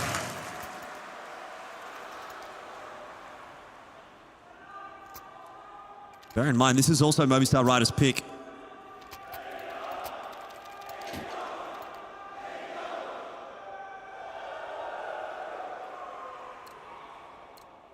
So you spoke about it.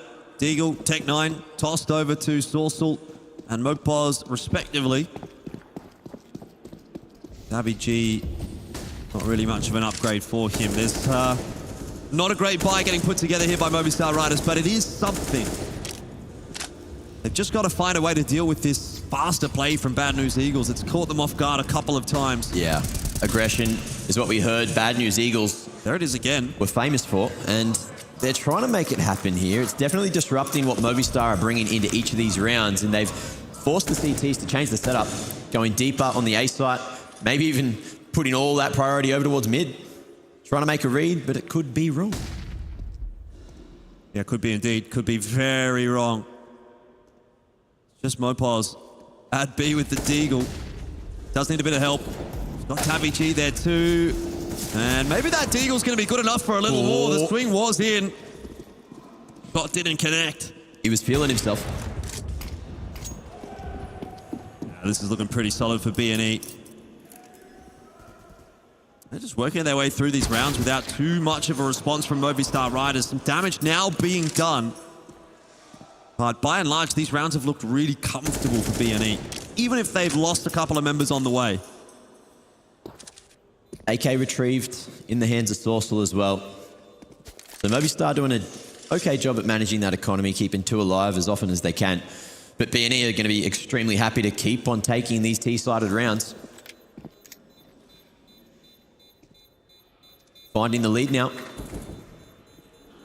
it's felt like a long time coming. Movistar Riders had such a great comeback in that first half. BNE might not have been too pleased with themselves there. But they're right back into the swing of things now that they're on the T side.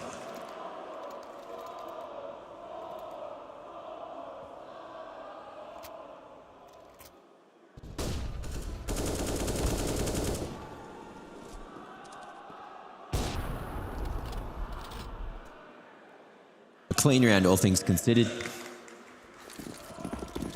Economy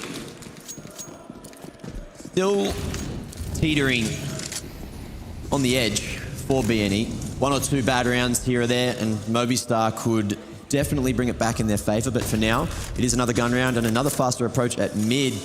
Great timing on the flash, and Synopsy is looking to make his way through dark. In the meanwhile, Juan Flatro goes down at mid. Yeah, BNE, they've been backing themselves in a lot of these fights. Mopaz is lucky to get away from that incendiary. And now Movistar Riders have got a couple of members on the site. Doesn't really seem to matter at the moment. BNE charging forward. They have not spotted Davy G though, and Synopsy, well, he's a dead man walking.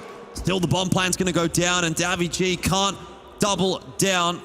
Not that it's entirely necessary at this point. GXX is going to have to do just that, but he's shot in the back.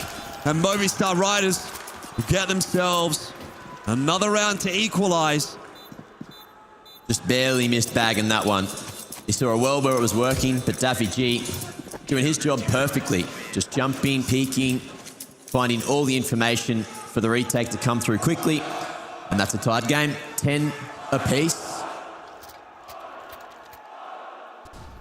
All we've had at ESL Challenger Melbourne is close games, except for this morning. Except for that last game. Except for this morning.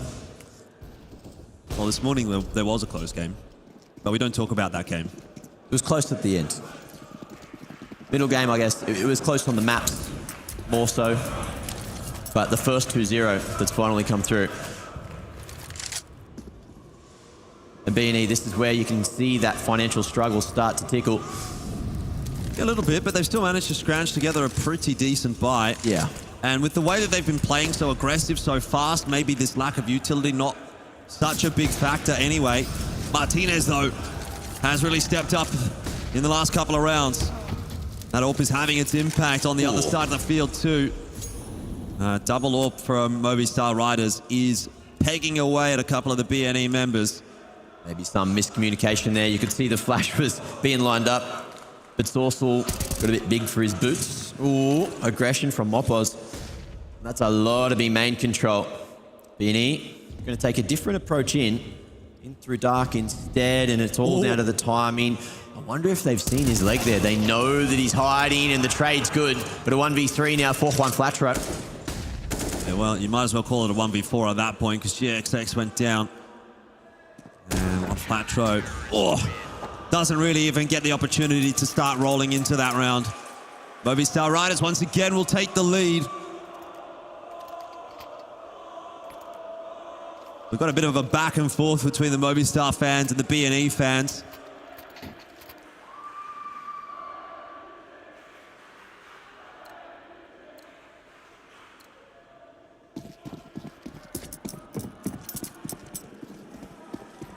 Into the 22nd. Here it is, Benny, down to the Glocks. Yeah, you were talking about that last round. It's really going to rear its ugly head this time. They've got one flash. Flash of the gods, maybe, is what it's going to have to be. Alex does cop it. Mopos not able to land any shots just yet, and BNE, they're scaling their way into the bomb site, but not finding the kills they need just yet. Only one, Davy Alex. Double down with the USP. Make it look easy in the end for Movistar Riders. And back to the 12-10 scoreline. Movistar starting to feel themselves as BNE go into yet another tactical. We've got some call and response happening in the crowd. Yeah.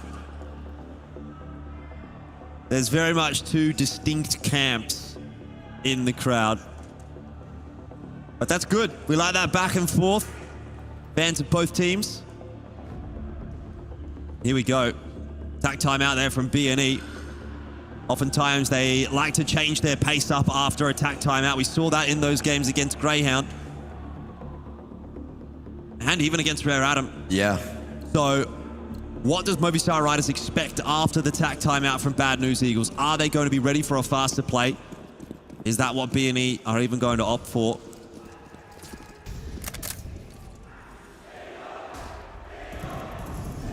Ooh, Mopos playing in this close position again. Sceneri dropping some AU tilt to try and draw attention. You can see Davy G's actually tanked that molly. But going forward, it's allowed him to get so much information here. We might see a rotation from these CTs in just a moment. There's some precise lineups being set up here for BNE over toward the B bomb site, though. So this might be the first time we really see a full execute as their main strategy. And they're running into a trap. Timing on the smoke couldn't be better. And BNE maybe having second thoughts rather, about going into B. I don't know about that one, Mac. Unless this is going to be a double pump or a fake. Oh, Rigon! Hello. With the run boost, he has not spotted Mopos, though, and that's double down. Again, a double kill for Mopos.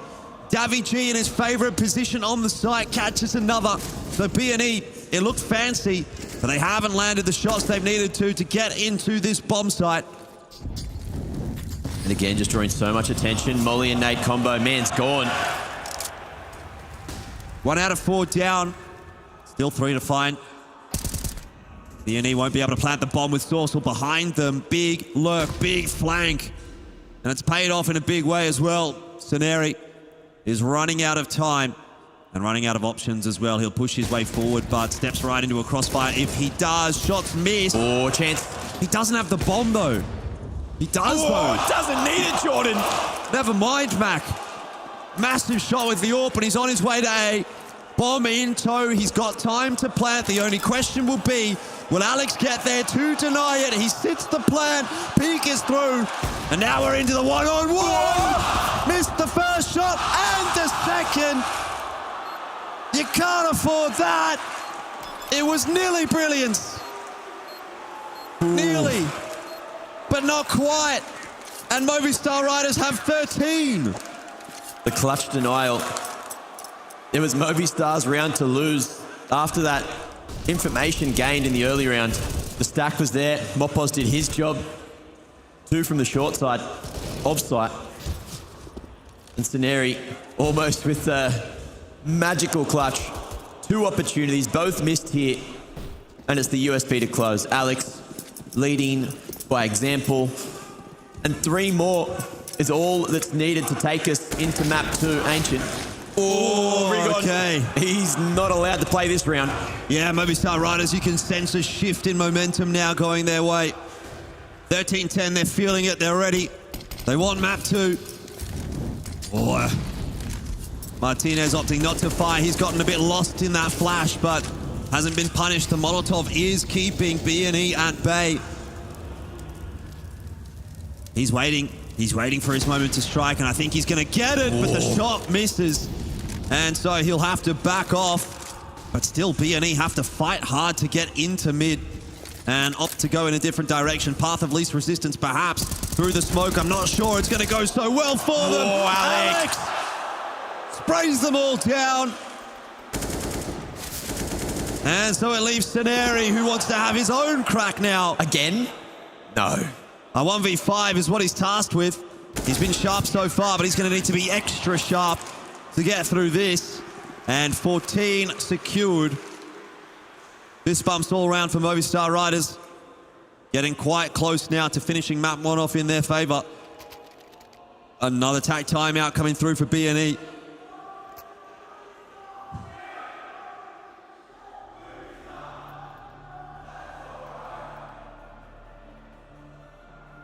That is all right. That is all right.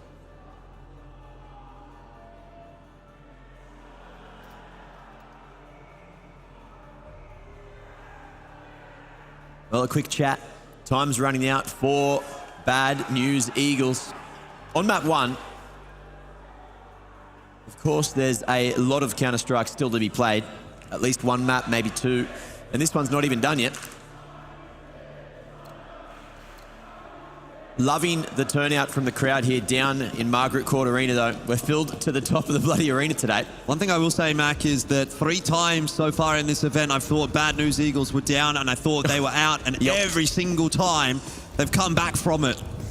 So let's not get too far ahead of ourselves. 14 is not 16 yet for Movistar Riders, and B&E have been a tenacious team, if nothing else. And what a round to do it with pistols. They've done it before. They've done it with weak buys. They seem like almost 4 spy specialists at this point. Alex taking a big risk there, but gets some form of information. And Movistar staying with the aggressive approach on A. Oh, Sorsel. He's either going to have a big one or it'll catastrophically swing back to Bad News Eagles. It'll be a tough nut to crack. Martinez, he's aware there's players just around the corner. Shot connects nicely through the wall. Headshot as well to boot, but there's one back in the other direction. Still, Martinez is locking it down and lines up for the 3rd shot as well. Doesn't quite land it, but B&E, they're struggling to get into this bomb site, and Martinez is having a field day. 3 in the round already. Maybe on for the ace, not quite. It's stolen away from Davy G, but either way, 15 is on the board now. And can B&E do it again? Can they do what they did to Greyhound earlier today? They needed 6 in a row on Ancient. They got it. They won that map. Now they need 5 in a row here on Anubis to take it to OT against Movistar Riders. And this is a similar scoreline to what we saw in the best of 1 played between these 2 teams in groups. 16-10, I believe, was the scoreline. And Martinez, a slow start in this series, but boy, on the CT side, he has been performing. Yeah, more than enough. They've really ramped their way up into this game. Alex as well has been absolutely stellar. Yeah. Martinez, later on in the half, definitely. But Alex throughout the entirety. And this time it's Sorsel who wants to have the impact. A crushing blow to B&E and their hopes in this round. Movistar's conversion rate after getting the opening pick on the CT side has been pretty flawless. 1 or 2 shaky rounds, but there's a creep into B. We'll see what B&E choose to do to make it happen. Davy G's got a hold here. He's been solid from this position all day long, and once again, Good for another. One flat throw and GXX thinking about map 2 at this point. But they've got to try to keep it alive for B&E. This is an interesting wrap. One flat throw has gotten into CT spawn. Maybe this can be the difference maker. Sorsal has been spotted, but he wants more. Turns around. Takes it a little bit, but still good for 2. Has that opened the door for GXX? 1 on 3. Orp in hand. Connects the first, but no more. Martinez will silence Bad News Eagles. And map 1 goes the way of the Spaniards. Great to see them at least getting their map pick in their bag.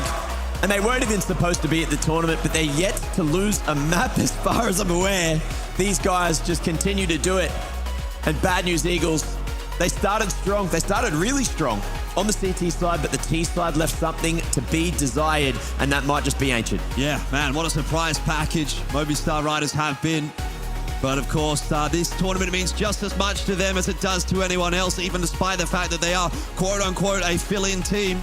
They were supposed to be the Mongols, but it's Movistar Riders who is setting DreamHack Melbourne alight. That's all from us for map 1. Let's head to the desk to hear what they think. The Movistar Riders, they came, they saw, they conquered Anubis, and now they move up 1-0 in this series, just one map away from crowning themselves the Kings of Melbourne. Oh, map pick justified. It was a big risk. It's not a map they're comfortable on. They have never, to my knowledge, picked it in a series before, certainly not in a game of this sort of stature. And they had the balls to go for it. It looked a little bit shaky at the start, but they grew into the game consistently as it went on. And towards the end, they were flourishing. That was an astonishing performance from Movistar. Yeah, it was absolutely amazing and a little bit interesting. We talked about it in the green room that Bad News Eagles wanted to start on the CT side. When you traditionally are picking and you want to start on the easier side, usually that is CT side on every other map, right? But not on Anubis. Anubis, it's easier on T side, usually. And it's a little bit like tricky. Maybe they played themselves a little bit there. Perhaps, but they did jump out to that huge lead, right? It was the Movistar Riders who had to claw things back. Maybe not a familiar situation, but again, they take care of business. It's been the case all through the tournament. They have looked to be perhaps the most consistent team that we have had here in Melbourne. Infallible, and the composure as well, going down early and staying calm. Made a lot of good mid-round decisions. I was very impressed by Alex's calling during that game. The communication looks on point, and this looks like the Movistar that won Valencia. I don't think I need to say anything else. They had a bad period towards the end of last year, massive loss streak of games. This looks like, if you compare them side to side, they look like different teams, Mike. I'm almost astonished that these are the same set of players as towards the end of last year. How they could go on such a roller coaster and now get back into the form, it kind of beggars belief. It does indeed, and to check in with the team at the break, we've got Conky standing by. Here we go. So yeah, my balls ache, by the way.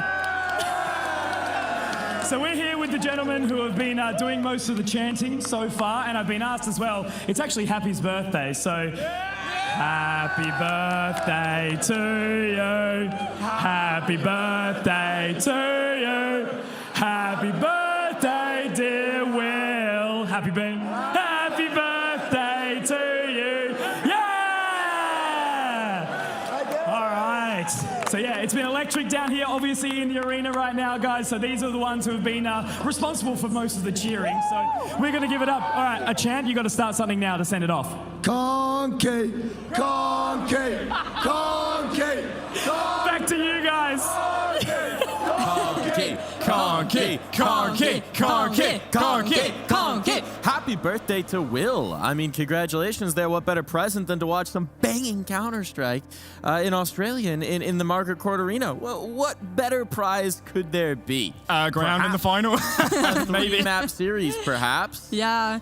But, Alan, we'll just get back to the point Alan was making. Before we had that beautiful birthday song by Conky, Movistar is riding a roller coaster. of form. And it's natural to have this kind of ups and downs when you have to change out players and you have to rebuild and you have to shape and form new talents into what you need and what fits with the team. It's easier when you can just pick up someone who naturally fits. But when the Spanish scene isn't exactly a talent pool filled with many options, you're gonna have to take your time to get things working. You certainly are, but they did get some things working, and it did take them a bit of time on Anubis, but there was a critical round where things turned around here, Alan. You want to talk us through this one? Number 8, 1-6 start.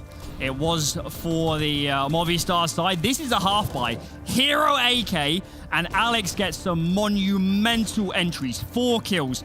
And these last 2, in terms of impact frags, they're off the chart. Often, all frags, we kind of value them the same at the end of the game. These are astronomically, valuable. They looked out of the game in that first half. They were making some bizarre strategic choices. They win that one round, does massive economic damage, and they just roll off the back of it. So Alex, and that one in particular, massive props. Massive props indeed. Talk about impact. That's impact in spades. And he was bringing impact through the entirety of that map alongside Mopaz for the most part. I mean, these guys were unreal. Yeah, unreal, or on the highlight reel, because we're gonna have a little bit of a look at what they did.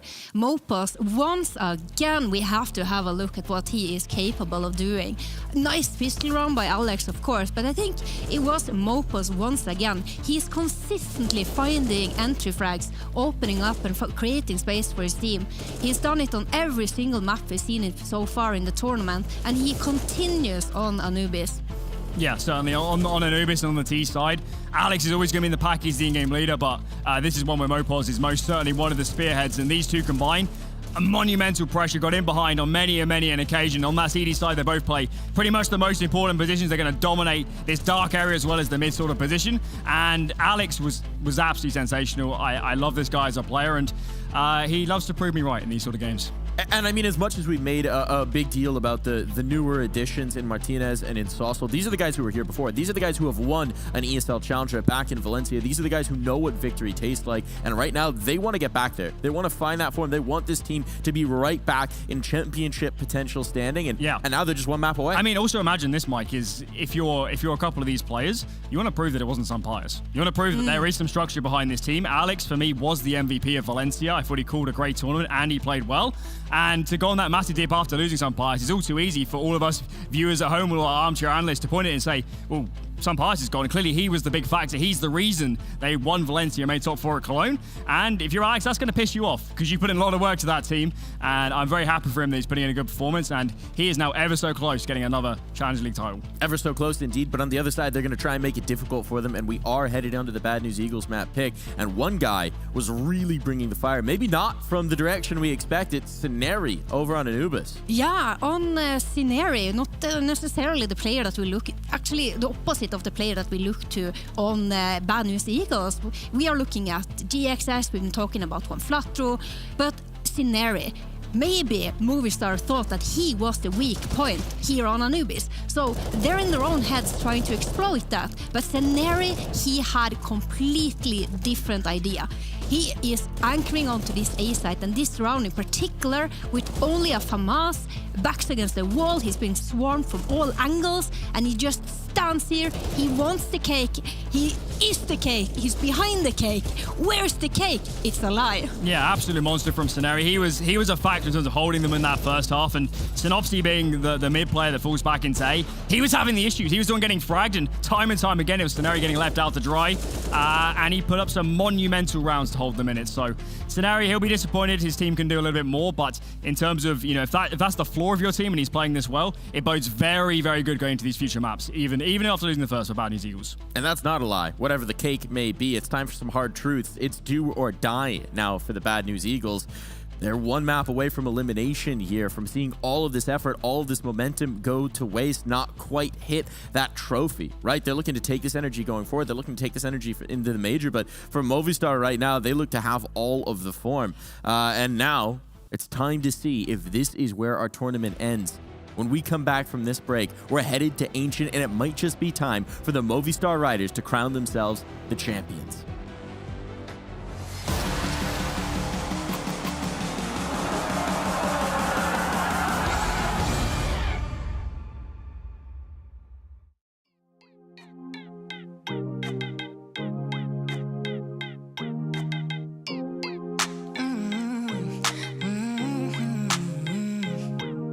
you say you got a new one.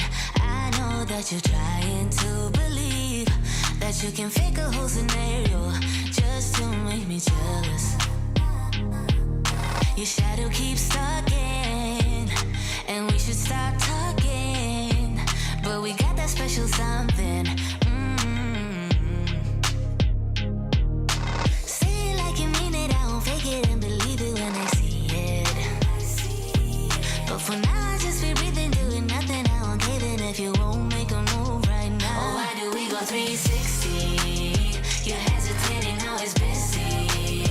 You know we always can go easy. Won't you let me know? Why do we go 360? You're hesitating, now it's busy. You know we always can go easy.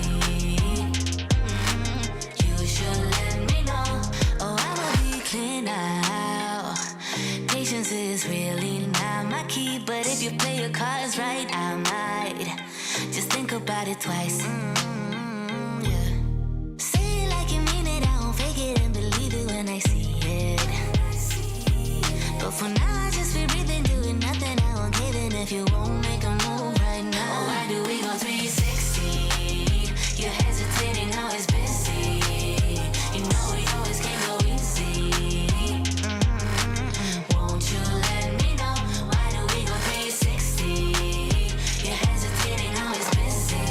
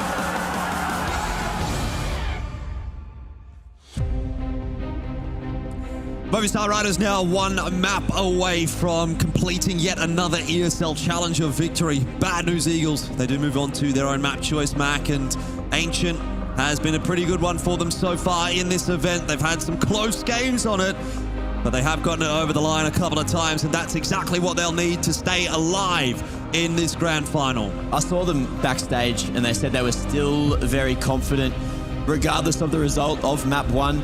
However, Movistar, a similar situation. Going into Ancient, we haven't seen them play too much of it at this tournament. We haven't seen too much of Movistar. They've pretty much just gone skyrocketed all the way to the grand final, skipped over yesterday.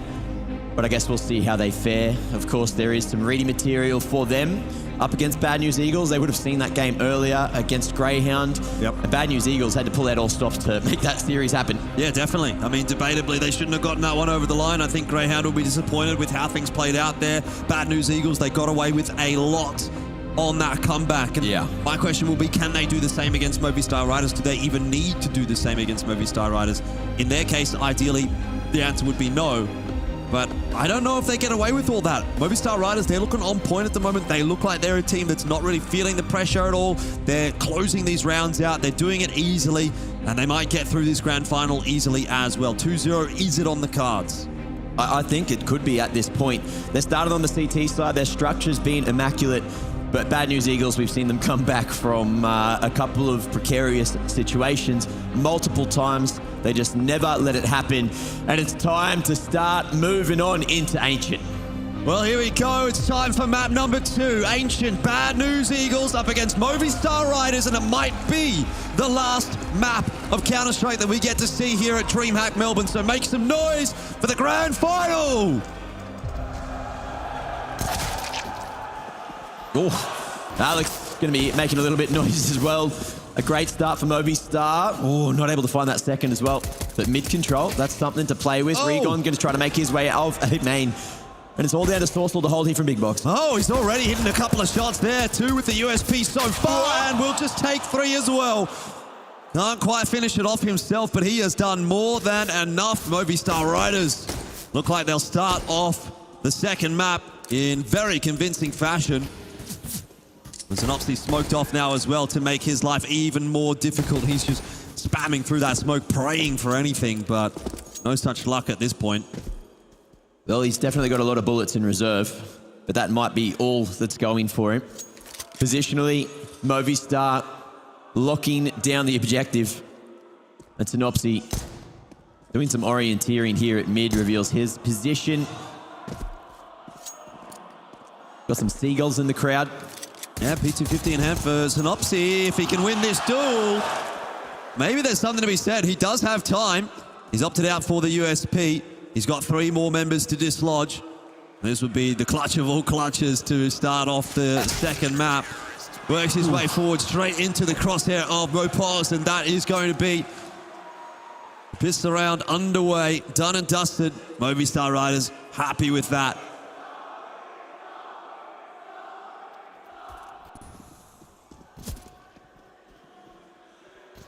A solid way to get out of the gates there from Alex, but everyone lifting and carrying that momentum from map 1. You love to see it if you are a Movistar fan, but into the second, we'll see what Bad News Eagles have opted to do. No bomb plant, but again, they're just going to be going for the force. Double Galils, a little bit of lane control. And Movistar, are they going to be ready for a big hit?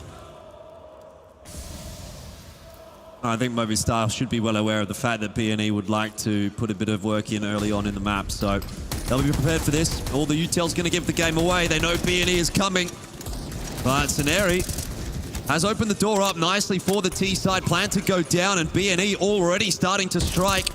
Mopos is able to answer back, but Saucer will need more than 1 and can't get it. 3 on 2. It's just individualistic plays here from Movistar Riders, but Martinez has managed to make it work.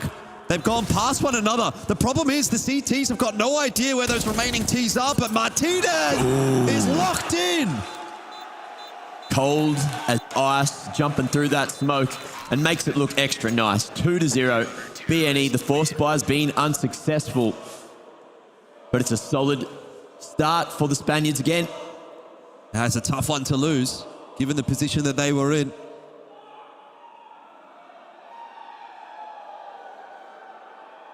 But still early days on map 2, so plenty of time for BNE to come back into this one. We'll have to keep their money in check this round. They've invested a little bit. Because of the force buy last round, they can't get a good one through this time. So Tech9's armor, that's about all they can hope for. And so far, that's looking like not really much of a challenge for Movistar Riders. In fact, not really much of a round at all. Yeah, happy to just go for that lane control. BNE, they wanted it, but lost it before they could even blink. Synopsy, the best thing going for him is he's got that bomb on the belt. But 1v5, a deagle, and nothing to work with. CT's running at him. Okay, that's an opening towards 8, as well as the MP9. Yeah, he won't be able to accelerate quickly enough to get the bomb down here, but if he can get this kill, maybe there was something in it. Martinez as well, just crouching close to the wall, hiding that head, making sure the deagle is slightly less dangerous. I love the choice of positioning to lock down the third. Bad News Eagles finally going to be going into the gun round, but taking a tactical beforehand. AKs for everyone but GXX, who's gone for an AWP, and plenty of utility to try and find their first here on Ancient. What is it, Jordan? A knife. Oh, that's not a knife. Come on. I see you played knifey spoony before. All right, well, back into the game, and Bad News Eagles, they have got a fairly important gun round ahead of them now.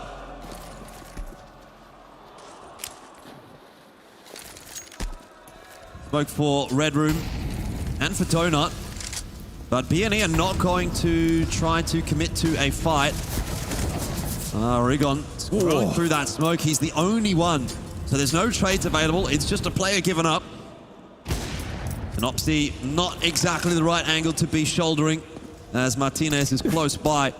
You never really expect the AWP that close. Definitely not. By the way, the off angle works wonderfully, as does Mopos, locking down B on his own. And that's probably another for Movistar.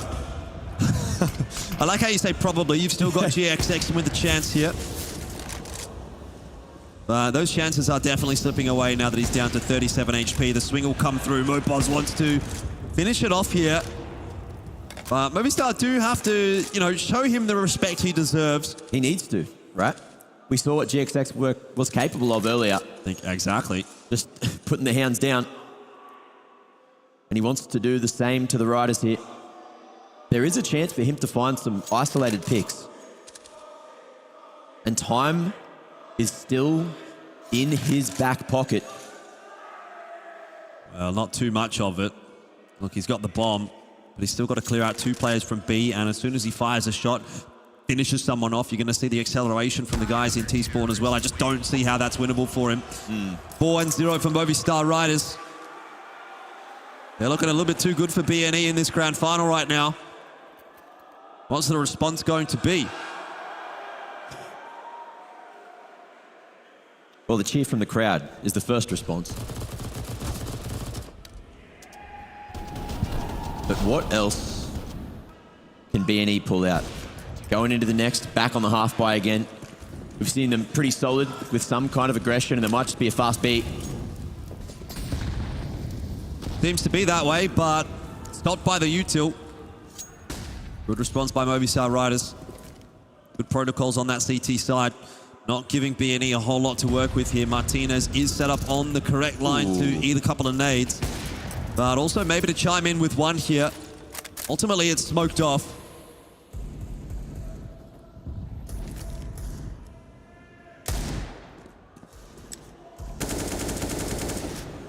Davy G over towards the cutout, has dropped the bag, dropped the ball, and dropped the gun, more importantly. Rigon, he's not worried about it. He's going to take the timing instead. He's found a hole. Yeah, very quickly gets up into Red Room, and Sorsal, who is in Donut, just having a look at mid, will not have spotted that. Rigon, he has a lot of room to work here, and he might even potentially be able to get himself another one. There's a knife on here if he wants it. I dare say he'll look for a second player, but the knife is in! the back of Martinez, and the shot connects as well. What is this round from Rigon? He's taken full control of the A bomb site, and he might just have single-handedly won a round for BNE. Alex creeps his way forward, but his head is lopped off as well. Rigon, what was that? He sacrificed the rifle at mid to get the timing and get that first round flawlessly for Bad News Eagles. Big Deagle shot and the full punish. Movistar still in the lead by 3, but that's a great way to kick off your first round as BNE. That's reminiscent of the clutch that Nerdio's picked up for Ecstatic yesterday. And that completely changed the way that Ancient was playing out in that game. They were down something like 6-0. Here, maybe not as bad for BNE, but a similar sort of clutch. And in the end, how big of a difference is that going to be for the map? We'll have to wait and see. Rigon's feeling confident, though. He's gone straight back out into mid, AK in hand this time. Doesn't quite find the timing initially, but Saucer will creep into his crosshair. And Rigon is stepping up large now for BNE. It's all coming together for the T side right now. Alex chimes in with one in response, but Mac, that's not enough. It's not enough yet, but he's fishing for something. Runs out of bullets, though. One more. It wouldn't have mattered. He gets traded instantly there by Rigon anyway. Of course. And Martinez was knifed last round and is chilling in the same spot. Rigon looking to find a little bit more, but waiting for the inaccuracy to disappear. Fighting for himself. And with this much time, he's going to head towards Donut thinking, yes, BNE, they're running at me. Well, he'd be right. They are having a bit of a look. And one flat throw. Just in case, he's gone back to the bomb. Yeah. Okay, we don't want to let this one get out of hand.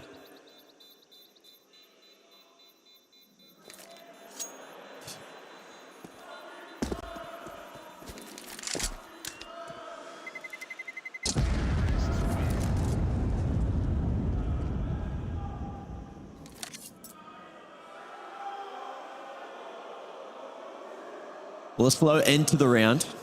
Nice save from Martinez. Orb still living, and there's not going to be too much around it. Just default USPs, little P2K in the mix, so Martinez has to be the one to make a difference unless we see a force around it. And that's what they're going to be chatting about during the tactical here.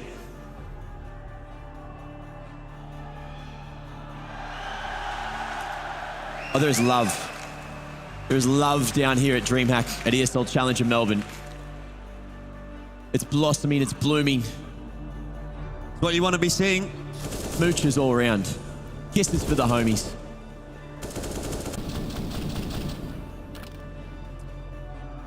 Rigon in these last 2 rounds has had massive impact for Bad News Eagles.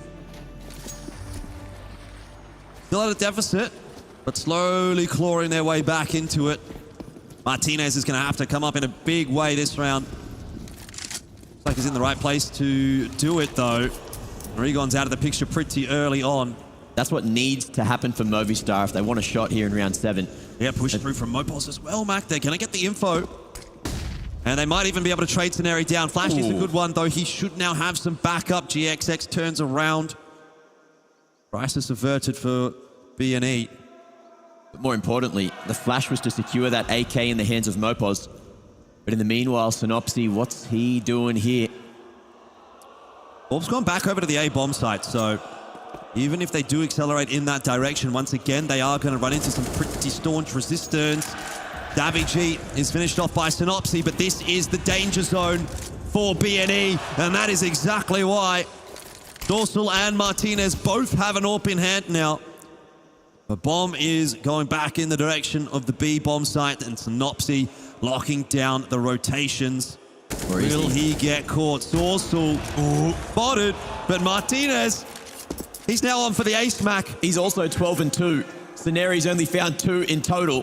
What's going to be going down, and has he found the way back in? Ooh, scopes their info as well. It would be the hero AWP ace. All 5 kills going the way of Martinez in this round. If he were to win it, he's got to pick the pace up. And Martinez pulls off a miracle. Not missing too much. Putting the team on his back there. And we said it at the start of the round. He's the one that has to be the difference maker there, saving the AWP from the previous, and it secured another and torn the economy of Bad News Eagles a new one. They have something for this round, a full bite, but it might be the last, and this is where you need to pay attention to the economy. Swing round, it's here.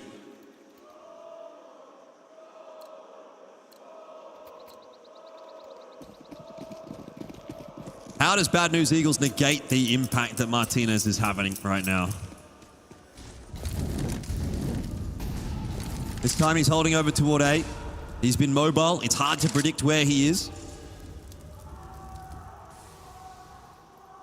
B&E, all this util, looking like they're going to fake A. Try and send Sceneri in to see what he can find. Oh no, he's coming as well. So the util looking to just draw away the defense. It hasn't pulled a rotation across at all. Movistar Riders are happy to watch mid. Because Martinez, he's so far forward. He's just holding this line. He hasn't heard a thing. So Movistar just sticking towards B, playing deep, ready for the execute.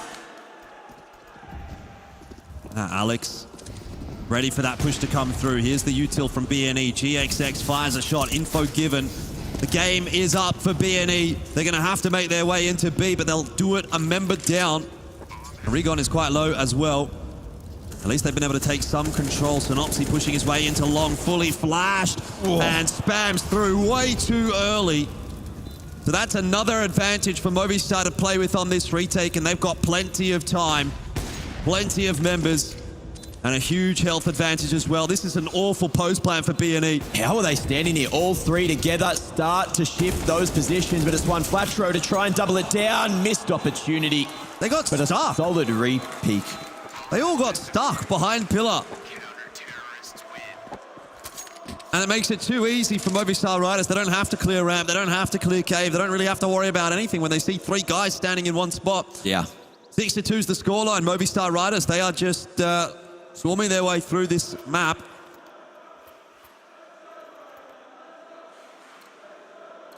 Just chaos in the comms with everything going on that round.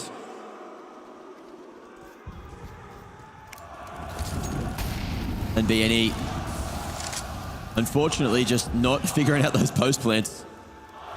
Just getting caught off guard. Now, Movistar thinking about rearing their head in over towards lane side again. Pause on Flatro. Could be a critical duel. Or the jump peak. Thought Mopos might want to accelerate off the back of that molly getting thrown, but in the end he decides to go back. Doesn't even really have to invest the smoke to keep himself alive, so he can throw it a little deeper and restrict some of the movement of B&E. Meanwhile, Alex has gone down, spammed through the wall from Sceneri. First time in a long time it feels like B&E have the advantage. But Martinez again, he's not missing too much this game. Well, this is good. The flash from Mopos, it's all going to boil down to the timing. Jumping, spotted. Mopos going around with it. Knife out. Synopsy can't shoot back just yet. GXX denies the fallback, but the trade is instant. Yeah, indeed.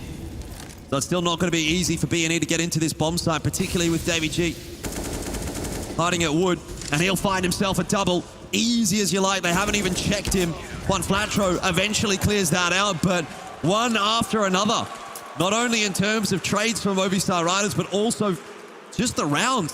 Yeah. The map is slipping away from B&E. The reads and the positioning coming through from Movistar are so solid right now. You see, even when B&E find those openings, there's always someone close to trade.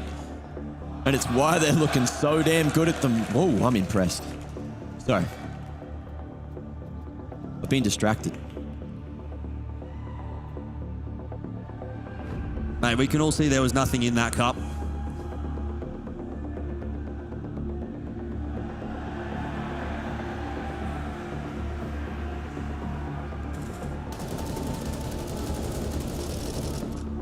Wow, that is a long commitment to the spray to actually get the kill. Well, you've got 35 bullets. You may as well use them. But Davy G from the back of sight, turning it around. And again, Martinez finding trades. Two important ones to keep it to a 5-round lead. Now, quick approach at mid. Davy G looking to get right up in the grills of the Eagles. Yeah, B&E, it looks like they're going to walk right into that trap. Davy G, he's copped a tick from the Molotov, so the spam will come through. Doesn't matter, though. He's too good at the moment. Gets back out with a kill in tow. So once again, advantage secured for Movistar Riders. GXX just not hitting the shots at the moment. He's been so consistent this tournament, but maybe slowing down at all the wrong times. B&E are going to try to accelerate their way up through Donut. They do take control of it, but instantly turn around. Davy G, he's on a fact-finding mission. Exploring Ancient. I'm not sure that B&E are going to be expecting this one. Well, it certainly doesn't look to be the case, but Scenery spotted it. Falling. Back again. Daffy G now has to be remembered by B&E. He's in T-spawn right now. And B&E are hoping for anything. The slow approach from Martinez. He's finally died for a third time. It's been a while between them, but maybe an opportunity to get the bomb planted at B. Well, he was the only one over toward B, so he wanted to go for some information, and that's kind of let the round fall apart here for Movistar Riders. Davy G and Sourcel now tasked with the clutch. But One Flatro has such a strong position, they can even set GXX up, but he doesn't really have the HP to play with, so now it's down to the 1-on-2. And One Flatro, he absolutely needs to pick this clutch up for B&E. Huge one to find. Movistar Riders using all that time to clear out as much as possible, and they'll work in tandem into the bomb site. One Flatro finds the first and the second. And it's a big clutch for B&E at a very important time. He did it earlier. He's doing it again now. This man in the right place at the right moment. Some of the members of B&E a little bit slow to start in this series. Last map not showing up. This map, I'm having a little bit of a worry back here. But Juan Flatro doing what he can.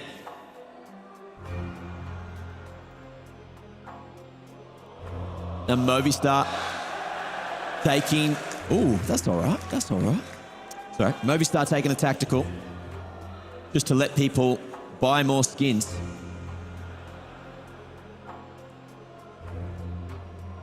Always wanted to see someone pull a knife live. Done a few events where people are doing the unboxings, but we've never really got anything amazing. Didn't Fitz get a red one last DreamHack? It's not a knife. Ah, it's not. Anyway, besides the point, obviously B&E bolstered a little bit by that round. Have done enough damage to Movistar's economy that they might be able to come back into this half. The pace, the shift, and mid-control, it's there for Movistar, but they're going to relinquish it.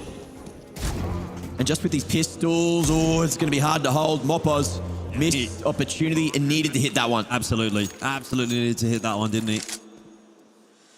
Might just be save territory now for Movistar Riders. It's been 20 seconds in the round, and the round's gone. Martinez still alive, but he just wants to keep the AWP cranking, and he's doing well with that. Well, what was I saying on Anubis about B&E taking that tactical timeout and then picking the pace up? It is a tendency that they've shown in this event. And it's been successful. They do it again here. As Movistar Riders don't offer too much more resistance, but I guess they didn't really have the buy in this round to do it with. And Scenery clears it out.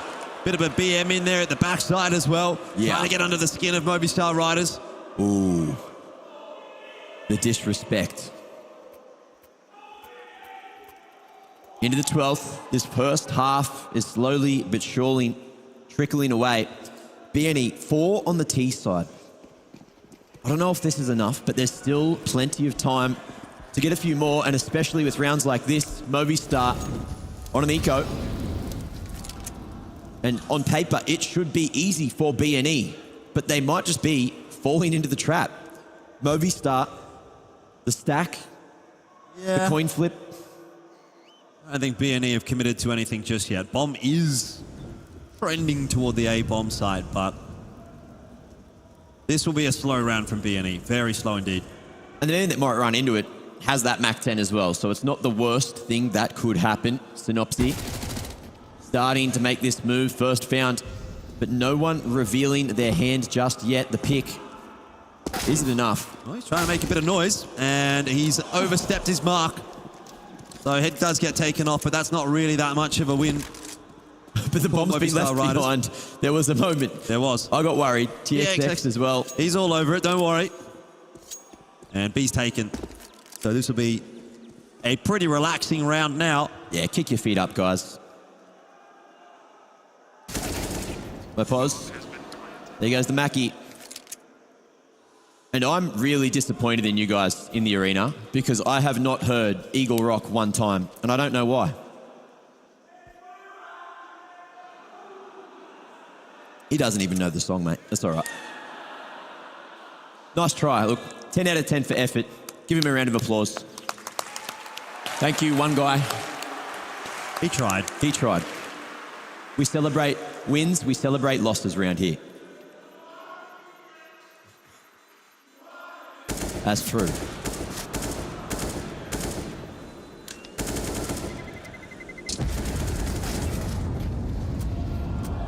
All right, so AK taken through for Alex. Small wins.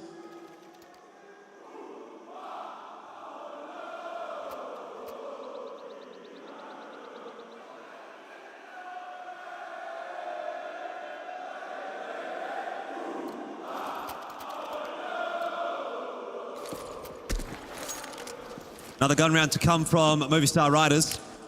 I mean, Bad News Eagles are definitely putting together a solid half now, pending the result of this round. Ooh, Sceneri wanted to go through, but he's just waiting to regain that vision. Timing favors him, but Sourcewell swings back just at the right moment. Yeah, equalizes it at 4 apiece. The problem, though, Mac, is that the A-bomb site has been taken by B&E. So, Movistar Riders, bit of a job to do to get back control of that and the fight around Donut. Both of them will go the way of Rigon. This round might be over in the blink of an eye. It's another repeat of the last. Oh, you say that, but Juan Flatro goes a little bit too far. Not enough to convince Movistar Riders to go for the retake, though. Yeah, they chuck to Yui. Back to B. And look how hard they're hunting here. Synopsy, he'll go down. And there's still time. 2v2. But Movistar heavily invested to the save now. Rigon.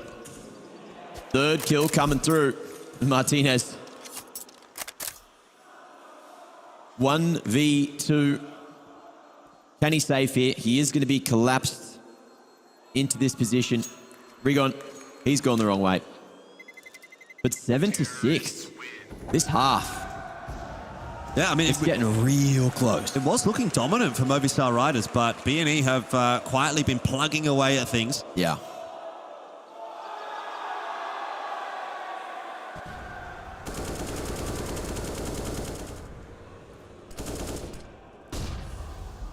This was brilliant from Rigon. Really nice round. Yeah. Locking down the site, locking down Donut. And without Donut control, it's very hard for those CTs to retake. Faster play into mid from B&E. They know they're up against a substandard buy and they want to take advantage of that. Yeah. Bullying their way into middle. Mollying off Cheetah. Mopos, the only man remaining here. And Sourcewell, he's gone on an adventure. He's made a lot of noise in the meanwhile, though. Let's see if he finds a timing. 5-7 at that range. You'd back it, but it don't work. Rigon cleaning it up. And one casualty, all that's come through there. Final round of the half. And it's another gun round for both sides. AWP in hand for Martinez, which is where he's looked most dangerous. But who will take the 8th? Well, B&E have done a really good job of salvaging this half, so my money's on them at this point. That said, Movistar Riders have everything they need to defend with. Let's see what they'll opt for here. Again, faster play in toward middle from B&E. This time it's GXX straight through the smoke.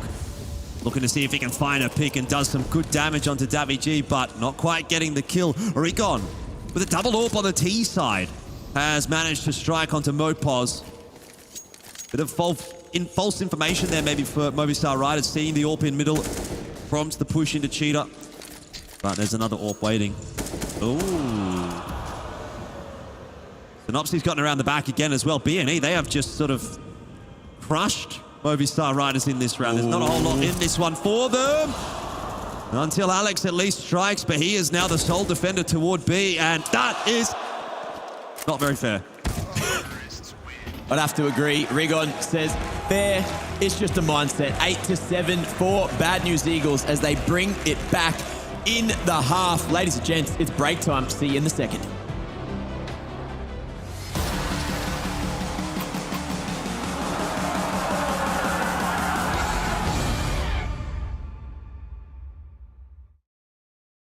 Now's the time to rock. The people's choice. Am I wasting time? 'Cause I'm already gone. So long. Can you stay the night? 'Cause you're the thing I want. I know you're feeling different when you're stressed out. But even with no makeup, you still stand out. 'Cause no one makes me feel the way you do now. Like you do now. The way that you move your body, you make it look like a hobby. Every time that you touch me, it's electricity. Things we discovered underneath last night's covers. Everything came so easy. It's electricity.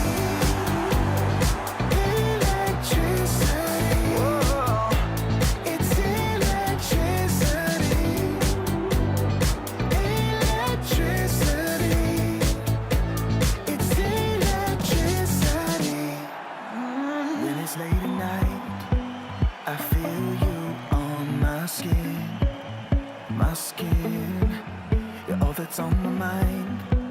It's finally sinking in. You're in. I know you're feeling different when you're stressed out. But even with no makeup, you still stand out. 'Cause no one makes me feel the way you do now. Like you do now. This song makes me really happy.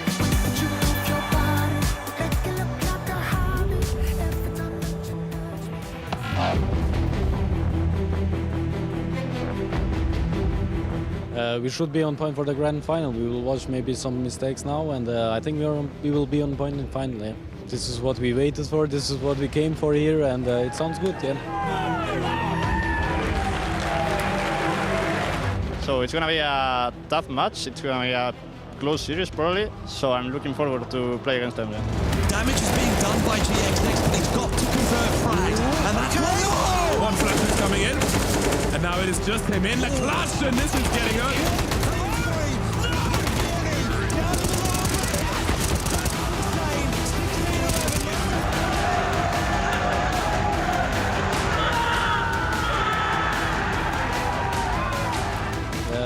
Very confident, and I think we should, or we will lift the trophy. Maybe. We're just gonna take revenge on Greyhound. So if the Aussies can help us, it's gonna give us a huge boost.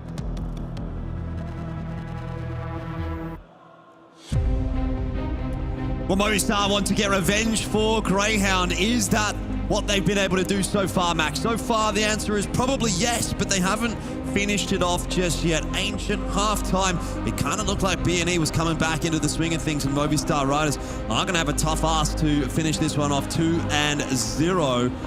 But with that said, this may very well be the last half of Counter-Strike we get here at ESL Challenger Melbourne, if Movistar has anything to say about it. It could be.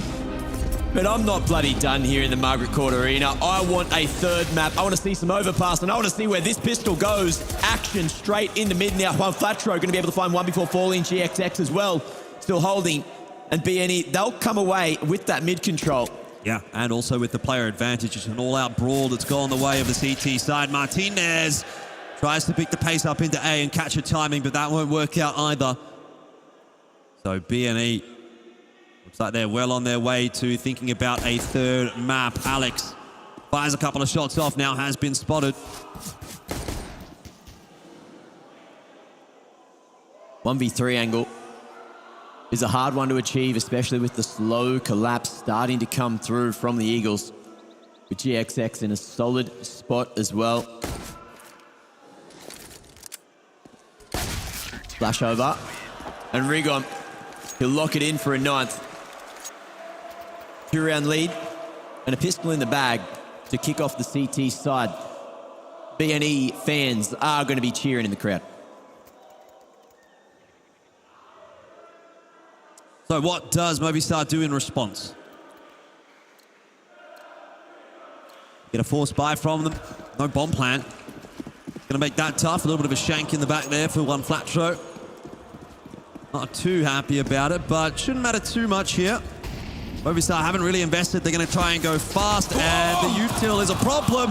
The nade slows things down enough that this should get put together comfortably for BNE. So Martinez, he gets one. Bit lucky. But at the end of the day, BNE get through that one okay, and suddenly they're at double digits. Oh, Saneri worrying everyone there for a moment. But the numbers strong on B. And Bad News Eagles, they've got places to be. 2 quick ones, 3-round lead, and into the first gun round. BNE, they're going to be going for the bonus round. Couple of SMGs around here. How are they going to play it? 1-4 split, no one on A. Interesting CT setup.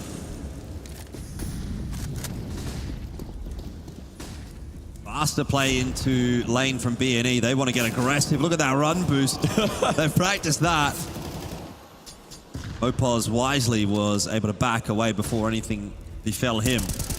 Now we're back over toward the A bomb side. It's all over the place here from Movistar Riders. 1 for 1, not too bad, but they're going to need more than that to get into the bomb site. And look how quick these rotations are as well. They knew nothing was going on over towards lane side. Mopos a year away. Still, the frags are coming through from Movistar Riders right now. GXX from Temple can claim one, but Davey G looks like he's got that one on lockdown. Still has more to worry about now, and that's the big problem. It's just one member left alive. Mopos clean for the first, but still a task ahead for him. They've lined up. A little bit of a tickle. GXX keeps it in check for Bad News Eagles. That's that bonus round in the bag as well. Money going to be looking good, even though there's only 2 alive. And that late rotation was almost enough, but it just barely fell short. And now into the next. Movistar still looking for their first round in the second half. With that bomb plant, they'll get another buyout. Some Galil's invested util. Leaves something to be desired. Has Daddy Slim, doesn't have a wife. Don't believe him.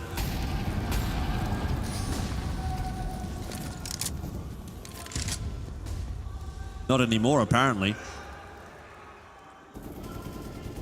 Lots of mollies and smokes thrown into mid from Movistar Riders, and only just now starting to creep their way in there. But they've been able to take a bit of control. B lane seems to be where their focus of attention does end up, though. And Mopos finds that timing onto Saneri. Just shoulder spotting the corner, gets his head ripped off. Movistar Riders not prepared to go down without a fight.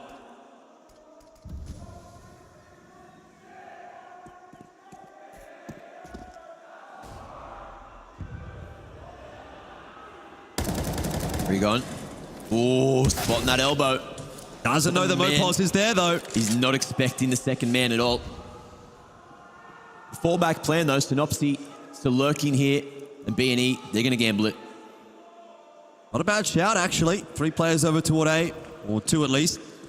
Might be enough to still win this round, particularly with Synopsy clearing out mid. GXX, if he finds this next player, that could be curtains. But with GXX being spotted, as well as Martinez just gaining ground on the B side of the map now, it's a Movistar round to lose with these positions. Definitely, but lose it they may still. Juan Flatro does go down. GXX, though, looking for the frag. Can't find it just yet, and he's lost all of his teammates, so the job is going to be too difficult, and Movistar will get one. They're first in the second half. But a solid start to said second half for BNE. And some of those healthy wins means they can afford to go for another bite. GXX investing into another AWP. Just that 5-7 passed across to Synopsy, who's taken one for the team. But even so, it's a buy that you can work around with. Yeah, this time not as much util invested into mid from Movistar. Just the smoke at Red Room and the molly into the cutout. They still have left Davey G there to keep a bit of an eye on things. And the nade is so good. Ooh. Davy G doing the Duncan. And BNE, can they make a good read? Looking like they will. Give up all mid control and shift into a 2-2 split. In comes the util. In comes the push. Yep. Got a player in Temple. Sceneri. He's ready for that swing, but unfortunately he's not going to be able to deny the bomb plan. And again, numbers are favoring Movistar Riders. There's a 1-for-1 trade secured by Sceneri. Ends up being a 2-for-2. Movistar Riders well poised to finish this round off, and it doesn't look like BNE is going to be able to get much more done. They're more than happy to just save. The crowd aren't even watching the game right now. I don't know how. Too busy doing the Mexican wave. It's a solid one. The arena is packed to the rafters. I want to see it bouncing back and forth, guys.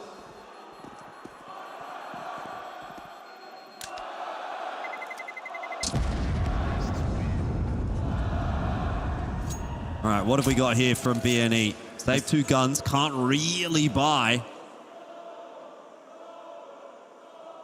Got a little bit of money that they could throw a couple of pistols behind this Orphan M4. Round loss bonus. Starting to work up here. So it looks like they are just going to focus on the future, maybe. Looking like it might just be a slight investment. Some Deagles picked up. It might just be the half by in the next. Oh, GXX going to be spotted. Man, Movistar Riders really love this mid-contest. Yeah. Every single round they're sending at least 1 or 2 members there, but GXX has not spotted Davy G. Walking past. Martinez tucked behind the box, not spotted either. And everything's slowing down as that tension builds. But Davy G, positional advantage. And we'll start to drop some util to maintain this red room control. BNE, look, they're going to potentially invest 3 players to try to retake here. But that's not worked super well. GXX, it's all going to boil to the timing. Didn't opt to end up going through that smoke. And so no trade frag just yet. Sceneri also falling. Movistar Riders working their way methodically through this round so far. Yeah. One Flatro. He's got the M4 to stand in the way and starting to shift forward. Has an opportunity, but the numbers are going to be too strong for Movistar. Deagle doesn't do a damn thing, and GXX, he is just licking those wounds, looking to keep the AWP alive into the next. Yeah. He's going to have a bit of a task ahead because Movistar Riders, they are well and truly on the hunt already. All 5 of them exiting the bomb site. Here comes that first peak. Mopol's down, but that's information given, and now GXX is under the pressure. 10-11, scoreline creeping back to equal. Movistar Riders, they are looking for that 2-0. One away from a tied game, and Bad News Eagles taking a moment to take this tactical and figure out where things are going wrong for them. Ooh, the money is not quite good enough for a buy. Yeah, it's going to be a half buy. That little bit more expensive, so the half buy is the call. And it looks like they're going to aim to max out that round loss bonus, but also do some damage in the meanwhile. Thinking about which util they want to bring in and how they want to hold on the defense. Plenty of HEs, so you're probably seeing an airstrike somewhere.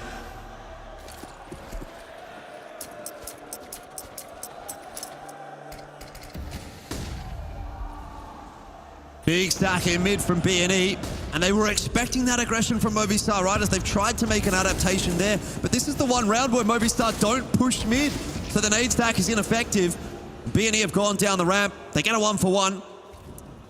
Gotta say, it doesn't really feel like their plan has worked out there. Still in the 4v4 though. With pistols in some of these positions, Sceneri could find himself an upgrade off the back of a quick kill if there's a lurk in through cave side. But Movistar, they don't know where the CTs are playing from. You can see how cautious they are. Just locking down ramp, cutting sound at the mid-round. And I don't blame them.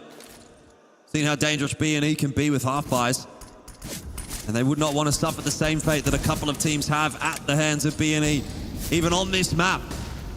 So they're taking their way into that B bomb site, but they're trying to cross the T's, dot the R's as they work their way in. Regon's got one. It's not enough to deny much from Movistar Riders. And as that smoke fades, the two B&E members will also fade away. Still hanging around. Ooh, all right. GXX. Might get them interested a little. No defuse kit, so B&E will have to work quickly here. The Eagles can do the damage, and there's the first player spotted. Sorsal does well onto Synopsy. GXX now pretty much out of the round. Can't win it for his side, and so Movistar will grab another one. Again, we're getting a close map. They try to make it as expensive as possible. But the money is strong, just like the passion of the fans down here in Margot's court. Tied up, 11 apiece. And Bad News Eagles, they're finally back on a gun round. Let's see if this is going to be enough to find a 12th and stop this little rampage from Movistar. Movistar, however, looking like they really want this cheater control. All right, Flash is getting layered over into mid. B&E have cleared that out. They know there's not a whole lot of presence there from Movistar. They got to be wondering, all right, what's happening on lane then? And one Flatro, he's well aware of that. Info has been communicated, gets his smoke down early.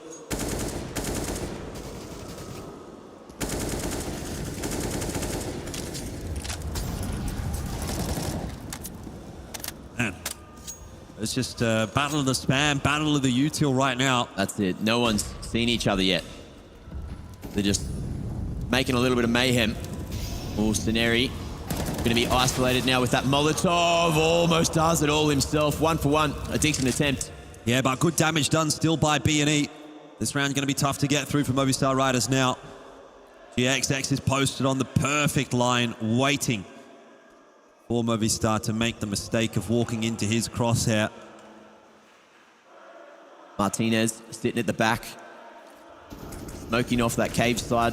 In comes the execute, flashes through, and one flat rope. He'll go down to the wall bank.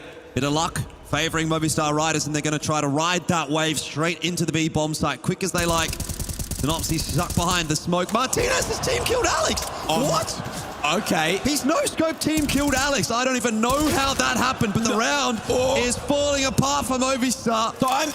He's got a plan, and he's got to do it quickly. Tries to fake it, does get the kill, and now makes it possible.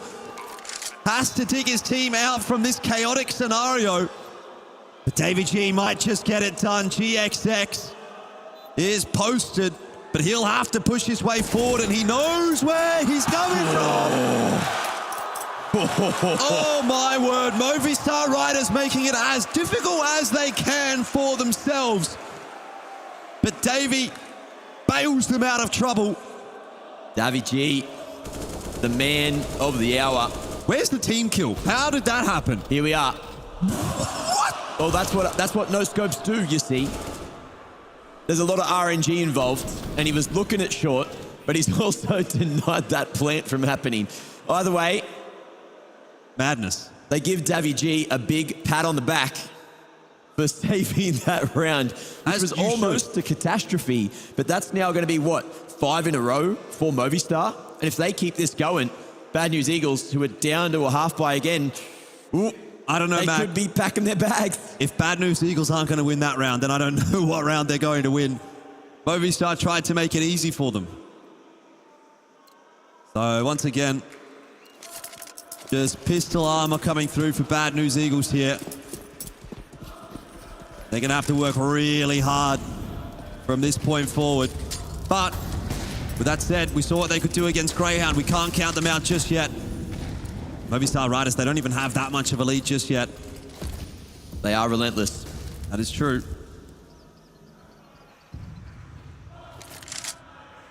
Oi! None of that.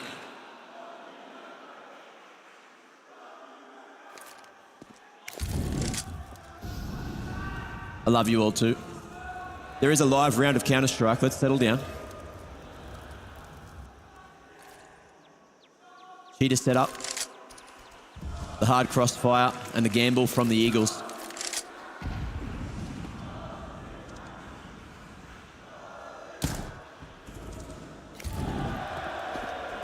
And there's the opening. Yeah, we'll go down. So, Movistar, again, just working their way slowly through these rounds. They don't want to be giving up anything at what would be a very inopportune time.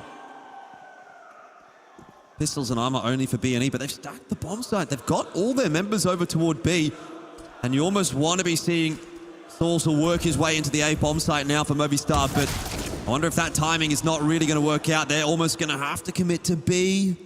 They decide to go A. At least with what they've brought into the round, if they save it, if they can keep this armor, there's a chance that they can get a very healthy buy in the next. But Rigon, he ain't done. 20 and 16. He's looking to make a little more happen with the Deagle. Headshot line ain't going to work this time. And it might just be 2 half armors saved. Yeah, well, good damage comes through there for B&E, but ultimately it's not about damage anymore, is it, Mac? It's going to be about getting rounds win. 13-11. Movistar are getting very close to convincing themselves that the 2-0 is possible. They are suffocating the economy somewhat. So there is a chance a swing round's not too far away if B&E can just win that one crucial round they're hunting for. At a moment's notice, they could be straight back into the game. They only need 5 to close. Movistar now, 3 is all they need. Davy G going to the grave with the explosion of the C4, but also stretching that out to a 2-round lead. Round 25, getting real deep now. And we are going to be moving into another gun round with those couple of weapons saved. Well, tactical timeout, the very last for Bad News Eagles. This is pretty much all their eggs in the final basket. I think at this point, B&E, have they run out of ideas? What are they going to change up on this CT side? What have they noticed from Movistar? For their own right, Movistar have been working really hard to keep things interesting on this T side. They've not really defaulted back to the same strategy. They've been contesting mid, and then they've kind of given up on that a little bit in more recent times. Yeah. And no one's really lacking in the frag department. Of course, GXX, you saw what he was capable of earlier, and he's had some decent impact. But as the AWPer, he's just missed a few opportunities this time, but the game ain't done just yet. Looks like we're going to change up the setup. B&E looking for a main control, playing more passive at mid. But the read's no good this time, and it might just have to be retake on B.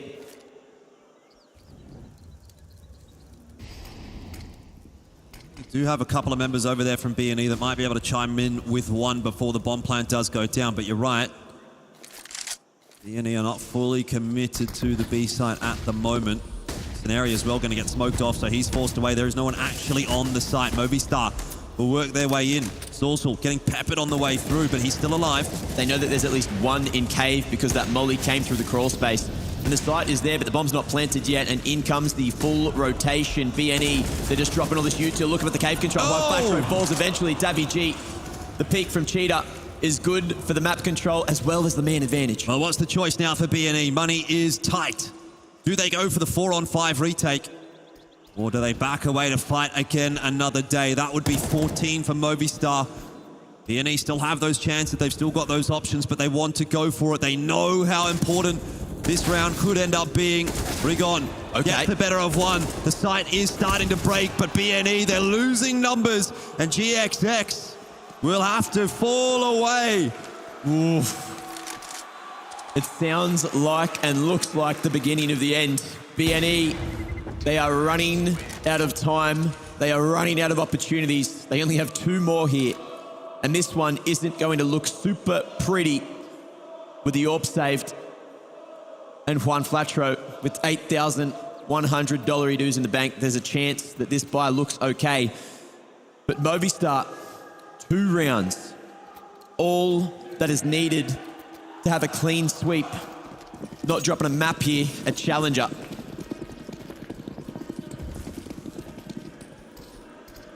BNE, can they come back from behind once again? They did it against Rare Atom when it looked like they were down and out. They did it against Greyhound. And they do it against Movistar Riders. Ooh. Can they do it without Sceneri? I don't know. But that's not a great way to start a round. I'm not seeing it, Mac. I'm really not seeing it. Look at how far back in their sights BNE are now as well. They have no information. Movistar pretty much control the whole map. A jump spot in mid coming through from Rigon. He knows what's going on there, but now he'll be smoked off, so he's going to have to start to wonder too.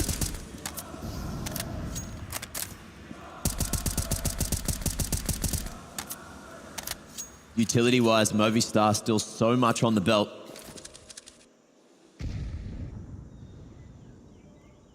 And they're gravitating the right way for an easy B take.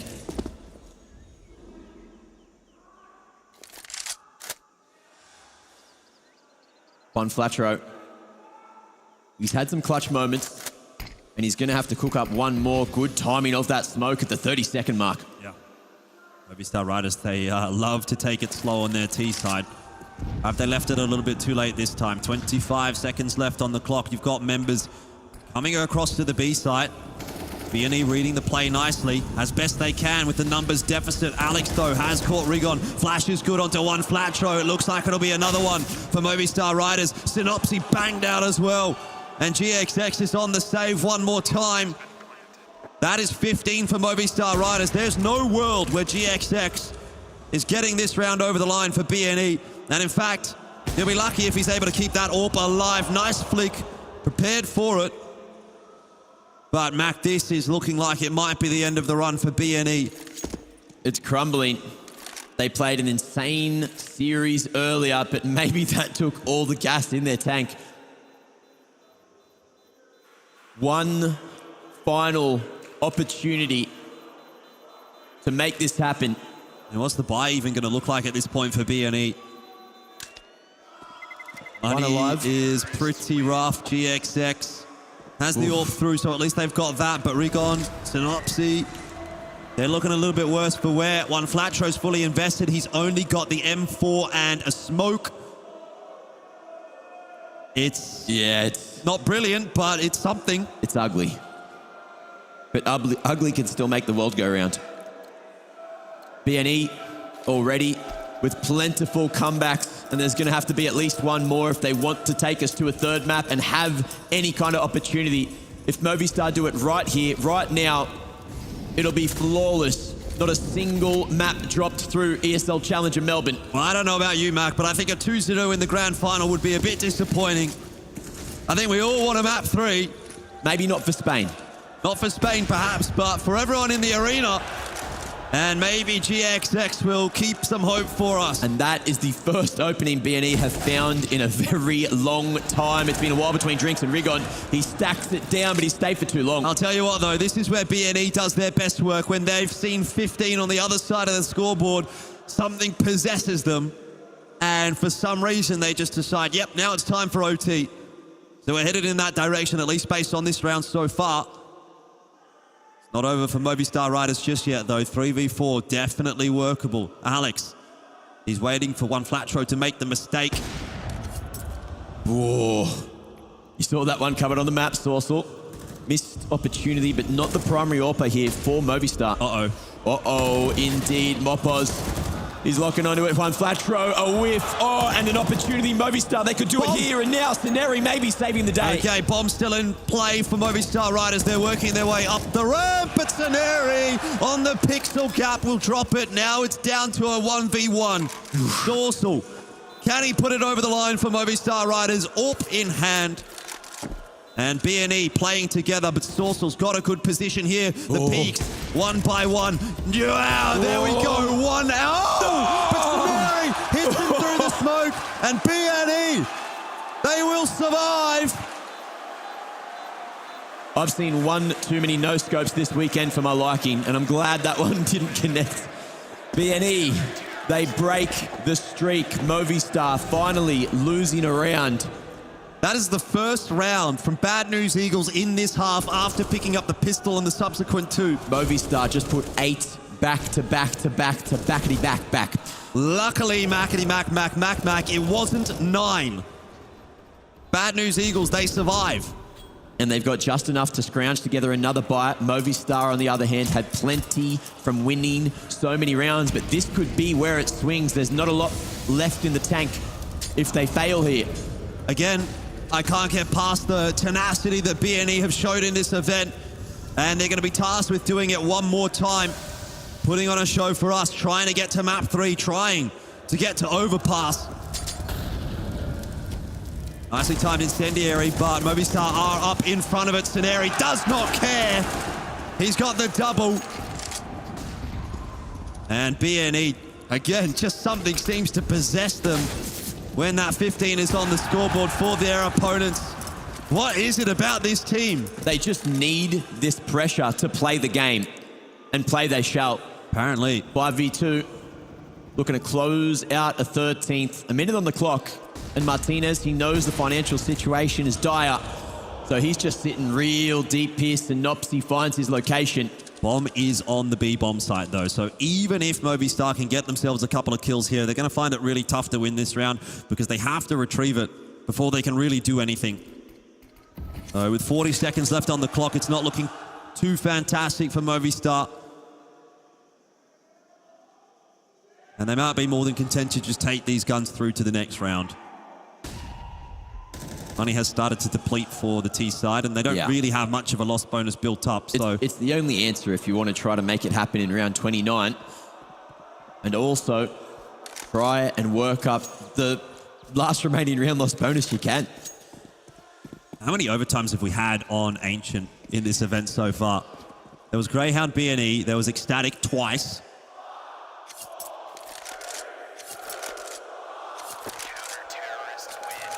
And there's 13 for BNE. So they're one step closer to getting another one. Bit of an awkward decision to make now for Movistar. Force and play for a couple of rounds, or take the save and really invest in the final round of regulation. Hope you can win that one. Could be a half investment. It doesn't look like it will be. Movistar having a bit of a chat about it with this timeout, and it looks like they're going to full buy, Mac, or as much as they can.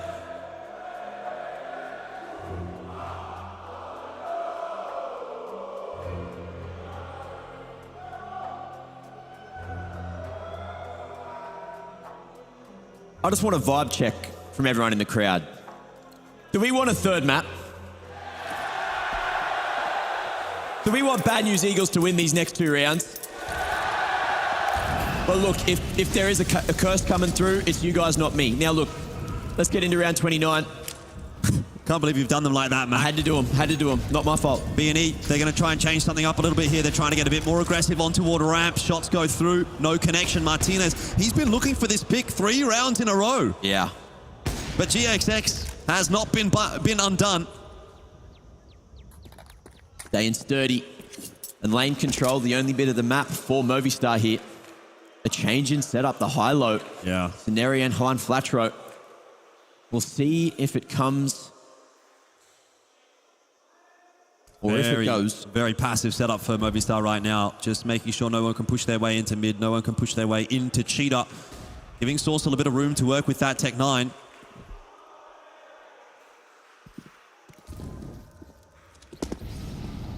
Rotation in the mid-round.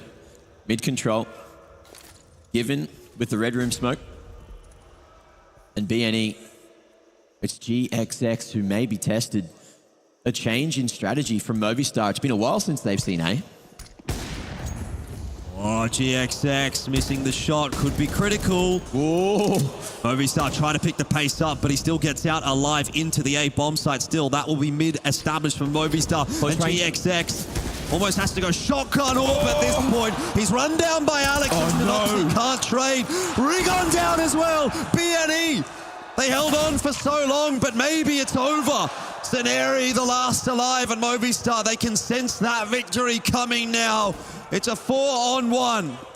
On a buy that they should have had no damn chance. And Martinez, he's got that up in hand. Thorsel, he'll close it. And Movistar are ESL Challenger Melbourne champions. They've done it again, and they've done it here in Melbourne. Movistar Riders, they were the team that wasn't even meant to be here, but they made their way through to the grand final. They're undefeated at ESL Challenger Melbourne, and they are also now your victors. Flawlessly as well, not dropping a single map here. They weren't even supposed to be here. They were supposed to be Mongols, and they've come through with a W, doing it for Spain, and they're looking damn good in the meantime.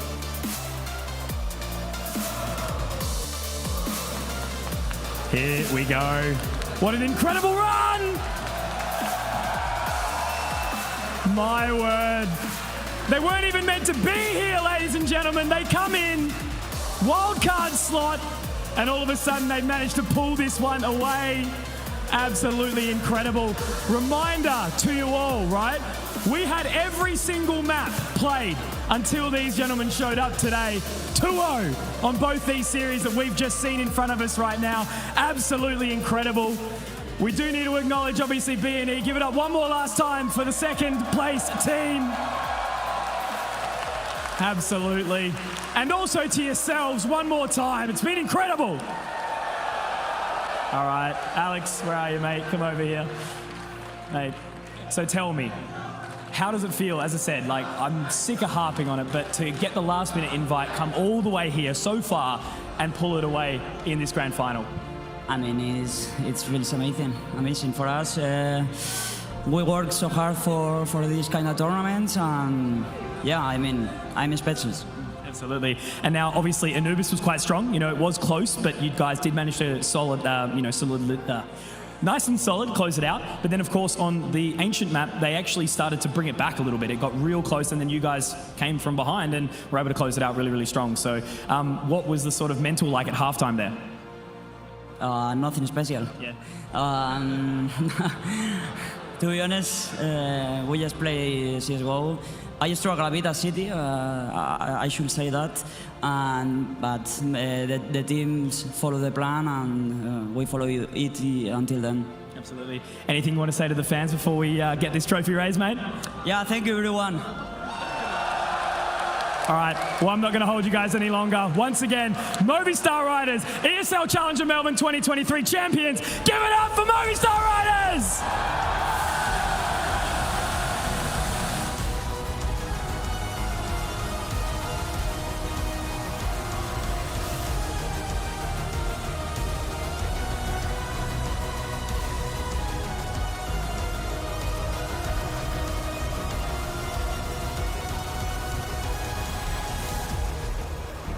Are your ESL Challenger champions all the way from Spain and adding their second ESL Challenger trophy to the awards case.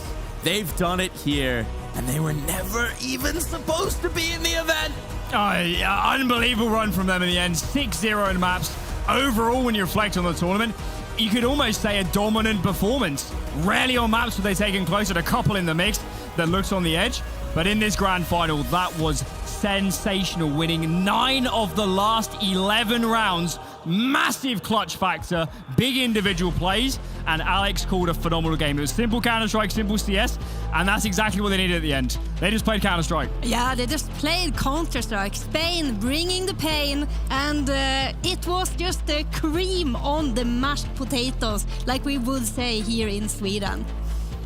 It was indeed, but down under they would say, bloody good job, I think, at least. That might need a little bit of translation. Incredible showing from the Movistar Riders. You're absolutely right, Alan. It was domination. They had the 3 highest rated players of the tournament. They didn't drop a map. They took on the best that there was to offer in the Bad News Eagles, and they dominated. Don't forget that going into the veto and how they tried to play out this grand final, they took big risk. They were very bold of how they went into this veto. They could have played a standard veto out and we go on to the, the Vertigos and the Infernos of the world, and they probably don't win that series. They go in for Anubis here, they muck around with a veto to take Mirage out, BNE are pushed into a weird position, and they make a mistake. They pick into Ancient when it probably wasn't the right map to go into, and Movistar capitalized. It was the perfect veto, so from start to finish, I'm all in the Alex camp. If it was him that went for those veto decisions alongside, of course, the calling in the game, he's an absolute monster and he deserves this title. He absolutely is. He's also the highest rated player of the tournament, so he's doing it all. He's doing every single piece of it. But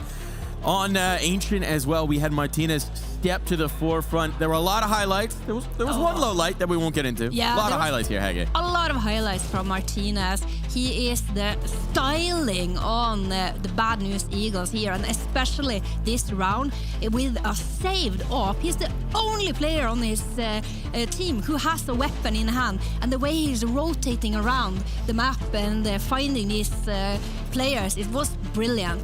And on the end of that, 1 versus 1 for the ace.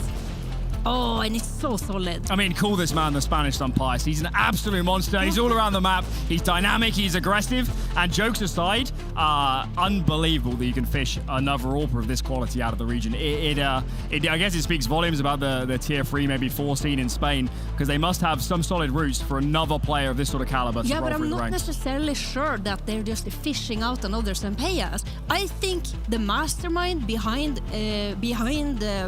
the style of play behind Martinez, it's Alex. Alex says, we need you to have more impact. We need you to be more vocal. We need you. And especially in these critical rounds where he's the only one who can do anything. I think it's just Alex who's shaping him into becoming this amazing player that we see. Well, Alex certainly delivered this tournament. Incredible individual prowess to go with some banging calls, some outplay, some full control. There's nothing that you can take away from this Movistar side. Whatever it is, whether it's the individuals, the talent, the system, whatever it is, at the end of the day, it falls on this guy's shoulders, and every time a round does, it feels like he delivers. I mean, he's absolute money, and think about the pressure going into a grand final where you've got to make the calls at the same time, knowing what's on the line, knowing what's at stake. And he was calm. He was so composed individually, an absolute monster. And Alex places himself in basically the best positions on every single map. He's always going to be in the middle of the map on the T side because he's calling, but CT side, he takes the strongest positions and he makes good on it. And, Alex is absolutely one of the most skilled in-game leaders in the world and a very well-deserving MVP of this tournament. I do also want to say that, we don't really hear that much about Blade, but he has to be doing stuff behind the scenes. Surely this team is well prepared. Surely Blade is instrumental in terms of picking the players and developing them as well. So that Blade-Alex combo seems to be working pretty well again. Something to do with coaches named Blade and having impact. I mean, it's impressive to see that they've built back to this point. We built it up in the pre-show, but last year in Valencia, this was the start of the very brief, to be fair, Movistar era. Before they had players snatched away, before they shifted into the rebuild, but they made such a run here, and they found themselves. They've looked like the best we've seen since that run last summer, and it's coming in at just the right time. Absolutely, and obviously the depressing part of coming off Valencia and Cologne last year is that we were left with these what-if questions. What if the Movistar Riders had played on for another 6 months? What if they'd still been in good form going to the late stages last year? Well, we get to live it all over again. Finally, Movistar are back. They are in good shape, and we can see if the Spanish team can return themselves at the top of the scene. Yeah, I think they're just patiently rebuilding back this powerhouse of Counter-Strike that we know them for. It's just so sad that they have this little dip in form, but of course, you need to prepare your players. You need to have a little bit of time. I'm just super impressed by how quickly they can turn things around and churn out once again an astonishing tournament victory here. I think it's a perfect time to announce themselves back on the scene, right? We saw the promise of it starting to come in their last Pro League campaign. Now with this victory here, they've earned a spot in the next season of Pro League as well, in season 18. And they're really just showing themselves as being a major contender now, ready to go toe-to-toe with the best in the Counter-Strike world. Let's take a little trip down history, a little trip down memory lane, because it has been a wild 3 days of Counter-Strike, and it all started in the groups here in ESL Challenger Melbourne. We saw some surprising teams make it through. Complexity not qualifying out. Ecstatic, the Cinderella story of this tournament. Yeah, I mean, they were unexpected to make it through the qualifier. They come here, very little LAN experience, and what more could you ask for? What more could you ask for? They played absolutely to the limit of all of their potential. A couple of those individual players, Crown looking good. I thought Queenix had a great event as well. Manx showed his form too. So for those guys, it was an amazing learning experience, and they played a lot of good Counter-Strike along the way. Yeah, and Greyhound rivalry as well. Their hometown heroes. They had an exceptional, brilliant tournament. And in the end, it just wasn't quite enough against the Bad News Eagles. But regardless, an exceptional tournament from the Greyhounds. It really was. They couldn't quite take it all the way for the hometown crowd, but it felt like they transferred that energy on. And I mean, the crowd. You know what? Honestly, I want to give the crowd an MVP as well. This has been one of the best audiences I've seen in the world of Counter-Strike. You are a mighty, mighty arena, Margaret Court Arena. You bring the energy to every game. Doesn't matter who's playing. Doesn't matter who's winning. If it's banging Counter-Strike, they're there for it. And that's a really incredible experience. Yeah, absolutely. And of course, after Greyhound goes out, a lot of potential for the mood to drop and, feel a little bit dismayed. But they were the loudest in the grand final of any of the games.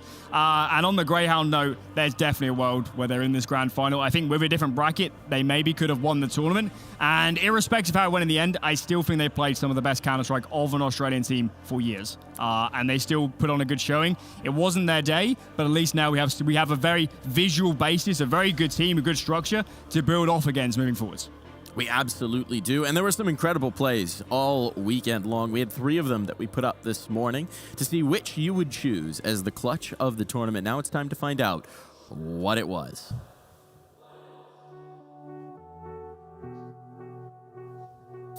What is it going to be? Number 1. It's coming down to GXX, the 4K top site on Overpass. Decided as the clutch of the tournament here. Yeah, it was a pretty wild round. I think possibly the reason this round is the one that comes through in the end is the wider context of GXX winning this enormous clutch, saves Bad News Eagles, gets them into the playoffs where they could even be in grand finals contention in the first place. And GXX is another player that, had Bad News Eagles got this final over the line, he absolutely would have been in MVP contention. And for a player that's had his issues over the last 6 months or so, what a really great performance to nail it. Yeah, and especially the decision-making that he is showing. When he's pulling out the USB at the end there, when in the 1 versus 1, he understands that is his win condition, that he's able to hit that headshot. He does. It's brilliant. He does indeed. Brilliant indeed. You know what else would be brilliant? Would be winning the DHL drop. And so it's time to find out if you got the right answer to this one. Our question was, who is the only player in CSGO, current player, but the only one, to win 2 Intel Grand Slams? And that's, of course, the NA legend, Twists. The only Intel Grand Slam, NACS, best CS, as everyone knows. So if you got that question right, you could be winning fabulous prizes in the DHL drop. Now we come to the end of the road here at ESL Challenger Melbourne. It's been one hell of a weekend. It's been one hell of a tournament, one hell of an adventure. But we're going to take a look at one more thing before we say goodnight. Let's take a peek.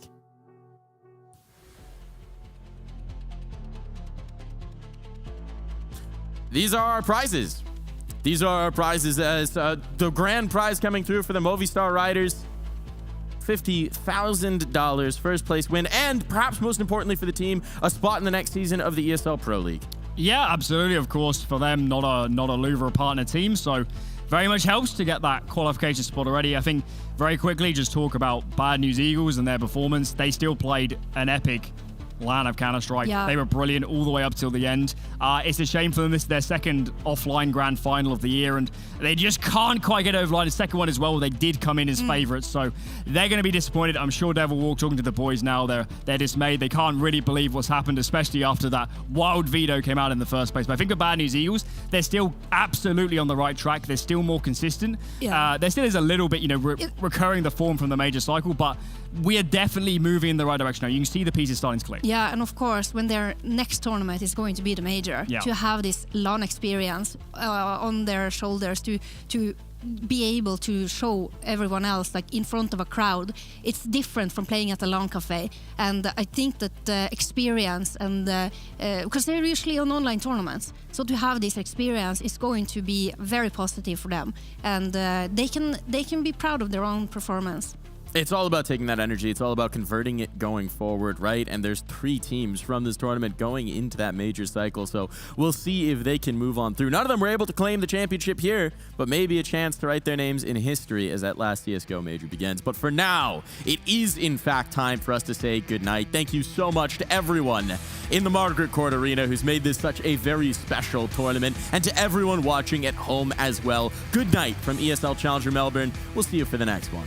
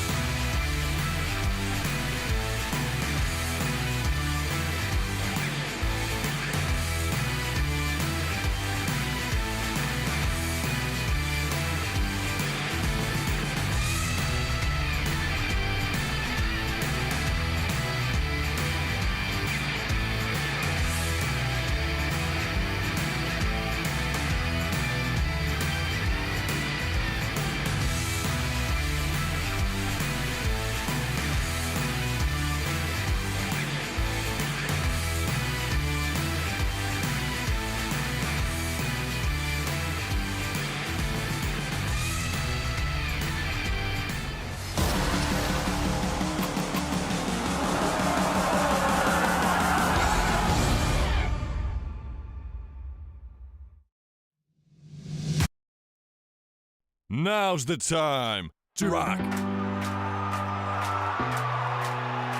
The people's choice.